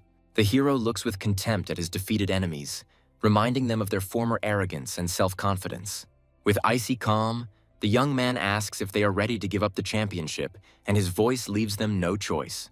The heads of the families are horrified to realize that this boy is a real madman who will stop at nothing. In exchange for the life of their mistress, the representatives of the Starry Sky give up their championship, ready to leave everything in the past. Yan Bingyu's wound is not healing, and the thick, dark energy of the corpse poison continues to corrode her flesh. The hero asks with a cold grin if they are really ready to leave everything in the past. With a devilish laugh, the young man reminds them that they themselves made a mistake, and only on the brink of death did they suddenly become magnanimous. The enraged representatives of the Starry Sky threaten to destroy the entire city if their star falls, reminding them of their omnipotence. Ignoring their threats, the hero repeats their words with contempt, asking if they will be able to stop someone who finds themselves in a death grip. A sudden blow knocks back one of the warriors, and the small skeleton once again proves his superiority. The second warrior rushes into the attack with a furious cry, not believing that someone dared to attack them, representatives of the Starry Sky. Suddenly, dozens of ninth-level masters burst into the arena, and the commentator screams in horror for reinforcements. The mysterious stranger leading the squad wonders with cold calm whether his goal is an order from the regicide. With a devilish grin, Zhao Wuji predicts Su Ping's imminent death, confident in his superiority. The hero looks at the new arrivals with bewilderment, not understanding what the regicide's order is and who these people are. The family heads are horrified to realize that the Starry Sky has summoned the Kingslayer's order, which is only issued in the event of a Beast King-level threat. 10 ninth-stage Peak Masters, capable of single-handedly dealing with the King of Beasts, are dispatched to suppress the threat. The titular Soldier King, Ji Gang, with icy calm orders everyone else to leave the area so as not to interfere. Panic grips the spectators, as a battle of this magnitude could wipe out the small city of Longjiang. Su Ling is horrified to realize that her mother is in danger and frantically tries to figure out how to save her. The young man reassures his sister with a warm smile, assuring her that their mother is already in the safest place in the world. Meanwhile, in a distant store, the hero's mother calmly drinks tea, unaware of the impending disaster. The hero looks at his enemies with contempt, declaring that the order to kill the king is an unattainable goal when it comes to him. The enraged Zhao Wuji cannot believe such arrogance, because no one dares to call himself a king in the face of the Starry Sky. Unwilling to endure any more humiliation, Zhao Wuji calls upon all the families of Longjiang to help destroy the common enemy. The head of the Tang family, blinded by the thirst for revenge, gives the order to his flying army, ready to tear Su Ping apart. Thousands of winged beasts soar into the sky, their combined might ready to rain death upon the arena. With fury in his eyes, the head of the Tang family orders his army to help Starry Sky and bring Su Ping to him. At the command of their master, the warriors of the flying army draw their bowstrings and release thousands of fiery arrows into the sky. The arena's roof collapses under a hail of arrows, and panicked spectators try to escape the falling debris. At the last moment, the nature patron comes to the rescue, and the young master of the Qin family saves the innocent from certain death. A massive cloud of bats, like a tidal wave, crashes into the arena, wreaking havoc and destruction. The representatives of the Starry Sky threaten the other patriarchs, declaring that neutrality will be considered disobedience. The head of the Zhou family unhesitatingly announces his support for Su Ping, urging the others to think carefully. The patriarchs face a difficult choice, because any mistake will cost them not only their reputation, but also their lives. They realize that Su Ping's current strength is incomprehensible and is capable of crushing even 5 ninth-stage peak beasts. On the other hand, the Starry Sky is an undeniable force that has saved base cities from destruction more than once. Remembering their past grievances and humiliations, the heads of families understand that even if they help Su Ping, it will not be of any use. After much deliberation, the patriarchs make their choice, and now they must announce their decision. The head of the Qin family orders his son to take refuge, announcing his decision to ally with the Starry Sky. Qin Xiaodian desperately begs his father to change his mind. Unable to understand how he could make such a suicidal choice, the young man tries to reach out to his father, reminding him that the Starry Sky doesn't care about their lives, and even victory won't change anything. The son bitterly explains that pleasing the Starry Sky is like putting out a fire, and sooner or later they will still burn. The head of the Qin family tries to reason with his son, reminding him that now is not the time for heroism, and no one can stop the regicide's order. With desperation in his voice, Qin Xiaotian begs his father to trust him, believing in Su Ping's power and his ability to change the course of history. The son's confidence makes the father think, and doubts arise in his heart. What if Su Ping really can overthrow the Starry Sky? The other patriarchs are surprised to realize that the Qin family is not with them, and now they must make their own choices. Zhao Wuji dismisses the doubts with disdain, believing that as the head of the clan, he cannot rely on the foolishness of his child. Suddenly, the head of the Qin family switches to Su Ping's side, and his son looks at his father with joy and relief. The enraged head of the Tang family cannot believe such a betrayal and angrily orders his army to fire. The head of the Qin family bitterly admits that caring for his family has made him old and indecisive, but he will no longer remain silent. Recalling his title as God of Wrath, the head of the Qin family unleashes his true power, preparing for the decisive battle. With a furious roar, he declares that he will never stoop to the level of mediocrity, and his body explodes into a blinding light. The God of Wrath's mighty roar shakes the heavens, and the elders are surprised to realize that after so many years of silence, he has only grown stronger. Unwilling to retreat, the head of the Tang family orders his army to regroup, declaring that his clan has never answered to anyone. Not wanting to get his hands dirty, the God of Wrath gladly accepts the help, and Su Ping orders the elite Zhou army to step forward. Giant roots pierce the heavens, and an army of winged beasts falls to the ground in terror, impaled by the deadly vines. An army of mighty beasts enters the battlefield, and Xue Kuang proudly orders them to surround the arena, preventing the enemies from escaping. Xue Kuang eagerly awaits the order, ready to unleash the full might of his newfound army on his enemies. The head of the Tang family looks down on the pathetic scum, not believing that they could defeat his elite army. The hero, with a devilish grin, reminds us that his shop exists for a reason, and that his students never leave anything behind. Under Xue Kuang's command, the Bear Army activates its anti-aircraft guns, and the fierce thunder destruction chain shoots into the sky. The elders are horrified, as such power is beyond all bounds, and they cannot believe that the Zhou family submitted to Su Ping so easily. Chain lightning spreads across the arena, and the spectators panic and try to escape, realizing that there is nowhere else to hide. The counterattack falls upon the flying army, and golden arrows pierce the winged beasts, sowing chaos and destruction. The Bear Army creates an impenetrable barrier while anti-aircraft troops continue to mercilessly shoot at living targets in the sky. The head of the Tang family is furious because the thunder technique completely neutralizes the main advantage of his army, agility and stealth. A terrifying realization dawns on the head of the family, and he realizes that Su Ping knew about his ambush from the very beginning and was prepared for it. Xue Kuang, with a devilish grin, urges you to finish off the enemy while his fighting spirit is broken and he is unable to resist. In the midst of battle, a mysterious voice calls out to the tracer, giving him secret coordinates. In the main city of the starry sky, in near-Earth orbit, something terrible and deadly is being prepared for launch. A crushing blow from space falls upon the Earth, and a fiery beam incinerates everything in its path. Xue Kuang looks at the sky in horror, not understanding what kind of devilry has fallen upon them from the heavens. The god of wrath recognizes the weapon with horror as the 10,000-ton space cannon tracer, the weapon of mass destruction of the starry sky. The patriarchs look upon the fugitives with disdain, confident that remaining on the side of the starry sky was the right decision. A second strike from space hits the Earth, and a wave of fire sweeps away everything in its path, leaving no one a chance for salvation. At the most critical moment, a giant light-bearing serpent of purgatory appears in the sky, ready to take the blow. The mighty beast meets the fiery beam, and its body bursts into a blinding light, absorbing the destructive energy. The patriarchs are in shock, because they cannot believe that anyone managed to withstand the blow of the space cannon.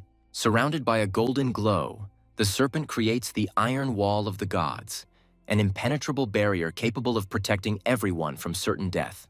A protective dome covers the arena, and the fire beam, hitting it, dissipates without causing harm to anyone.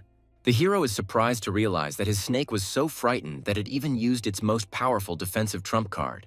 The representatives of the starry sky are horrified, because in the past, Tracer's cannon destroyed even 9th stage beasts. With a satisfied smile, Ji Gang acknowledges Su Ping's strength, declaring that the test is over and he is satisfied with it.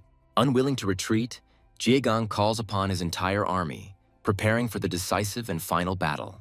Hundreds of 9th stage rifts open up in the sky, and Qin Xiaoshan realizes with horror that Starry Sky is going all out. A mad and terrifying scene unfolds in the arena, and even the bravest warriors tremble before the power that the Starry Sky has always been proud of. Ji Gang challenges the battle, wanting to personally test the true strength of Su Ping and his mysterious army. The hero returns the rights to the skeleton with a cold smile, ordering him to take care of Su Ling while he deals with the others. Qin Xiaodian panics and tries to stop his brother, reminding him that their opponent is the Starry Sky, which is capable of killing the kings of beasts. The hero merges with his pet, choosing the most destructive skill, Infinity Slash of Chaos Stars. The Starry Sky warriors are terrified, as they cannot believe that such a young master of the legendary rank exists. Unwilling to give up, Ji Gang calls on his warriors to join forces, confident that their combined might surpasses the legendary rank. The hero merges with the beast's soul and scornfully declares that he will show them the difference between a pre-packaged and a true legendary rank. An army of mighty beasts descends upon a lone warrior, but he meets them with a devilish grin. With one blow, the hero cuts his opponents in half, and their lifeless bodies fall to the ground. The soldiers are terrified, because the soldiers in the front row fell from one blow, and now they have to hastily strengthen their defense. Knowing no mercy, the hero continues his bloody harvest, and his blade sows death and destruction. The soldiers panic and realize that if they kill their master, his animals will go out of control and begin to attack indiscriminately. The hero breaks through the ranks of enemies with incredible speed, and his movements are impossible to track. Having broken through the front line, the guy deliberately provokes the soldiers to shoot at their own, and now their ownerless animals are causing confusion in the battle. The god of wrath watches with satisfaction, realizing that the biggest difference between a master and a beast king lies in strategy. By killing the master, the hero turns the enemy's numerical advantage into their greatest weakness, as their own beasts now turn against them. The god of wrath proudly praises his son, reminding everyone that Su Ping is a legendary master. Realizing that Su Ping is a tough nut to crack, the Starry Sky soldiers decide to deal with his allies first. Su Ling is terrified because now she and her friends will have to fight with the 9th level masters. Not wanting to let their brother down, Su Ping's allies rush into battle, ready to defend him to the last drop of blood. Surrounded on all sides, the heroes struggle to hold back the onslaught of countless phantoms, but their strength is running out. A giant dragon emerges from the bloody mist, its roar causing the very earth to tremble. Qin Xiaodian is shocked by the beast's incredible physical strength, capable of not only resisting Tracer, but also crushing opponents of the same class. Xu Kung rushes into battle with a furious cry, his dragon dog ready to unleash the full might of the thunderous killing boundary on his enemies. An army of mighty beasts surrounds their enemies, and Shui Kuang, with a devilish grin, gives the order to kill them all. The patriarchs are horrified to realize that they have no rivals either in quantity or quality, and now they can only regret their choice. Jai Gang, with a devilish grin, sacrifices his soldiers, turning the battlefield into bloody food for his bloodsucker demon. By absorbing the energy of the fallen, the bloodsucker demon grows larger and stronger, surpassing even the Lightbringer serpent in size. The hero realizes with a cold grin that his opponent had been preparing for this move from the very beginning, sacrificing his troops. Undeterred by size, Su Ping defiantly declares that he has never been intimidated by his opponent's size. The hero activates the second style of the demon god's overwhelming fist, preparing for the decisive attack. A crushing blow falls on the giant demon, and Jie Gang is horrified and cannot understand what kind of strange combat technique is in front of him. The defeated demon falls to the ground, and Yan Bingyu struggles to come to her senses, unable to believe that her strongest ally has been defeated. The wounded Yan Bingyu panicked and asked to be taken away from here, realizing that even the Soldier King was no match for this monster. The girl looks at her enemy with hatred, swearing that she will return with revenge when she gains strength. In desperation, the girls try to escape, but realize that the protective barrier has turned into a cage from which they cannot escape. The hero, with a devilish grin, announces that the iron wall of the gods cuts off everything, and now none of them can escape. A giant skeleton looms over two helpless girls, its shadow foreshadowing their impending doom. At the last moment, the maid pushes her mistress away, taking the blow and saving her from a crushing fall. In near-Earth orbit, in the main city of the starry sky, the fate of entire worlds is decided. In the Supreme Conference Hall, all the members of the starry sky had gathered, ready to listen to the order of their chairman. The senator anxiously asks if the seal of the abyss has weakened again, but the reason for the urgent meeting turns out to be much more serious. The chairman grimly reports that two of their best warriors have encountered someone much more powerful and have asked for help. The senator disdainfully cannot believe that in some remote place someone could appear who is beyond their capabilities.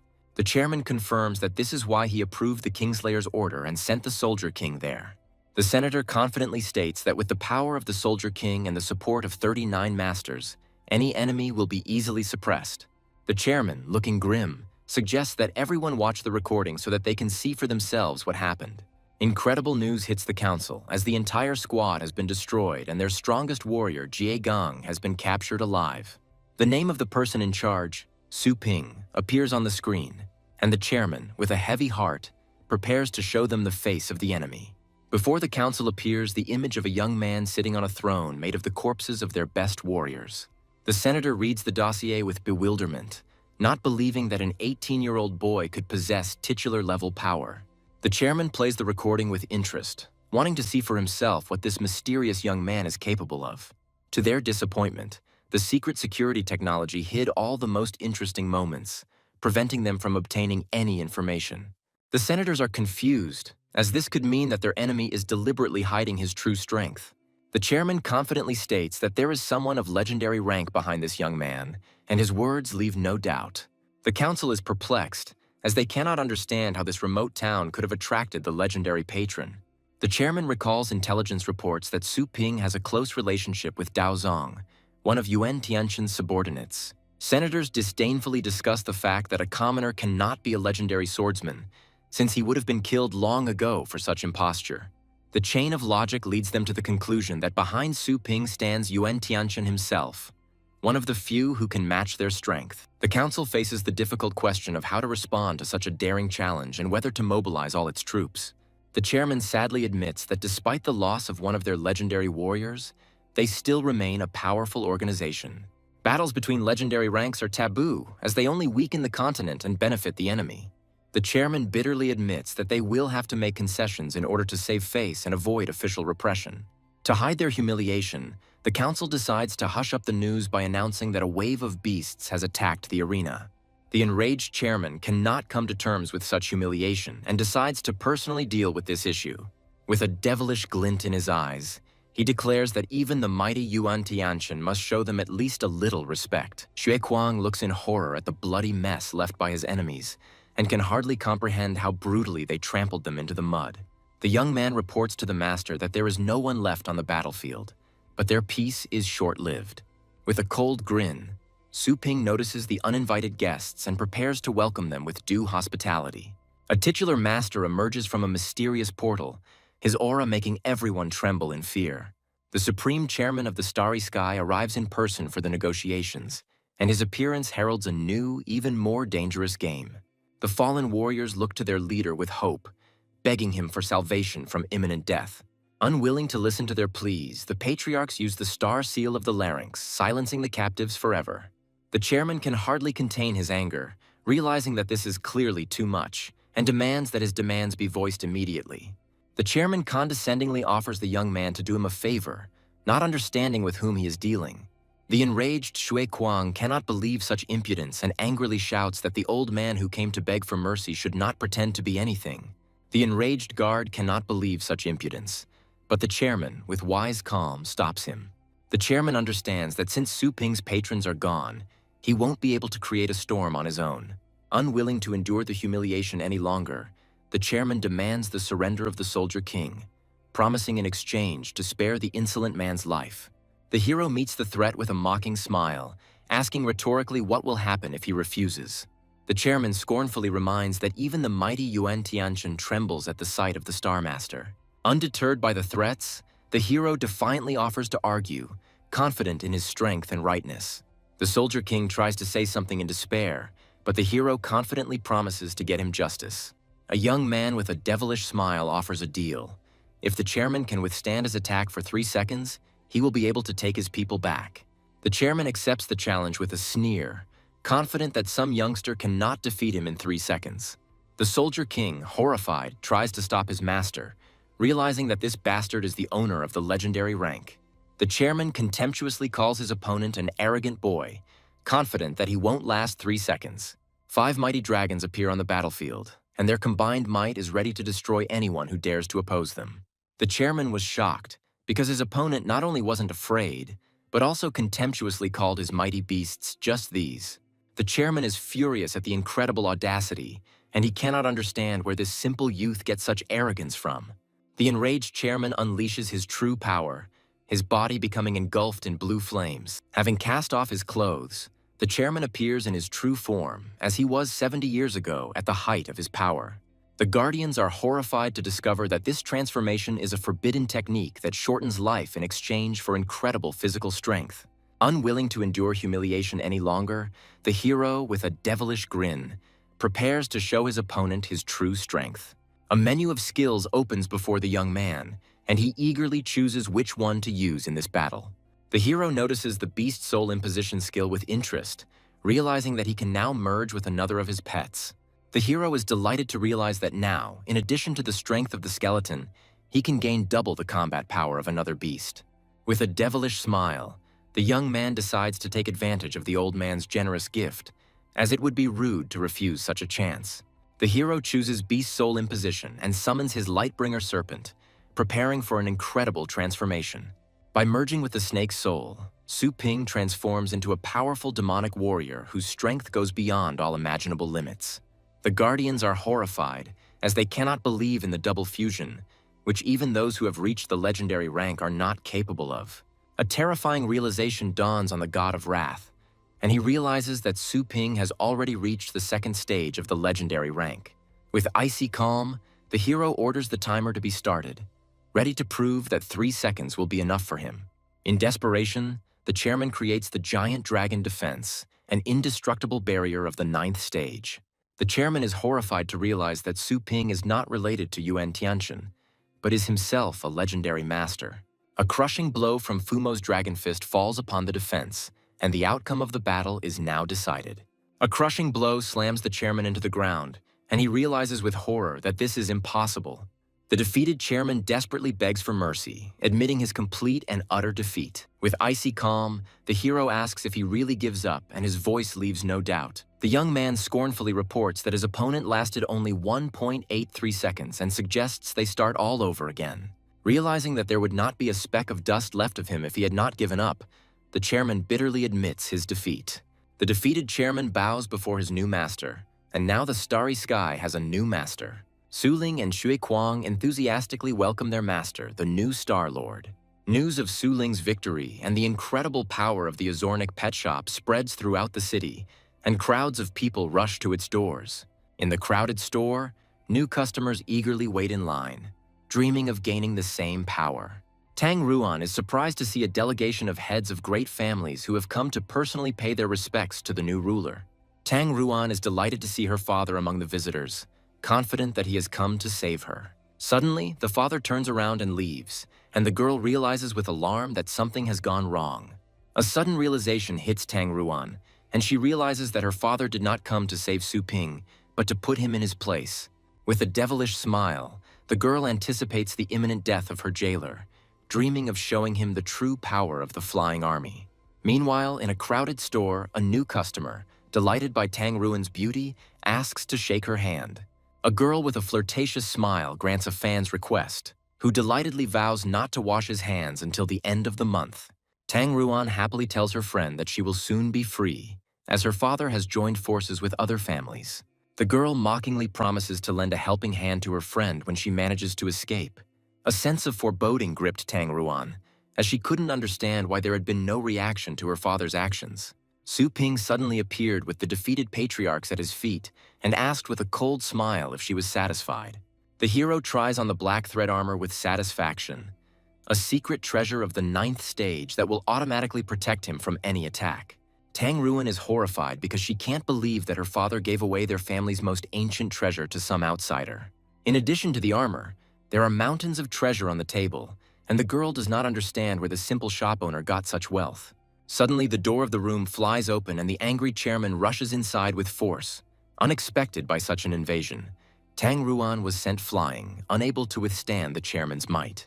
The girl is surprised to recognize the attackers as those who had recently been Su Ping's enemies and does not understand what is happening. The hero greets Xiao Tang with a smile and asks her to bring him tea with unperturbed calm. With a slight hint of mockery, the young man reminds that everyone present is his guest, and they need a pour too. Confused, Tang Ruan obediently follows the order, pouring tea for the old gentleman who was recently her enemy. The chairman looks at the scene with suspicion, trying to figure out if this girl is Su Ping's most trusted servant. Tang Ruan notices with alarm that the old gentleman has suddenly started sweating and is afraid that she will be punished. The chairman apologizes in a panic, begging him not to report him to Master Su, and promises to pay generously for his silence. The girl is perplexed, because she does not understand why such a powerful old man who was supposed to help her father is so afraid of Su Ping. The head of the Mu family is surprised to recognize the maid as the missing daughter of old Tang, who, as it turns out, was secretly sent here for training.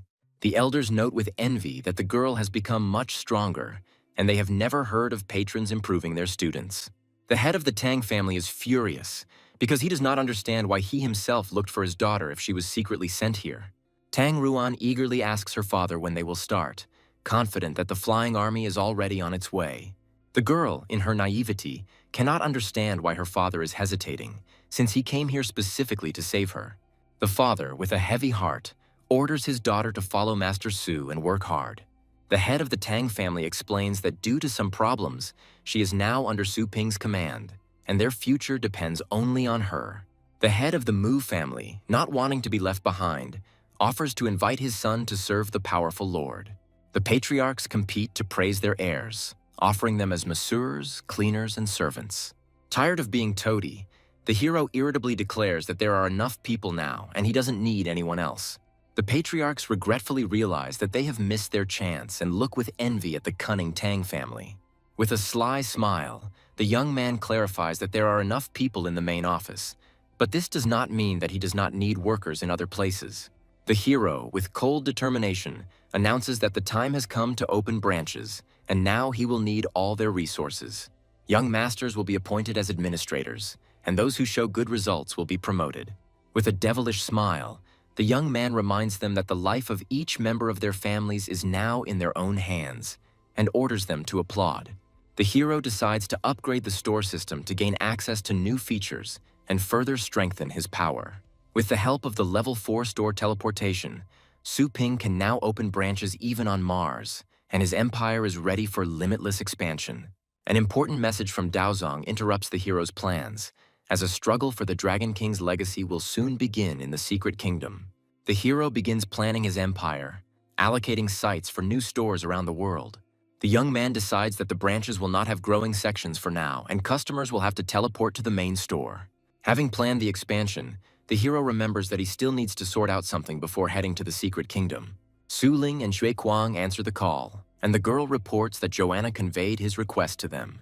The hero announces his imminent journey and invites his charges to join him in the wastelands. Xue Kuang enthusiastically agrees, as he misses real adventures and wants to test his new knowledge. Su Ping notes with a smile that the tournament was beneficial for Xue Kuang, who began to see the world more broadly.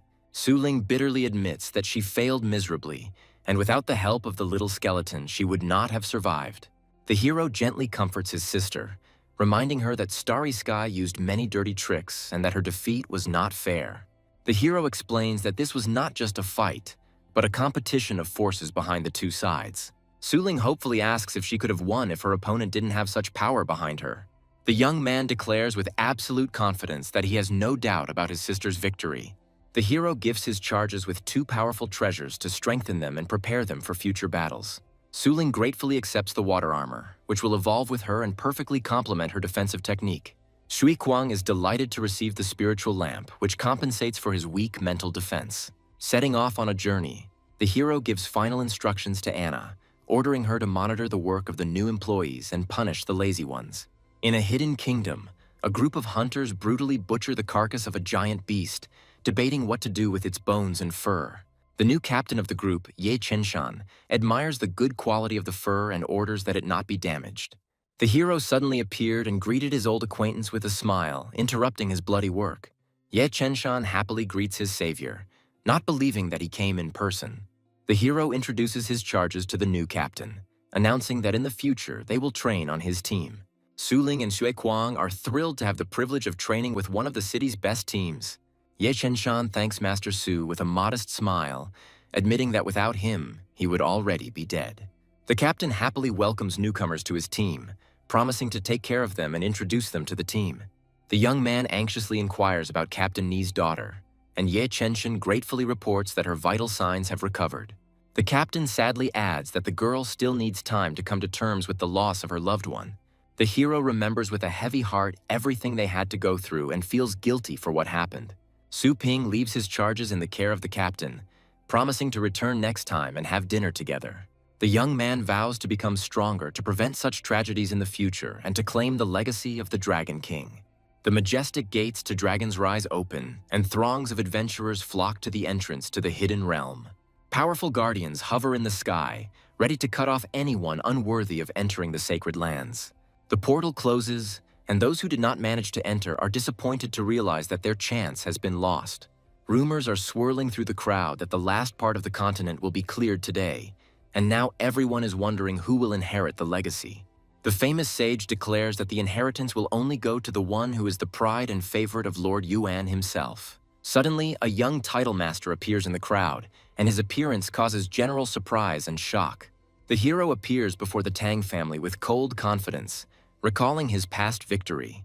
The guards block his way, declaring that the secret kingdom is closed to the public and asking him to leave. With a devilish grin, the young man realizes that someone is trying to take possession of the inheritance of the secret kingdom while the star rift is not open.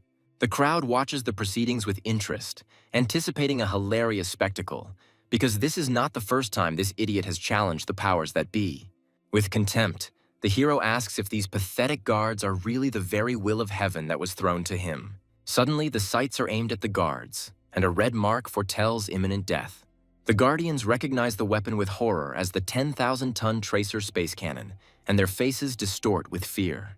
A terrifying realization dawns on one of the guards, because only the one who is in charge of the starry sky can mobilize Tracer without an order. Enveloped in golden flames, the hero confirms their guess with a devilish grin, asking if they have lost their desire to stop him. In horror, the guards fall to their knees, begging for mercy and asking that no harm be done to Lord Yuan's closest relative. The hero declares with cold calm that as long as they don't touch him, he won't touch them, and his words leave no doubt. The guards realize with horror that the culprit of all this commotion was the very guy they were trying to stop.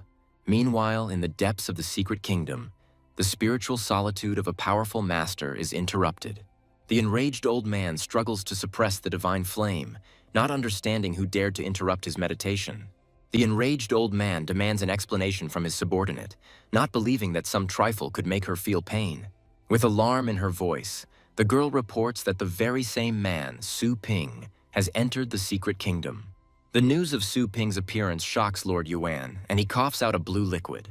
The Lord asks with concern about the situation with the advance party that was supposed to clear the last area.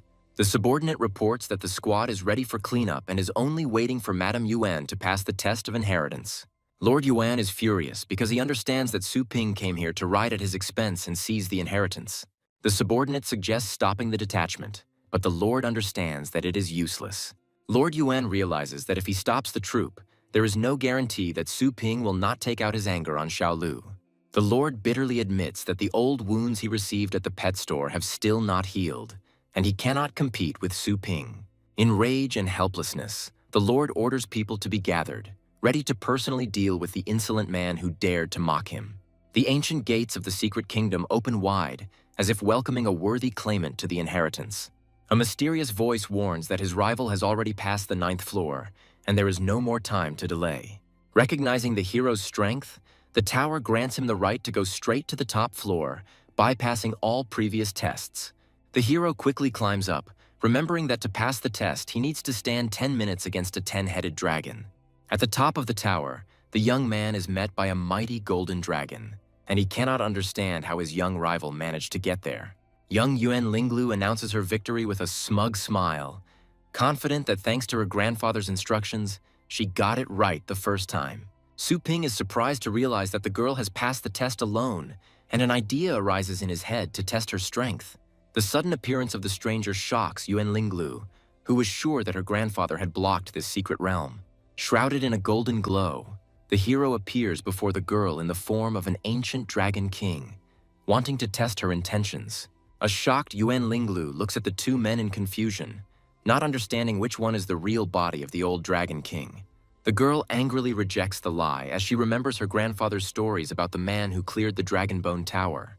The ancient Dragon King delightedly announces that he has waited 10,000 years for an heir like him. The dragon's terrifying roar makes the girl remember the legends of highly developed creatures who lived among people. Yuan Linglu is alarmed to find that he cannot determine the level of power of this creature and doubts the veracity of the legends. The girl falls to her knees in panic, begging for forgiveness and asking to pass on her inheritance, but in response receives only ridicule.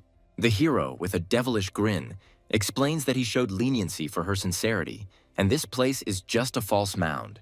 The girl is surprised to realize that the real legacy is hidden elsewhere, and her heart fills with hope. The young man reveals the secret with a slight smile, saying that the real dragon's tomb is hidden under a mountain 72 miles from here. Inspired, Yuan Linglu is ready to set off immediately, but the hero stops her, warning her of danger. The young man explains that the tomb is mortally dangerous and orders her to abandon all her treasures and equipment, promising to take care of them. Yuan Linglu gratefully accepts the instructions, trustingly leaving his belongings and setting out on a dangerous journey. Lord Yuan is pleased to learn that the last area of the continent has been destroyed and his granddaughter has successfully passed the 9th floor. With cold determination, the Lord declares that he is counting on this inheritance, and his precious Xiaolu must fight for it. The ancient Dragon King's soul has finally been fully restored, and he is now ready to meet his heir. After 10,000 years of waiting, the Dragon King welcomes his long-awaited challenger. Confused and angry, Yuan Linglu cannot believe that she has been deceived again and demands an explanation. The enraged dragon does not understand why he was interrupted, and the girl panics and tries to justify herself.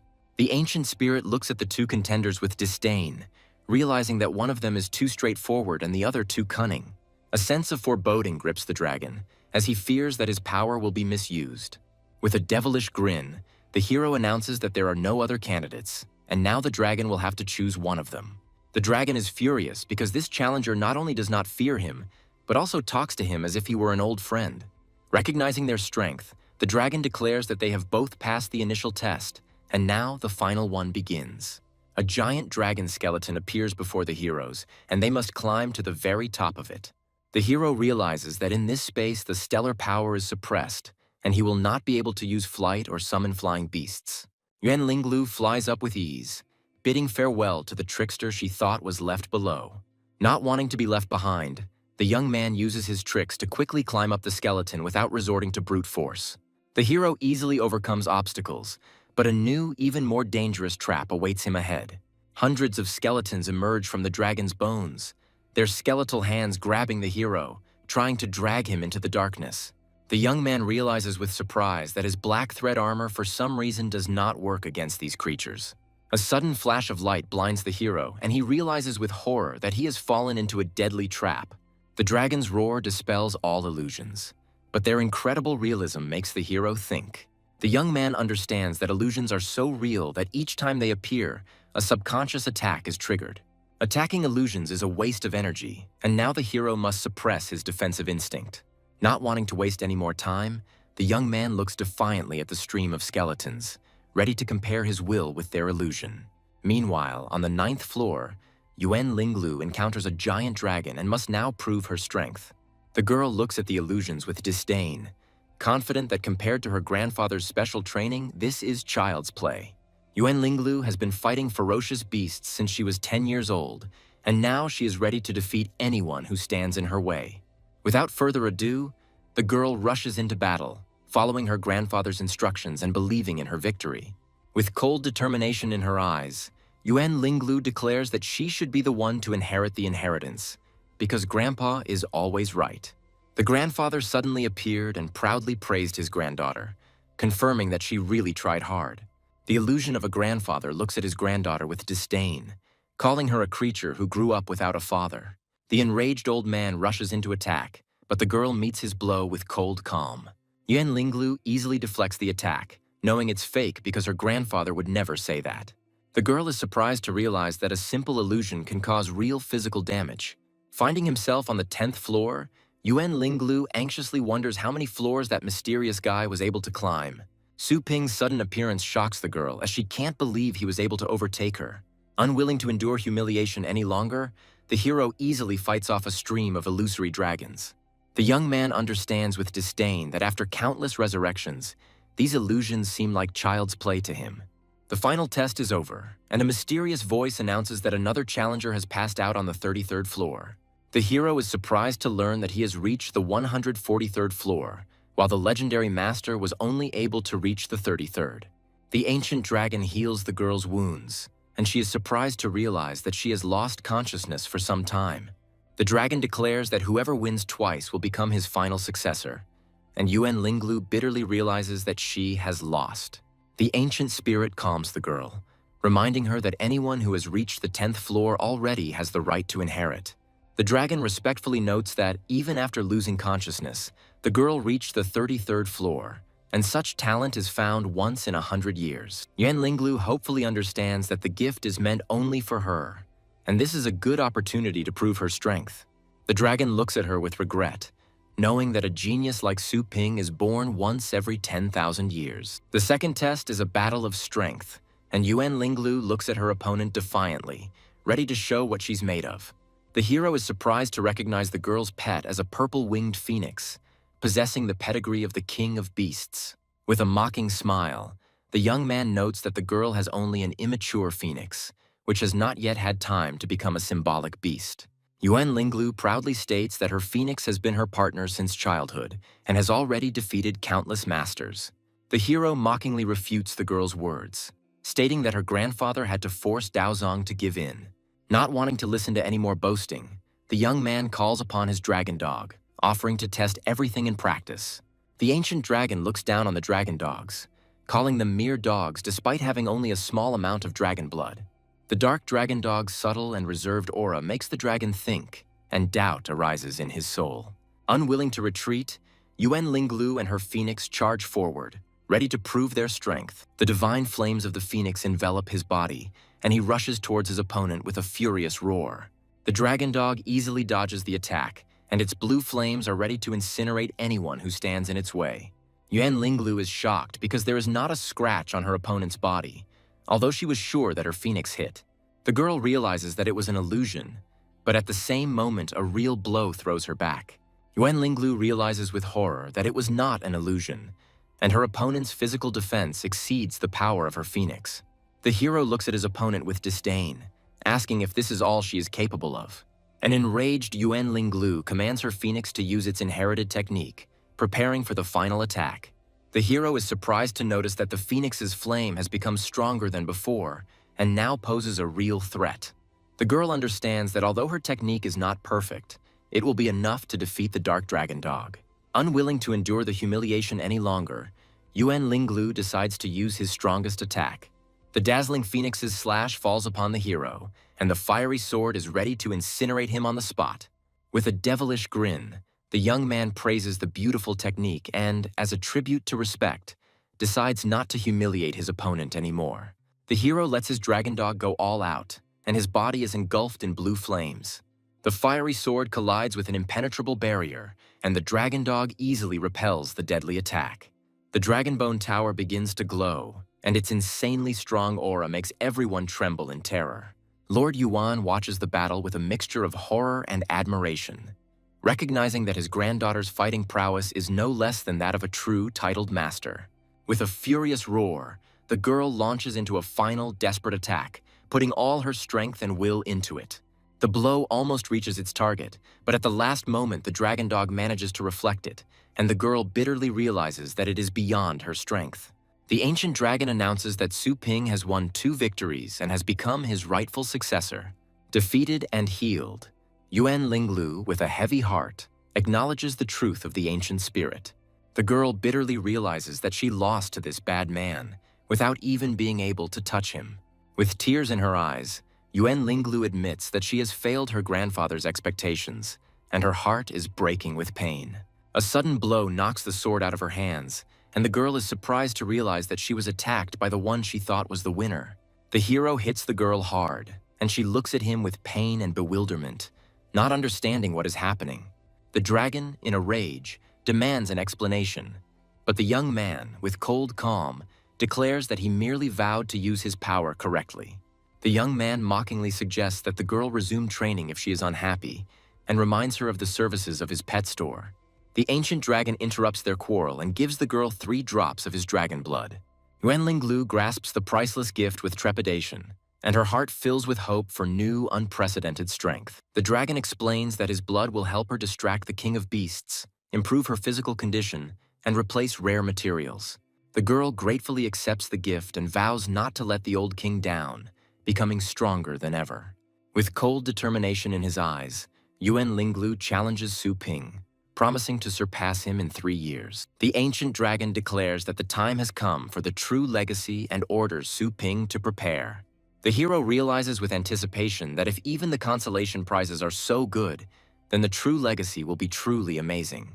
The original world of the dragon soul opens before the young man, and a giant golden chest bound with chains descends from the heavens. The chest opens, revealing mountains of countless treasures worthy of the legacy of the Dragon King himself.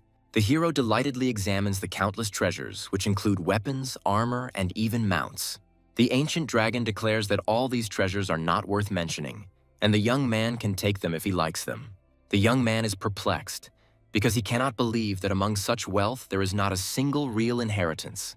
Not wanting to miss his chance, the hero takes out the Qiankun scroll, ready to take every last speck of treasure. The scroll easily absorbs all the treasures, but for some reason cannot fold the mysterious golden coffin. Not wanting to leave anything valuable behind, the hero decides to take the water as well, which, in his opinion, the old king no longer needs. The ancient dragon stops him in a panic, asking him to clear his mind and prepare for his true legacy. The dragon bitterly recounts that he once suffered defeat, and now his true body is sealed in this coffin. The dragon's coffin that guarded his immortality is broken, and now his life force is fleeting. An ancient spirit offers the hero the chance to become the descendant of a true dragon, and his offer leaves the young man in shock. The hero panics and tries to stop the dragon, not understanding why it is so hostile to his bloodline. The ancient spirit is furious, because its true essence is the golden crow demon god. The incredible discovery shocks the dragon, and he cannot believe that in front of him is the descendant of his worst enemy. The dragon desperately pleads for help, but his spirit is weakening, and now he must pass on his legacy. With its last breath, the dragon passes on its original legacy to the dragon dog, and its spirit finally dissipates. The hero is shocked because he cannot believe that the priceless legacy of the Dragon King was passed on to his dog. Lord Yuan suddenly appeared, hopefully asking if his granddaughter had received her inheritance. The girl has difficulty coming to her senses, not understanding what happened, and bitterly asks her grandfather for forgiveness. Yuan Linglu falls to his knees in despair, admitting that Su Ping has appropriated the dragon's legacy. Yuan lifts his granddaughter up, and she tearfully admits that she was useless and was unable to break through Su Ping's pet's defense. Lord Yuan is horrified to realize that Su Ping not only survived, but has also become the de facto master of the Starry Sky. Yuan Linglu bitterly asks for forgiveness, but immediately realizes with horror that now she has nowhere to hide her treasures. The girl excitedly shows her grandfather a rare blood crystal, begging him to continue training to defeat this villain. Lord Yuan looks at his grown-up granddaughter with pride, realizing that this experience and secret treasures were worth it. With cold determination, the Lord declares that he will not allow Su Ping to obtain another inheritance, as his power will become immeasurable. An army of adventurers enters the tower with trepidation, ready for new challenges and dangers. The hero looks with alarm at the golden cocoon in which his dragon dog sleeps, and does not understand why it is so noisy. The young man decides to stay and wait until his pet comes out, ready to protect him from any threat.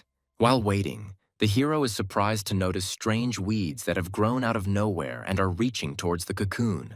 The young man realizes that the dragon's rich energy is coming out, nourishing everything around him, and his heart is filled with anxiety. The hero decides to seize the moment and immerse himself in the rich energy of the dragon cocoon in order to achieve great success. After 7 days, the soldiers left outside go mad with terror, begging the dragon not to eat them. Lord Yuan is alarmed to learn that the tower contains an extremely powerful spirit dragon capable of driving anyone mad. 7 days have passed, but no one has emerged from the tower, and the Lord suspects that Su Ping might have already slipped away. A sudden column of golden light erupts from the tower, and the guards realize with horror that someone is coming out. A giant golden dragon appears from the light, and the guards are horrified to recognize its rider as Su Ping. The majesty of the golden dragon of great dispersion descends upon the earth, and its roar causes the very earth to tremble. The dragon's overwhelming aura makes everyone fall to their knees, and Lord Yuan recognizes it with horror as the top 5-clawed golden dragon. The hero looks at his fallen enemies with disdain, reminding them that they just said he couldn't do anything. Lord Yuan can hardly bear the pressure, realizing that this is no longer a joke and begs for mercy. A giant dragon, which has reached the level of the King of Beasts, looms over the crowd, and its power makes everyone tremble in terror. The hero, with an innocent smile, asks what has the legendary Yuan so worried, since he hasn't done anything yet. Lord Yuan can hardly contain his anger, realizing that his opponent is deliberately mocking him. The young man, with a cold grin, reminds him that he should be the one asking what the Lord wants, since he wanted to kill him. The hero disdainfully declares that Longjiang is now his territory, and in the future he will not need their cold water.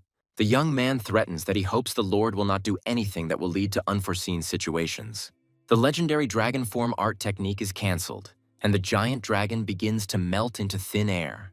The dragon dog that inherited the inheritance now possesses the power of the highest 7th stage and a multitude of new, deadly skills. The ancient dragon explains that he sealed 90% of the dog's power to prevent it from going out of control. The removal of the seals will occur gradually, and with each new stage, the dragon dog will gain more and more power. The hero is shocked, because he cannot believe that after the removal of the last seal, his pet will enter a realm that is higher than the legendary one. Returning to the store, the hero receives a mysterious letter from another continent, and his heart is filled with anxiety. The letter turns out to be an invitation from the Shenguang-based City Cultivators Association. The hero decides to accept the invitation and sets out on his journey, hoping to learn more about the mysterious city from the old scoundrel. The young man is surprised to see a flying capsule parked at the entrance and realizes that they were already waiting for him. Having met with the chairman, the hero, without further ado, asks him to tell him everything about the city of Shenguang and its cultivators. The chairman explains that base cities are divided into levels depending on their scale and safety factor. Level A cities are impregnable fortresses, and there are only 7 of them on each continent, one of which is Shenguang. The breeders are not just warriors, but true blacksmiths who have mastered various methods of strengthening and feeding their pets. The base city of Shenguang is where cultivators were first born, and it has now become a mecca for all cultivators in the world. In its heyday, Shenguang was home to holy masters who could enlighten all things and raise the kings of beasts. With the fall of the saints, the number of legendary ranks has dropped sharply, and now the Association of Cultivators is looking for new talents. The hero, with cold determination, understands that despite his strength, he is still dependent on the system and needs to gain power.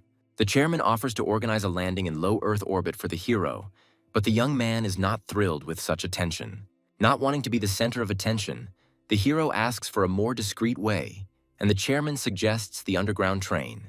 The young man agrees to the train with a slight smile, and the information about the trip is immediately confirmed. Finding himself in a luxurious first-class carriage, the hero is surprised to realize that a ticket for this train costs a fortune. Suddenly, an enraged red dragon appears in the carriage, and its appearance sows chaos and panic among the passengers. An angry owner yells at a little girl, accusing her of feeding his dog and then dying.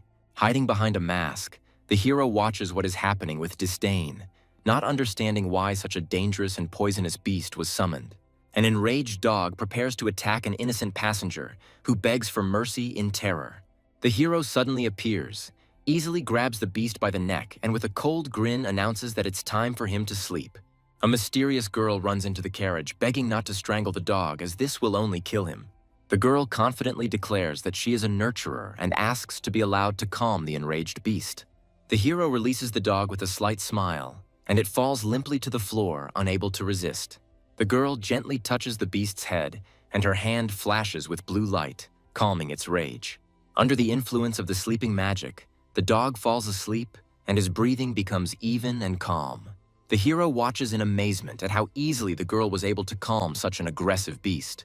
The girl proudly shows off her star gloves, which help her control her star power more precisely. The enraged owner demands an explanation, but the girl, with cold calm, declares that she made his beast fall asleep, and now he has nothing to worry about. The enraged owner demands an explanation, threatening that the girl will pay if his dog gets hurt. The girl tries to calm the impudent man, explaining that his dog ate a lot of sugar and must not be woken up. Tired of the screams, the hero grabs the insolent man by the arm, ordering him to silently take his beast. With icy calm, the young man orders them to apologize and then get lost, and his voice leaves no choice. Frightened to death, the dog's owner falls to the floor, unable to withstand the terrible gaze of his adversary. Humiliated and defeated, the man mumbles an apology, admitting that it is unethical to leave his pet alone. Having verified the hero's identity, the staff wishes him a good time, and he returns to his place. The flight attendant brings strawberry cheesecake, but the hero is surprised to say that he didn't order anything. The girl explains with a smile that Mrs. Zhang ordered it for him as a token of gratitude. The hero accepts the treat with a slight smile, just in time because he wanted to eat. A sudden jolt shakes the carriage and a tray of cheesecake flies to the floor, interrupting the peaceful meal. The ceiling of the carriage cracks, and the frightened flight attendant realizes with horror that there is something outside. Passengers run outside in panic and see that their train is being attacked by wild animals. The flight attendant tries to reassure passengers, assuring them that the train is equipped with a team of technicians who will sort everything out. The hero realizes with irritation that he won't even be allowed to eat in peace and feels the approach of stellar power. The train is attacked by stone-armored beasts, their claws easily tearing through the metal casing. The dragon suddenly appears and easily deals with the attackers, but the hero notices that this is not the end. The captain of the guard is terrified because among the attackers there are beasts of the 9th stage, and he orders his men to distract their attention. The creature that suddenly appeared turns out to be too fast, and the captain does not have time to react to its attack. Before the beast can strike, a beam of fire pierces it, and the soldiers, horrified, cannot believe that their enemy has been killed. The captain greets his savior with gratitude, not believing that he resolved the situation so easily. The captain assures with a smile that it is usually safe here, but the hero understands with suspicion that this is not the case. The hero realizes that even if such creatures have descended from the mountains, then perhaps something much more dangerous has appeared below.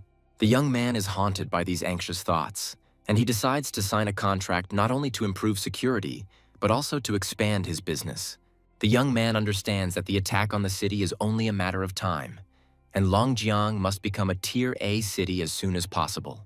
A sudden meeting with the same girl from the train takes the hero by surprise, and she asks in surprise if he is from Shenguang.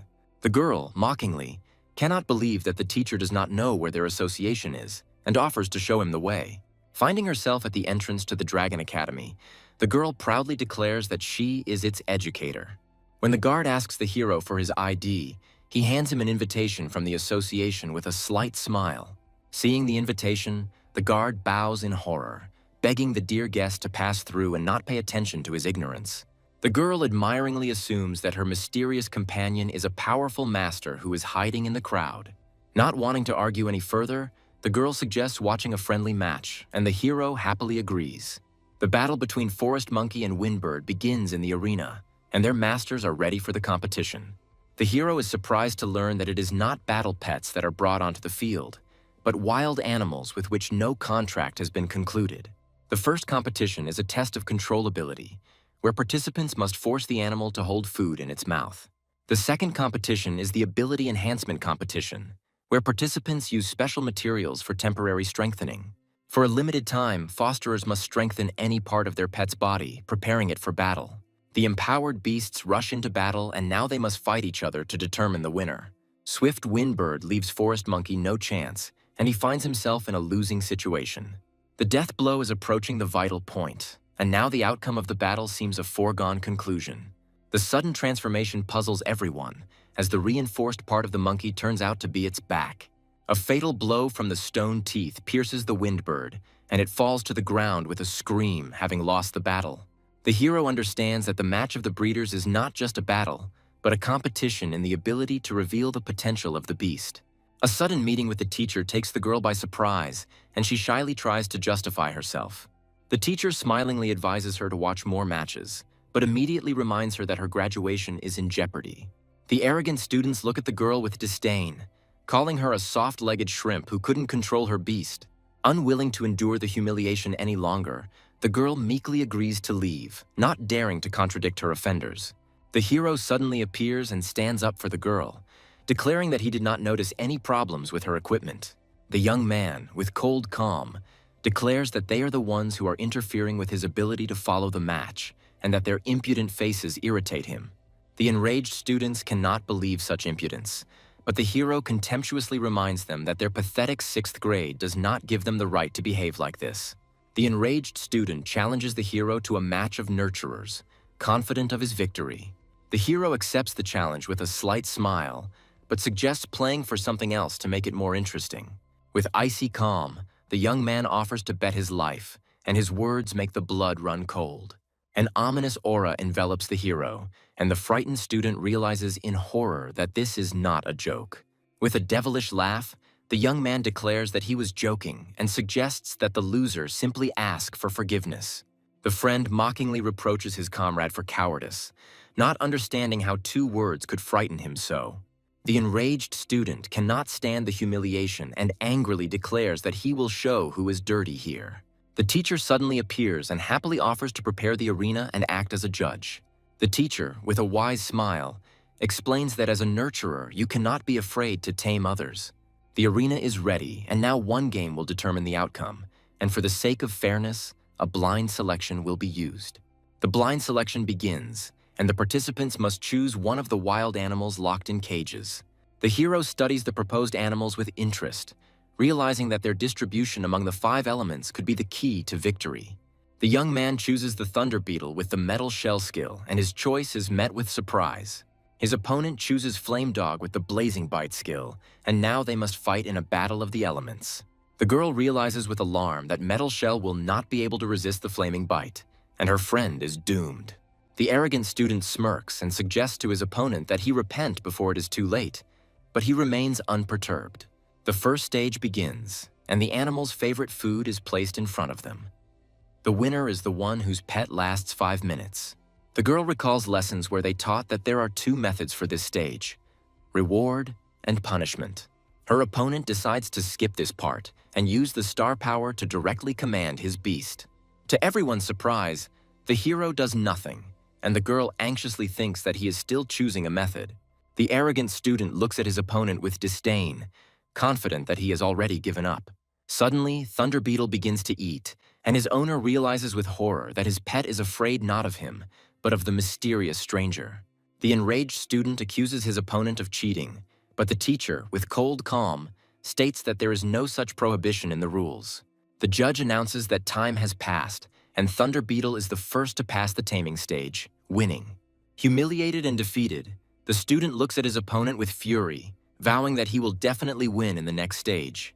The second stage begins, and now participants have 3 hours to choose materials to strengthen their pets.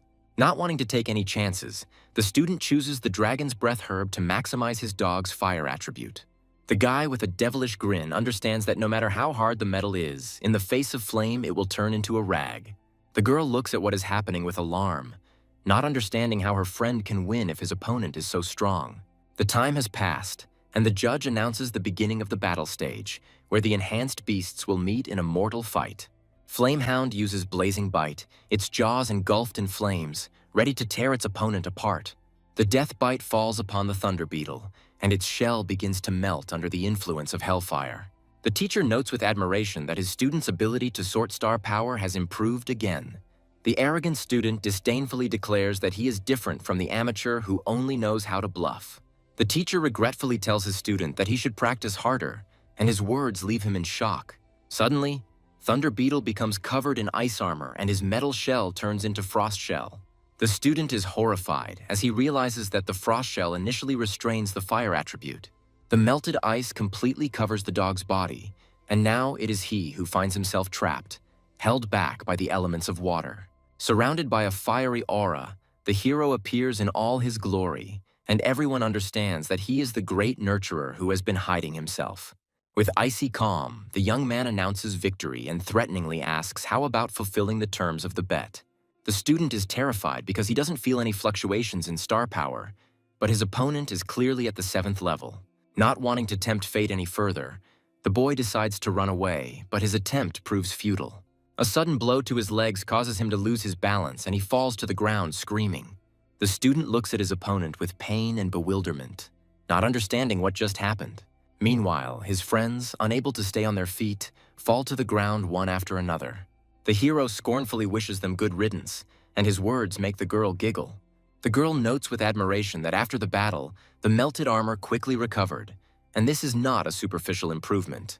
The hero explains with a slight smile that he gave the Thunder Beetle the Xuanhan crystal, and after absorbing it, he changed. The girl is surprised to suggest that the fear of death could have unlocked the Thunder Beetle's full potential. Recalling ancient treatises, the girl understands that appropriate pressure and harsh conditions can have a positive effect on cultivation. The girl is delighted, because she did not expect that someone had already implemented this complex theory, and she hurries to write down this news. The teacher asks with interest what this method is called, and the hero, after thinking for a bit, calls it deadly cultivation. The teacher is surprised to realize that his student's friend is not so simple and asks her to introduce him. The embarrassed girl introduces herself, and Teacher Dean, having apologized for his students, asks with interest the name of the mysterious stranger. The hero introduces himself as Shui Kuang, and the teacher is surprised to realize that he has never heard of such a name in the world of cultivators. The young man explains that he came here to watch a famous conference of nurturers, and this is pure coincidence. Teacher Dean offers to treat his new acquaintance to apologize for the inconvenience, but he politely declines. Not wanting to insist, the teacher expresses his gratitude and hands over his teacher ID card. This card provides comfortable living conditions and certain privileges within the academy, and the hero gratefully accepts it.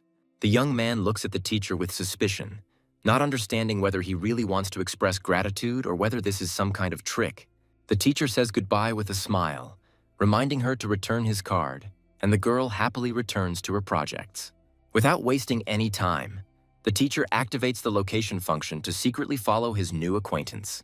The girl is surprised to see her teacher, who asks with interest how her project is progressing.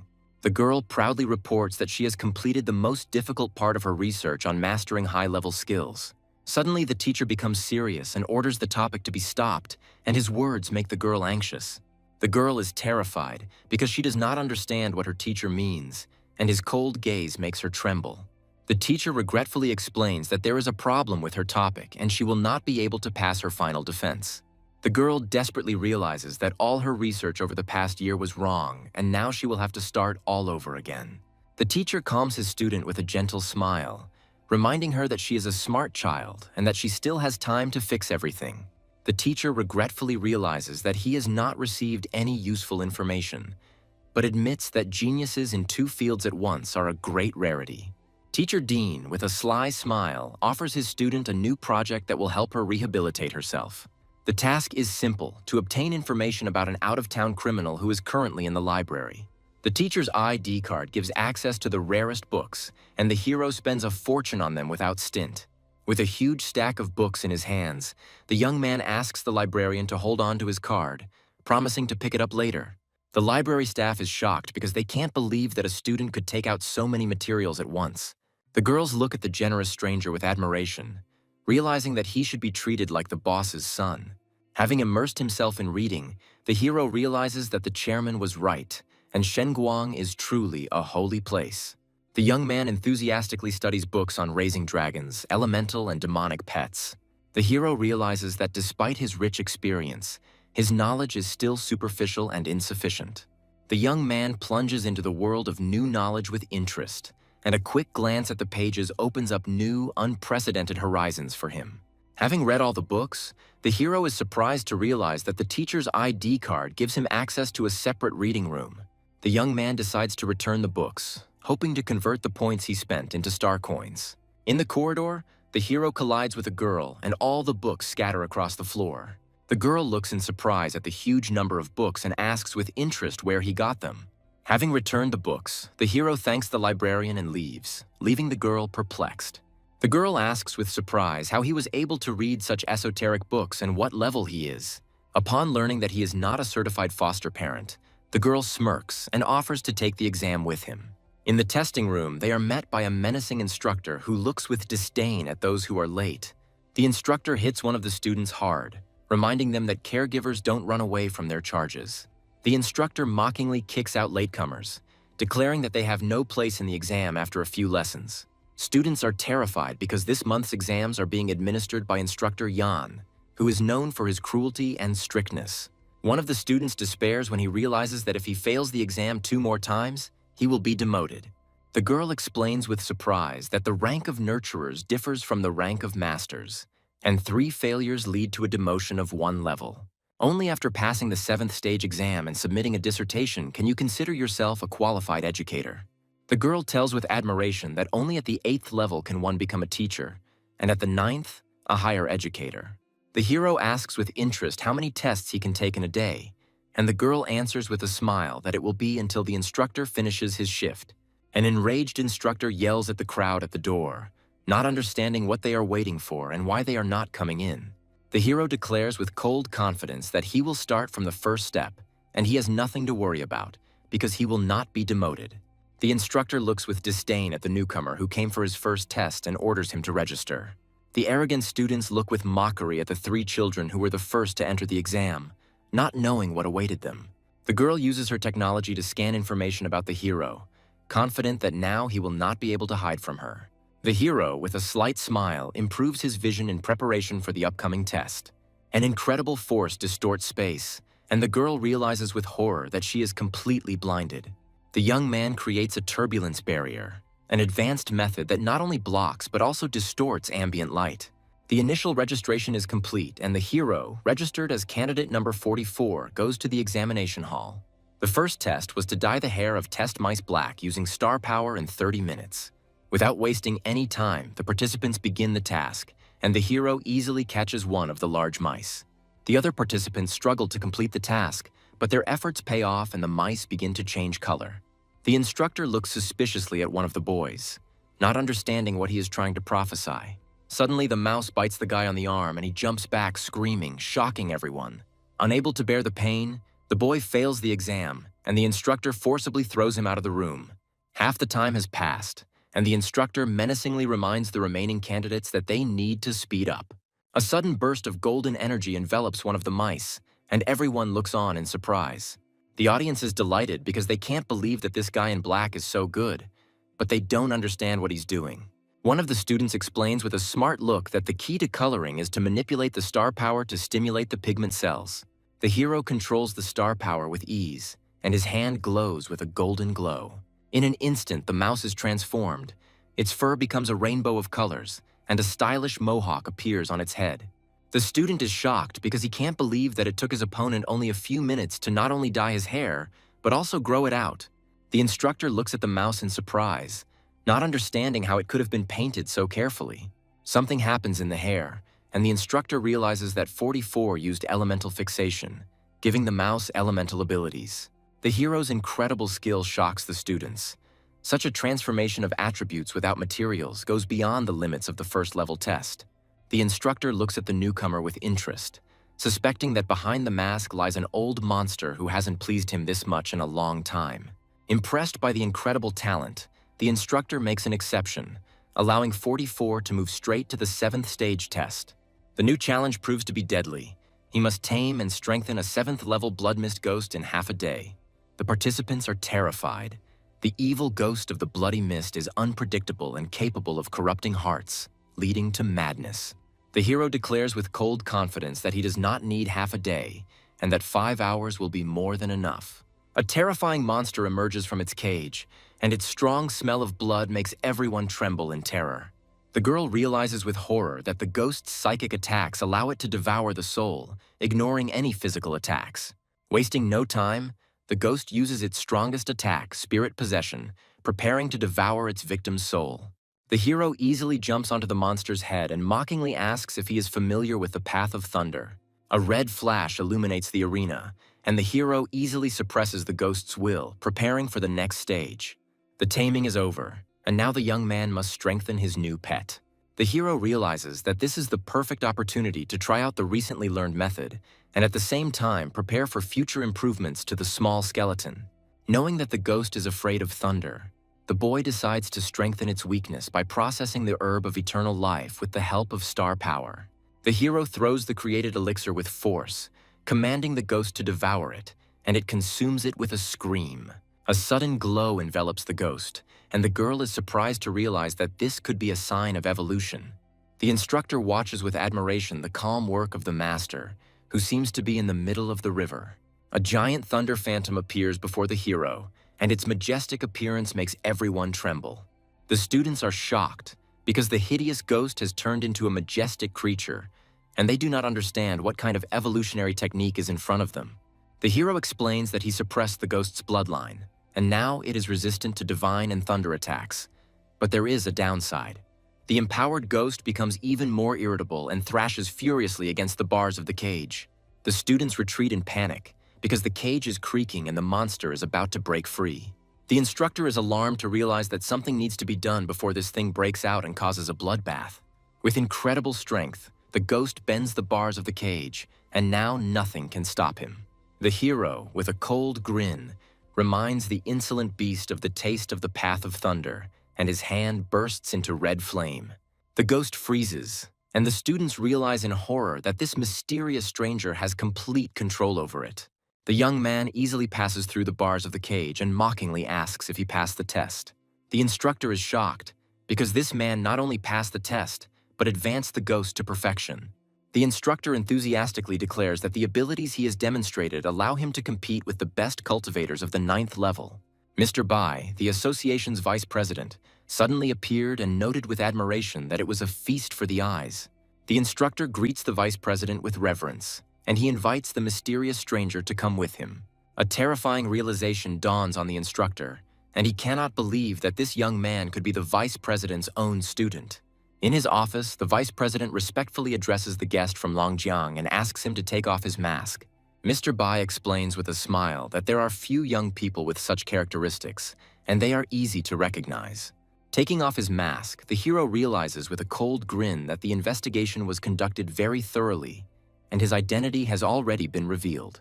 The vice president asks the young man with a serious expression if he has heard of the 4 kings. The 4 kings are the 4 beast kings, the most powerful creatures that have ever existed on Blue Star. Insidious and destructive, they razed countless cities to the ground and became the #1 enemy of all mankind. The blood they have shed is enough to drown mountains, and their names strike terror into all who hear them. The vice president explains with concern that each of the four kings possesses power no less powerful than that of the Kingdom of Fate. The hero is shocked, because the Kingdom of Fate is the highest of the three legendary kingdoms. The young man has difficulty realizing that even with his full strength, he is only in the realm of the vast sea. In the distant past, four kings were gravely wounded by a great warrior who, at the cost of his life, sealed them beneath the Abyss Cave. Now they are guarded by young masters of legendary rank, and since then they have never invaded human lands. The hero suspiciously asks if the seal has been broken, but the vice president confidently replies that it has not. The vice president reports with alarm that an abnormal migration of ferocious animals has been discovered in the desert area. The young man recalls the recent attack on the train and realizes that this was the very same anomalous phenomenon. Mr. Bai is alarmed that this could threaten the safety of civilians and decides to call a conference to prepare countermeasures. The hero notes with understanding that the fosterers are more interested in taming than killing, since it is they who give power. The vice president regretfully admits that the wasteland is too vast and they still have no results. The hero realizes with disappointment that instead of wasting time on investigation, he should have focused on gaining strength. The vice president explains with a grin that opening the spirit is a secret art, accessible only to those at the peak of the 9th stage. Mr. Bai states that the young man is definitely suitable and will likely become the second person in history to touch the legendary and holy spirit. The hero asks who was the first, and the vice president tells of a great warrior who fought single-handedly against four kings. Inspired by the story, the young man enthusiastically asks to be taught the opening of the spirit before it is too late. The vice president regretfully declines, reminding him that to achieve the 7th level he must write a 50,000-word dissertation. The hero is irritated and does not understand why they cannot open the back door for him, since he thinks so highly of it. Mr. Bai firmly states that the more critical the situation, the more they must follow the rules. Having resigned himself to his fate, the hero sadly realizes that writing his dissertation will take an eternity, but immediately finds a solution. Meanwhile, in her room, Zhongling Tong desperately tries to finish her project, realizing that she lacks real-life examples. Mentor Dean happily accepts the gift of 20-year-old wine, promising to consider giving it priority in return. Teacher Dean greets his student with a smile, but his gaze is fixed on the humiliated girl receiving the massage. The girl apologizes bitterly, admitting that her opponent was too strong and she was unable to discern the information. The crushing blow sends the girl flying, her face contorted in pain and humiliation. With icy contempt, the teacher calls his student trash, incapable of handling even such a trifle. The girl tells with horror that her opponent started with the first level test and easily reached the 7th. Teacher Ding sips his wine with unperturbed calm, already knowing this and expecting something else. The girl anxiously reports that her opponent has left with Elder Bai, and this news makes the teacher tense. The teacher suspiciously realizes that the old man also has his eye on this golden egg, and his patience is running out. With cold calm, the teacher orders his humiliated student to leave, and the girl obediently leaves. Teacher Ding gives an order to his faithful servant, and he readily accepts it. With cold determination, the teacher orders that the golden egg be taken care of by any means necessary, and his words leave no doubt. The Lion King title rank, Fan Longshan, readily accepts the order, his body enveloped in a golden aura. The hero eagerly examines the new goods in the system, realizing that it would be wise to stock up on traps first.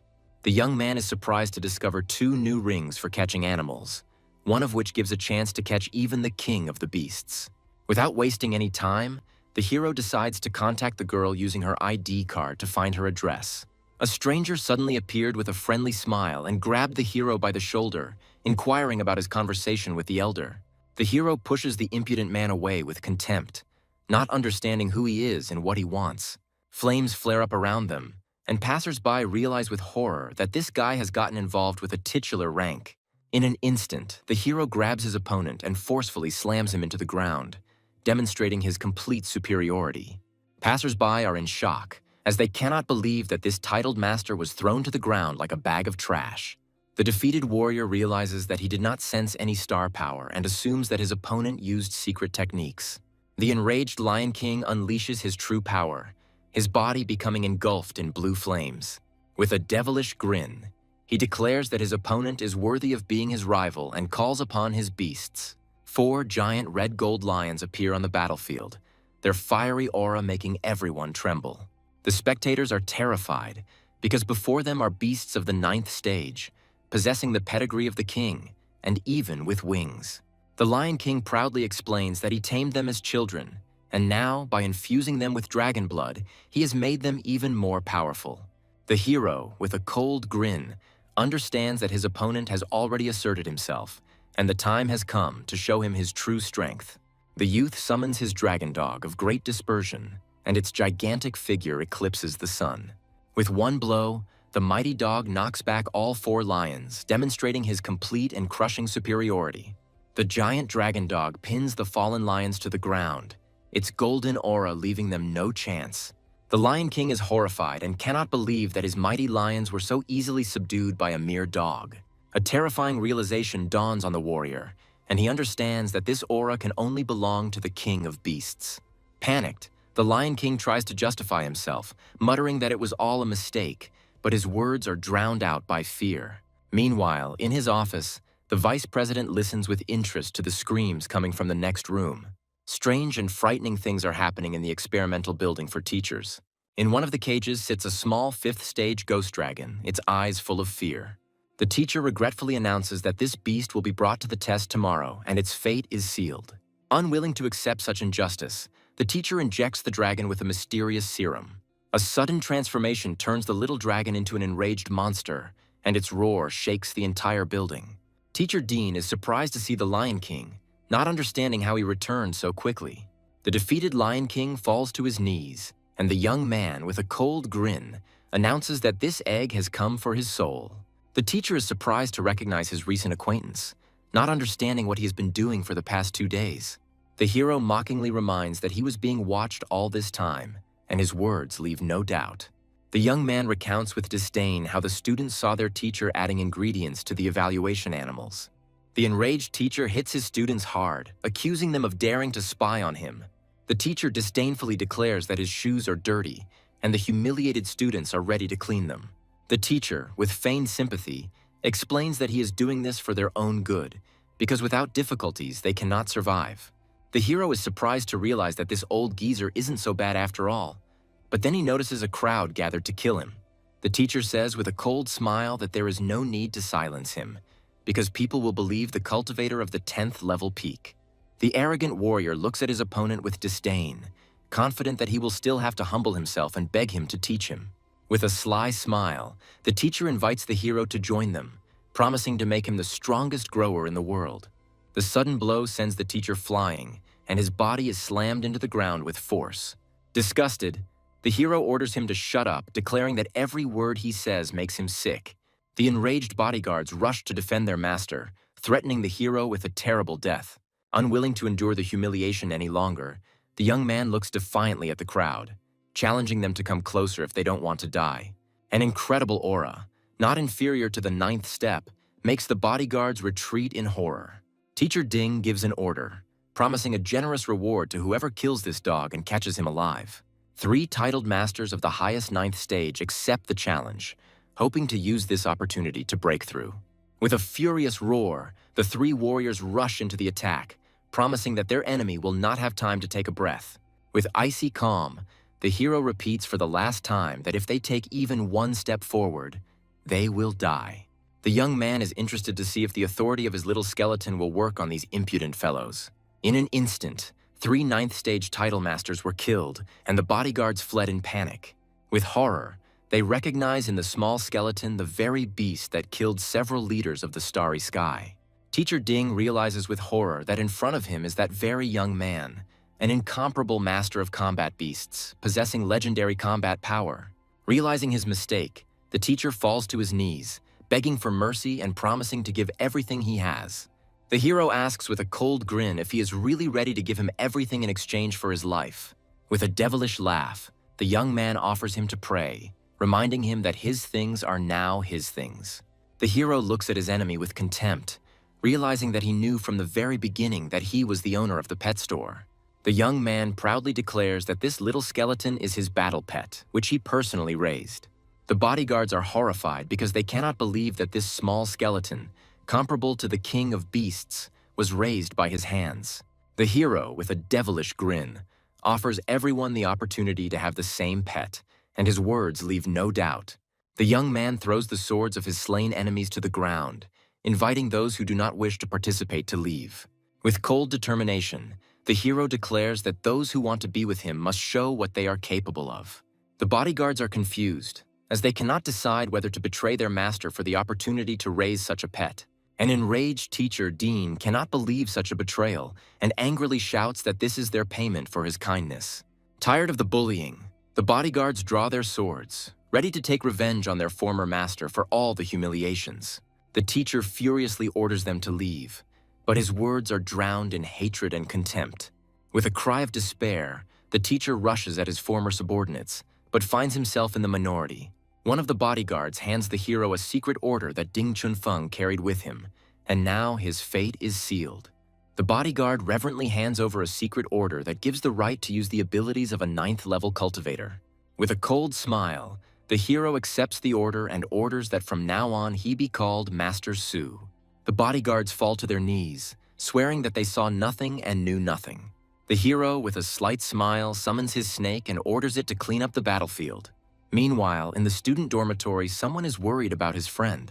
The girl anxiously knocks on the door, reminding her that Tun Tun hasn't eaten anything for 2 days. In despair, the girl doesn't know what to do, because tomorrow she has to present a report on a new project.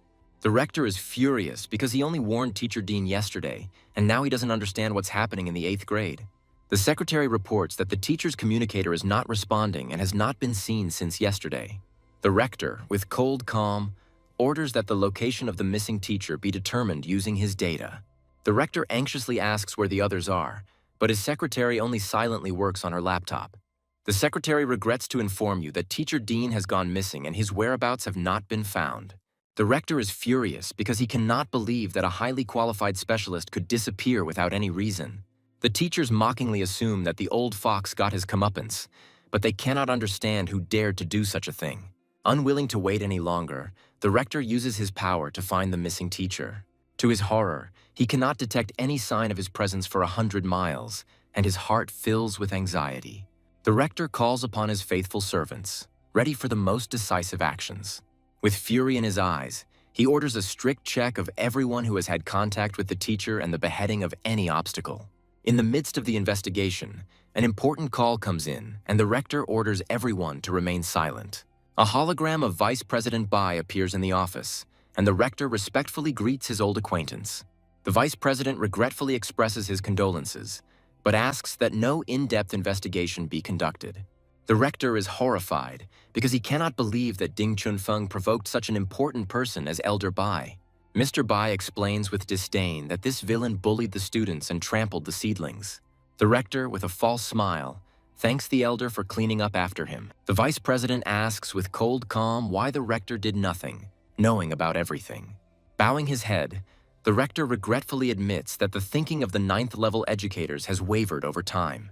The elder threatens that he will not be able to protect him if he does not keep his word. Before disappearing, the vice president reminds them that a storm is approaching and it is their duty to protect the seedlings. The announcement of the instructor's early retirement and the splitting of classes evokes mixed feelings among students. The girl desperately realizes that if she is expelled from the class she tried so hard to get into, it will be unfair. The arrogant student looks at the girl with disdain, calling her a soft-legged shrimp who is no good for their class. A friend stands up for her comrade, reminding the impudent ones that she was just running errands for the teacher. With a grin, the girl declares that they won't see them after the meeting anyway, and leaves, leaving the losers behind. The girl looks at her friend with gratitude, but she suggests staying away, afraid of becoming a target. With tenderness, her friend reminds her that it was she who taught her the theory of domestication, and everyone is simply jealous of her. The girl bitterly admits that she feels helpless and asks to be left alone. Unwilling to accept her despondency, her friend grabs her hand forcefully, declaring that she needs to sort out the placement first. Meanwhile, in the library, the hero approaches the counter with a whole stack of books ready for new discoveries. The girls who suddenly appeared were surprised to recognize their new acquaintance, and the friend did not let her companion go until she saw the results. A friend sympathetically tells the hero that Teacher Dean not only abandoned the dissertation, but also assigned her a cursed project. The girl, irritated, cannot understand who even came up with this stupidity and how growing up can be connected with death. The hero offers his help with a slight smile, stating that he is looking for a person with extensive experience in writing dissertations. The girl regretfully replies that she would be happy to discuss such things, but class assignments will begin soon. The hero is surprised to realize that instead of causing shock, the death of the educator has become a matter of course. The young man is relieved to realize that someone from the association has taken action, and now he can calmly pretend that nothing happened. A friend anxiously explains that out of 100 students, only the top 30 will be chosen as instructors for other classes. The remaining 70 students will be thrown into Daisy's class, and the friend confidently declares that they will definitely pass. The girl looks at the floor in despair, sure that she will not succeed, and her heart is filled with pain. The hero looks at the poisoned girl with sympathy, remembering her humiliation and pain. A friend recalls with horror that in Daisy's class there are terrible living conditions and a lot of hard work, which in the academy is called physical education. A friend bitterly explains that in Daisy's class, one instructor has more than 1,000 students, and they have almost no opportunity to practice cultivation. The hero sympathizes with the fact that the students of Daisy's class dream of getting into Tianzi's class, but few of them are lucky enough to meet someone who can help them. With cold determination, the young man asks to show him Daisy's class, and his words surprise the girls. The academy is divided into two areas, one where the instructors and students of the Tianzi class live and study, and the other where the students of the Daisy class and servants live and study. Trucks bring in mountains of animal carcasses, and workers rush to sort them out before they spoil. The students of Daisy's class hopefully rummage through the pile of corpses, trying to find something useful for their research. One of the students finds the perfect specimen for his project, a dirty but still usable wolf. Another student finds a live animal and his heart fills with joy because now he can practice taming it every day. The students of Tianzi's class look with disdain at the poor souls who learn from what they left behind.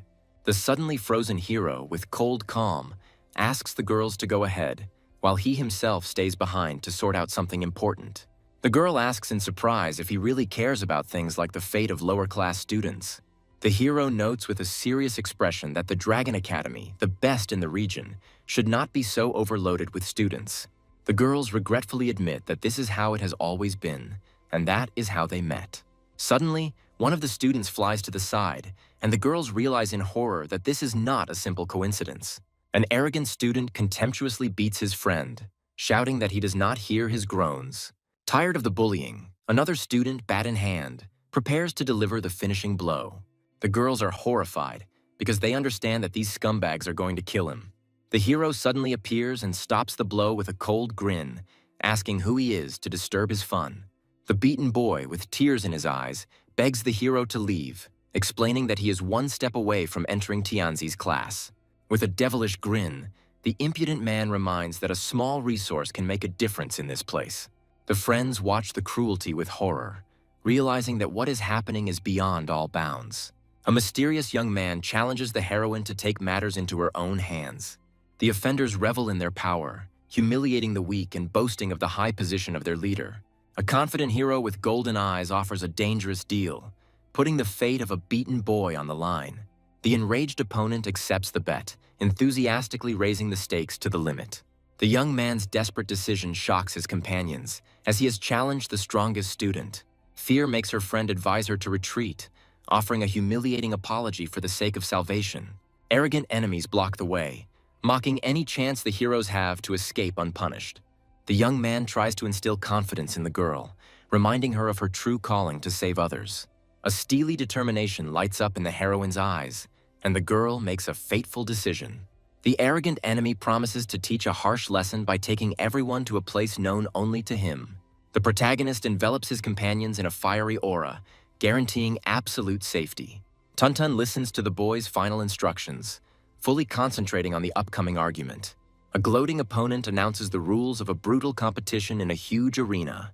The arrogant young man mockingly hints at his opponent's weakness, anticipating an easy victory. The hostile crowd shouts insults, trying to break the girl's will before the fight even begins. The friend doubts Tuntun's powers, but the hero sees in her an unbending desire to overcome herself. The angry girl accuses the young man of recklessness, and he responds with a mysterious parable. The mysterious guy begins the story by illustrating it with the story of a fish in a transparent jug. The fish desperately beats against the invisible glass, symbolizing a hopeless struggle with one's own limitations. The wounded fish gives in, believing that its glass prison is the entire existing world. The young man finishes the instructive story, but his companion sees only the threat of cruel reprisal in case of loss. Tuntun awakens her true self, and the ghostly spirit of a mighty blue dragon appears behind her. The enemy is stunned by the girl's sudden transformation, but his shock quickly gives way to a furious desire to destroy her. The duel begins, and the opponents simultaneously engage in a mental battle with the ferocious beasts. The overconfident enemy smirks, confident of his victory thanks to his secret knowledge of the creature's weaknesses. The heroine finishes taming surprisingly quickly, calmly watching as her new pet devours the meat. Tongtong's incredible success shocks her rival, and her friend is delighted to realize that the girl has regained her former strength. The opponent also copes with the task and, with anticipation, announces the beginning of the next stage of the battle, cultivation. The protagonist notices a deadly trap in the arena and realizes the need to warn Tuntun immediately. The enemy throws his enhanced beast, the enraged berserker bear, into battle. Tuntun responds by calling upon his majestic blue-maned beast, ready for a fierce fight. The blue-maned beast delivers a devastating lightning strike, unleashing all its might on the enemy. A powerful electrical attack envelops the bear, causing surprise and alarm among observers. The opponent grins maliciously, revealing his trump card. His beast is completely invulnerable to electricity. The girlfriend is outraged by the foul play, but the mysterious young man remains calm, anticipating a countermove. The Tuntong beast suddenly becomes covered in stone armor, completely neutralizing the electricity and leaving the enemy stunned. With one decisive blow, the stone monster crushes the enemy, bringing Tuntun an unconditional victory. The girl calmly looks at the defeated enemy, demanding that the terms of their cruel bet be fulfilled. The rescued boy rejoices at his newfound freedom, while his comrade finds it hard to believe his leader's defeat. The friends rejoice at Tuntun's victory, and the hero smiles smugly, anticipating such an outcome. The enemy, humiliated by defeat, falls into a rage and prepares for a vile blow, grabbing a club. Blinded by anger, the enemy treacherously attacks the defenseless heroine from behind. An unexpected savior in the form of a nimble fighter twists the attacker, stopping the cowardly blow. The appearance of the menacing pink-haired senior and his retinue dramatically changes the balance of power. There is fear in the friend's voice, because the young man who appeared turns out to be the legendary upperclassman, the boss of their entire class. Even after being captured, the arrogant young man continues to make threats, hiding behind the name of his influential family. The pink-haired leader gives a speech about justice, reminding the loser of honor and duty. The senior delivers the verdict, and the pitiful cries of the loser's friends can be heard from the punishment cell. The brutally beaten bully finally breaks, humiliatingly begging the formidable senior for mercy. A senior student passes a harsh sentence, banishing the humiliated offenders from his territory forever. The heroes thank their savior, but the pink-haired leader accepts their gratitude with restrained calm. The young man praises Tongtong for her contributions, lamenting the unfair distribution of resources at the academy. A senior student tries to cheer up a girl by jokingly offering her the comfort of his company. A mysterious guy abruptly interrupts a friendly conversation, asking a direct and uncomfortable question about money. The senior student looks with distrust at the stranger, who introduces himself as an ordinary merchant and shows a business interest. The leader bitterly explains the harsh reality of their world, where only the rich have privileges, while the poor are destined to be outsiders. The pink-haired boy warns the boy against trying to profit from their class, but Tung stands up for his savior. The protagonist reveals his true purpose by asking about the possibility of renting a heavenly beast, leaving Tung astonished. The perceptive senior realizes that he is an outsider, as access to the local pet market is strictly controlled by the academy. The protagonist makes a bold statement, promising to supply pets of the highest quality in unlimited quantities. Intrigued, the senior decides to take a risk by accepting the stranger's mysterious offer, as he has nothing left to lose. The heroes are met by a stubborn old man at a dilapidated shop who flatly refuses to part with the family heirloom. The disappointed hero looks with irony at the embarrassed leader, who awkwardly justifies his failure in the negotiations.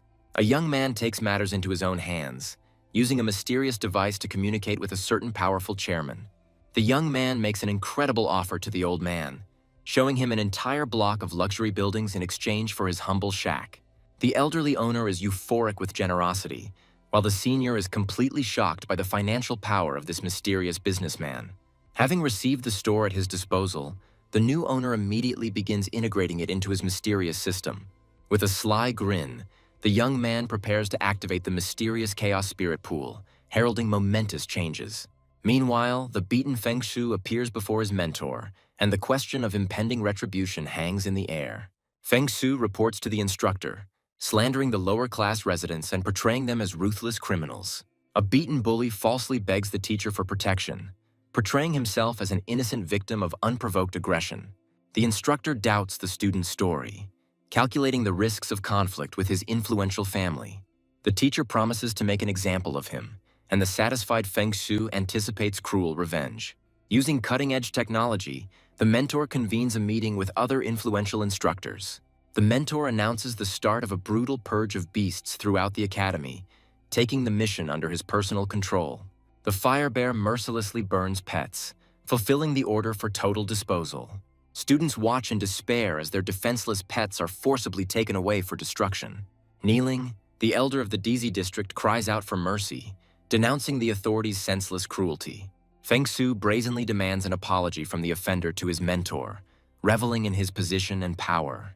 The elder is stunned by the monstrous accusation, refusing to believe in the guilt of his disciple. The elderly mentor furiously demands that the culprit be handed over, but his charges, in fear, deny their involvement. The beaten bully interrupts their lie, hatefully pointing to the senior as the main culprit.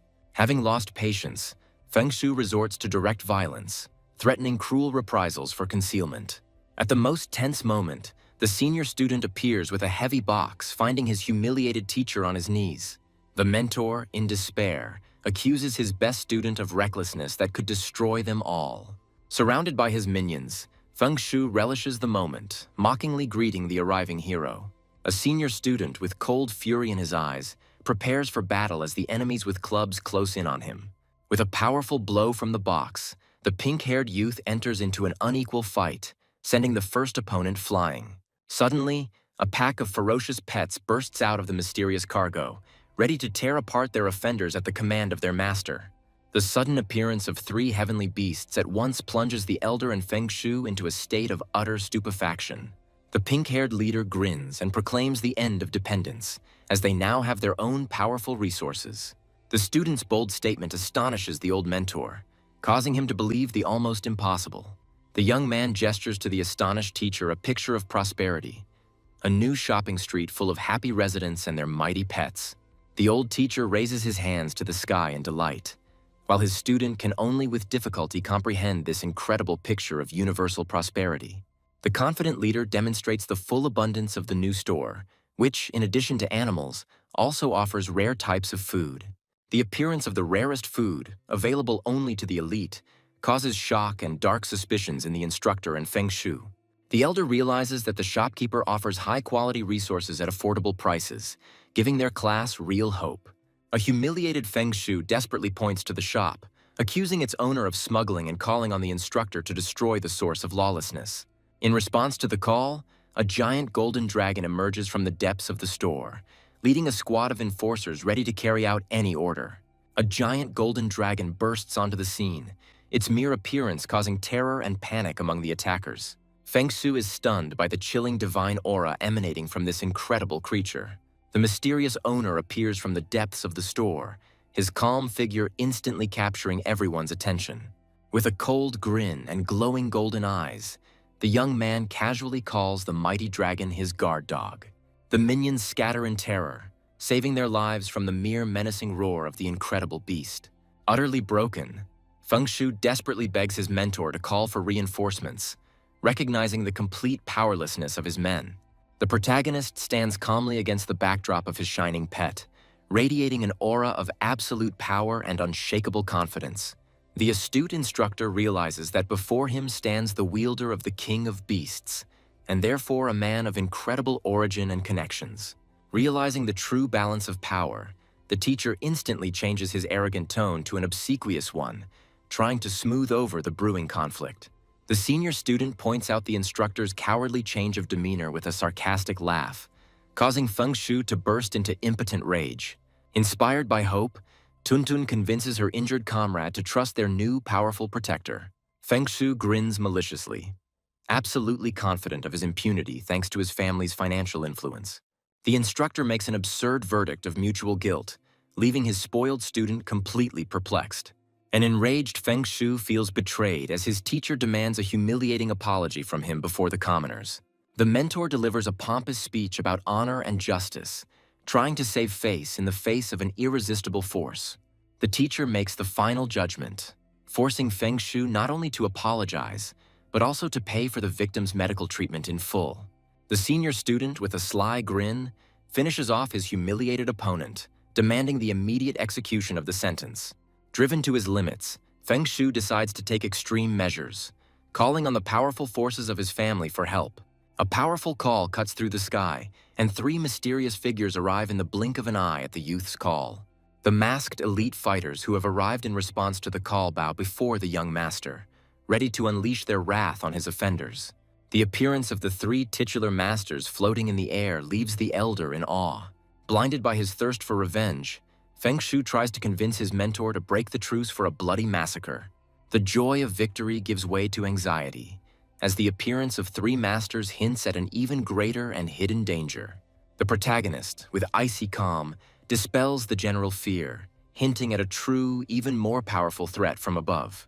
The young man's frightening prediction comes true, and the mysterious silhouette of another, far more formidable enemy appears in the sky.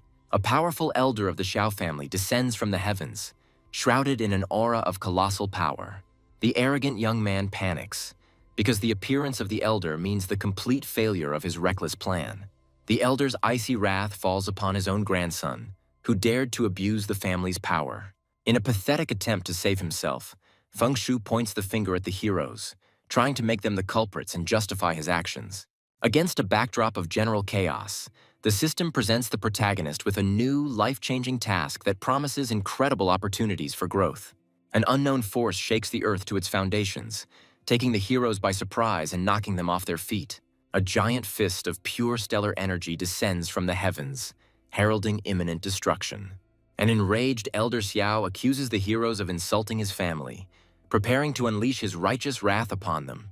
Feng Shu gloats, anticipating a brutal reprisal, because his grandfather, the family's most powerful genius for the past century, has finally intervened. The local elder desperately begs for mercy, trying to reach the mind of the powerful master. The arrogant master rejects any pleas, demanding that you first accept his crushing blow. In response to the threat, the hero's golden dragon assumes its true, majestic form, preparing to meet the attack. The pet's incredible transformation leaves the elder and his spoiled grandson in a state of absolute shock. The protagonist looks at the enemy with icy contempt, believing that only brute force can teach the arrogant fool a lesson. The crushing power leaves the hero's friends in awe, as the mighty 9th-level master was defeated with a single blow. The enraged elder scolds his wayward grandson, who, in pathetic excuses, places all the blame on the hero's deceptive appearance. Satisfied with the resolution of the conflict, the hero casually turns to the instructor, finally asserting his dominant position. The cowardly mentor tries to curry favor with the young man, demonstrating his complete loyalty and willingness to cooperate. A witness suddenly appears and reveals the whole truth, accusing Feng Shu of instigation and a cowardly attack. An icy rage flashes in the elder's eyes as his grandson's lies and cowardice become the last straw for him. Realizing the gravity of his situation, Feng Shu falls to his knees in panic, humiliatingly begging for forgiveness. The master passes a cruel sentence, condemning his grandson to broken legs and 5 years of imprisonment in order to spare the family shame. Pitiful cries for mercy are drowned in the air as the guards drag the guilty youth away to meet his harsh fate. Elder Xiao humbly bows his head before the protagonist, admitting his guilt and offering any compensation. This incredible spectacle plunges all witnesses into awe as the 100-year-old master bows before the young merchant. The protagonist, with a mysterious look, only tells the elder his last name, leaving him with a painful space for guesswork. The old master's face reflects deep confusion, as this is the first time he has heard of a powerful family named Su. A sudden revelation strikes the elder, and he realizes with horror that before him is a descendant of the legendary Su Ping clan from distant Longjiang. The rescued residents warmly thank their protector, realizing what a terrible fate could have befallen them. With a slight smile, the young man accepts the thanks, but instead encourages them to become stronger and visit his store more often. The inspired senior enthusiastically offers his help at the store, wanting to repay the rescue and support. Inspired, Tuntun also asks for a job, striving to be closer to her mysterious and powerful patron.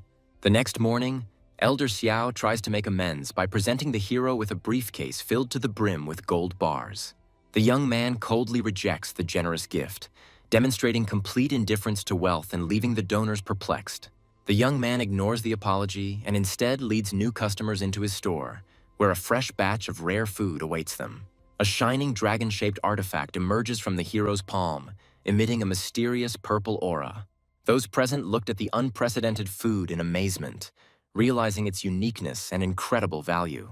Tuntong, hiding behind his comrade, reverently recognizes the artifact as the legendary purple dragon ginseng.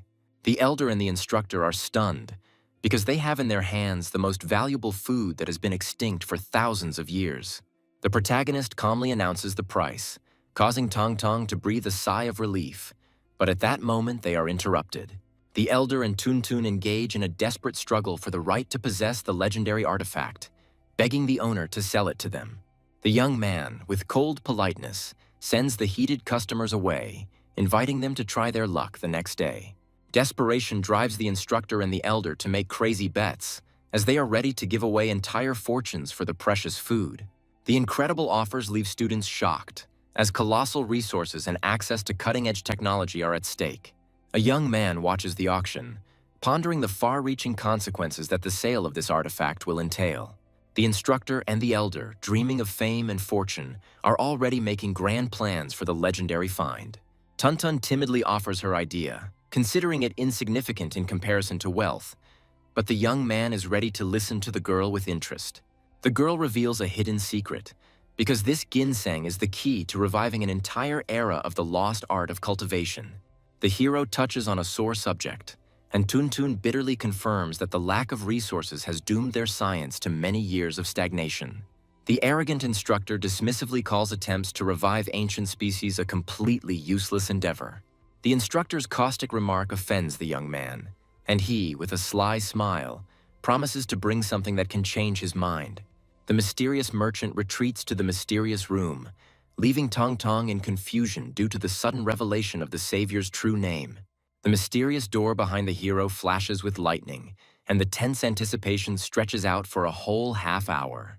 A young man emerges from behind the door, holding a priceless artifact in each hand, and the sight completely shatters the reality of his guests. The protagonist handles the 1,000-year-old treasures carelessly, causing panic among the elder and the instructor. Tuntun notices the blood on his master's sleeve with alarm, but he only brushes it off casually, causing even more shock to the others. The elder and instructor are in awe as they try to comprehend the countless treasures that this mysterious young man's family possesses. Consumed by greed, the old master loses all self-control, pushing away the instructor in an effort to be the first to touch the hero. The elder, in a humiliating act, throws himself at the young man's feet, offering to clean his shoes for the sake of favor.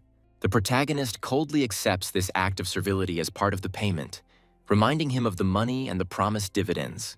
Like a magician, the young man materializes several more species of extinct food in his hand, and Tuntun delightedly identifies each one.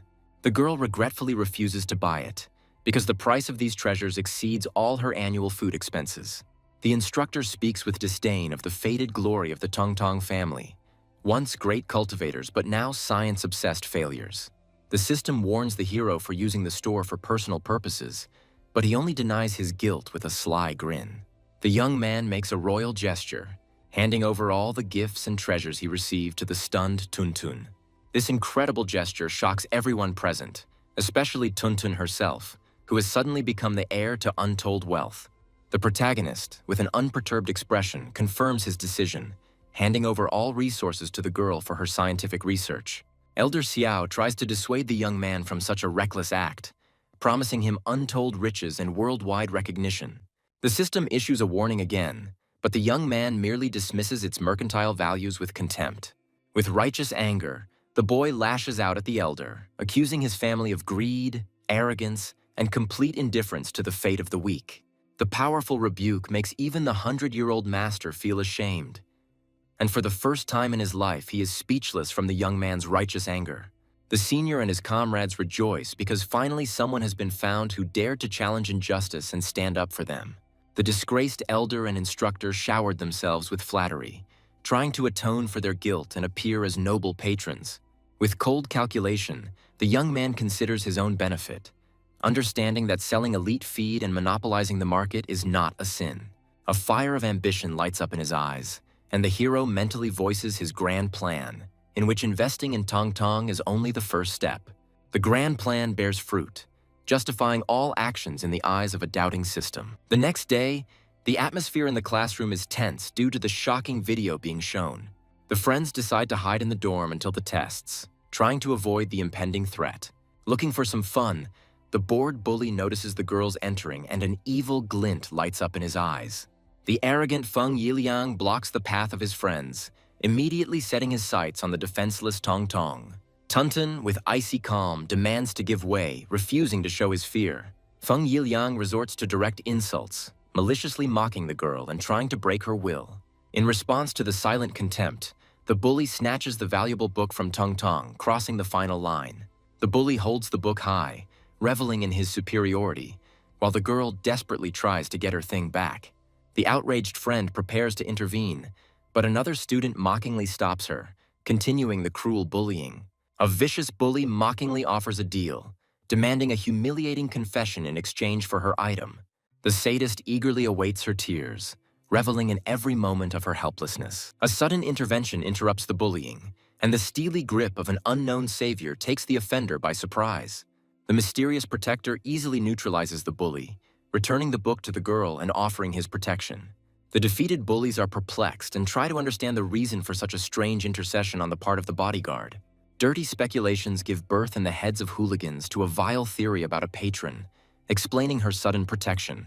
The thirst for revenge pushes the bullies to a new plan, and they decide to secretly follow the girl in order to get compromising photos. The pursuers, hiding in the bushes, watch in bewilderment as their target heads to the scientific institute. Inside the institute, a desperate colleague turns to Tong Tong for help after encountering an insurmountable problem in raising tigers. Looking inside, the bullies are surprised to find a whole gathering of lower-class students, something they never expected. Tong Tong instantly identifies errors in treatment, demonstrating deep knowledge in the art of cultivation. The spying hooligans are enraged, deciding that the girl is illegally using the academy's resources for her experiments. The menacing bodyguard once again thwarts their dastardly plans, catching the spies off guard. The bully tries to portray himself as a fighter for justice, but the guard only contemptuously ridicules his stupidity. Feng Yiliang bursts in, threatening Tong Tong with expulsion for allegedly using the equipment illegally. The girl calmly shows official documents, completely destroying all accusations and shocking the bully. A friend gently leads Tong Tong away from a pointless argument, reminding her of the importance of their joint scientific project. The name of the Purple Blood Dragon project stuns the bullies, as its success guarantees the girl a bright future. A sensational discovery is presented at a scientific conference. A giant snail grown using a new method amazes the imagination. Experts are excitedly analyzing the data, confirming the incredible stability and resilience of the new species of celestial beasts. Confident of success, the scientist eagerly awaits recognition for his innovative skills. The jury delivers a crushing verdict, giving him humiliatingly low scores for his work. The pathetic result plunges the smug scientist into a state of complete shock and denial. In desperation, the scientist tries to stop the judges, looking for the reason for his crushing failure. The judge dismisses the work with cold contempt, considering it to be nothing more than outdated and useless old junk. A grand conference of cultivators brings together the city's elite because everyone's future is at stake. A charming host announces the beginning of a grand event taking place within the walls of the prestigious Dragon Academy. The rector of the Dragon Academy addresses the participants with hope, wishing them luck in finding investors and fame. The powerful vice president of the association announces the main prize, which promises the winner membership in an elite society. The news of this incredible opportunity creates a frenzied excitement among the crowd, as everyone dreams of following in the footsteps of their legendary predecessors. The young man looks at others with envy, but his friend quickly brings him down to earth, reminding him of the unattainability of his dreams. Instructor Shi greets the guests with a polite look, allowing them into a closed area for special participants. Young instructors discuss their cunning plans to snatch up talent, anticipating the coming struggle. At this time, the main character confidently heads towards the arena, ready to use any opportunity to win. The appearance of a mysterious young man in the elite training grounds causes a wave of confusion and gossip among the instructors. Instructor Shi only watches the whispers with a smirk, because the general confusion only plays into his hands. The presentation of another participant ends in complete failure, as his optical camouflage technology receives only 3 points. The judge points out the primitiveness of the method with cold contempt, advising the author to return to basics. The humiliated participant desperately tries to stop the departing investor, but his pleas go unanswered. The conference's strict rules leave no chance for an easy victory, as even the strongest participants have yet to score high scores. The cold-eyed judge reminds us of the harsh rules, leaving no chance for the weak. Despair grips the participants and they panic and try to avoid the inevitable assessment. Amidst the general fear, Tong Tong's determined voice breaks the silence, drawing attention to itself. The girl's bold act surprises the judge, and he accepts her challenge with interest. Skeptical spectators survey the modest hall with disdain, predicting a complete failure for the girl. The judge, with icy calm, warns the heroine, advising her to abandon the hopeless undertaking. Tun Tun confidently dismisses any doubts, demonstrating his complete readiness for the presentation. The girl takes out a mysterious test tube containing a purple liquid, and the judge immediately recognizes it as the legendary blood. A steely determination lights up in the heroine's eyes, and she calls on everyone to witness the coming miracle. The girls begin a mysterious ritual by pouring purple blood into the mouth of a young dragon. The friends use the legendary method of blood forging, and their combined energy envelops the young dragon. The judge watches the ritual with skepticism, doubting its effectiveness. A powerful ghostly spirit emerges from the small dragon, heralding a grand transformation. An incredible pressure crushes the audience, forcing them to believe in the awakening of an ancient horror. A majestic image of the purple blood dragon, extinct for 9,000 years, appears in the hall. The girls examine their transformed pet with surprise and slight disappointment, expecting more impressive changes. Spectators discuss what happened in bewilderment, considering the legendary method to be just a myth and the result insignificant. The bullies eagerly await the girl's humiliating failure, enjoying every moment of her impending shame. The sudden realization of the experiment's true potential sends the instructors into a frenzy, and they rush to the stage. Tong Tong's face is shown on every screen, and the crowd explodes with questions, trying to figure out who this mysterious girl is. The instructors are shocked to recognize the girl as a modest student from the 8th group, reproaching themselves for their missed talent. Using technology, they instantly compile a complete dossier on Tun Tun, revealing all of its secrets. The mentors, overcome with excitement, enter into a desperate struggle for the right to become the teacher of the young genius. Heavyweights, the association's vice president and the Dragon Academy's rector, enter the race for talent. The rector looks at his old rival with suspicion, sensing a catch in his sudden haste. The vice president pretends to be a decrepit old man with an innocent look, trying to lull the rector's vigilance. The perceptive rector does not believe a single word, seeing in his rival's actions a clear attempt at deception. Realizing that his ruse has been exposed, the vice president immediately goes on the offensive, using the power of teleportation. Unwilling to give in, the old fox uses a secret distance closing technique to get ahead of his opponent. Two powerful masters soar above the crowd, demonstrating their incredible strength in the fight for young talent. The vice president turns to the girls with a polite smile, and Tong Tong's friend barely holds back a squeal of delight. Observers discuss the events with envy, because a personal assessment from the vice president is an honor for any genius. The old master looks at the transformed dragon with admiration, recognizing its superiority over all known species. Every detail of the beast's appearance screams of its royal origin, confirming the success of the incredible experiment. The vice president gives the highest rating of 9.5 points, opening the doors to the world of the elite for the girl.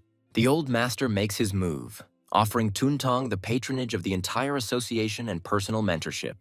The academy's rector enters the fray, trying to retain a prized student with promises of unlimited resources and support. Spectators watch the battle of the titans in amazement, as the proposals made to the girl exceed all conceivable expectations. Hooligans realize with envy and bitterness how high the one they humiliated just yesterday has risen. Tuntun faces the most difficult choice of her life, because her entire future destiny depends on her decision. With unwavering determination in his eyes, Tungtong announces his decision, keeping the entire audience in suspense. Spectators and participants are holding their breath in anticipation, as any choice the girl makes guarantees her a brilliant future. At this time, the main character leaves his place with an indifferent look, planning to return to the routine business of the store. Tongtong politely declines all generous offers, declaring his eternal loyalty to the mysterious master Shu Kuang. This shocking statement causes chaos in the crowd, and the powerful patrons are furious and demand that the insolent man be found immediately. The young man himself freezes in complete bewilderment, barely realizing that they are talking about him.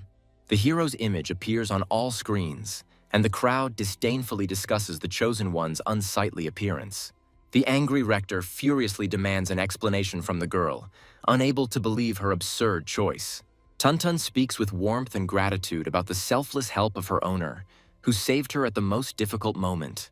This revelation shocks everyone, especially the bullies, because they realize that behind the girl's success stands a man capable of obtaining impossible resources. The young man puts the girl before a final choice, because his path lies far beyond this place. With eyes shining with devotion, Tuntun declares his readiness to follow the boss anywhere. The rector is desperately trying to keep the girl because her departure would be a crushing blow to the reputation of the entire academy.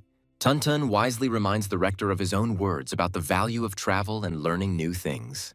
The protagonist, from the height of his experience, speaks of the existence of secret methods inaccessible within the walls of the academy.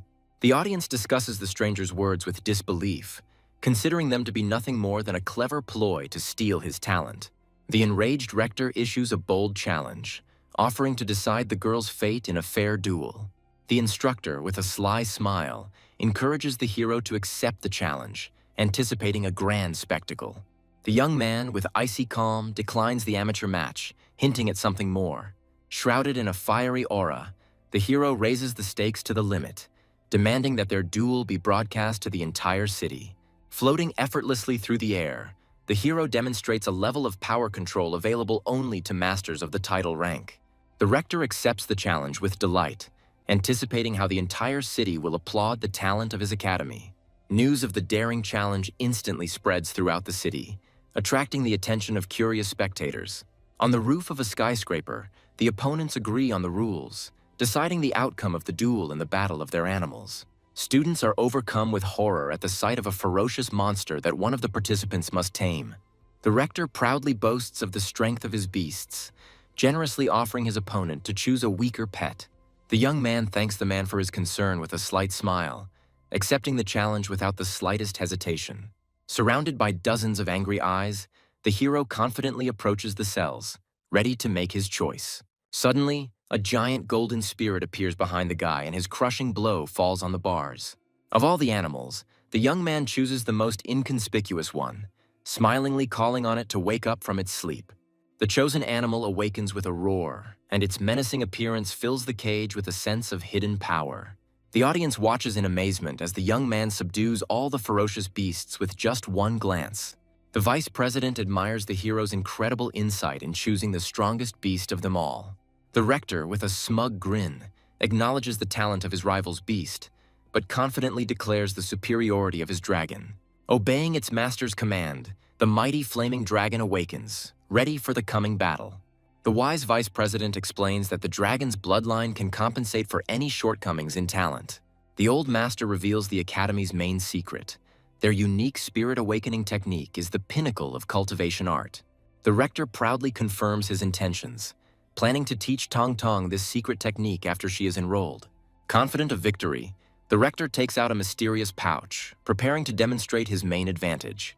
A shining artifact, a century-old dragon bone capable of granting incredible power, bursts from the rector's hands. The rector releases the powerful dragon soul from the bone, preparing for the decisive stage of the duel. The instructors discuss the rector's generosity with envy, predicting the imminent defeat of his mysterious rival. Using the Spirit Awakening technique, the Rector infuses ancient power into his pet. The enhanced dragon's incredible aura leaves the audience in awe, but they are shocked by the icy calm of his opponent. Instead of preparing for battle, the young man calmly feeds his beast rare grass, causing confusion in everyone. Having prepared the pet, the hero confidently begins his own, much more mysterious ritual. The skies above the city suddenly darken and lightning flashes through the storm clouds. The vice president is horrified to realize that something beyond comprehension is unfolding before him, a legendary gift from the Holy Spirit. The youth calls upon the power of the heavens, and his beast instantly masters the powerful flying flash technique. The speed and power of this cultivation shocks everyone, because the hero achieved the impossible in a matter of seconds. Two mighty beasts, the blazing fire dragon and the iron ice scythe, are ready for a deadly fight. Spectators doubt the young master's strength, as his beast shows no visible changes. Only the wise vice president understands that the young man has touched the very source of the element, granting his pet incredible power. The name Su Ping flashes through the old master's mind, and he realizes with horror that the young man may be connected to the Holy Spirit. The tension reaches its peak, and the two mighty beasts launch a furious attack, preparing to decide the outcome of the duel. The battle begins, and the flaming dragon unleashes a sea of incinerating fire on its opponent. The fire beast attempts to surround its opponent with flames, creating a real inferno on the battlefield. The temperature in the arena reaches critical levels, and the ice beast finds itself in a deadly fiery trap. The dragon delivers the finishing blow, unleashing a fiery slash capable of incinerating everything in its path. A devastating attack hits the ice beast, and the spectators freeze in horror, predicting its imminent death. The audience admires the rector's skill and is ready to enroll as his students. The smug rector revels in his apparent victory, delivering a sermon to Tong Tong. The girl shyly reminds the arrogant rector that the duel is far from over. The ice beast disappears without a trace from the ring of fire, but the hero, with a confident grin, knows its exact location. A sudden demonic wind rises and extinguishes the flames, leaving the rector perplexed as he tries to understand what has happened. The rector uses his powers to enhance his vision, trying to detect the invisible enemy. The wise vice president advises everyone to switch to the high-speed camera to see the true picture of the battle. Even at 1,000,000 frames per second, the camera struggles to capture the blurry silhouettes of the ice beast rushing at incredible speed. The audience is gripped by horror as they realize that this divine speed is the result of the power of a mysterious young cultivator. An invisible enemy deals a crushing blow, and the rector watches in shock as his mighty dragon is wounded. With a snap of his fingers, the hero stops the duel, inviting his humiliated opponent to continue the senseless struggle. The completely crushed rector admits his defeat, and the presenter announces the triumphant victory of the mysterious participant. The wise vice president finally reveals the true identity of the winner, naming him as the legendary Su Ping from Longjiang City. This news explodes the crowd, because the name of Su Ping, the legendary warrior who single-handedly stood against the starry sky, is known to everyone. Viewers are thrilled to realize that the young genius is the best choice for Tong Tong, capable of leading her to the heights of fame. The senior looks at his boss with pride, and Tong Tong is in awe of the incredible person fate has brought her together with. The system congratulates the hero on successfully completing the task, and he accepts the well-deserved reward with satisfaction. The defeated rector addresses the legendary warrior with respect, burning with curiosity to learn the secret of his unique technique. Su Ping modestly calls his technique the seal of the path of thunder, but refuses to teach it, citing his own imperfections. Clutching the energy of thunder in his hand, the hero makes a promise that one day he will find a way to pass this powerful knowledge on to the world. The news of the hero's willingness to share his equipment causes a fit of greed and excitement among the instructors. Su Ping dispels their mercantile dreams by declaring his intention to make knowledge accessible to all. The hero recalls the suffering and injustice that prompted him to the idea of universal equality. Friends say goodbye to Tuntun with tears in their eyes, realizing what a great honor she has been given. The vice president demands that the girl perform an ancient ritual of respect by kneeling before her new master. Confused, Tong Tong prepares to carry out the order, but Su Ping politely declines Elder Bai's apprenticeship. The old master tries to insist on the ritual, but the girl respectfully supports the decision of her true mentor. The young man accepts tea with ease, rejecting any formalities or the need to be served. The vice president insists on observing ancient traditions because a teacher is like a father to a student. Su Ping boldly breaks the centuries-old rules, freeing Tong Tong from the burden of humiliating rituals and vows. Su Ping offers Tong Tong the only true path, to develop her talent and become the best in her field. Having let go of old grievances, the hero, with a sly smile, offers the vice president a new business partnership. The young man reveals his plan to decipher ancient techniques, where Tong Tong's talent will be the key to success. Their conversation is interrupted by the appearance of a messenger who brings the vice president an urgent and alarming message. The messenger reports the safe return of the research group, which raises surprise and questions. The vice president is relieved to learn of the group's rescue, but calls an emergency meeting to discuss their alarming findings. Under cover of night, the entire elite of cultivators gathers at the association headquarters. Those present anxiously discuss the strange behavior of the animals, sensing the approach of an unknown threat. The hall is filled with the ominous speculation of the awakening of the Four Kings, legendary creatures capable of destroying all life. At the most tense moment, a research team enters the room, ready to report their horrific findings. The explorer captain reports with a heavy heart that there is no information about the Four Kings. The room explodes with questions, because the lack of answers only increases the general anxiety and fear. Instead of explanation, the captain shows a mysterious crystal which his beast immediately swallows. Before everyone's eyes, an ordinary wolf undergoes a monstrous transformation, gaining incredible strength. This spectacle leaves everyone in shock, because the stone has granted the beast permanent strength, which usually takes years. The captain finally reveals the terrible truth. A new rift has opened in the wasteland, leading to another crystal-rich world. The scale of the threat becomes clear, as the rift is capable of attracting hordes of ferocious beasts, threatening the entire city. Those gathered make a fateful decision to establish a stronghold at the rift for protection and extraction of valuable resources. The captain proposes a risky plan to destroy the beasts, but it requires reinforcements from elite warriors. One of those present, with a sly smile, points to the ideal candidate to lead this deadly mission. The assembled crowd turns to Su Ping with hope, seeing him as the only one capable of leading the dangerous mission. The captain of the explorers looks at the young hero with doubt, questioning his real capabilities. Su Ping is wisely cautious, advising that one should first study the crystals thoroughly before making risky decisions. The captain dismisses the doubts, but the hero insists on the need for a longer investigation to identify hidden threats. The wise vice president supports Su Ping, reminding everyone of the importance of considering not only the pros, but also the cons of new discoveries. The captain reluctantly hands over the crystal samples for examination, feeling that the young upstart is undermining his authority. The old master accepts the situation with philosophical calm, seeing it as an opportunity for the younger generation to prove themselves. After 5 hours of research, the scientists report that the crystals are completely safe, confirming the captain's correctness. The captain looks at Su Ping with triumph, reveling in his victory and emphasizing the futility of his warnings. The assembled support the captain, mockingly pointing out to the young hero his place and incompetence. Despite his recent humiliation, Su Ping continues to ask the captain direct and uncomfortable questions about the situation in the rift. The captain gives evasive answers, citing magnetic interference and a lack of information about the local population. The hero falls into thought, realizing the futility of further questioning and the need to act. After weighing all the risks, the young man decides to venture into the rift, as access to an incredibly powerful resource is at stake. Su Ping makes his move, offering to personally accompany the expedition and help fight the beasts. The captain scornfully rejects the offer, demanding at least 15 top-ranking masters as reinforcements. The wise vice president interrupts the captain with a grin, preparing to open his eyes to the true state of affairs. The old master proudly introduces Su Ping as a new legendary master whose strength surpasses dozens of ordinary warriors. This revelation plunges the overconfident captain into a state of complete shock and disbelief. Utterly crushed by his own ignorance, the captain humbly apologizes to the legendary warrior, acknowledging his unrivaled strength. The vice president orders the death-defying expedition to begin at dawn the next day. A combat helicopter flies over a crimson forest, approaching the location of a mysterious rift.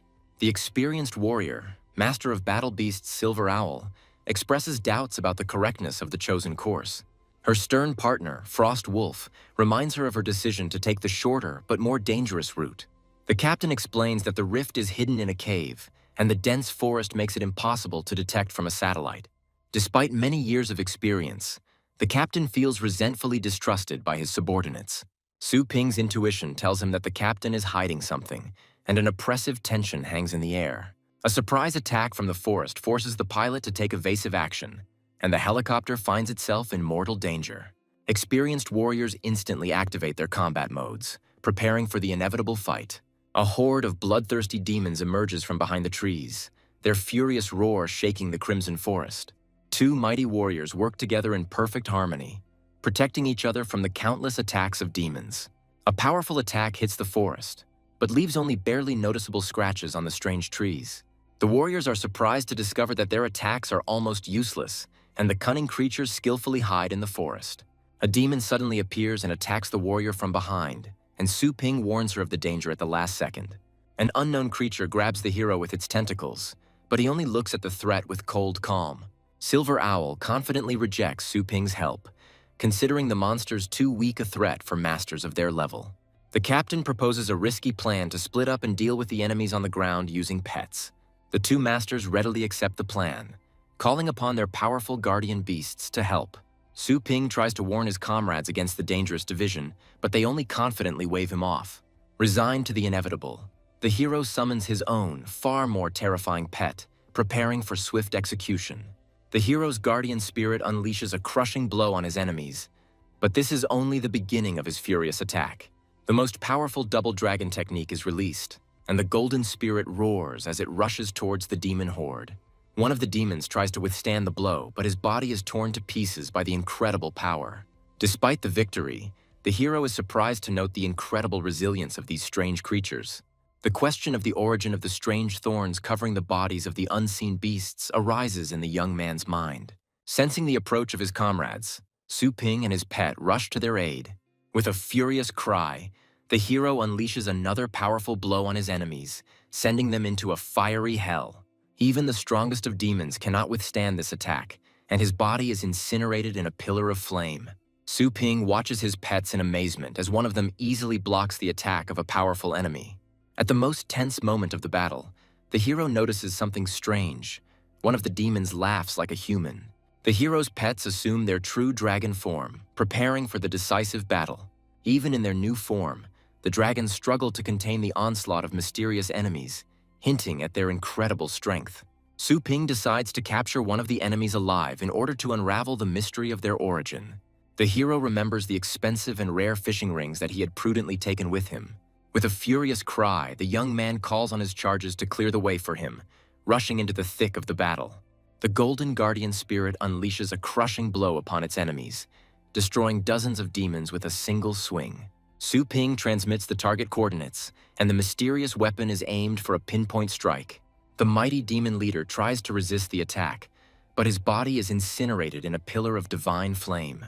At the last moment, Little Skeleton delivers the finishing blow, piercing the weakened enemy with his sword. Two dragons, light and dark, join forces, preparing for the final battle with the remaining demons. Two mighty dragons combine their attacks, but their enemy easily dodges the crushing blow. The powerful demon fights his way through the fiery hell, repelling all attacks and continuing his advance. The cunning demon is surprised to discover mysterious rings on his body, not understanding their purpose. At the last moment, one of the rings activates, but the demon manages to throw it off. The little skeleton watches the enemy's futile attempts with a sly grin, anticipating his imminent defeat. Suddenly, the chains activate and bind the demon, who screams in agony, trying to escape from the deadly trap. The hero watches with regret as the valuable specimen perishes, reproaching himself for his delay. Wounded but alive, his comrades struggle back, amazed that Su Ping single-handedly dealt with the threat. The dragons look at their wounded allies in surprise, realizing the full force of the recent battle. Su Ping heads deeper into the forest with a grim expression, realizing that these cunning and powerful creatures will still have many surprises in store for them. The hero looks at the defeated enemy with surprise, who doesn't have a single scratch on him despite the powerful attack. With slight annoyance, the young man admits that he had to put in a lot of effort just to force the enemies to retreat. The captain realizes his mistake with horror, apologizing to Su Ping for his arrogance, which almost cost them their lives. The hero's icy gaze draws attention, and he asks a direct question about the conversation he overheard before the crash. Silver Owl sheepishly admits that she had expressed doubts about the captain's information, and this was the cause of their disagreement.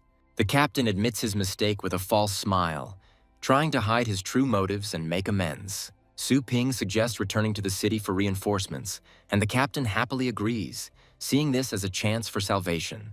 Suddenly, giant hands appear and grab the two warriors, and their joy turns to mortal terror.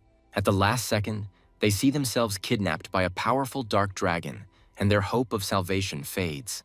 Standing on the head of his golden dragon, Su Ping regretfully informs them that for their own safety, they will have to endure for a little while. Filled with suspicion, Su Ping decides to stay to personally investigate the secrets of this cursed forest.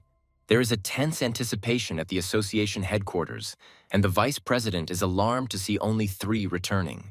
A mighty dragon lands in the city, gently lowering wounded but living warriors to the ground. Having opened the portal, Su Ping gives strict orders to isolate the rescued people, forbidding them from any contact with the outside world.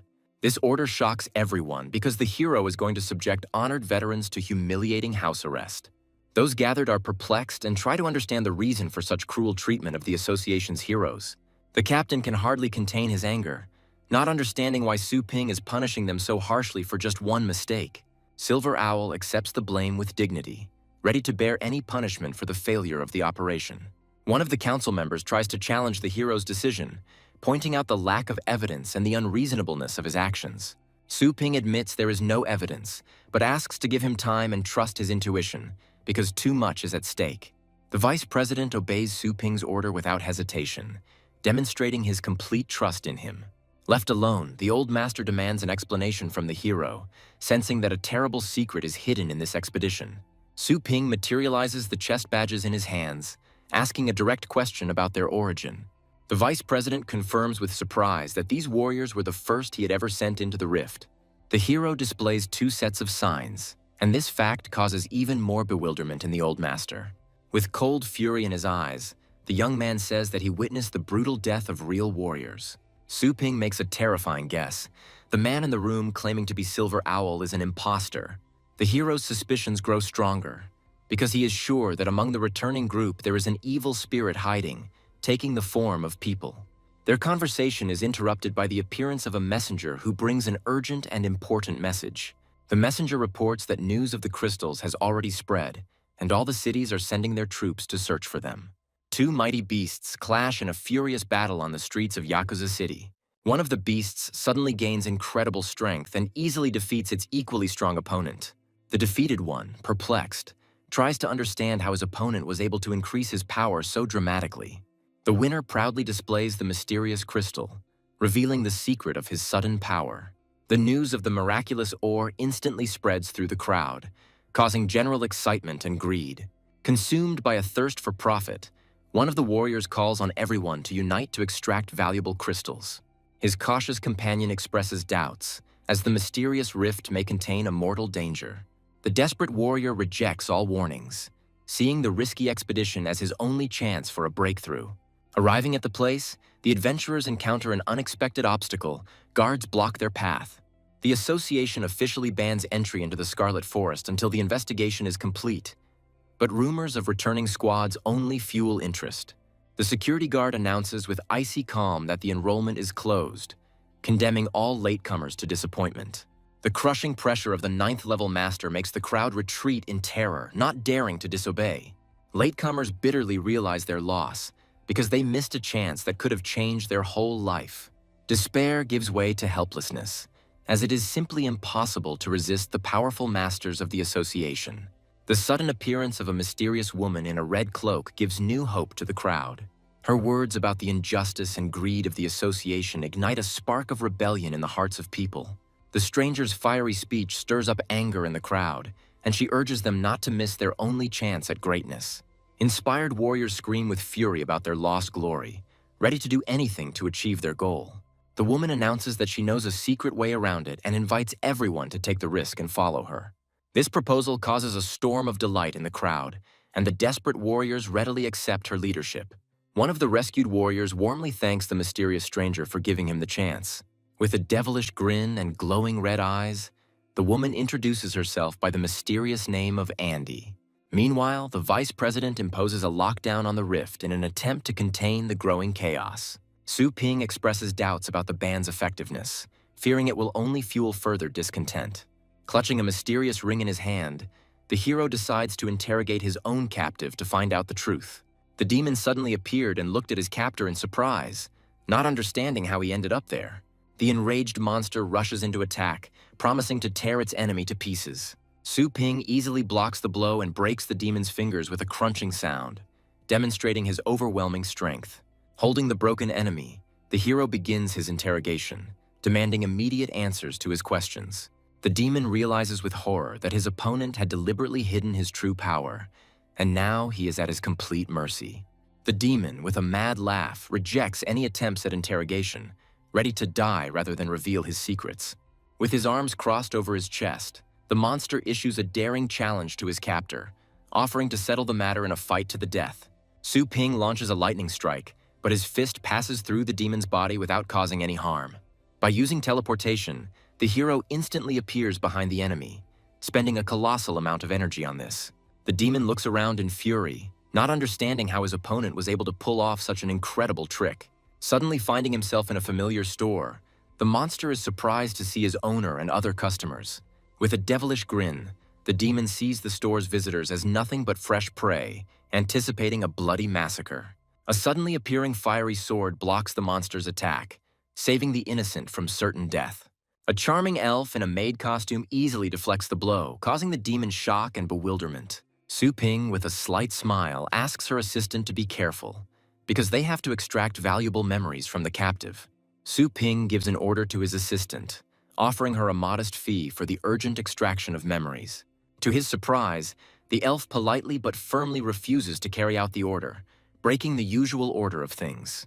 Joanna, with a sly smile, declares that this task will be difficult for him, hinting at her increased value. In response to the insolence, the hero raises the bet to 20 points, believing that he is in a dominant position. The elf, with a cheeky grin, doubles the price, announcing new rules for their business relationship. Su Ping tries to discipline her assistant, reminding her of the rules of subordination and threatening to deprive her of bonuses. The suddenly appearing system announces a new rule, confirming the daring elf's correctness. Joanna looks triumphantly at her stunned boss, relishing her new role as an independent worker. The system sarcastically scolds the hero for being overly dependent on help, but he only dreams with annoyance of a future where Joanna will become his slave. A cunning plan is born in Su Ping's head, because now he has an incentive to become stronger and subjugate his unruly assistant. Pleased with the deal, Joanna eagerly begins to fulfill her part of the contract. The captive demon, in its death throes, tries to break free, but its body is pierced by a golden spear. The elf begins the soul-searching ritual with icy calm, penetrating into the most hidden corners of the demon's consciousness. Meanwhile, the desperate adventurers, with their last strength, wander through the Crimson Forest, approaching their goal. Their leader, Andy, is surprised to discover the presence of another powerful warrior among her group. Suddenly, Joanna screams, and a powerful explosion throws Su Ping back, revealing the location of their hometown. The elf explains that a mysterious force took control of the demon and destroyed it before she could extract the memory. Enraged by the loss of valuable information and points, Su Ping can hardly contain his anger. Joanna, with a serious expression, warns her boss that their new enemy is much more cunning and dangerous than the previous ones. Su Ping scornfully rejects any excuses and furiously demands a refund for the failed mission. As compensation, Joanna offers to answer one question using her thousands of years of experience. Su Ping shows the crystal, demanding that the elf reveal its origin and location. Joanna looks at her boss with feigned bewilderment, pretending not to understand what he is talking about. The enraged hero bursts into a scream, reminding everyone that this mysterious ore has already caused the death of many people. With icy calm, the elf reminds him of a similar artifact that he himself once stole from them. A sudden memory strikes the hero, and he realizes with horror that these two events may be connected. A terrible guess pierces his mind, and he assumes with horror that the mysterious crystals are made of people. Su Ping contacts the vice president, who reports the sudden and mysterious death of the two imposters. The hero understands that their enemy is skillfully covering his tracks, eliminating all witnesses and leads. With cold fury in his eyes, the young man realized that someone had set a deadly trap for all the war Beastmasters. Su Ping reveals the terrifying truth. The crystals are created from the lives of fallen war Beastmasters. The vice president notices something strange in the pool of blood left behind by the imposter's self-destruction. A familiar thorn emerges from the bloody pool, and the old master recalls with horror a similar creature from the Scarlet Forest. The hero confirms his guess by demonstrating the same spike, and now he has irrefutable proof. After putting all the evidence together, Su Ping comes to a shocking conclusion. All these creatures belong to one of the four kings. This revelation horrifies everyone, because the four kings are mythical creatures from the abyss who have never set foot on their land. The hero, with cold logic, argues about the impossibility of their appearance, because for creatures of such power, there simply are no gates. One of those present tries to explain haltingly that the abyss is not a place, but something else. He talks about a man-made depression in the northernmost desert, whose depth reaches 8,000 meters. The bottom of this pit is hidden in a stellar rift, and it is this place that is the gateway to the terrifying abyss. Finally, the terrible secret is revealed. The abyss is an entire planet that serves as a prison for the four kings. A sudden revelation hits Su Ping, and he realizes with horror that this man-made prison may not be secure. It turns out that the rift is protected by the Star Sea, a powerful barrier of stars that prevented the kings from breaking through. In ancient times, a great warrior sacrificed himself to create this seal by pressing a powerful artifact into the earth. The thought of a force capable of creating such a barrier fills the hero with awe and horror. The vice president anxiously speculates that one of the kings may have found a way to escape by developing a power capable of resisting the seal. The old master voices his worst nightmare. What if the other kings have already broken through the seal and landed on their planet? This thought seems incredible, because the entrance to the abyss is guarded by legendary masters who stand guard over humanity. Four mighty warriors stand atop the obelisks, ready at any moment to repel anyone who dares threaten their world. Su Ping, horrified, voices the terrible guess that the real guards are dead, and in their place there are now only pitiful doubles. The mysterious Andy rips apart the flesh of one of her creations, demonstrating her terrifying power. Her minions report an attempted espionage by a powerful being that has attracted the attention of their master. It turns out that Su Ping himself was the spy, and now his hometown of Longjiang has become the object of close attention. With a devilish smile, Andy sends his creations, carrying mysterious crystals, on a new mission. An oppressive silence falls over the room, and everyone realizes with horror that Su Ping's guess may be true. The vice president issues a series of decisive orders, mobilizing all forces to check and detain possible imposters. He calls for help from the powerful organization, the Tower of Spades, to confirm his worst fears. The old master reminds Su Ping with a heavy heart that they are all just helpless ants in front of the king's power. The vice president places full responsibility for the investigation on the hero, as the fate of their world depends on its success. Joanna readily offers her help in the coming disaster, but Su Ping rejects her, preferring to act alone. A worried Su Ping tries to contact his combat team, but their location remains unknown. Suddenly, his loyal subordinates appear, joyfully greeting their master and brother. The hero is surprised to learn that his crew has been loafing around the city on the captain's orders due to strange events in the desert.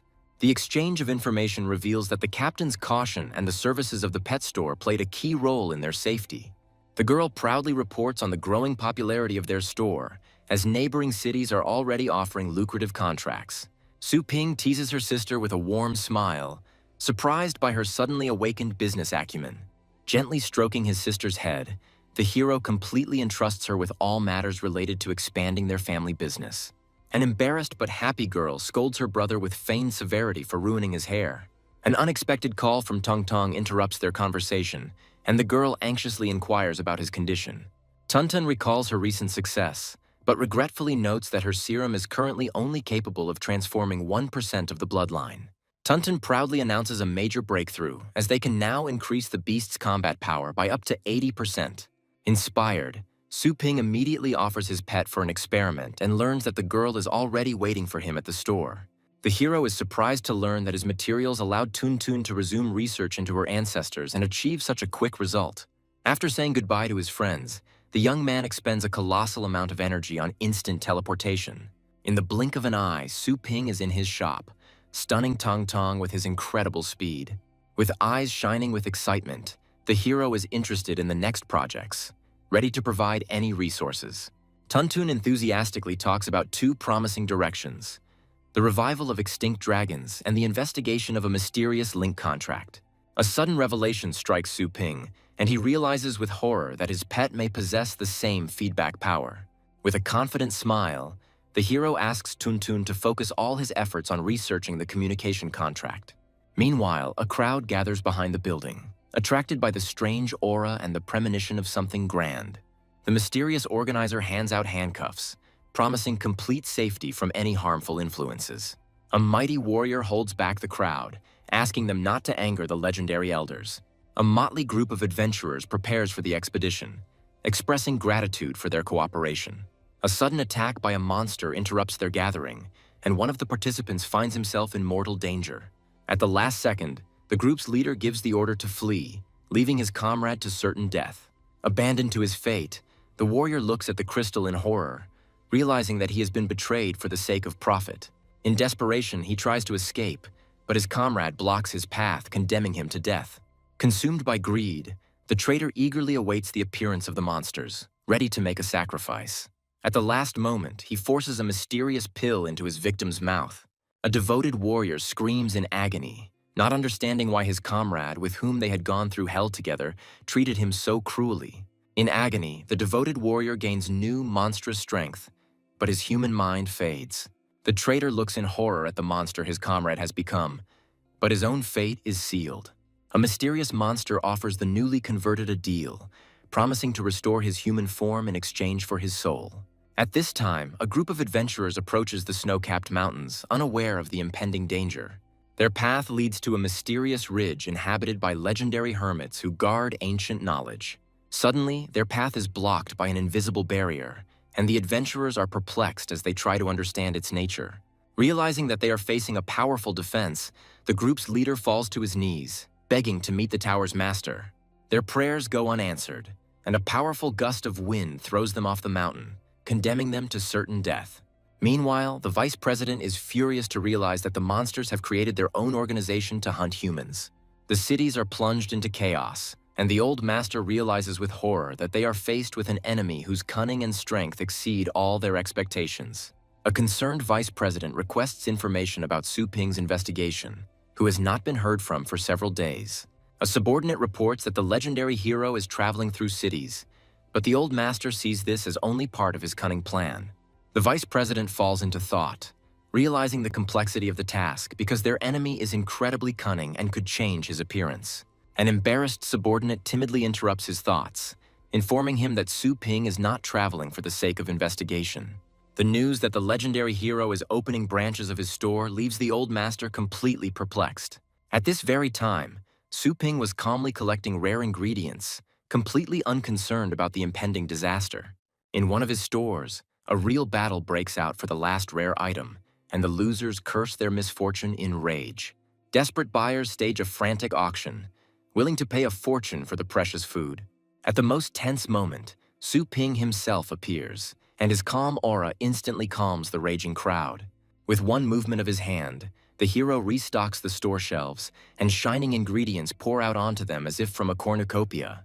The store shelves are instantly filled with the rarest goods, causing awe among onlookers. One of the customers looks back in shock, but the hero has already disappeared without a trace, leaving behind only an empty silhouette. Using the teleporter, Su Ping instantly travels to another city, continuing his lightning tour of the branches. Like a deity, the hero appears in yet another store, causing surprise and delight among local customers. With a slight grin, the young man boasts of his incredible speed, as today he has already managed to visit 7 cities. A sudden call from his sister interrupts his triumph, and the girl reports a staff shortage in the new branches. Su Ping is adamant that all retail outlets must be managed by their own trusted people. The hero reveals his grand plan to create an entire army of skilled workers devoted to their family. With confidence in his voice, he announces the creation of a training base where they will train new employees for their growing empire. An unexpected call from the association's headquarters interrupts his thoughts, and a barrage of angry accusations falls upon him. The association's representative desperately reports that the survival of all humanity is at stake. Before Su Ping's eyes, a horrific scene unfolds. half of the cities already lie in ruins. Every day, hundreds of martial artists fall victim to mysterious creatures that mercilessly devour them. The most terrible thing is that some of the high-ranking masters went over to the enemy side, hunting down their former comrades. Bian's army is spreading across the world like a plague, and those who refuse to join face certain death. In response to accusations of inaction, Su Ping asks with cold irony whether they have checked the rate of population decline. The vice president orders an immediate comparison of the number of missing and dead with the total number of travelers. The results of the analysis shock everyone. Out of all the cities, only 13 show a low level of attrition. The astute old master immediately finds a common thread. All these cities have Su Ping's pet shops. This discovery leaves everyone in awe as they realize that the heroes' shops serve as true refugees in this chaos. Suddenly, the spotlight falls on Su Ping's sister, who is the acting director of the entire pet store chain. Su Ping introduces her sister with a touch of irony, revealing that she was the one who came up with the idea for the shelters. This revelation comes as a shock to everyone, as no one expected that such a young girl would be behind such a grandiose project. The hero proposes a daring plan to save the surviving cities and place their inhabitants in safe zones under the protection of his stores. With cold calculation, the young man explains that this move will force the traders to choose between hunger and betraying their new masters. The vice president is skeptical of this plan, fearing that their weakened forces will not be able to withstand a direct attack. Su Ping remembers the Peak Tower, and the old master reveals to him the secret of the most powerful organization on the planet. The news of the existence of a whole dozen legendary masters leaves the hero perplexed. The vice president explains that only a few of the legends have pledged allegiance to humanity, while the rest live for their own pleasure.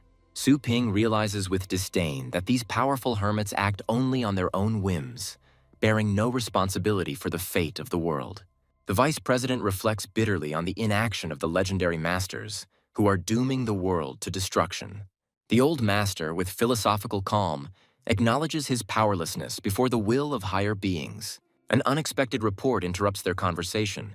A huge wave of beasts has been discovered near the city of Longjiang. This news terrifies everyone because their hometown could be wiped off the face of the earth. The vice president immediately suggests sending reinforcements since Longjiang is where Su Ping's main store is located.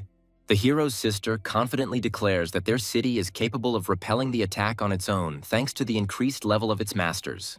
The old master anxiously reminds us that, in addition to the beasts, there are other, more hidden threats to consider.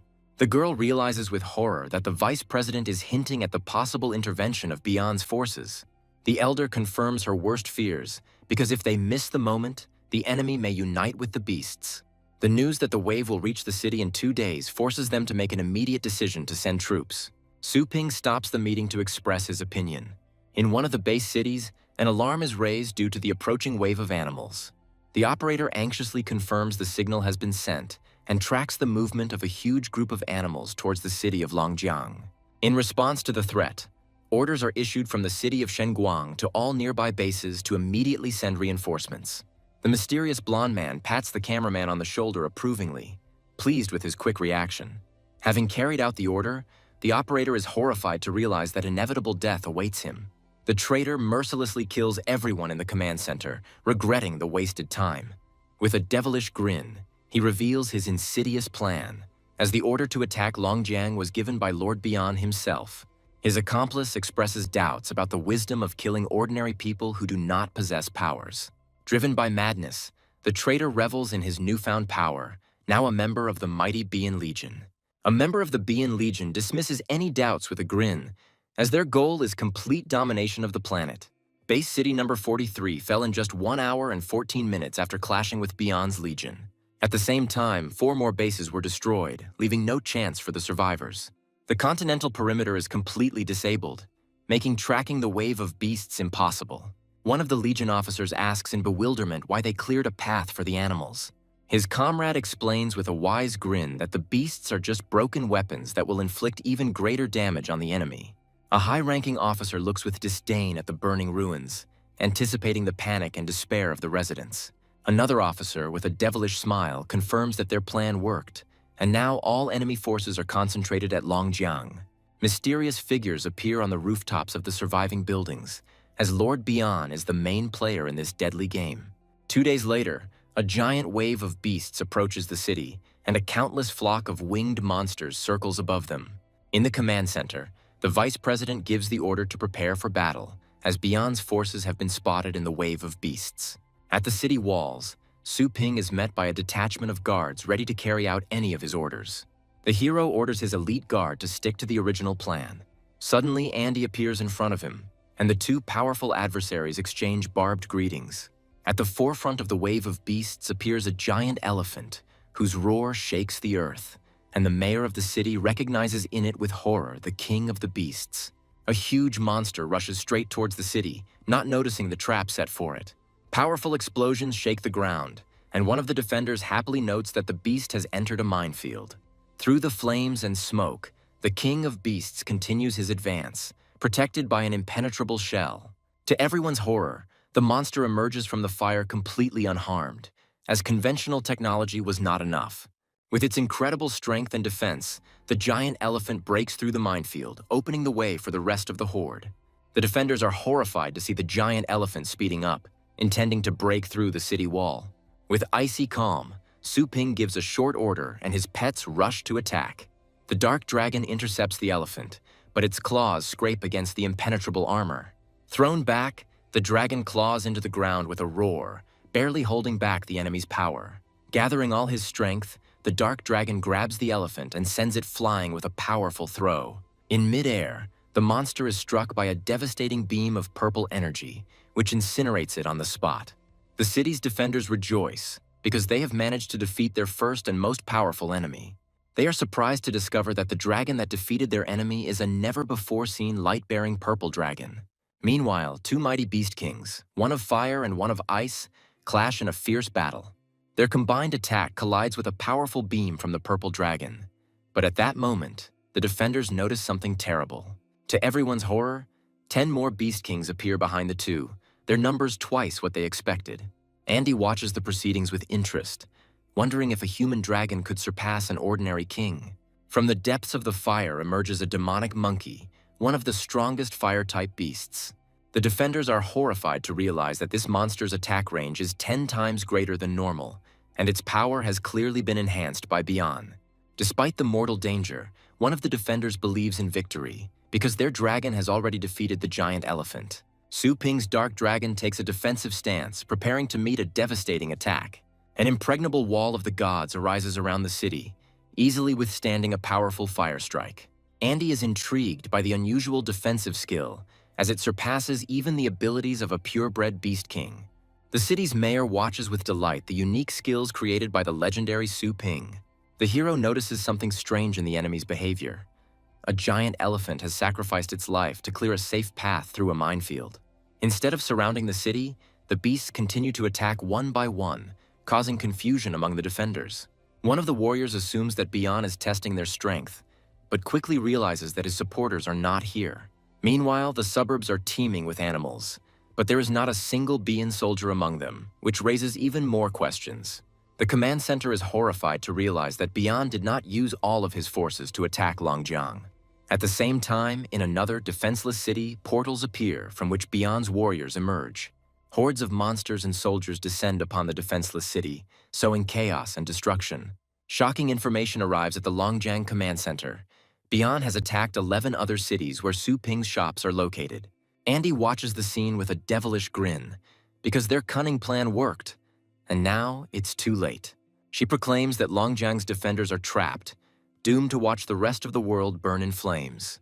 The mayor of the city falls to his knees in despair, realizing his complete powerlessness before the treachery and power of Beyond. The mysterious assistants report to Su Ping that everything is ready according to his orders. With a confident grin, the hero declares that it is not too late to fight back against the treacherous Beyond. On the second battlefield, a barrage of bombs rains down from the sky, sowing chaos and destruction. The monster riders are horrified to see the approaching aerial attack. The Guardians' powerful bombs engulf enemy troops, but their defensive barriers withstand the impact. The attackers' leader is perplexed as to how a B-level city could obtain such a powerful weapon.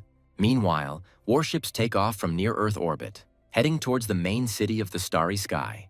Drop capsules with troops land on the battlefield, and the enemy looks on in horror at the new reinforcements.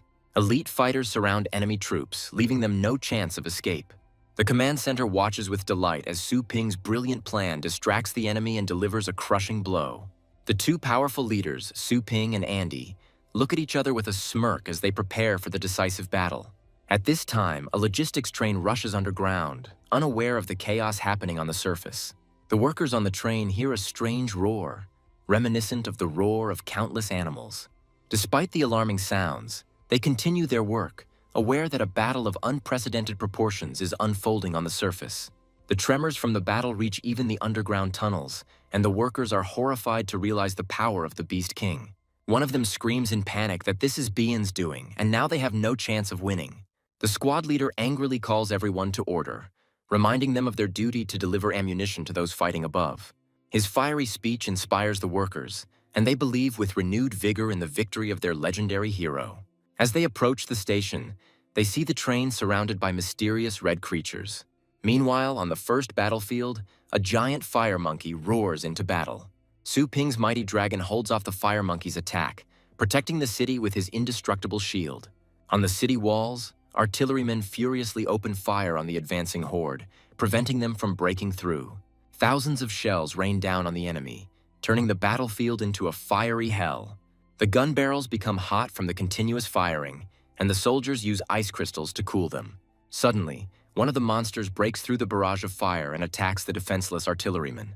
At the last second, a mighty warrior appears and throws the monster back with one blow, saving the soldier. The right commander of the Imperial Guard, Qin Du Huang, warns his men of strengthened enemies.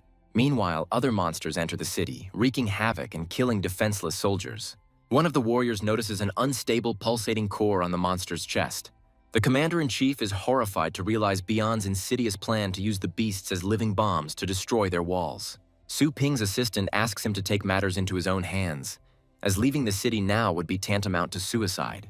The first commander-in-chief of the Imperial Guard, Zhou Tianlin, gives the order to form a battle formation. A giant ghostly dragon appears above the city, ready to unleash its divine punishment on the enemy. One of the monsters tries to climb the wall, but his body is cut in two by a powerful beam of green energy. A gigantic spectral sword, born of a dragon, descends upon the horde, cutting down hundreds of enemies with a single blow. The city's defenders rejoice because they have managed to kill another czar, and now they have a real chance of victory. Meanwhile, on the second battlefield, an uneasy silence reigns, and the warriors sense something terrible approaching. Giant bloody tentacles burst from the ground, shaking the battlefield to its very foundations. Bian's soldiers watch with delight at the appearance of their lord, anticipating the imminent reprisal against their enemies. Monstrous tentacles grab elite fighters, sucking their life force and turning them into withered mummies. The surviving soldiers of Bian desperately cry out to their lord, begging him for help. They are ready to continue fighting, but their strength is running out, and they ask for only a little strength. Instead of helping, the giant tentacle grabs them, condemning them to the same terrible fate as their enemies. The last survivor screams in terror, not wanting to be abandoned and lose the strength he had worked so hard to gain. With a slight smile, Andy returns to the first battlefield, where her loyal servants are eagerly awaiting her. She rises into the air on giant tentacles, preparing to unleash her true power upon the city. Su Ping summons his purple dragon with fury in his eyes, preparing for the final battle. Giant tentacles grab the dragon, trying to crush it with their monstrous strength. The city's defenders watch the scene with alarm, and one of them calls upon his own dragon for help. The green ghost dragon rushes to the rescue, but its attack bounces off the impenetrable flesh of the tentacles. One of the commanders rushes into the attack with fury, but his blow only leaves a shallow cut. The little skeleton rushes along the tentacle at incredible speed, preparing to deliver a crushing blow. He unleashes a series of lightning attacks on the enemy, and one of the defenders screams in terror, warning Su Ping of the danger. Teaming up with his dragon, Little Skeleton launches a final decisive attack. At this time, the ghostly dragon tries to cover its master, but his shield can hardly hold back the enemy's onslaught. The city's proud defense collapses in an instant, and the defenders realize with horror their complete powerlessness. With a devilish smile, Andy reveals his true power, which belongs to Lord Bian himself. Suddenly, the system announces that Little Skeleton has entered the store and his time has come.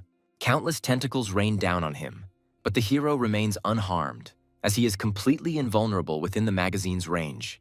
With a devilish grin, Little Skeleton looks at his enemy, for now his death has truly come. Andy looks at her enemy with contempt, not believing in his ability to bring her death. A giant creature spawned by Beyond looms over the city, ready to wipe it off the face of the earth. The defenders look at the monster in despair, realizing their complete powerlessness before its colossal power. An enraged Andy takes out her wrath on Su Ping, who dared to threaten the great death penalty. The hero, with a defiant grin, offers his enemy to test him if he does not believe in his strength. The defenders are horrified to realize that Su Ping is willing to sacrifice the entire city to lure Beyond into a trap. The giant monster unleashes a crushing blow on the city, and a fireball rushes towards the defenseless walls. Overcome with despair, the city's mayor prepares for a quick death, seeing no chance of salvation. Suddenly, a crushing blow passes by, and the defenders are surprised to realize that they are still alive. Su Ping easily repels the attack and grinningly states that it was just a light warm-up for him. Andy looks at his enemy with contempt, considering him just an insignificant person who overestimated his strength. Concentrating all his power, Su Ping brings down a divine fist on the monster. A crushing blow breaks through the enemy's defense, and Andy watches in horror. With a furious cry, the hero launches into a final attack, demanding that Beyond return his fist to him. A powerful blow throws the giant monster far beyond the city, and it crashes to the ground with a roar. The defenders and the vice president watch in amazement as Su Ping sends Beyond flying with one punch. The giant monster's vital signs begin to plummet, foreshadowing its imminent demise. The command center is overjoyed to announce victory, as the legendary Su Ping has successfully destroyed Beyond. The city is saved, and the defenders celebrate their victory in euphoria, ready to kiss their hero. Su Ping accepts the congratulations with a slight smile, ironically noting that it's a good thing his admirer can't fly. Su Ping tries to reassure her enthusiastic fans with a warm smile. Suddenly, an ominous voice appears in his head, questioning his true strength. Consumed with rage, the hero soars into the sky, demanding that Bien show himself immediately. The defenders look at their master in bewilderment, as the body of the defeated enemy still lies on the ground. Joanna suddenly appears and with icy calm declares that he will not find it. Su Ping looks at her assistant in bewilderment, not understanding the meaning of her mysterious words. The elf declares with complete certainty that the one he calls Beyond is not actually here.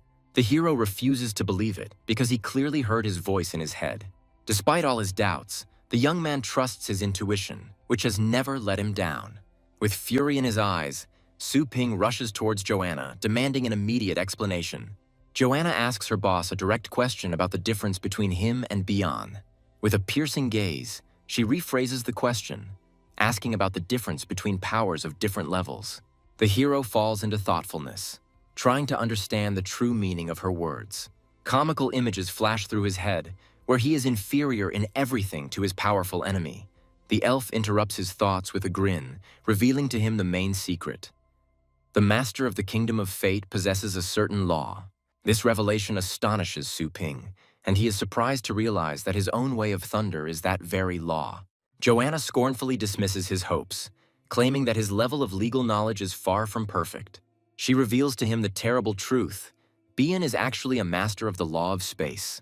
With a slight smile, the elf explains that he simply transferred himself to another dimension, where no one can get to him. Su Ping realizes with horror that Bien only escaped after Joanna noticed his spatial law.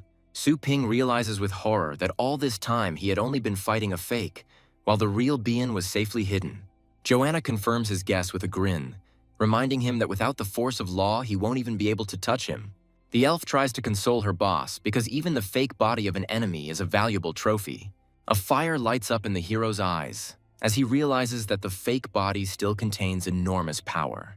A vast space is discovered within the fallen giant, and the explorers are given permission to enter. Su Ping, along with his pet, goes inside, sensing that this is where the key to the mystery lies. Inside, he discovers countless energy crystals and is horrified to realize how many people have been absorbed. A holographic message reveals another crime. An enemy has plundered an underground train, stealing valuable supplements and killing everyone on board. Clutching the crystal in his hand, the hero hopefully asks if there is a chance to bring back those who were consumed. Su Ping turns to the vice president for help, wondering if their technology is capable of such a miracle. The vice president bitterly admits that the dead cannot be brought back, and all that remains for them is to remember. Images of fallen heroes flash through Su Ping's eyes, and he silently vows to avenge their sacrifice. The city's defenders turn to their hero, completely trusting him to decide the fate of the captured crystals. Clutching the crystal in his hand, Su Ping promises that the sacrifices of the fallen will not be in vain and will serve to destroy Bian. One of the looters enthusiastically fills his backpack with trophies because his current income is equal to a year's salary. He happily informs the others that Boss Su has given them permission to take whatever they find as a well-deserved reward. But not everyone shares his joy, and one of the warriors looks sadly at the spoils, realizing at what price it was obtained. Against the backdrop of a devastated city, medics carry away the wounded, and the question hangs in the air as to whether they will be able to stand again. The commander-in-chief admits with a heavy heart that this victory cost them too much. But with an unwavering determination in his eyes, he reminds his comrade that they stopped the tide and prevented the enemy from destroying their families. The commander-in-chief gratefully shakes the hand of one of the survivors, admiring the feat of their legendary hero. The news that Su Ping single-handedly drove away one of the four kings spreads throughout the city, giving people hope. Inspired by his speech, the commander-in-chief calls on everyone not to be afraid and to do everything possible to strengthen the defense. He confidently declares that when the next wave comes, they will meet the enemy fully armed. At this time, Su Ping finds himself in a mysterious combat arena, lost among the endless grasslands. Clutching the crystal in his hand, he bitterly realized that Bian's attack had targeted his stores. The hero realizes that the enemy was trying to capture all of his system stores in order to absorb the resources they produced. With a slight grin, the young man notes that Bian didn't know about his invulnerability within the store. Despite the apparent victory, Su Ping admits his defeat in this strategic game with a heavy heart. He realizes with annoyance that the enemy has outplayed him, using his main trump card against his own. Su Ping is perplexed as to why Bian, with such power, did not destroy the city immediately. He recalls the legend of a great warrior who sacrificed himself to seal the entrance to the abyss. The hero assumes that the seal is still active, and any breakthrough will cause a powerful backlash.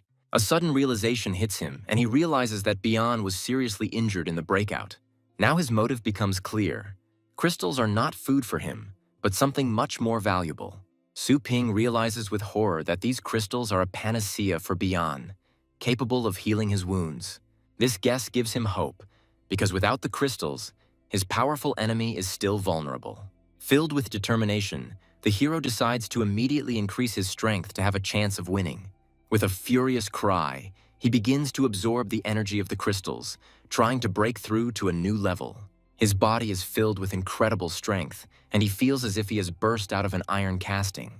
Having acquired the Eye of God, Su Ping gains confidence that he can now spot any threat. The thought flashes through his mind that only by mastering the power of the law will he be able to overcome his powerful enemy. On the endless meadow, his faithful assistants meet him, congratulating him on his successful breakthrough to a new level. The old master bitterly reports that they have lost many fighters, and those remaining will not be able to hold back the next wave. After weighing the pros and cons, they come to the conclusion that they need to replenish their forces for the upcoming battle. One of the assistants offers to save the surviving great families who are still resisting. Su Ping listens to her idea with interest, but is confused by her personal interest in the matter. With pain in her voice, the girl admits that her native Tang family was besieged by enemies. With cold fury in his eyes, the hero asks who dared to attack her family. It turns out that the attack was carried out by the cursed Situ and Wang families, the largest organizations on the entire continent. It turns out that the enemy families not only refused to help in the battle with Bian, but also went over to his side. Broken by grief, the proud warrior falls to her knees for the first time in her life. With tears in her eyes, she begs Su Ping to let her out of the store so she can help her family. The girl is ready to do anything just to get a chance to save her loved ones from certain death. The image of the always arrogant and proud Tang Ruyan flashes through her mind, and she can't believe her current humiliation. This spectacle seems strange and unnatural to her, because she is ready to give up her dignity for the sake of others. Su Ping looked at her doubtfully, knowing that even if he let her go, she wouldn't be able to do anything. The girl admits her powerlessness, because she cannot overcome two powerful families alone. But with an unbending determination in her eyes, she declares that at the very least she intends to take her sister away. Touched by her devotion, Su Ping agrees to help, asking only for a list of names and locations of those who need to be rescued. Su Ping looks at the girl in bewilderment, not understanding why she would risk herself to save her family. With a hint of disdain, she replies that being saved by him would be like being in the hands of the devil himself. The hero simply brushes off her words with a grin and decides to contact Tuntun. He immediately takes an interest in the progress of the research on the communications contract, because his future depends on it. Tuntun is pleased to report that the research is proceeding smoothly, and the first tests will take place in just 5 months. This period seems too long to the hero because he doubts that Beyond will give them that much time. A new plan comes into his head, and he asks if the process can be sped up with better resources. An important call from Su Ping interrupts the association meeting, and everyone eagerly awaits his news. Those present discuss with admiration the young hero who single-handedly fought off Beyond. They see in him new hope, because in their declining times, the appearance of such a powerful master is a real stroke of luck. Su Ping makes a shocking demand to mobilize all the world's scientific resources for his project. With a sweet smile, he announces that the project must be completed within 1 month, leaving everyone petrified. The members of the association are furious and accuse the hero of abuse of power, considering his demand to be completely reckless. With a slight smile, Su Ping tells Tong Tong that he has already arranged everything and will contact her soon. Having interrupted the conversation, the hero returns to his assistant, who resentfully reminds him of their unfinished business. The young man, with a cold grin, offers the girl to raise her level, hinting at her helplessness on her own. With a sly grin, he declares that his employees should not lose their status even outside the store. With one snap of his fingers, the hero transports himself and his companion into a mysterious, illusory space. With a slight smile, Su Ping advises the girl not to ask unnecessary questions and to focus on her own safety. Suddenly, a giant monster appears before her, and its furious roar shakes the illusory world to its foundations. The ferocious monster deals a crushing blow, and the girl flies away with a scream. Wounded and bloodied, she falls to the ground, and Su Ping watches her with cold calm from the top of the cliff. The system reports the death of the temporary target, and the hero chooses the resurrection option without hesitation. The girl comes to, realizing with horror that she has just been in the next world. Su Ping reminds her with a grin that it's just an illusion and advises her to focus on the battle. Realizing her mistake, she deftly dodges another attack, using the rock as support. Enraged by her own impotence, the girl prepares to show the pitiful beast her true power. A memory from her childhood comes to her mind, where she, while playing, easily defeats a toy dinosaur. With a cry of victory, the little warrior swings her wooden sword, demonstrating her innate talent. But at the most crucial moment, she stumbles and falls to the floor with a loud scream, destroying her heroic image. Her sister immediately rushes to help, bringing a first aid kit and carefully examining the bruised knee. She treats the wound tenderly, and the little warrior, wiping away a tear, looks at her with gratitude. Overwhelmed with gratitude, she hugs her sister tightly, promising to always take care of all members of their family. The older sister accepts her promise with a warm smile, especially touched by the words of care. Memories fade, and the mature warrior, wounded but not broken, prepares for a new battle. She charges furiously at a pack of ferocious wolves, dodging their deadly attacks.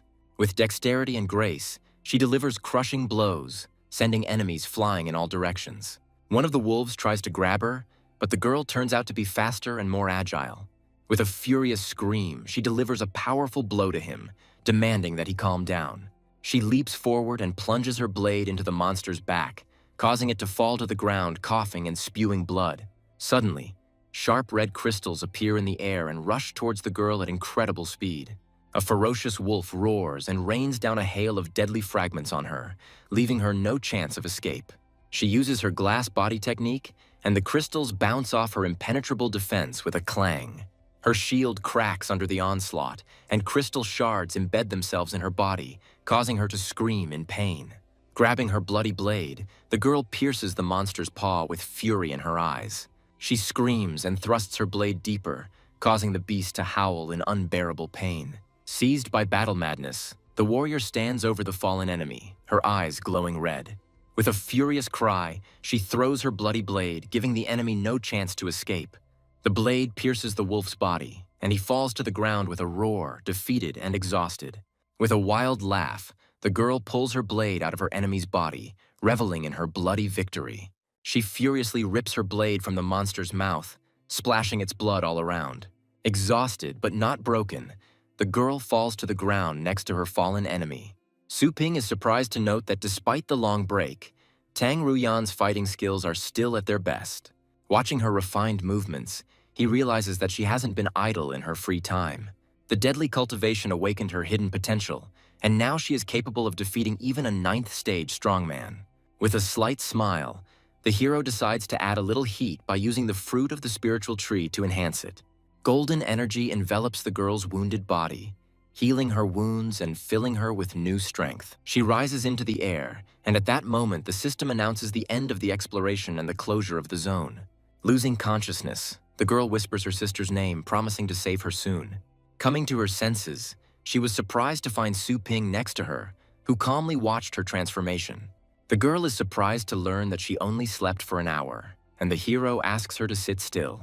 While on the back of a flying dragon, he warns with a stern look that they are no longer in an illusion, and death will be real. They've been messing around for too long, and only one night has passed in the real world, so the hero asks for directions. With determination in her eyes, the girl points to Yato's base city, which will be their first target.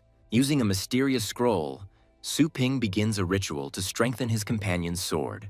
With a slight grin, he declares that he cannot let her go empty-handed, since he himself is guilty of the death of her animals. The girl is surprised to feel incredible energy emanating from the sword, capable of piercing even her impenetrable body. This incredible sharpness reminds her of the legendary weapon once wielded by the god of the sea. The thought flashes through her mind that this sword is a legendary treasure, capable of crushing even the king of beasts. Confused and grateful, she accepts this priceless gift with trepidation, not believing her luck. Su Ping angrily declares that the sword is an ancient treasure and he is only giving it away temporarily. Having summoned the little skeleton, the hero prepares to split the missions. He orders his faithful servant to watch the girl so that she does not lose the precious sword. With a slight smile, she asks if he minds if she goes alone. The hero waves his hand in irritation, reminding her that he spent a lot of effort leveling her up. He explains with disdain that he has always been against their family for their cruelty and greed. A sudden signal interrupts their conversation, and the hero decides to split up. Jumping off the dragon's back, the girl screams in panic because she doesn't have any flying pets. Su Ping merely waves her goodbye, advising her to focus on controlling her star power. Overcome with despair, she falls down, but suddenly her body is enveloped in a golden glow, and she is surprised to realize that she can fly. Having gained new strength, the girl clutches her trusty sword in her hand, ready for the coming battle. Filled with determination, she flies towards her destiny, vowing that her family will never forget this day. Chaos descends upon her hometown, and two mighty dragons clash in a furious battle amid the burning ruins. The defenders are horrified to discover that the rival families have unleashed the Beast King into the city, dooming everyone to death. One of the dragons delivers a crushing blow, piercing its opponent through and through. Mysterious figures appear on the back of the fallen beast, looking with disdain at the weakened defenders. The head of the Tang family, Tang Lingzhan, furiously summons his flying army, preparing to repel the invaders. One of the enemy warriors notes with a grin that they are not as naive as they seem. On the back of the giant beast sit the heads of hostile families, who look with disdain at the futile attempts at resistance. They mockingly remind him that they know about all the secret treasures of the Tang family, and now the fun is just beginning. Like a comet, the girl rushes across the sky, kicking away her trusty sword. As she approaches the city, she is alarmed to hear the sounds of battle coming from Yato's direction. A giant ghostly bell rises above the ruins of the city, from which an ominous spirit emanates. The warriors are horrified to discover that the bell, like a bottomless pit, is absorbing all their star power. The head of the Tang family hatefully realizes that before him is a demonic artifact capable of absorbing blood and flesh.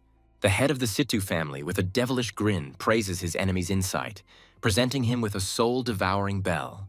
Deprived of strength, the city's defenders become easy prey and are mercilessly beaten by their enemies. Overcome with despair, the head of the Tang family chooses death over humiliation, but his suicide attempt is thwarted. With fury in his eyes, he vows that his family will avenge this vile betrayal.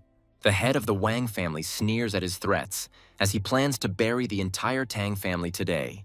The head of the Wang family reminds with a smile that the Tang family is famous for its two beautiful princesses.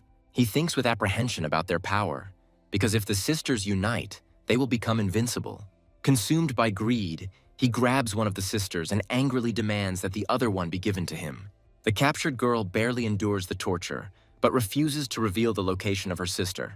In her death throes, she mentally begs her sister not to return, sacrificing herself to save her. Suddenly, a shining sword falls from the sky, easily destroying the mysterious bell. The head of the Tang family looks at the debris in horror, not believing that their main treasure was destroyed so easily. The enraged head of the Situ family demands that the impudent man who dared to spoil his fun be found. The shining sword rushes through the ranks of enemies, mercilessly cutting them apart.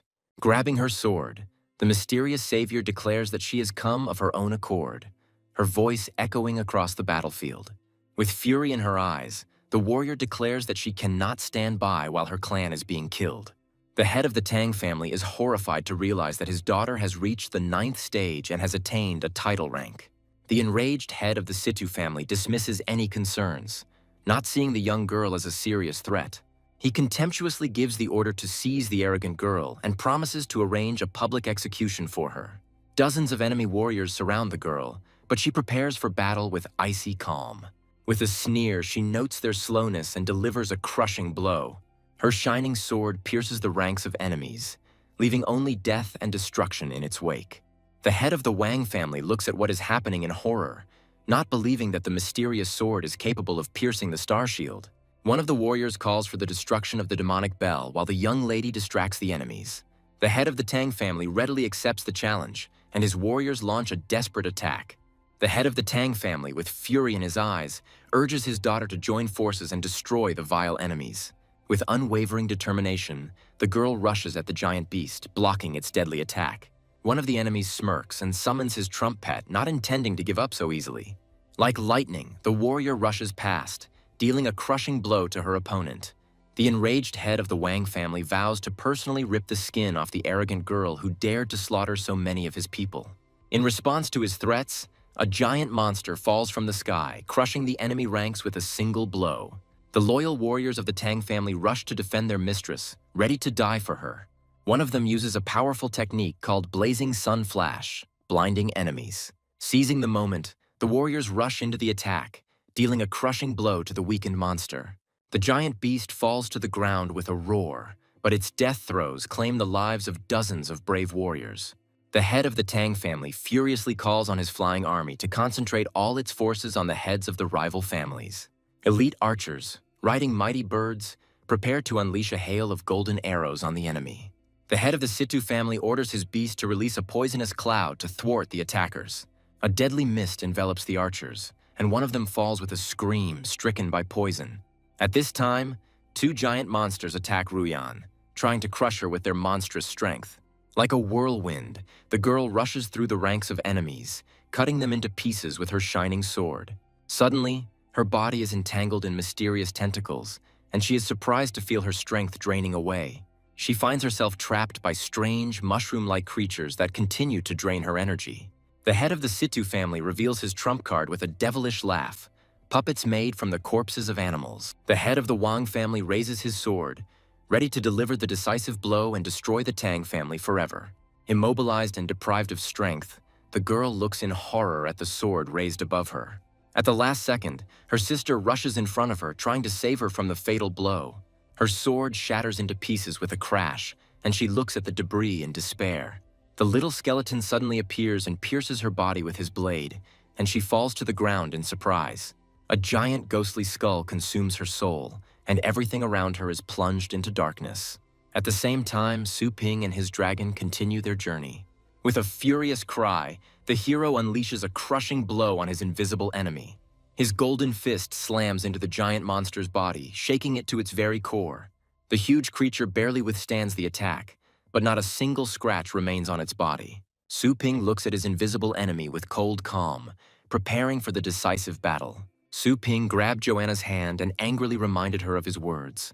The elf replies with cold calm that even if Bian is exhausted, without the power of law he is out of his reach. She speaks with disdain about the gap between them that he will never be able to bridge. A sudden call distracts the hero, and he is surprised to see his faithful assistant on the screen. The assistant reports with alarm that the master has not rested once since the battle, and he fell asleep right on the fly. After coming to his senses, Su Ping inquires about the progress of the Link contract project, but learns of accumulated problems. He anxiously suggests returning immediately, but his assistant asks to let him finish his report. It turns out that their store has become incredibly popular, and now customers from all over the world flock to them. An elite research team assembled by Su Ping is hard at work in a state-of-the-art laboratory. The scale of the project is staggering, as it involves the best minds and cutting-edge technologies. The assistant enthusiastically reports that the communication contract is capable of changing the entire world of cultivation, and asks the boss not to worry. Having gained confidence in the future, Su Ping decides to help his comrades and finally defeat Bian. The hero returns to the report and learns that the call for help he responded to was from the Yuan family. This news surprises him, because Yuan Tianchen is one of the 3 legendary masters of the Asian continent. The image of the arrogant old man whom he once deprived of his powers comes to his mind, and he cannot believe his humility. Arriving at the scene, Su Ping looks at the pitiful horde of enemies with slight disdain, not seeing them as a serious threat. Suddenly, a giant monster grabs one of the defenders, and in his death throes, he screams for his comrades to save themselves. At the last second, a brave warrior comes to the rescue, and her blinding blow cuts the monster in 2. Exhausted but not broken, she struggles to stay on her feet, cursing the endless horde of enemies. Gathering her last strength, she pushes her comrade away, saving him from a deadly attack. Suddenly, a giant golden fist falls from the sky, easily crushing one of the monsters. Following the first blow, hundreds of shining fists rain down from the sky, leaving the warrior perplexed. A golden rain falls upon the horde of monsters, and they scatter with a roar, trying to escape. The giant monster looks down on its pathetic brethren with disdain, considering them nothing more than a pile of trash. The girl realizes with horror that in front of her is the leader of this pack, whose brute strength exceeds all her expectations. The enraged monster rushes at his fellow creatures with a roar, declaring that he will deal with everything himself. He easily repels the attack of the golden fists, demonstrating his incredible power. One of the fists still breaks through his defense, and the monster falls to the ground with a roar, shaking everything around. The warrior is relieved to see that help has arrived and admires the destructive power of her savior. Overwhelmed with gratitude, she asks her mysterious savior to come forward so that the Yuan family can pay their respects. Hearing a familiar voice, the warrior turns around in surprise and sees her mysterious savior. The enraged girl cannot believe that she bowed to the one she considered her enemy. She attacks Su Ping in a rage, but he easily dodges her blows. The hero tells her with concern that her grandfather may be in danger. The girl dismisses his words with contempt, confident in the invulnerability of her legendary grandfather. Su Ping ironically reminds her of the recent battle in which he himself inflicted serious wounds on her grandfather. He remembers with regret the day he was forced to act in self-defense, which resulted in her grandfather's weakening. The hero anxiously warns her that the weakened master will become easy prey for Bian's rebels. With a piercing gaze, the girl asks the last, most important question about how he was able to wound her grandfather. Su Ping touched the protective barrier with a slight smile, hinting that not all strong people belong to famous families. The purple dragon angrily declares that anyone who dares to start a fight at their door will pay dearly. Su Ping notes with a grin that at first glance at their shop, it is clear that its owner has never used their services. The warrior dismisses his words with disdain, because for her, his store is a place for puppies, not for real warriors. The hero indifferently suggests that she decide for herself whether to go with him or not, but the girl is bound by her grandfather's orders. Torn between duty and the desire to help, for the first time in her life, she decides to disobey her grandfather and trust Su Ping. Grabbing her hand, the hero reminds her that he came to save people and demands that she immediately take him to the wounded master. Arriving at the scene, they discover with horror that the city is completely destroyed and all the soldiers are killed. Suddenly, their dragon is pierced by hundreds of red beams and falls with a roar, wounded and exhausted. At the last second, Su Ping saves the girl, carrying her away from the enemy's heavy fire. He explains that her pet won't be able to withstand that many blows and asks what her plan is. Bian's soldiers discuss the flying dragon with a grin, considering it an easy prey that can grant them a lot of strength. Hundreds of red beams rain down on the dragon, but his indestructible shield easily withstands the attack. Su Ping recalls that he sealed his dragon's power with 3 seals that can only be removed as his control grows. Realizing the time has come, the hero prepares to remove the first seal to test the true power of his pet. The skies above the battlefield darken, and lightning flashes in the storm clouds, foreshadowing something terrible. With a furious cry, Su Ping removes the first seal and his dragon transforms, taking on its true divine form. The girl is surprised to notice that the dragon's appearance has changed, and his aura seems painfully familiar to her. Enraged enemies look at the transformed dragon with disdain, not seeing him as a serious threat.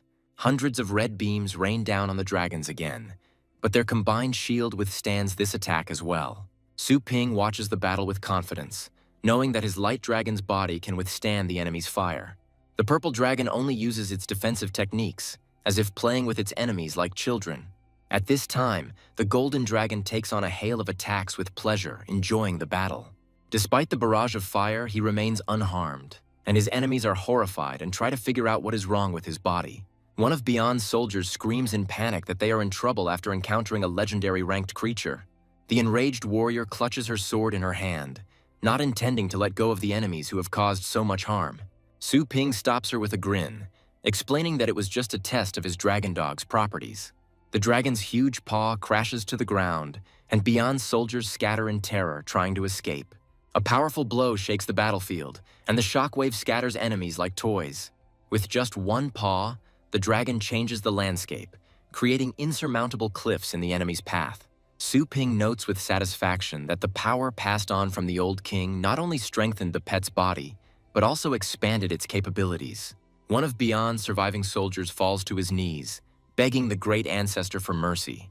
Su Ping looks at him with cold disdain, reminding him that Beyond's followers must be prepared to die.